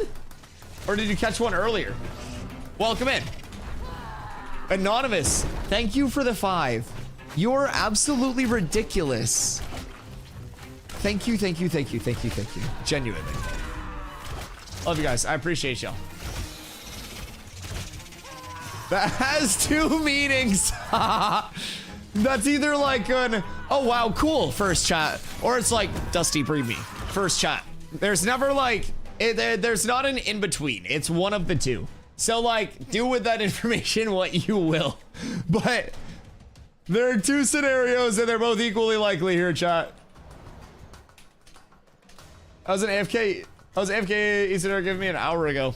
We love that. We love that. There have been some dueling gifties today. The community has been absolutely like insanely generous and supportive since I've come over here, and it's fucking astounding to me, man. I don't understand what I do to deserve it, but it blows my mind. It genuinely blows my mind. I'm so thankful. And his name is John C. TGFT. Heinous. Hi. Welcome in, friends. I hope you're all having a fantastic night over there. Well, hello, Toasty. Pock. Gunner. Thank you for the follow. Hey, Lloyd. You had all the friends over there. God damn. You brought over a banger of a party. What were you guys yapping about today? Raiders, welcome in. If you guys haven't been here before, I appreciate y'all being here. Sounds like you just finished up some fun times over with TGFT. My name's Dusty. I do stream every single day, starting at 2 p.m. EST. I'm a full-time Ashes content creator. I do stream right around 8 to 10 hours a day. So today, we did a ton of PvPing. We got a caravan out and spent multiple hours kicking the shit out of each other. I hate Rogue. Rogue is a broken dog shit class that needs to be dismantled and actually put through a paper shredder. I hate it, I hate it, I hate it, and it's only gonna get worse. Thank you for coming to my TED Talk. Yo, what up, Chaffee? Right where I left 2 days ago. Are you still trying to level this node? So we're just basically grouping up right now to do some named mob rotations. The node leveling is a little bit of a bonus, but it'd be cool if it leveled, but just mathematically, it's not gonna happen before the new server happens on May 1st. But yeah, so we use this as a good XP grind, good glint grind, and then there are also a lot of name drops that come out of the desert too. So you've got Tamashi, thank you for the follow, I appreciate you. You've got the hardened chitin armor, which is a very nice fizz forearm. You've got the Ragebringer stone, which drops from the giant pocket dungeon out here. You've got the amulet of Zarin, which drops from the giant pocket dungeon. Boots of the Tardy are from Monitor, that's in Wreckage of Carfin. So there's a lot that's good out here. Anonymous coming in with another 5. Anonymous is ridiculous. I do not understand, but thank you so much. You are ridiculous. Heckin' yeah. Okay, so Lloyd said you guys were yapping about what the title is. So fresh starts on May 1st. Phase 3, wipe, August 4th. What are the thoughts overall? Good or bad on your guys' side of things? My take is good. Very simply put. I think net gain overall, where nobody loses anything.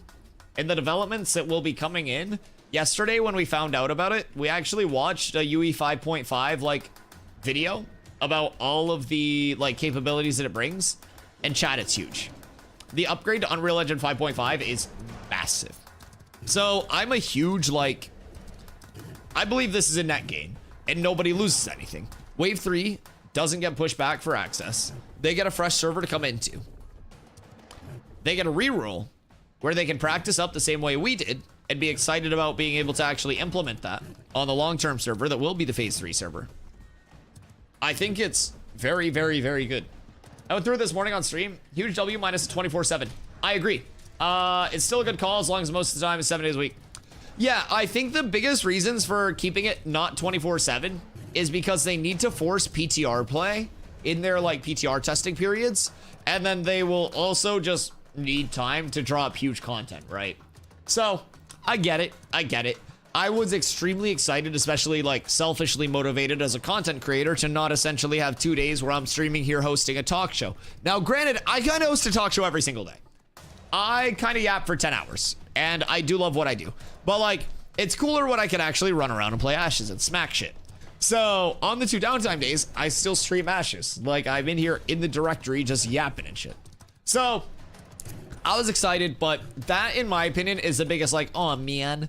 But it's perfectly okay. It's a few months extra of something that we've already been doing. So it is not the end of the world for me, and all of the good things that are coming because of that were brought up that weren't even supposed to be here, like the time to kill rework, which is an overall W. The gathering, refining, crafting changes, which are also a huge W. It just makes the actual Phase 3 launch in those servers much better when they do launch. I think long term, it's great. Tamashi, hello. I'm new to Ashes, gonna be starting on May 1st. Any tips for a new guy who doesn't really know much about progression? Absolutely. So, depending on what you're looking for, a couple resources in chat that can help you. Exclamation classes will give you a breakdown of which classes are available. Like, right now, we only have primary archetypes, and we are missing summoner. So you can choose between tank, fighter, rogue, ranger, mage, cleric, or bard for the 7. That'll break down, like, which class you'll be playing early on. And then, if you are interested in crafting, exclamation crafting is going to be a really good resource as well. You kind of have to specialize as a crafter in Ashes. So, there are 22 professions in total. All of them start out at novice, which is the base level. 5 novice can become apprentice at level 10. 4 apprentice can become journeyman at level 20. 3 journeyman become master at level 30. 2 master become grandmaster at level 40 to 50, which leaves you with 2 grandmaster, 1 master, 1 journeyman, 1 apprentice, and 17 novice. So everything about Ashes is based on like community input. Being a part of that large community Exclamation crafting. If you guys like that graphic, feel free to steal it. I stole it. But yeah, everything in Ashes. It is a true like social oriented, massive multiplayer game, right? So it's all built around that community input. It's all built around fulfilling your role within a community. We have 5 guilds here right now, and we're expecting a huge influx of players for the Fresh Start servers on May 1st with the Wave 3 access. So whether you're casual, whether you're leveling slower, whether you're just kind of figuring it out your first time and like chopping some trees and stuff like that, and then refining the trees and helping your guild, that all benefits. So in Ashes, it's very important to just kind of like find out what you want to do, the pace that you want to go at, and find a guild or a community that complements that pace. So we, again, have room for literally everyone, whether you are casual, competitive, anything in between. We started our community over here through phase 2, and we will be continuing to grow it as we expand. We're going to be playing for launch, of course, and past that. We're trying to be here long term and grow a lot as a community, help a lot of people get all of the content that they want, whether they're casual, competitive, anything in between. So if you have questions, happy to help with specifics. I would say progression wise, just be ready to compete for stuff. If you are leveling on launch, like on May 1st for the server start, everything's going to be contested. So don't be surprised if you go to an area and you're like, oh shit, this is chaotic. Everything is open world. So part of it is having like backups, right? You know what I mean? What's your favorite color? What color are your eyes? Because those are quite compelling to me, pair. I want to pop them out and wear them as my own.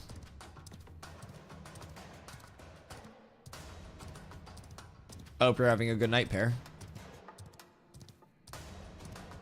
Yeah, so progression.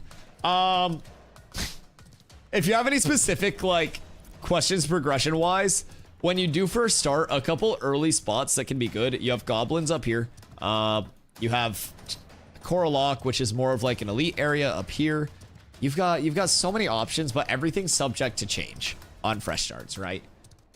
So I would definitely say the biggest thing is just figure out which class you want to play, like architecture wise, and hit the ground running with that. Really immerse yourself in figuring out what your class does. Cleric's going to be like that true healer. Bard is like a Swiss Army knife type support.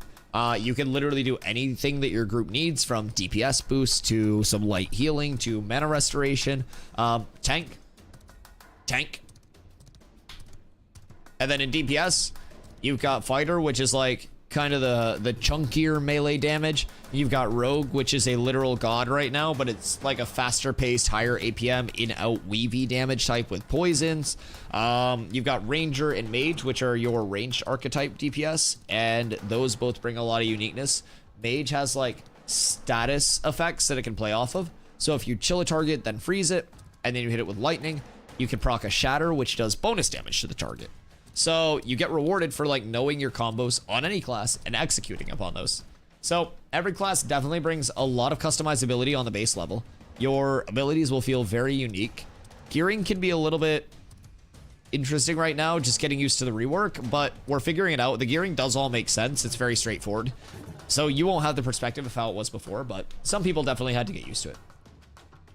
Bards need a damage buff. Bard needs a damage buff. Are we talking like PvE or PvP? Because Bard damage most definitely can go sicko mode still. PvP for sure. I have a clip I'd like to show you. This is a POV fighting against a Bard from a mage. Bard burst, if you get hit by it with res dumps, is just sword with tropic shit. It's just not We'll run that back one time. We'll run that back one time. So you can't make like iron the wand finisher, the res dump, it's shit. yeah, Bard's good.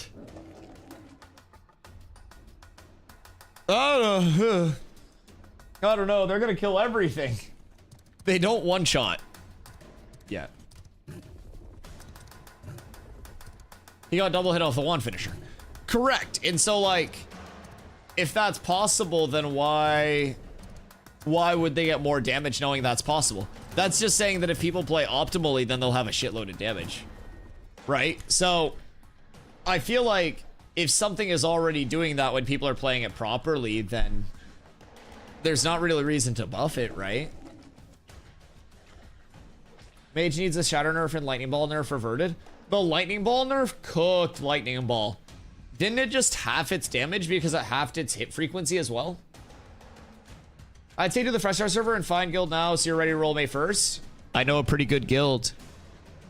It's not a game that's really playable without a guild in its current state. Absolutely. Yeah, that's a good point, Heinous. That's good comms. Mage needs an interrupt that also silences for like 5 to 10 seconds. I should, as a tank, be able to 2-foot running drop kick somebody in the chest.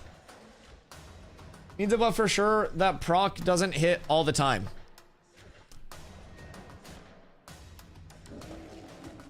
I don't know if you're trolling or not.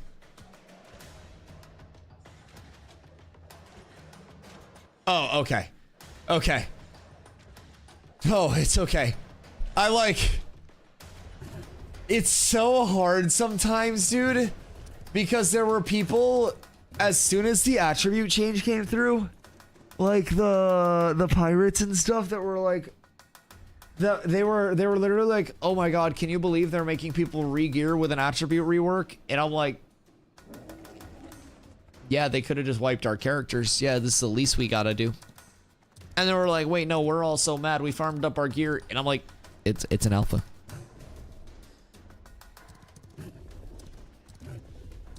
Like, brother, we have to have some conversations here. I always try to like give people the benefit of the doubt. And I'm like, I'm starting to catch on more because like I'm a golden retriever ass streamer. I take everything my chat says way too literally and like trust that they're like at face value, just like, oh, I don't know any better.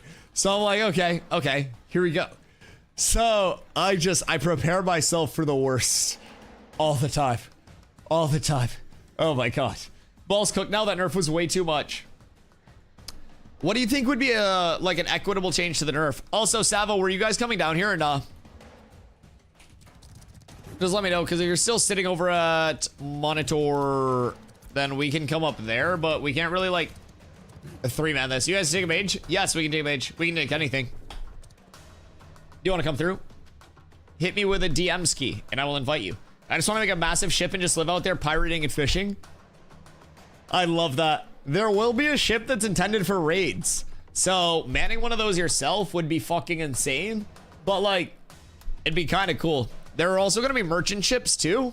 So with the merchant ships, those will have a larger storage capacity. You can transport more on them. So it's a lot. There's a fishing boat. Is there a specific fishing boat? Wait. Has that been confirmed?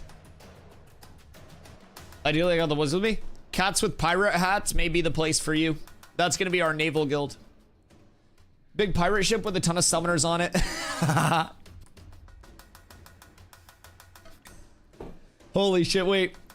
You just pull up on a boat with 40 summoners that all have 3 minions, 120 minions, and 40 summoners to go through? That's the anti-boarding tech. Def want to be in the naval guild? I know, Cats with pirate hats is also such a cool fucking name. I'm kind of jealous. Can you summon the Kraken with 10 summoners? I heard that you have to have a blood sacrifice to the Kraken to actually tame it. So as soon as the Kraken's added, make sure you go say hello to it and see what cooks up there. I think you'll learn some valuable information about how Krakens interact with people. People keep forgetting your tune's 100% going away, just a matter of when. Yeah, like, if they would have wiped our characters and then been like, you have until May 1st, here's a level 25 character with predetermined gear sets that we want you to test, I'm like, okay, bet. And then I would have re-rolled on May 1st with a smile on my face, and then I'd re-roll on August 4th with a smile on my face, and then I'd re-roll again next June with a smile on my face. I'm fine with testing. I'm here to test. I'm a very simple man with a very simple plan, and that's to enjoy my time playtesting this game and building towards the future. I think you should take the half the nerf to the ball back. Reduce its hit frequency by like 25% instead of 50%. I never see anybody using ball anymore. Even in choke point fights, it seems like ball just has like no value. It really seems like it does nothing. Wasn't that a big nerf to mage AoE as well? If I start, I'll enjoy joining your craft during... Oh, yes. Oh, yes. More of those, please. You excited for this NA merge? I'm more excited for fresh starts. Personally. Invite? Yes.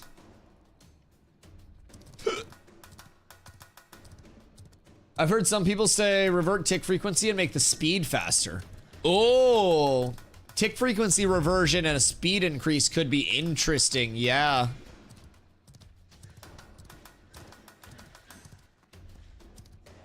I kind of like that take. Like faster move speed on the projectile, faster tick frequency. So that way, if somebody does move with it or anything like that. Yeah, I think that's a really good take. I think it's a really good take. Hoping they fix the exploit I found before fresh start servers, otherwise we're gonna have massive inflation again.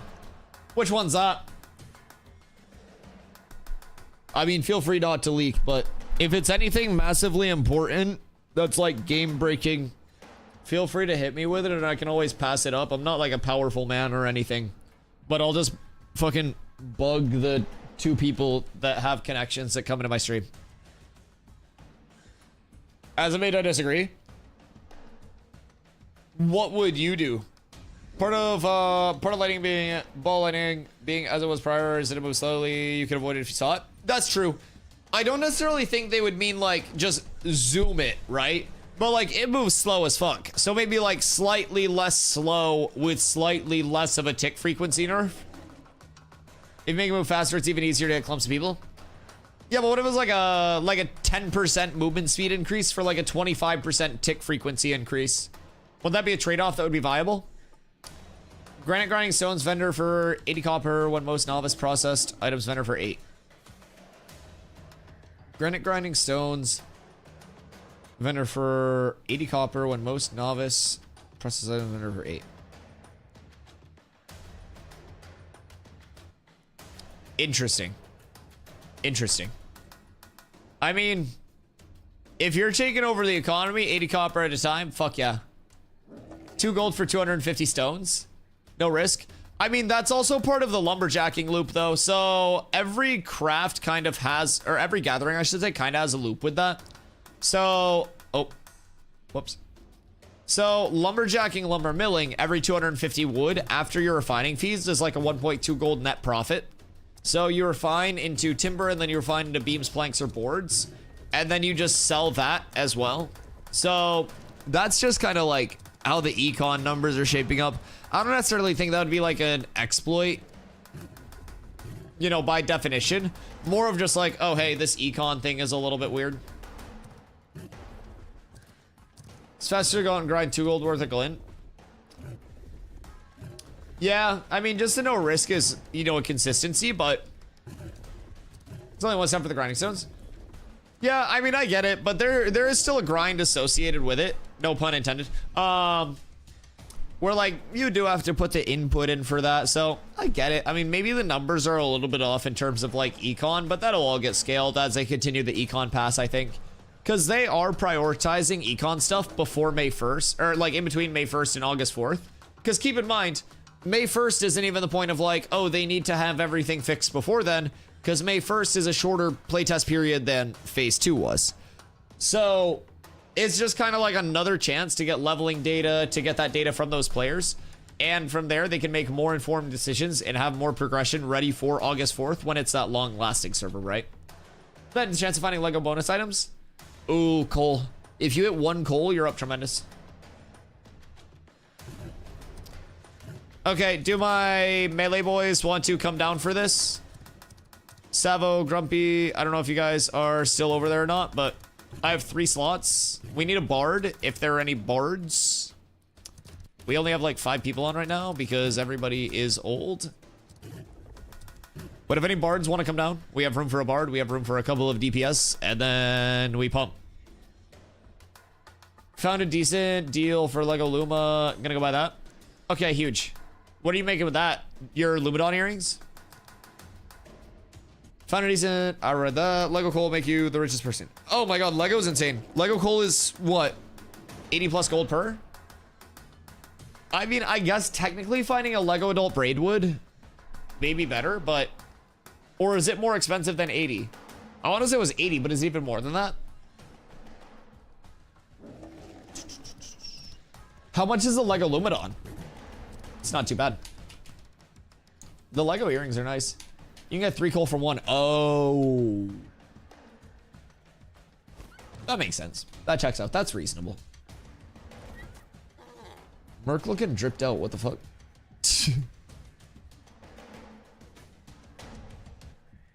Why do you look like you're just in like normal clothes?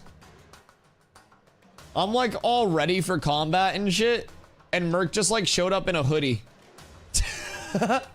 Like, what's going on here? One of these things is not like the others. Also, what's my cape doing? Be all glorious, please. People are watching. Yeah, I don't know. I don't know. Starter gear, he's level 22. Level 22. Where can you use the coal? Crafting? Yes. Coal is used in... It's the refining of like fucking high tier ingots, right? Steel ingots and whatnot. That's the big value in it. If I'm not mistaken. Do not use it for fuel ever. If you use coal for fuel, I will be very angry at you. That is not the play. You will lose all of your money that way. Boop. Hey, does anybody on Vira have like a GG carpenter in their guild, by the way? Most of my gear is the starter gear. Oh, wait. Say on God.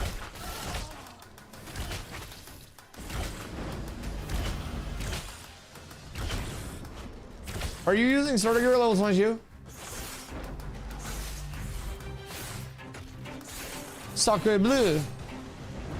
It's 10 Sanctus. Oh, that's fine. You need to go solar. Renewable energy is the new meta. Coal is so bad for the environment, chat. Flanker, what up, brother? What was the question? Juiced carpenter. I need a carpenter. Solar sucks. Split the atom like an adult. Don't I just need like an obsidian knife to split atoms or something? I watched this on the History Channel one day. I think obsidian knives are what you need. Because that was how, like, the Infinity Stones were made, right? My carpenter is out tonight, but he's juiced. What qual we talking? How juiced?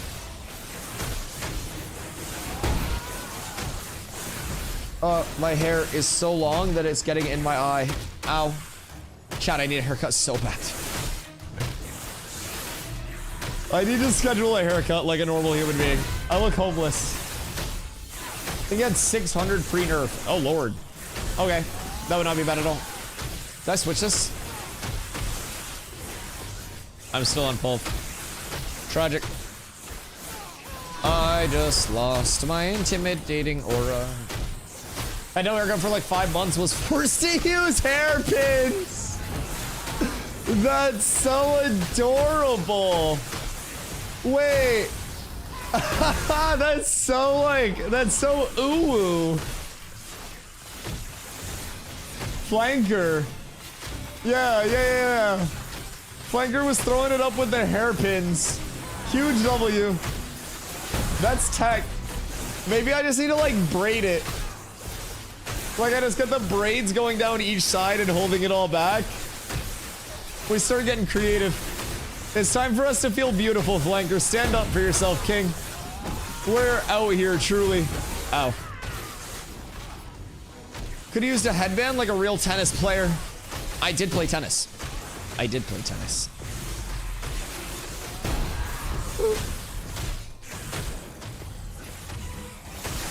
I'm not like, odds better at basketball than tennis, but don't you have a headband you can wear? Who cares if it has some cat ears? Okay, so here's the thing though. I can't allow economic inflation via free cat ear days, right? Because the cat ears are 100,000 monkey bucks. So like, it's gotta be a mixture of like a faucet economy and a sink economy, right? You can't have too much faucet without having adequate sinks. It's all about the duality between the two. Are you that Bucky or a different one? He's a different Bucky. This man's just trying to game. He's just trying to enjoy his life. Sadly, just a random dude. It's not sadly, and you're not a random dude, Bucky.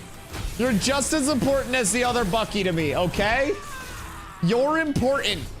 You're not just a random. Who's to say the other one's not just a random?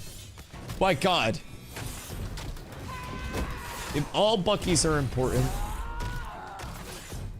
Well, yeah, the cat ears can't be free. Oh, I got a Lumidon earring recipe. Are people paying out the ass for that? Want to sell Lumidon recipe? 100 gifted subs. Just throwing that out there. When do you think Summoner will get here? I would say maybe like July would be my best guess. July-ish, maybe August. But we haven't heard anything for a couple months regarding Summoner progression. So I'm sure there will be an update with the dev stream at the end of this month. But yeah, that's just based off of what we heard a little while ago. Skirt.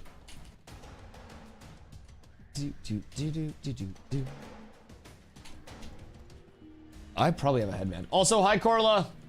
You look hot, not homeless. I might look homeless. What if I just made a good looking homeless guy? After they introduce Summoner, will they work on the other multiple archetypes? Yes, they will work on July or August 2026. Wait, what? I didn't say 2026. I meant this year for Summoner. What do you mean?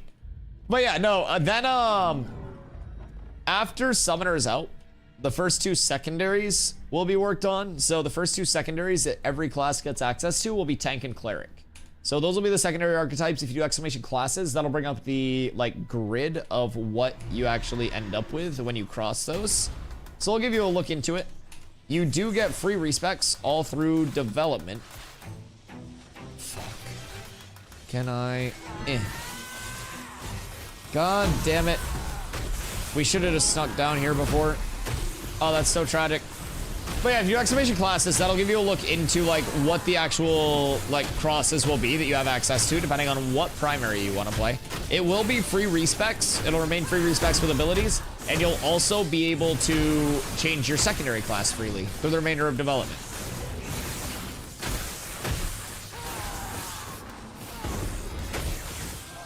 I'm gonna need that back. Sorry. I think they have the threat. I'm not gonna lie.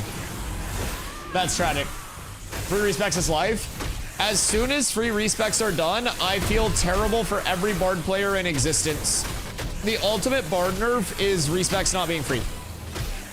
Bard population goes down like tenfold as soon as that happens, chat. The single greatest.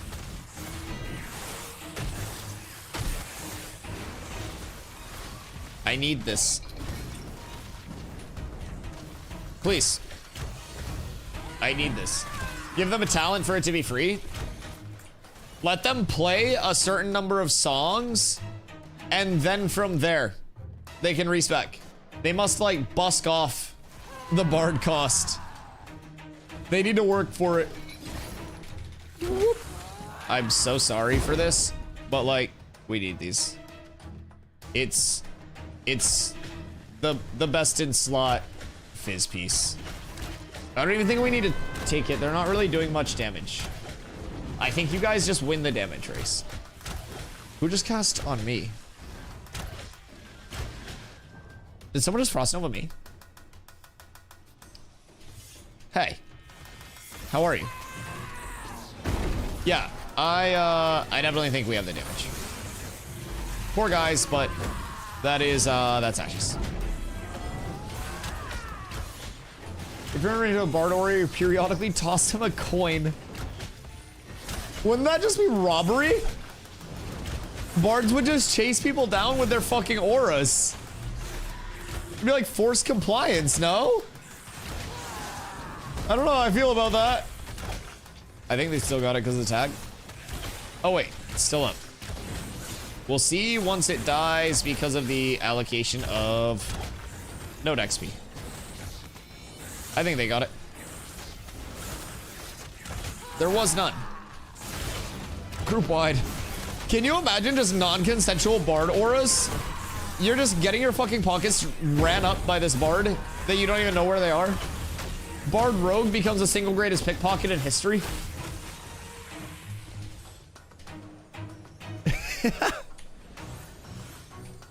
All right, where are my swordy boys?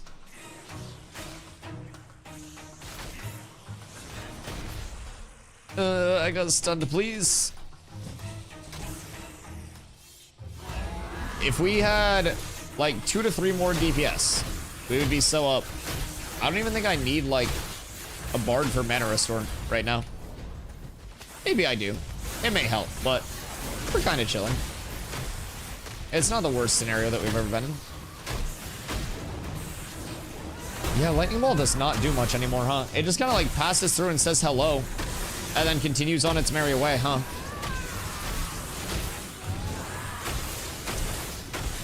Tick frequency is just a crazy thing with abilities like that, though. The second you lower tick frequency, it's like a multiplicative nerf to it.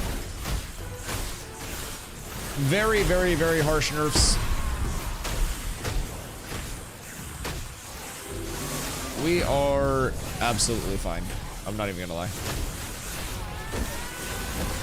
I'm not fine, actually. This could be bad. I'm perma-stunned. Okay, we're fine. I got a little scared there, but this is great. Best case scenario. Not scary at all. I got a little terrified. 3 a.m. Bucky. Hanging out until 3 a.m. Much love, dude. I appreciate you. Thank you, thank you, thank you. I hope you had a good day, dude. Sleep well. We got another big grind day tomorrow. We're gonna try to get some guild versus guild stuff in with our comrades as well. We got some really good PvP in today, so we want to try to do some group stuff. Maybe get some of our friends out with like small, mid-sized groups, maybe like 5 or 8 or something tomorrow. See what we can assemble. I think that would be real fun. Because solo like 1v1s, like, you know, they're one thing with balancing, but if you can put that on a full group scale, we'll be able to actually see how the interactions are and how that scales up with like other supported classes in too. Everything changes the second like full support's involved. Do we need to work our way out to the start? Because it seems like everyone is no? We can like, yeah, we should let's go out. Let's go out. That's probably the best bet. Oh, Storm's here. Hi, Storm. Exactly what we needed, actually. Mana salves are busted as fuck at the moment. Ooh, are they now? Are they? Did they change scaling with them? How much are they actually giving? And are those the all at once, or are those gonna be the tick? I will absolutely pick some up if they're Bissington. They tick? Okay, cool. What are they ticking for, roughly? Maybe that's the answer to my rogue problems. I gotta pre-pot a salve. I'm playing fucking Schnoo World again. I thought I was free, but I'm not.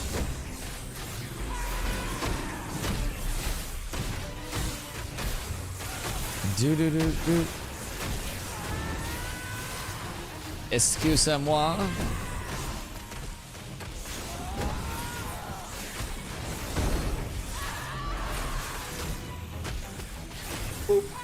This guy's been up for a while.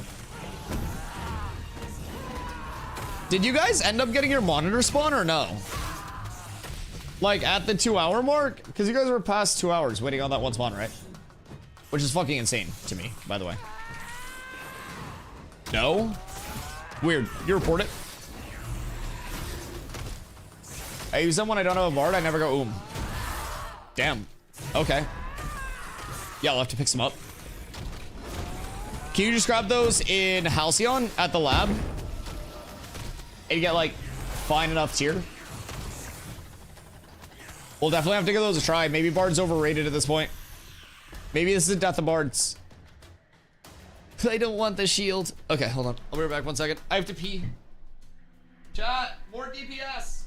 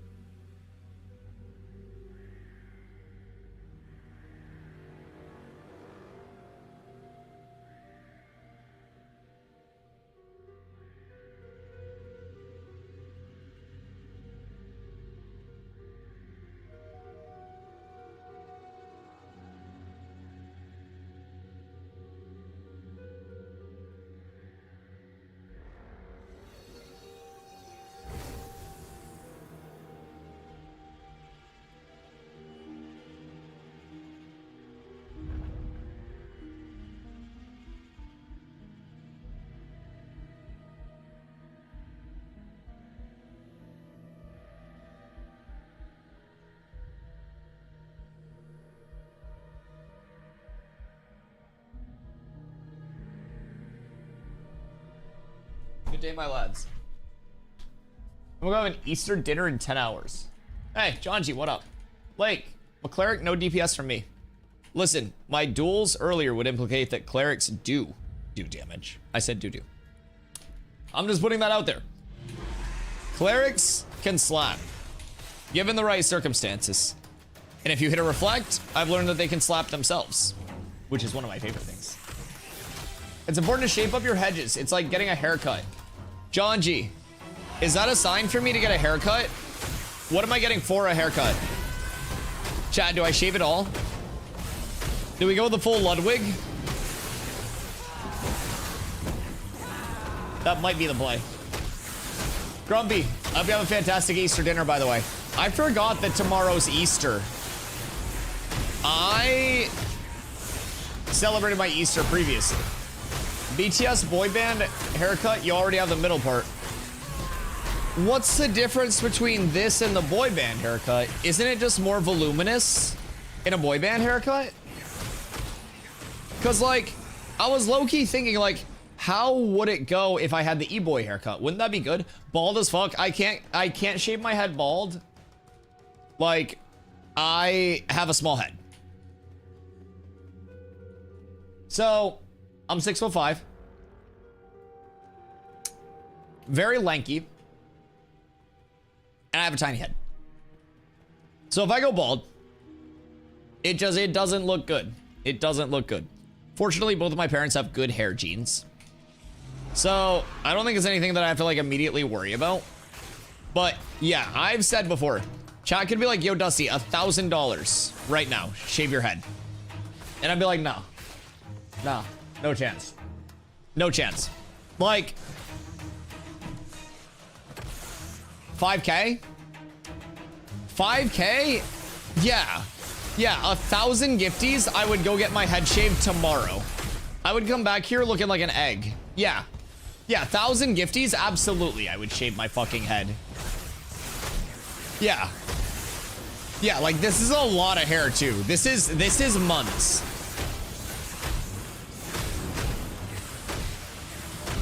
Like, realistically...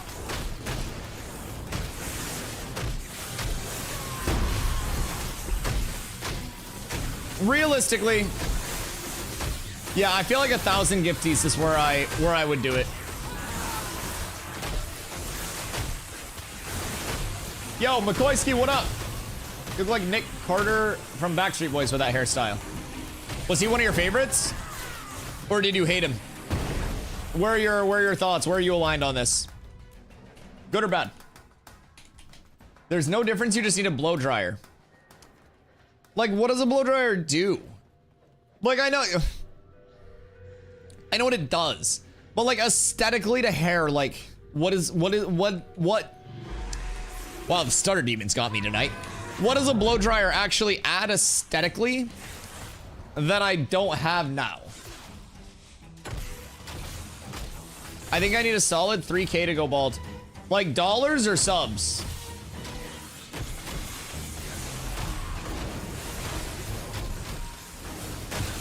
Dollars. It's absurd. I mean, like, let's be completely honest. If there was a pending offer on the table, I would probably be willing to do it for way less. I won't lie. Like, if there was a full offer on the table, just like Dusty Buzz cut for X amount, like, sure. Like, so it was like 750 gifties. Sure. Whatever. I get it. I get it. But I don't know. You would get a lot more volume and your hair would look effortlessly wavy.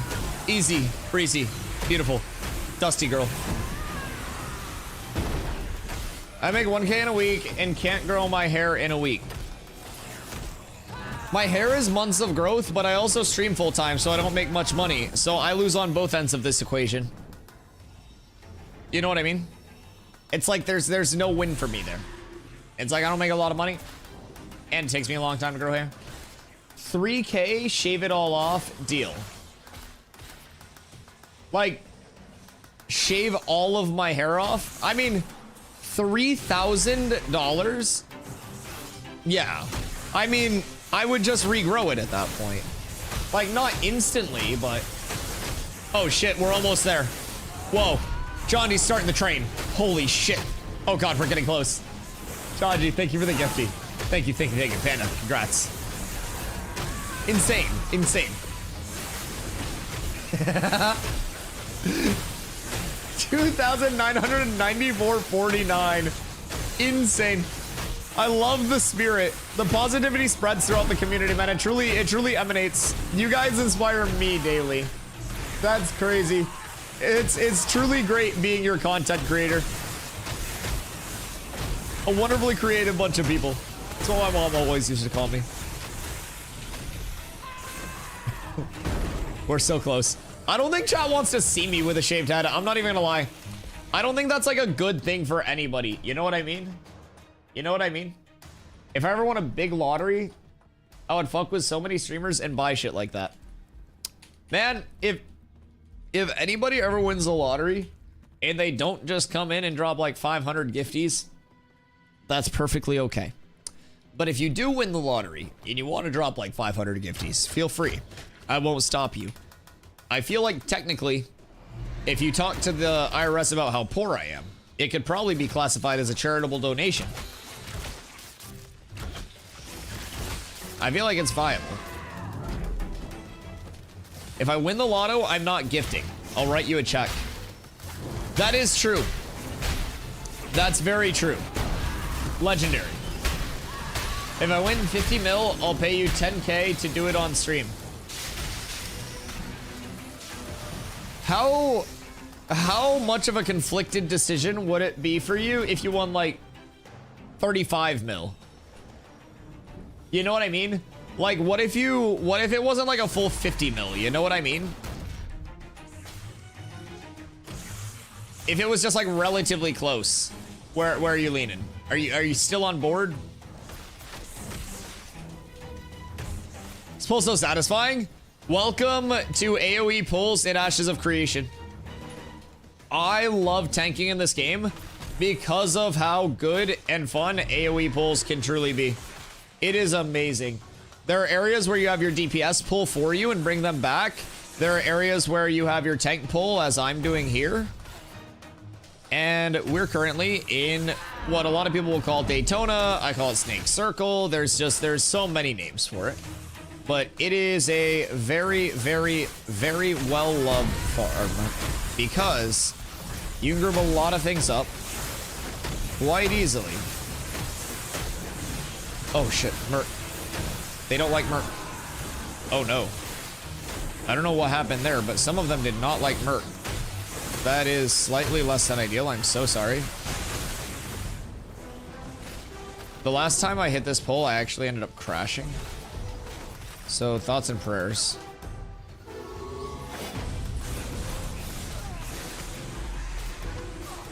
This might have been slightly too much, considering we only have 5 people.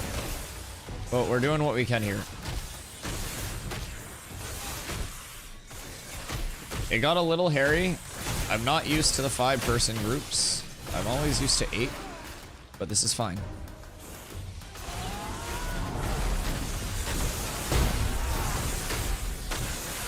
We just gotta get it settled in, and then we're good. And then we're good, and then we're good, and then we're good. Okay.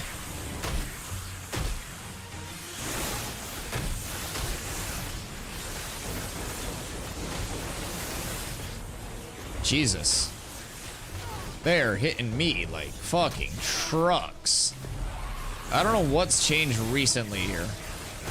But like, the amount of damage that these are doing has been increased. I was one pulling all of this. I don't know, maybe something changed in my scaling? This is getting a little hairy, boys.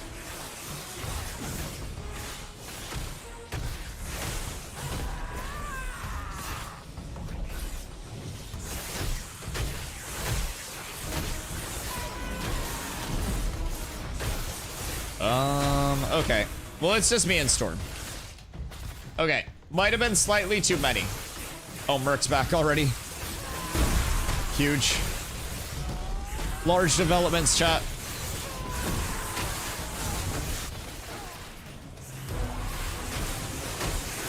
Oh, fuck. That's bad news, Bears.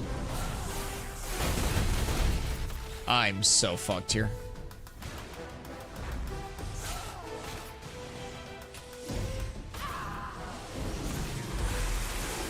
I got a lot of health. I'm gonna use it all. I got a lot of health. I'm gonna use it all. It's fine.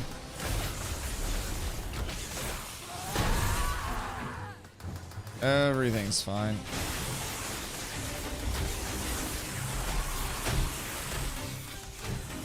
Calculated risks.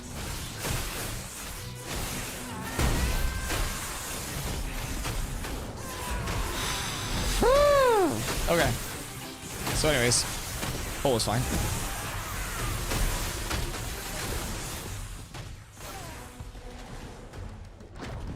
So anyways. Yo, Kosh. The 3-day streak. Only 650 behind. Listen. I've been streaming for years. I have over 11,000 hours total streamed. It's okay if the streak dies, but just know. It's 3 days, and it could be the start of a very long streak. Everybody's streak eventually will get nuked for some various reason, right? But it's important that it starts somewhere, or else it can never grow. Storm, I love you. Thank you. John G, wait, you got a 90? Is that what did you just check it? 10 until a big hundo? Do I have the biggest one so far? Yours is 200, right? Above 200? I mean, I think that might be the current largest. I believe. 200. How to check? Click on your monkey bucks at the bottom. Frack's at 114. My God. My God. Frack's getting up there too. Let's go, dude. The streaks are crazy. And it's wild that, like, a lot of these streaks, keep in mind, they're just gonna keep growing like crazy because not a lot of streamers stream every single day. Like, your streak will truly continue to grow like crazy. I like 20 and make sure to break it. The next time you get a good streak, I'm just gonna ban you for a full day. What, 4? Oh no, did you watch on mobile one day or something? We have 3 spot.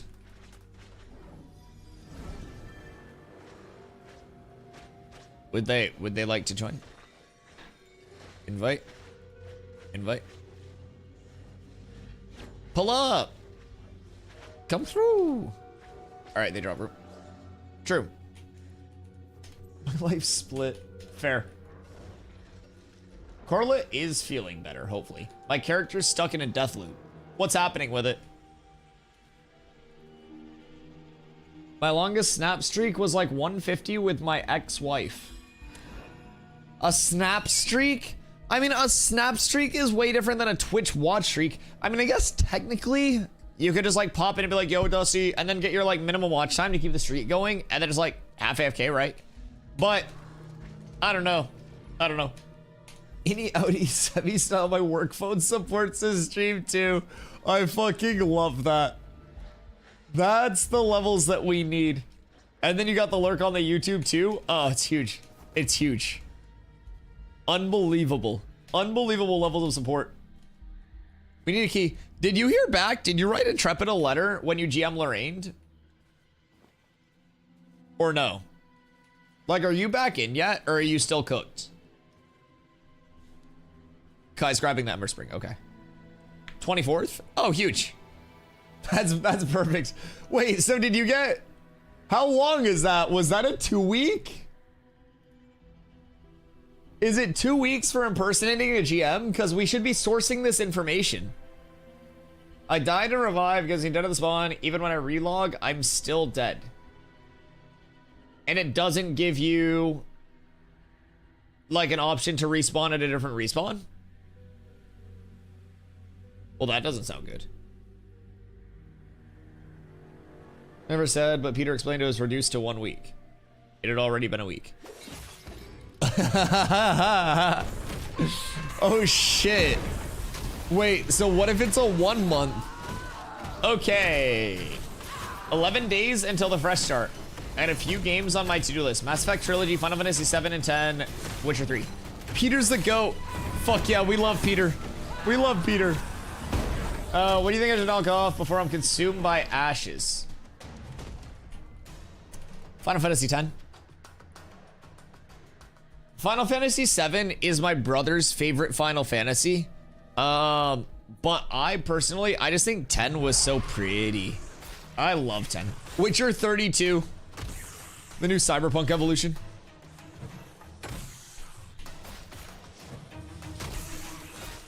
Let's see. I'll pull you. I'll pull you. And then I hightail it back up out of here. I can just pull back out to the entrance. And then here we just smack the shit out of him. Or I get the shit smacked out of me, but hopefully not. I slam spam, threat gen should be fine. Tanking this to my lifesteal set was absurd as well. I'm kind of doing a shitload of damage. I slam, I spam, I slam spam. And AoE Trapinski now. Oh god, I got staggered. Wait, that's less than ideal.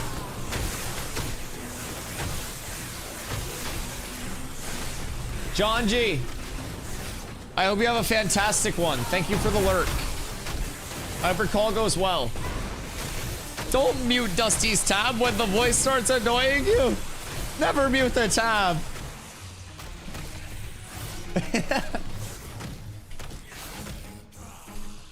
Okay, that pull went smoother. That pull went much smoother. Even if I respawn dead. Are you in the Ashes Discord, Kevlar? Discord.gg/ashes of creation. Ashes of creation. I don't know why I always say asses of creation for the Discord. Maybe that should just be like an expansion. Little DLC pack, so to say.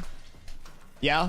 I would post in the like help area. There should be like a help or like some area in there, maybe like a bug submission. But if you post there and then maybe like at one of the community people, that's typically how a lot of people will get like on the spot feedback and help with shit like that. So I'd recommend going that route. The devs are specifically looking for that bug. Try and record if you can. Oh wait, really? It's a known bug that they're trying to troubleshoot? Okay, that's huge. Puffsay! The asses of creation. Man, that's only one ass. That's the ass of creation. The asses of creation would be if I had a second ass there. Like we need a TwitchCon secondary ass emote. I think that's the play. We need a very influential ass to be thrown. You think Steven can drop it down?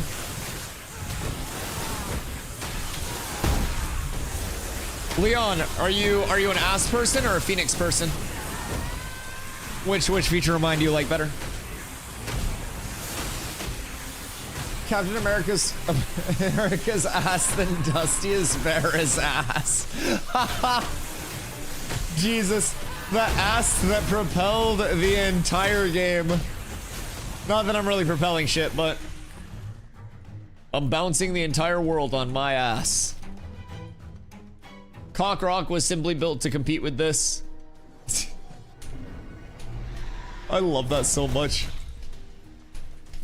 Surely we just inspire like a twerking meta among all Ashes streamers, right? Everyone realizes the way, what's possible. Here we go. Hey, please stop. Boop, boop.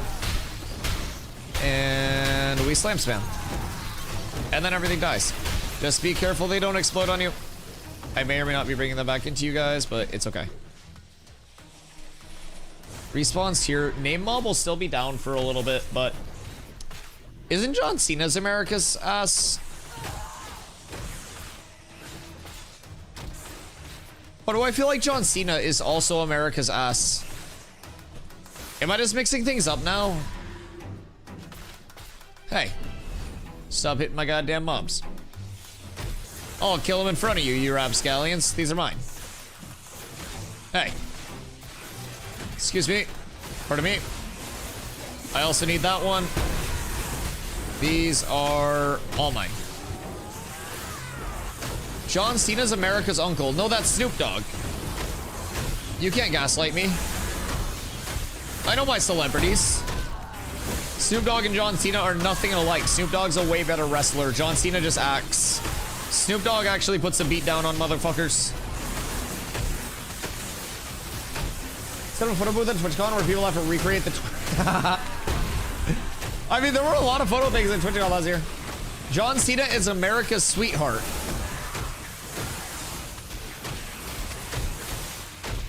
Wasn't that Little Miss Flynn?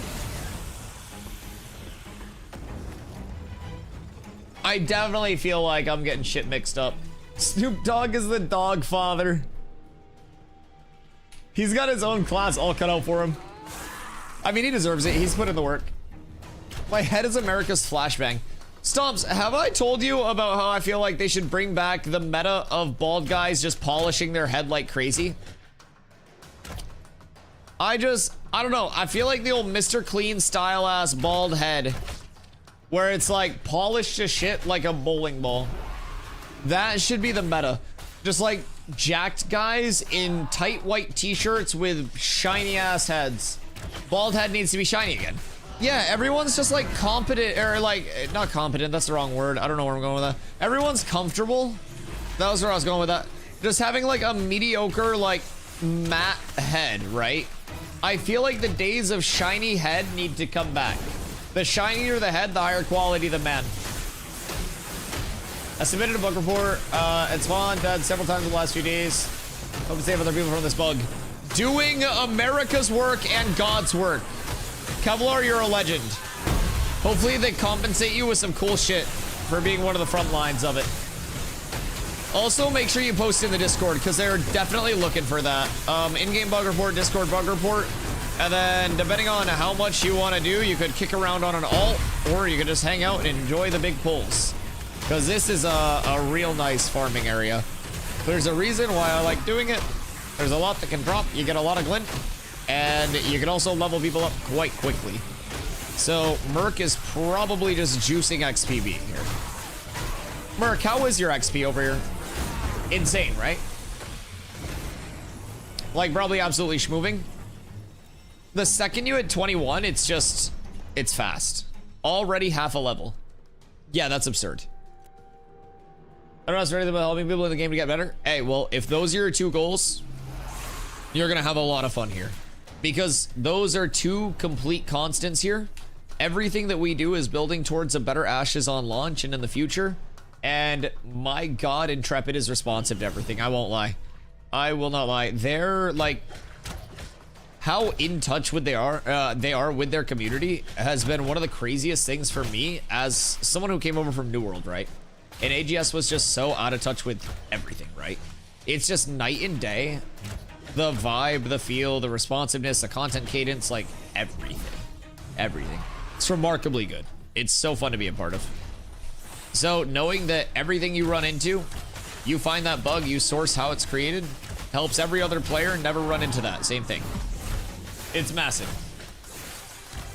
Had been on New World for 3 years, I know the struggle. So how do you feel about, like, my personal thing is I feel like this takes all of the systems that New World had originally offered as its big selling points and then just improves upon, like, the systems themselves. The only big difference in terms of, like, what New World just had that Ashes won't have is the full combat, the full action combat that New World threw away with the aim lock. So I really just feel like systems-wise, a lot of the hype that New World had was, like, Ashes-like systems, right? Like, it was smaller versions of Ashes. It was less involved versions of Ashes, simplified versions of Ashes. It's like mobile game Ashes, systems-wise. That's kind of how I feel. Hey, Eclipsy, are you okay? Are you okay? New World was a scam. Yes. Like, not necessarily a scam, but, like, in like live service gaming standards, I don't think they were prepared to upkeep a live service MMO with the resources that they had at their disposal. I think that they took on a task that they weren't quite ready for, and they had a good start to it, but it didn't go crazy. New World was a bait. Well, bear with me if you will, and consider that the entire 3-year process of New World's development up until the Eternum relaunch was built specifically around new player experience and early questing to get players far enough in that they were through the refund period where Amazon Games had your money. Because it wasn't sub-based for the incentivization, it was just sell the box and then you're good. So you sell the box, you get them for longer than the refund period, and then the money belongs to Amazon. GG's. Ashes, when it does launch, is going to be no box cost, no DLC cost. So the only thing that you have to pay to play is your monthly sub. Past that, the in-game store is transmog only. So no pay to win, no pay to progress, no pay for power gain, anything. Really refreshing. It's an interesting statement, but it makes sense. The excitement at first was unbelievable. Yeah. I think that as Ash's systems come together, people will see that everything that New World tried to pivot to become is what Ashes was intended to be from the get-go, and Ashes is a more well thought out, more cared about, like, New World in terms of the MMO scene. It will have all of the player-to-player system complexity that people thought New World was going to have. 993,000 concurrent players worth at launch. It'll have a lower barrier of entry, with the sub being the only like cost of entry, no box cost associated with it. So more people will be able to get into it the first few months. I think it will have a higher player base on launch than New World did. And I think it will also have a way higher retention. Way higher retention. New World fell off exponentially quickly. And I think Ash's player retention is going to be very, very high. Looks like I heal better drunk. Sometimes that's the secret. Some people golf better drunk, and you know, some people heal better drunk. It breaks down to the person. It's all in your flow. You just gotta find your flow state. Personally, I'm not much of a drinker, so I don't know how my tanking would be if I was drunk, but probably not that good. I'm a terrible sober golfer.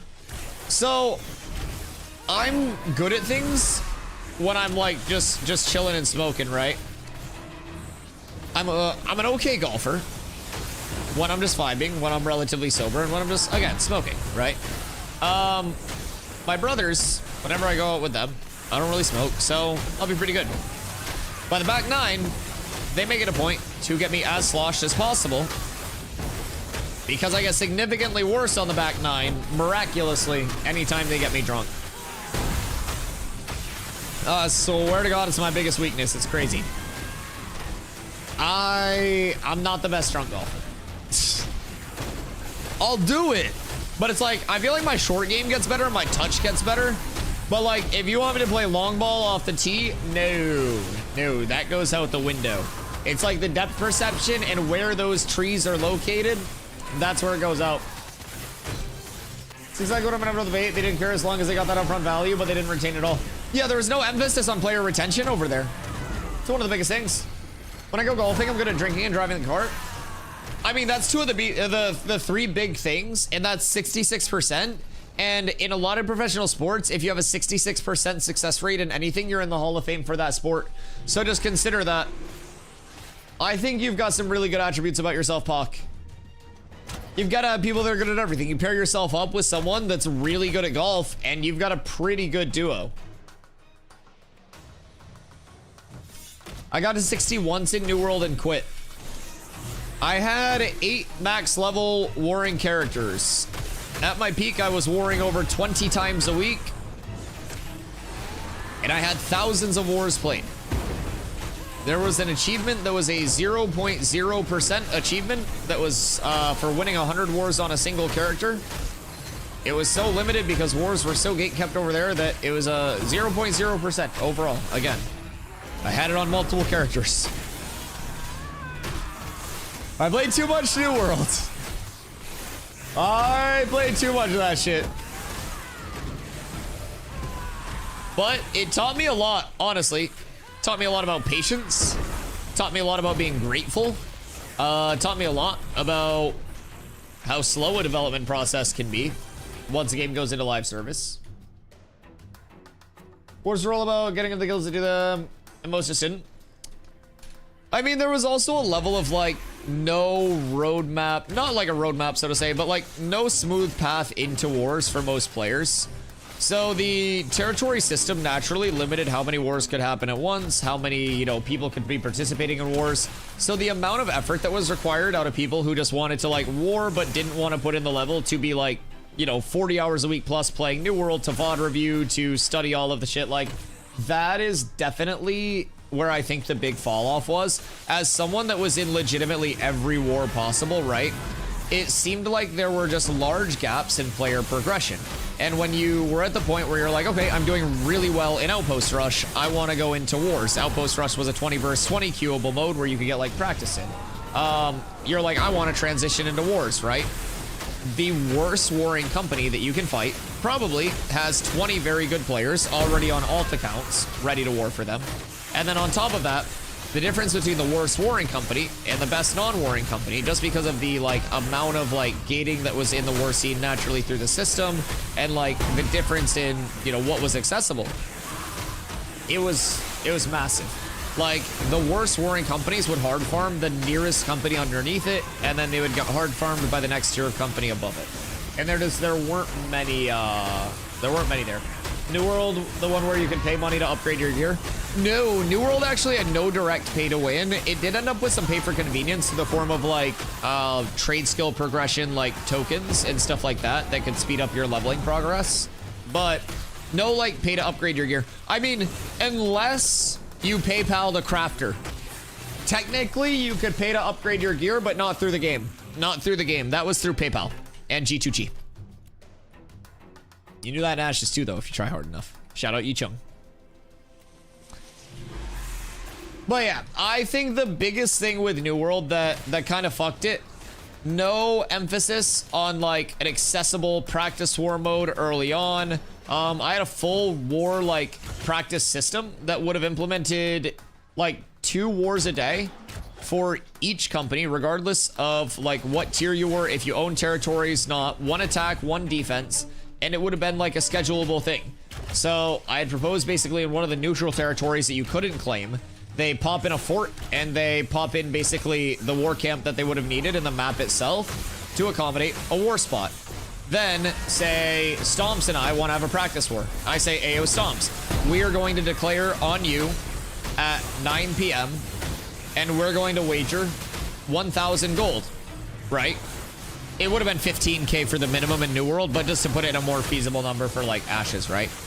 We'll wager this amount of gold and we'll declare this practice war on you. No rewards are generated other than the gold being exchanged company 1 to company 2. So it would have been a way for people to get reps against like-minded companies, like skilled companies, in a controllable manner, 1 attack, 1 defense a day, where you can pick your time, you can pick your gold wager, whether it's large, whether it's small, it's a minimum like war declaration cost, or the maximum that you could put in, which is half of a company coffer, which over there would have been like 250k for $500,000 in the coffer. Like, it was such an easy mode, such low-hanging fruit, and every player would have had access to 2 wars a day, which keeps them on the game for 2 hours a day if they want to constantly war. Yep. I think node sieges are going to be pretty rare here. Node sieges are going to be a massive deal. Node sieges require an incredibly large planning and spin-up process to actually declare the siege itself. And then once the siege is declared, there will also be a like spin-up period before the siege begins. That is the node level times 1, basically translated to days. So a tier 6 metropolis would take 6 days from declaration to actually begin the siege, based on like the current structure, according to the wiki anyways. So past that, sieges to declare will also require a contribution like between the node that wants to declare, equivalent to materials wise and like input wise what it would take to level a node to the level that they're trying to siege. So you want to level a node to you want to siege a metropolis, it would take what you would require to level a node to metropolis. So it's a huge risk, huge reward. You win it, you completely de-level that other node, and it's that massive payoff. You lose it, bye-bye to all of your input. Massive mode. I love it. I think Siege is rare, but Wars will be common, and Wars will kind of have their tiers that they settle up in between as well. So I think it's important to remember right now, every single player ownable node is just sitting at tier 3. It is a village, it is not surpassing that, and there are no plans to surpass that until further states of development. So it's not like you have T5s fighting T5s, T3s fighting T3s, the occasional really good T3 fighting up to a T4. Like, the nodes like are just warring everywhere because every node is equivalent and every node is just condensed. There will be 85 player ownable nodes, 15 guild castle nodes that can be leveled to tier 3, and 5 guild castles. So there will be so many different like tiers of content that you can fall into. So many different methods that you can go about playing the game with your community. You can just pop off to like a much less populated area. Keep falling asleep, I have to get off before I die. If people are getting tired, I can pop back up and just like gather my crafting stuff. Because I do need to keep braidwood up. Gonna hit a braid loop myself, lads. More farm tomorrow. Okay, probably a good spot to call it safe and secure. And then I pop over for a braid loop. Zaytree! Thank you for the 3 months. I appreciate you so much. 3 and howdy. 3. Howdy. I hope you're doing well, my friend. I hope you're having a fantastic Easter. If it is Easter for you, you're ahead in time, I think. So yeah, happy Easter for you. I hope you're doing some fun stuff today. I hope you're well. So yeah, I think as we continue to get more nodes, everything spreads out more. Like tiers tend to shape up. You'll have a lot more even competition and less like oppression of node wars. It's like, oh, these two nodes are always fighting everywhere. And those are the two hubs because they're the most convenient areas to be in because they're the middle of the functional map, right? Super convenient, everyone goes there. Well, what happens when the middle of the functional map has a lot of different middles to it because your functional map is based on a region? Then you have that competition within your region. You have that hierarchy within your region. And then at the top of your region, you would then have that battle outside of your region with the other tops that are at the top of their region. And then it becomes region versus region instead of inside your region. It's a very cool system that will spill over to multiple different forms of like competitive aspects. Casual aspects, smaller guilds and smaller nodes will be able to find like-minded competition over here. Oh my god, dude. I think all of the accessibility issues that New World had, Ashes thinks about those ahead of time, right? And it really doesn't have that, but I forgot to tell you, I found a 4th node cork in the tropics. Reveal your mysteries to Zoidberg. Whoop, whoop, whoop, whoop, whoop. Where is it? Do tell. It must be up here. It has to be up here. Right? And the map just doesn't show it. It's got to be somewhere up here. Like this area, maybe? No, that's a big ass rock. West of Eastern Harbor.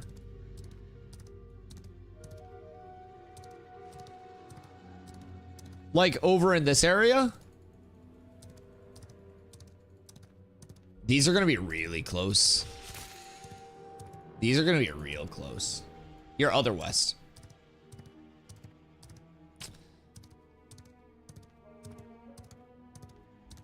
I was just testing you guys. I was just seeing if you guys were paying attention. I joshed you. I got you guys good. You guys thought I was serious. Good fucking golly. You guys are so silly. God, you guys thought I was serious. So anyways, west. Yeah, so west is this way. It's a harbor node. Okay. Where's the cork? You said west. Is it in this area?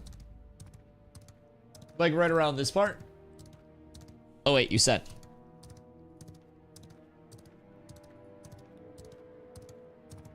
Oh, really? Oh, fucking really? Okay, so it's literally right in this area. Ah! I don't know what happened. I don't know where I am. Oh, okay. I know where I am. This is fine. Okay. So 4 corks in the tropics, 4 corks in 7 years ago. Tropics caravans are gonna be fucking insane though. You just run ships like here to here, here to here. Oh my god. Oh my god. What if that moon island was a cork? That would be so cool. That would be so cool. But I don't know. I still feel like there's something here because this is like a nautilus, right? This is a moon. This is a koi fish.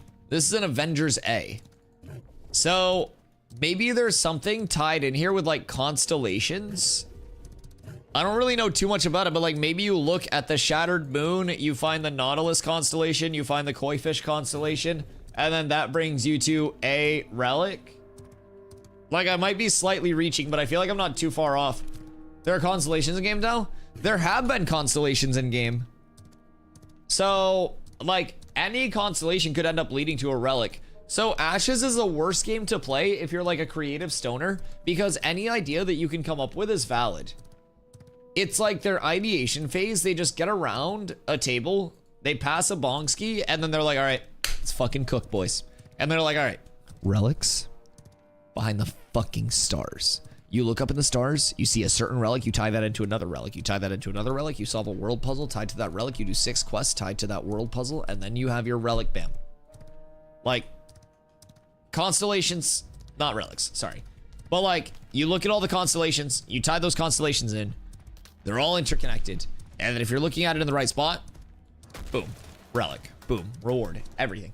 My fucking god. The depth of everything in Ashes is nuts. I hate it, but I love it. Like, I hate it in a good sense. It's just the fact that, like, I could be looking up at the sky from a certain area, see a constellation I've never seen before, and be like, oh shit, what does it mean? The numbers, Mason. Did they do anything yet? Everything is a maybe. Because Intrepid isn't just, like, solving the game for us when they unveil stuff. They're not, like, added a constellation in the sky that looks like DustyWhy's left ear that will lead you to a relic. If you go underneath it, slash Fortnite, take the L dance, hit 6 default dances, crank 490s, triple edit your way through, and then excavate the ground. Like, they're not really dropping all of those processes, right? So it's more like, hey, relics are added. Go find them, bitches. That's the entire update. They didn't tell us which relics. They didn't tell us where the relics were sourced. They didn't even, like, the only reason that we knew where some of them could drop from is because Ashes Codex, like, had the files, essentially, and had that.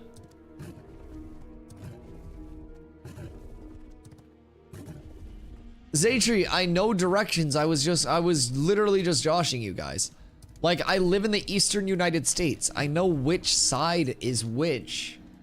I was just joshing. I was just making sure that you guys were paying attention. Takusi. That guy's name is Takusi. He just slapped Ussy at the end of something. I don't know what it is though. Maybe it's like Tucker? I used never eat seaweed. See, I canonically can't use that one because I'm a seaweed salad enjoyer. Anytime that I get sushi, it's seaweed salad on the side. Dude, it's so good. I don't eat out much, but if I spent money on food every single day, I would just get different variations of sushi because it's god tier. Harness the god spike. Harness these nuts inside your mouth. I don't want to go harness the god spike. I want to chop braid wood. I want to make money. I want to make a braid wood. All right, chat. I need your belief. I need your energy. Never eat soggy waffles. That's valid. That's valid. But it's like, I understand. It's not like I think Maine is on like the fucking west coast of the United States or that I'm on like the left side of the United States. Like, I understand where everything is. Like, you criticize me, but Steven on a dev stream, they were like, Steven, we gotta go northeast for this map, and Steven went northwest. Sometimes geniuses just get lost. I tell the story, never let me drive, never let me navigate. My brother AMC and I were trying to go to Quincy Market in Boston one time. We live in Maine. We were trying to go to Quincy Market, and we ended up in Quincy, Massachusetts. I shouldn't be allowed to navigate. He had me on the map. And I full sold. I didn't perform to expectations. We were about 10 minutes out. And he's like, hey, shouldn't we be in Boston by now? And I'm like, yeah, we really should. Let me look around. And I'm like, I don't see a city. Like the city that we were supposed to see. And it was at that moment that I looked. And I confirmed that Quincy, MA, if I just type that and click the first option, is indeed Quincy, Massachusetts. It was a bad trip. It was a bad trip. I lost navigation rights on that day. And since then, I just kind of like Passenger Princess. I put on some good tunes. I can drive. I'm a good driver. It's just not a good, like, navigator. Gotta be careful. There are crocodiles out here. It's fucking dangerous. I'm just trying to find some trees, dog. Best I can do is green. I appreciate all of the effort, Lake. That's the biggest thing. It's just the community effort is what keeps it going on a day-to-day for me, and I could not do this all without the effort from people like you. Ooh, a willow. Maybe we can get lucky here as well. If I don't get directions, I drive off vibes. If I drove off of vibes, I would probably be dead. I punch the grocery store into my GPS, and I've been there a lot. Like, I don't take chances. I play it safe. Like, what if they moved the road? You know? What if a right turn became a left turn overnight? How do I know that nothing changes? It's like Schrodinger's roads every time I Braidwood. It's like Schrodinger's roads every time I throw stream up. And it's just, it's tough to differentiate. So I need that extra layer of security that comes with throwing the GPS on every single place that I go. And it takes out the guesswork, you know what I mean? It allows me to focus on the important things, like defensive driving, reaction time, and bettering myself as a human being. I'm courteous to people. I'll let people merge in if it's a close call. Do you need a GPS to get to your room? No. Fortunately, I just kind of walked to all of the rooms in this, like, this high stupor. And I eventually end up in the right one. It's like toilet. No, I don't lay down here. Bedroom. Like, in all fairness, I have a really small place. Like, not like really small. Like, Essence Fissure has ruptured. Your node forces are gathering.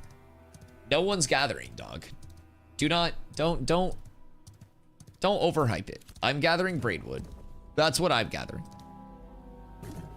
But yeah, I just kind of eventually stumble on the right place. I only have a couple of rooms in the cribbo and then a bathroom. So it's nothing too impressive. I'm not like living in a fucking mansion in Wisconsin like T-Pain.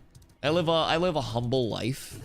I don't have a lot of money, so I try not to spend a lot of money. I think that's a pretty simple algorithm that helps lead to success in life. Some people don't have a lot of money, but they like spending money and not making money. And I recognize that my strength is not making a lot of money and becoming a rich man, so I play to my strengths of being able to budget extremely well. And it's worked for me. No energy? Yeah, maybe your energy is just the bad energy, Lake. I'm not even gonna lie. What if you've been the problem this entire time? Have you considered that? Wait. I know you didn't. I know you didn't chop my braid. Where was that braidwood that I came over here for? Was it over here? I feel like I should have got it by now, right? Am I tripping? Chat.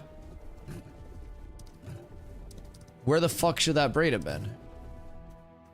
Do I have to slap a bitch up? Where is this braid? Braidwood right next to the weeping willow that you just chopped. Am I tripping?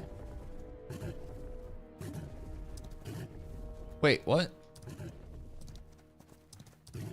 Was this the willow? This was the willow, right? Am I tripping? Or is it back here? See, don't let me drive. Oh, I found it all on my own. Yeah, don't let me navigate, chat. Just don't. The directional sense is not there. It's bad. Okay. I believe in this. This could be huge money. This could be large progression towards my bow. Please. I could be a proud boner. That's short for bow owner. Nope, that's common. No boner today. I'll be a boner another day. I have a decent amount of epic and heroic wood. It's just, I'd like to craft something a little better, but this late, I guess it just is more about getting any long sight bow instead of having no long sight bow. Because anything will be better than this. Anything other than a base roll blue. My luck with trees has been bad today. I know I just like pulled epic, but I'll try building some energy. Whoa, whoa, whoa, whoa, whoa, whoa, whoa, whoa, whoa, whoa, whoa, whoa. What if your energy has been like the whole throw? Like, we need to weigh out all of the options here, all the possibilities. Is there another braid over there, chat? I don't think so.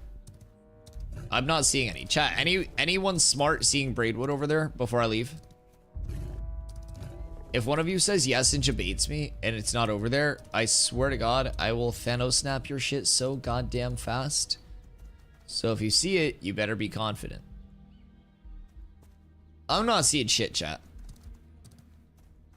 Yes? Are you saying you see a braid? Is there a braid? Would you like to point me towards it? I'd love to inquire. No. Anybody trying to take a chance? I'm just saying yes. Yassifying the bands. Yas. Slay King. Alright, no more braids. No braids, no hope. No life. It's all miserable, chat. It's all rough out here. I'm not seeing any. And if this like never-ending war would conclude, I could get the rest of my wood and I could actually craft something. But because there's a fucking just like eternal bloodbath, there's nothing I can do. Maybe if you helped, it would end. I'm not much of a PvPer. You know what I mean? Violence isn't for me. Makes me into a demon of a man. Like, do you think that I could just scoot in, grab my storage, and make it out without getting killed? If my storage included a bunch of high rarity wood. I'm just gonna go out on a limb and say that that's not the best idea. Oh, like, I was literally fucking around about the not liking PvP. We were literally dueling for like fucking 3 hours today. Yeah, I just want to get my shit out of the storage. Yeah, no, I played a fuckload of PvP in every game that I come from. It was more of a meme. The war is just fucking never ending, man. Like, there's not enough pop. No attacks in towns because it just kills people even if it's legit PvP. Yeah, but it's also the prospect of like being flagged, running it to the other area, which is a little bit of a risk. Because like I can take one man without choking, right? But like 5 men may be a little bit more of a task. And by choking, I meant dying. You know what I mean? And in a node war, there's never any like any limit on how much will come your way at once. So my best hope was like, all right, this is pretty much all my high rarity wood. Let's just wait for that to be done. And in all fairness, I'm only a Winstead citizen because I wanted to pick up the cloak, but I didn't want to run back over and have to drop my citizenship there. I was just waiting for the taxman to come and do it himself. And unfortunately, the taxman has not cometh yet. So I might have to run back over there, drop my citizenship, craft my bow, get my citizenship back wherever I want it, but can you do it on the end screen? Can you? Ooh, epic raid. That's nice. Let's see. Vote, note updates, view all, summary, treasury, buildings. Maybe through here? Don't think there. Buildings, diplomacy, relics. Does not look like it. But we did get Epic Braid there. We did get Epic Braid. I mean, I personally don't mind. Like, if I stumble across somebody, then I don't have any fucking problem PvPing. I personally don't care. I was literally just joking about the not PvPing thing. I very much enjoy PvP. Treasury, pay dues. No, I'm not trying to pay the dues. Actually, quite the contraire, Bonfrere. Pentadoof. Interesting. That's like a change on the Pentagoon name. Very weird. Imagine if there was a double doof. Anyways, so I'm not trying to pay my taxes. I'm trying to anger Uncle Sam to the point where he kicks me out, so that way I'm not a citizen anymore. Because right now there's no like lasting punishment if you don't pay your taxes and your citizenship just kind of like goes away, right? In fact, you get the benefit of not having to pay your taxes. So I consider it a win across the board. Just in totality, large win. But everyone will interpret it differently. For now, I'll probably just stash stuff in Winstead. I've been trying to kind of like hoard shit, get it up to Winstead, and then get it over to 8th. And then as soon as I get it all in one place, we craft. Lose one free extra storage in that town, but that's it. Yeah. And you can just like, if you move your stuff out of that like storage tab beforehand, you can just re-up your citizenship as soon as you're no longer a citizen and then get that tab back. It's a system for sure. Now, I'm certain that it'll probably have that particular loop changed and fixed at some point, right? I don't necessarily think there's a world where that survives long term. But in the meantime, it is what it is.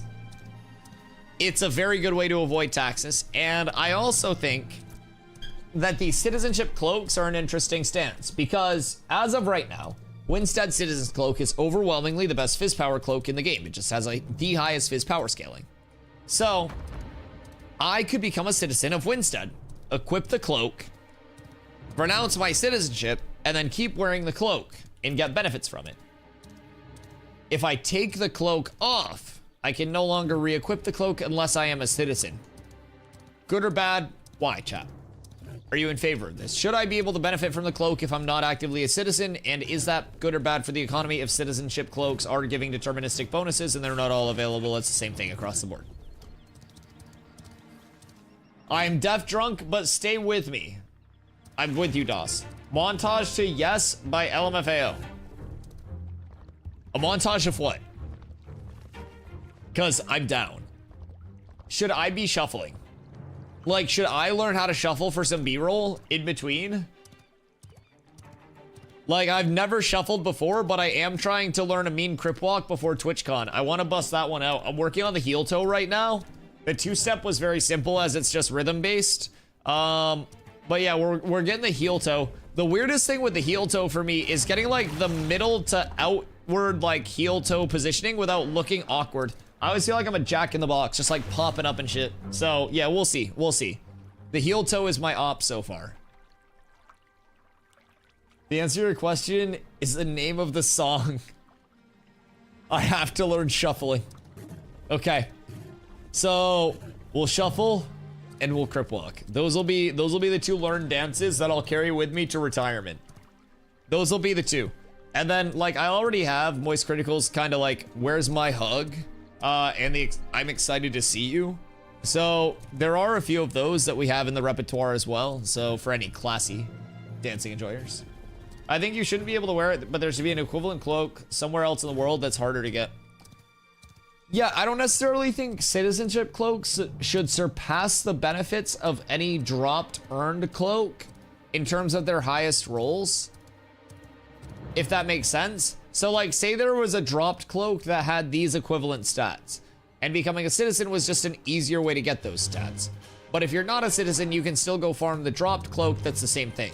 there's no other way for us to get a cloak in the game right now that has these same stats on it or equivalent stats for fizz power scaling. So every fizz damage dealer, if you're going the fizz power scaling route with your cloak, will want Winstead Citizen's Cloak.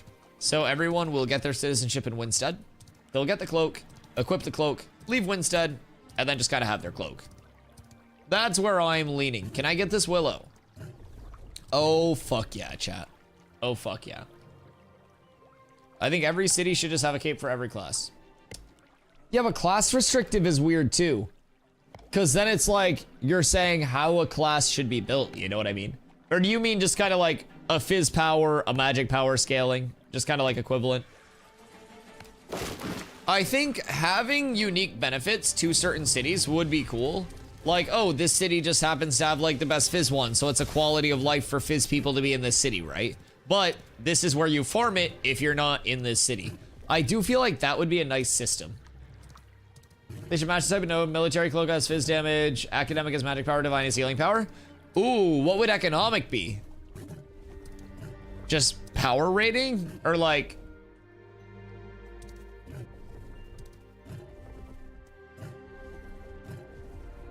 Cities are going to be owned by guilds, and guilds aren't one class. The cities will be owned by an influential person in a community, but no one guild will be able to raise an entire city by itself to Metropolis State or any of the high tiers. You will need multiple people outside of just your guild. As much as people want to say like Miraleth is envious, blah, blah, blah, blah, blah, there are still plenty of non-envious citizens in Miraleth that contribute to that. It's just envious is like the elected, or like polar, penvious, whatever. Like they're just like the elected officials that are kind of like representative. They're the community heads, right? So, anyone know where mining foreman is? 8th? 8th. Gathering and crafting. Like an artisan cloak? I don't know how to feel about artisan stuff outside of the artisan tab. Who dis? Fatbird. Are you up?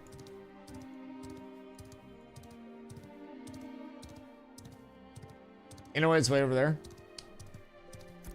Are you trying to get your mining pick? Is that what you're trying to do? Because that's going to be... Is it? Wait, where is it? What are you trying to do? I don't know shit about mining. I don't know where anything's located. I can tell you lumberjacking, but stoneworks? Oh, okay. That makes sense. Yawn.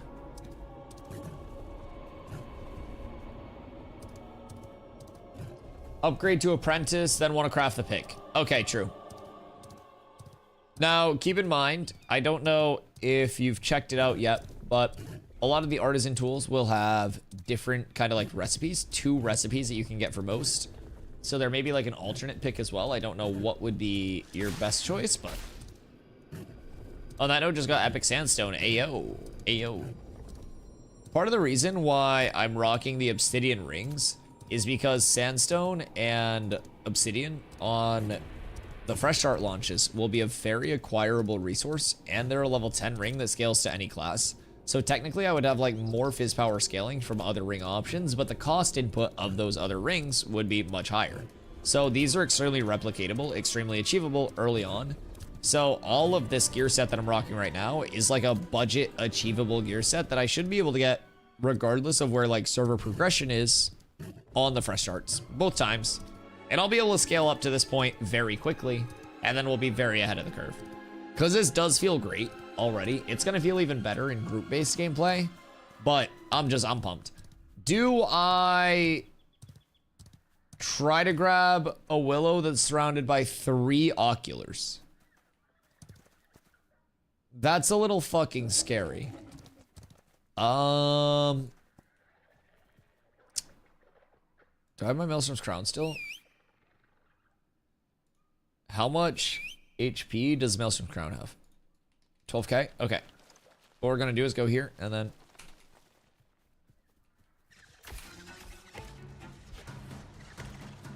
Okay, this is fine.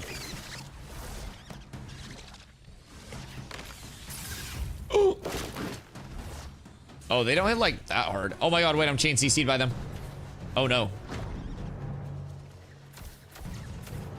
Everything's fine. We're big chillin' now. We didn't even get anything crazy from it, but my god, they're going crazy. Oculars are terrifying, man. Ugh. Ugh. I get the heebie-jeebies every time I see them. Just face away. What do you want me to do? Face away when I'm chopping a tree? Jellyfish? Maelstrom's crown. Yes. The flourish is being interrupted by this, but it's a little spinny. Yes, yes, yes, yes, yes. And I look like a mecha because my bracers are bugged. I showed you this yesterday, I think. But my bracers have like a bug with the actual visual for them where they stretch out and I look like I'm about to take off. Yeah, so this is Maelstrom's crown. This is an aquatic mount. And also the bait mount. The big bait mount. So back to the Snorsington. My one true love. The Snorse is Biss. It's so good. I love the Snorse. I don't know if there's a ground mount that I would rather have over another Snorse. It's just, it's so quirky. It's so like one of one. I don't know. It's very recognizable. What's with the king jellyfish from SpongeBob? Is Maelstrom's crown. It's an aquatic mount. He's just derpy enough to get the job done. Are these choppable? Yoppable? Nope. That's doing. Hello, sir. I need you to not be a piece of shit. Thank you. What about this one? Are you choppable? Ooh. You are. Okay. Please, Mr. Skellington. I'm just trying to live my life. I'm upset that otters aren't water-breathing mounts. Can otters breathe underwater? Canonically? I feel like otters can't breathe underwater very well. Wouldn't that, like, not work? I don't know. Don't otters need oxygen?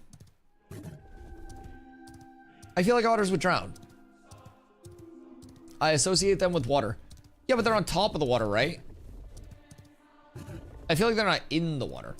Like turtles, they're like in the water. Seals need oxygen. Seal your lips around these nuts. It's a valid point though. Yeah, seals also need oxygen.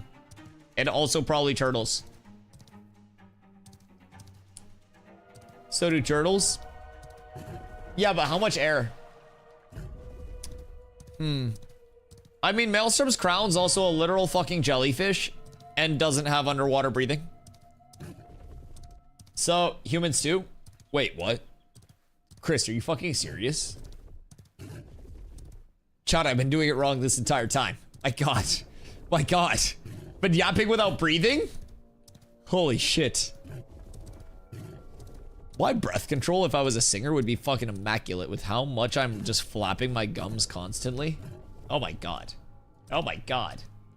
What about dwarves? Do they need water? No, because dwarves are an expendable resource.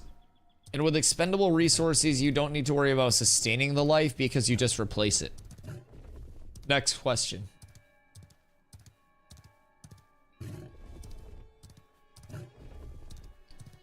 I think you just create more dwarves. Someone get their shit kicked in? Oh. I thought I was about to fucking tank off the top rope somebody over here. Where are people fighting? I mean, I would assume over the god spike. I just want to go deposit my shit. If I see another braid on the way, like that would be cool and everything. Maybe like an adult braid. Maybe it pumps out some Lego for me. Maybe. Maybe not though. It probably won't. Good things tend not to happen to me this late at night. But I definitely don't think it's like out of the realm of possibility. Meant air, but same answer, I guess. I mean, air is different. Cause like...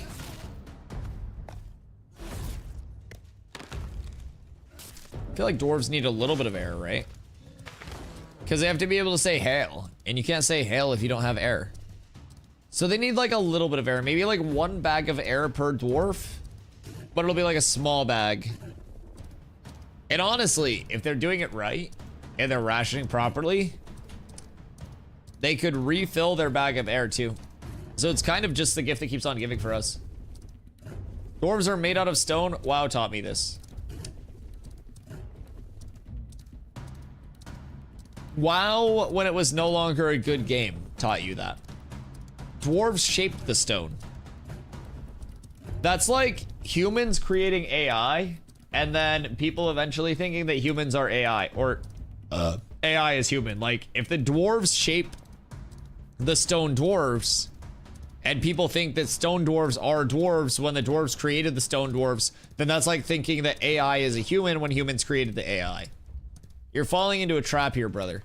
It's the dead dwarf theory. You should read up on it. But realistically, it's at this point just a bunch of stone dwarves creating other stone dwarves. They don't want me to talk about this. They tried to hit me with a stupefying ray, chat. They're trying to silence me. My brain died. Okay, so like at this point, it's just stone dwarves making other stone dwarves. But the first stone dwarves were made by normal dwarves, right? Just like the first AI was made by humans. And then now it's AI creating AI. So like you have this level of humans not even being involved. So that's where you're at. Driving range opens at 10. I'm so down. Hit some balls, whack some balls around. Yeah, I'm down. Hey, you should, do you want to roll up an indie? Douglas, perchance? I don't know if you have any, but. Why are there so many god spikes? Because the war is not ending in any other way. The fuck? And the god spike is a way to get points towards the completion of the war. I would assume it's a timed event during the war if the war has elapsed a certain amount of time. Look at the desert. Oh, there's a god spike here as well. Weird. I only see 2 there, but I don't know if there's another war maybe out there. Maybe like a secondary deck somewhere. Could always be a possibility. I don't think I'm getting Braidwood out here. Let's loop it back to Mira. I see 2 in the desert. Weird. I only saw 1, but I could have just missed the other one. There's 1 up here, 1 in the desert. I don't know what the desert one would be linked to though. Because they did say the desert god spike events were supposed to be for like desert god spike, like desert wars, right? So, squirt.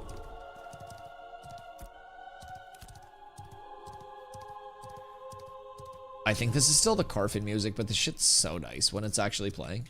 It's so epic. It's like so ominous. Where's the other one in the desert? Dwarves are born out of stones. LOTR taught me this. What do you mean dwarves are born out of stones? Like the rock breaks open and then a dwarf comes out? Is that the lore? Between Sunhaven and Azmoran. Oh, fuck. Yeah, I guess. 14 active players and 2 active players. And then this one has 48 active players. It's also midnight Easter Sunday. So I'm not convinced. Oh, chat, it's 4:20 in 5 minutes. Oh shit, dispensary deals today. Woo! Yeah, baby! Jesus. But yeah, so player base probably isn't gonna be the highest. Like right before Easter Sunday at midnight. I wouldn't be surprised. I do not want to do the god spike. I want to go up here and I want to store my goods. 24 for real countries. I don't care about your goddamn metric system dates. We practice the good old day, month, day, year format. Fuck you. Communist hit me with a stupefying ray. Made me drink the stupid juice. You got me with the energy weapon. Almost gaslit me into saying it. I forgot which one came first over here. Nerds.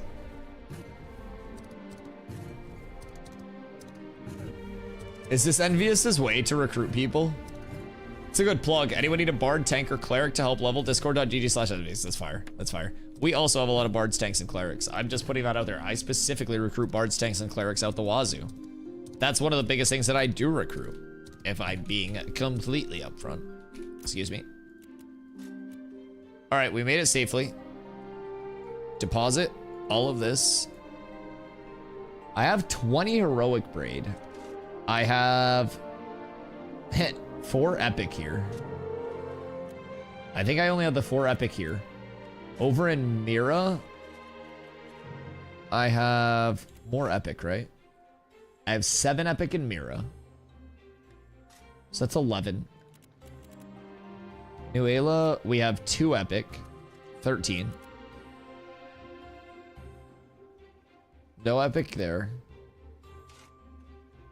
No epic there. No epic there. We need 20 for a bow. That is 17 with what's in 8th.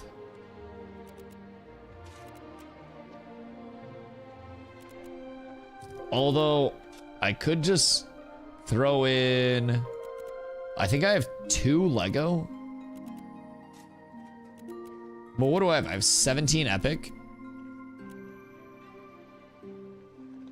Seems to be where we're at. I got your guts. Man. Man. Okay, yeah. So I have 17 epic. That's looking good. That's looking good. I wonder where my bow would end up at. Because getting that crafted would be huge. Where's my Lego braid? Where'd I put that shit? Is that an 8th? Yes. I got your nuts. Oh, wait. Wait a second.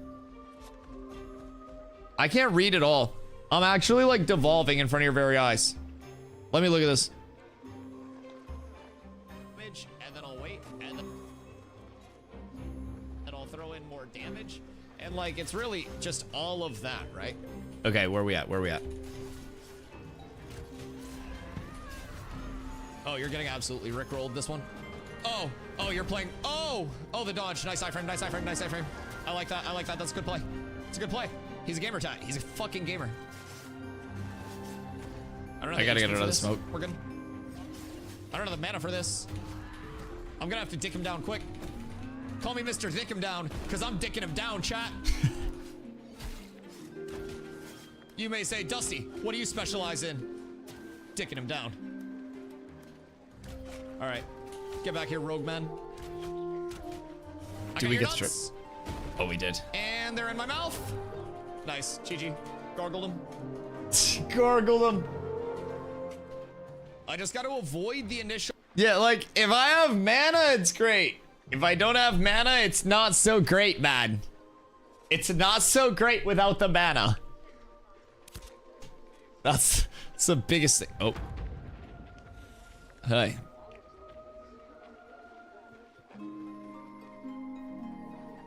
So I guess, is town a safe haven and it's just in between the towns it's bad? What are people selling old long sites for? Ain't no way. Ain't no way. That is disgustingly inflated. There's no singular fucking shot. 165 gold for that? Brother. What the fuck do you mean? So, if I go onto the crafting calculator right now,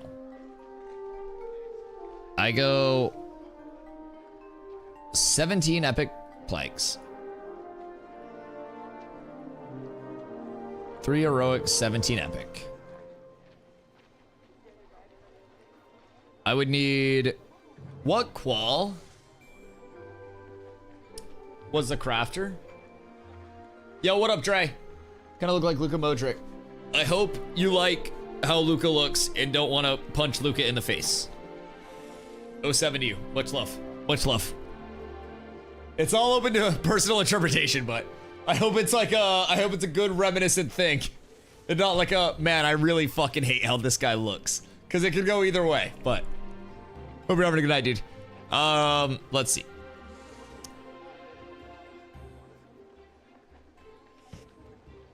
Two Lego. Oh my god. Okay, I mean, I guess I could just... How much would the thread be to get Lego? Because if I take that away, we go 3, we go 17. That would be epic. I can give you a few epic braid. I need 3. I have 17 on me. This is fine though. But what would the 20 be? 0, common. Okay, same thing. So it would either be... I don't need to push up too high in epic. This is fine. I don't need anything more than this, honestly. It's mostly just about getting the lifesteal and the fizz power bump. So this'll be chill. I don't need anything crazier than this. Legendary thread is probably cheaper. 24.79, 24.53. Yeah, I'll just get the legendary thread. How few could I use here? 15.5, 16.4.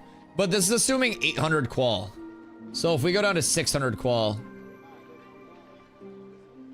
17.3 Lego thread. Perfect. That's all we need. So 600 qual, 17.3 Lego thread. And I have all of the stuff for that. Just sourced by myself. Except for the Lego thread. That's the restricting factor. So maybe I bug Slacker for that. But realistically, that's not bad. I'm pretty happy with how that shaped up. So I'll be able to get that tomorrow. That's going to give me lifesteal. That's going to give me more fizz power, more strength, pretty much more everything in a very positive way. I'll lose out on some decks, but I'll gain crit power. I'll actually drop a little bit of crit power.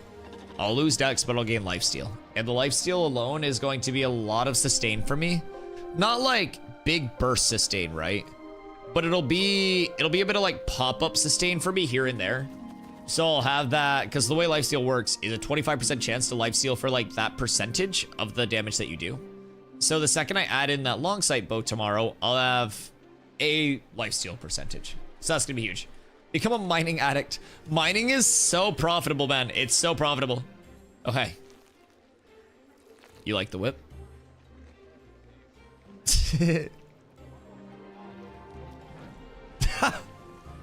It scared him, chat.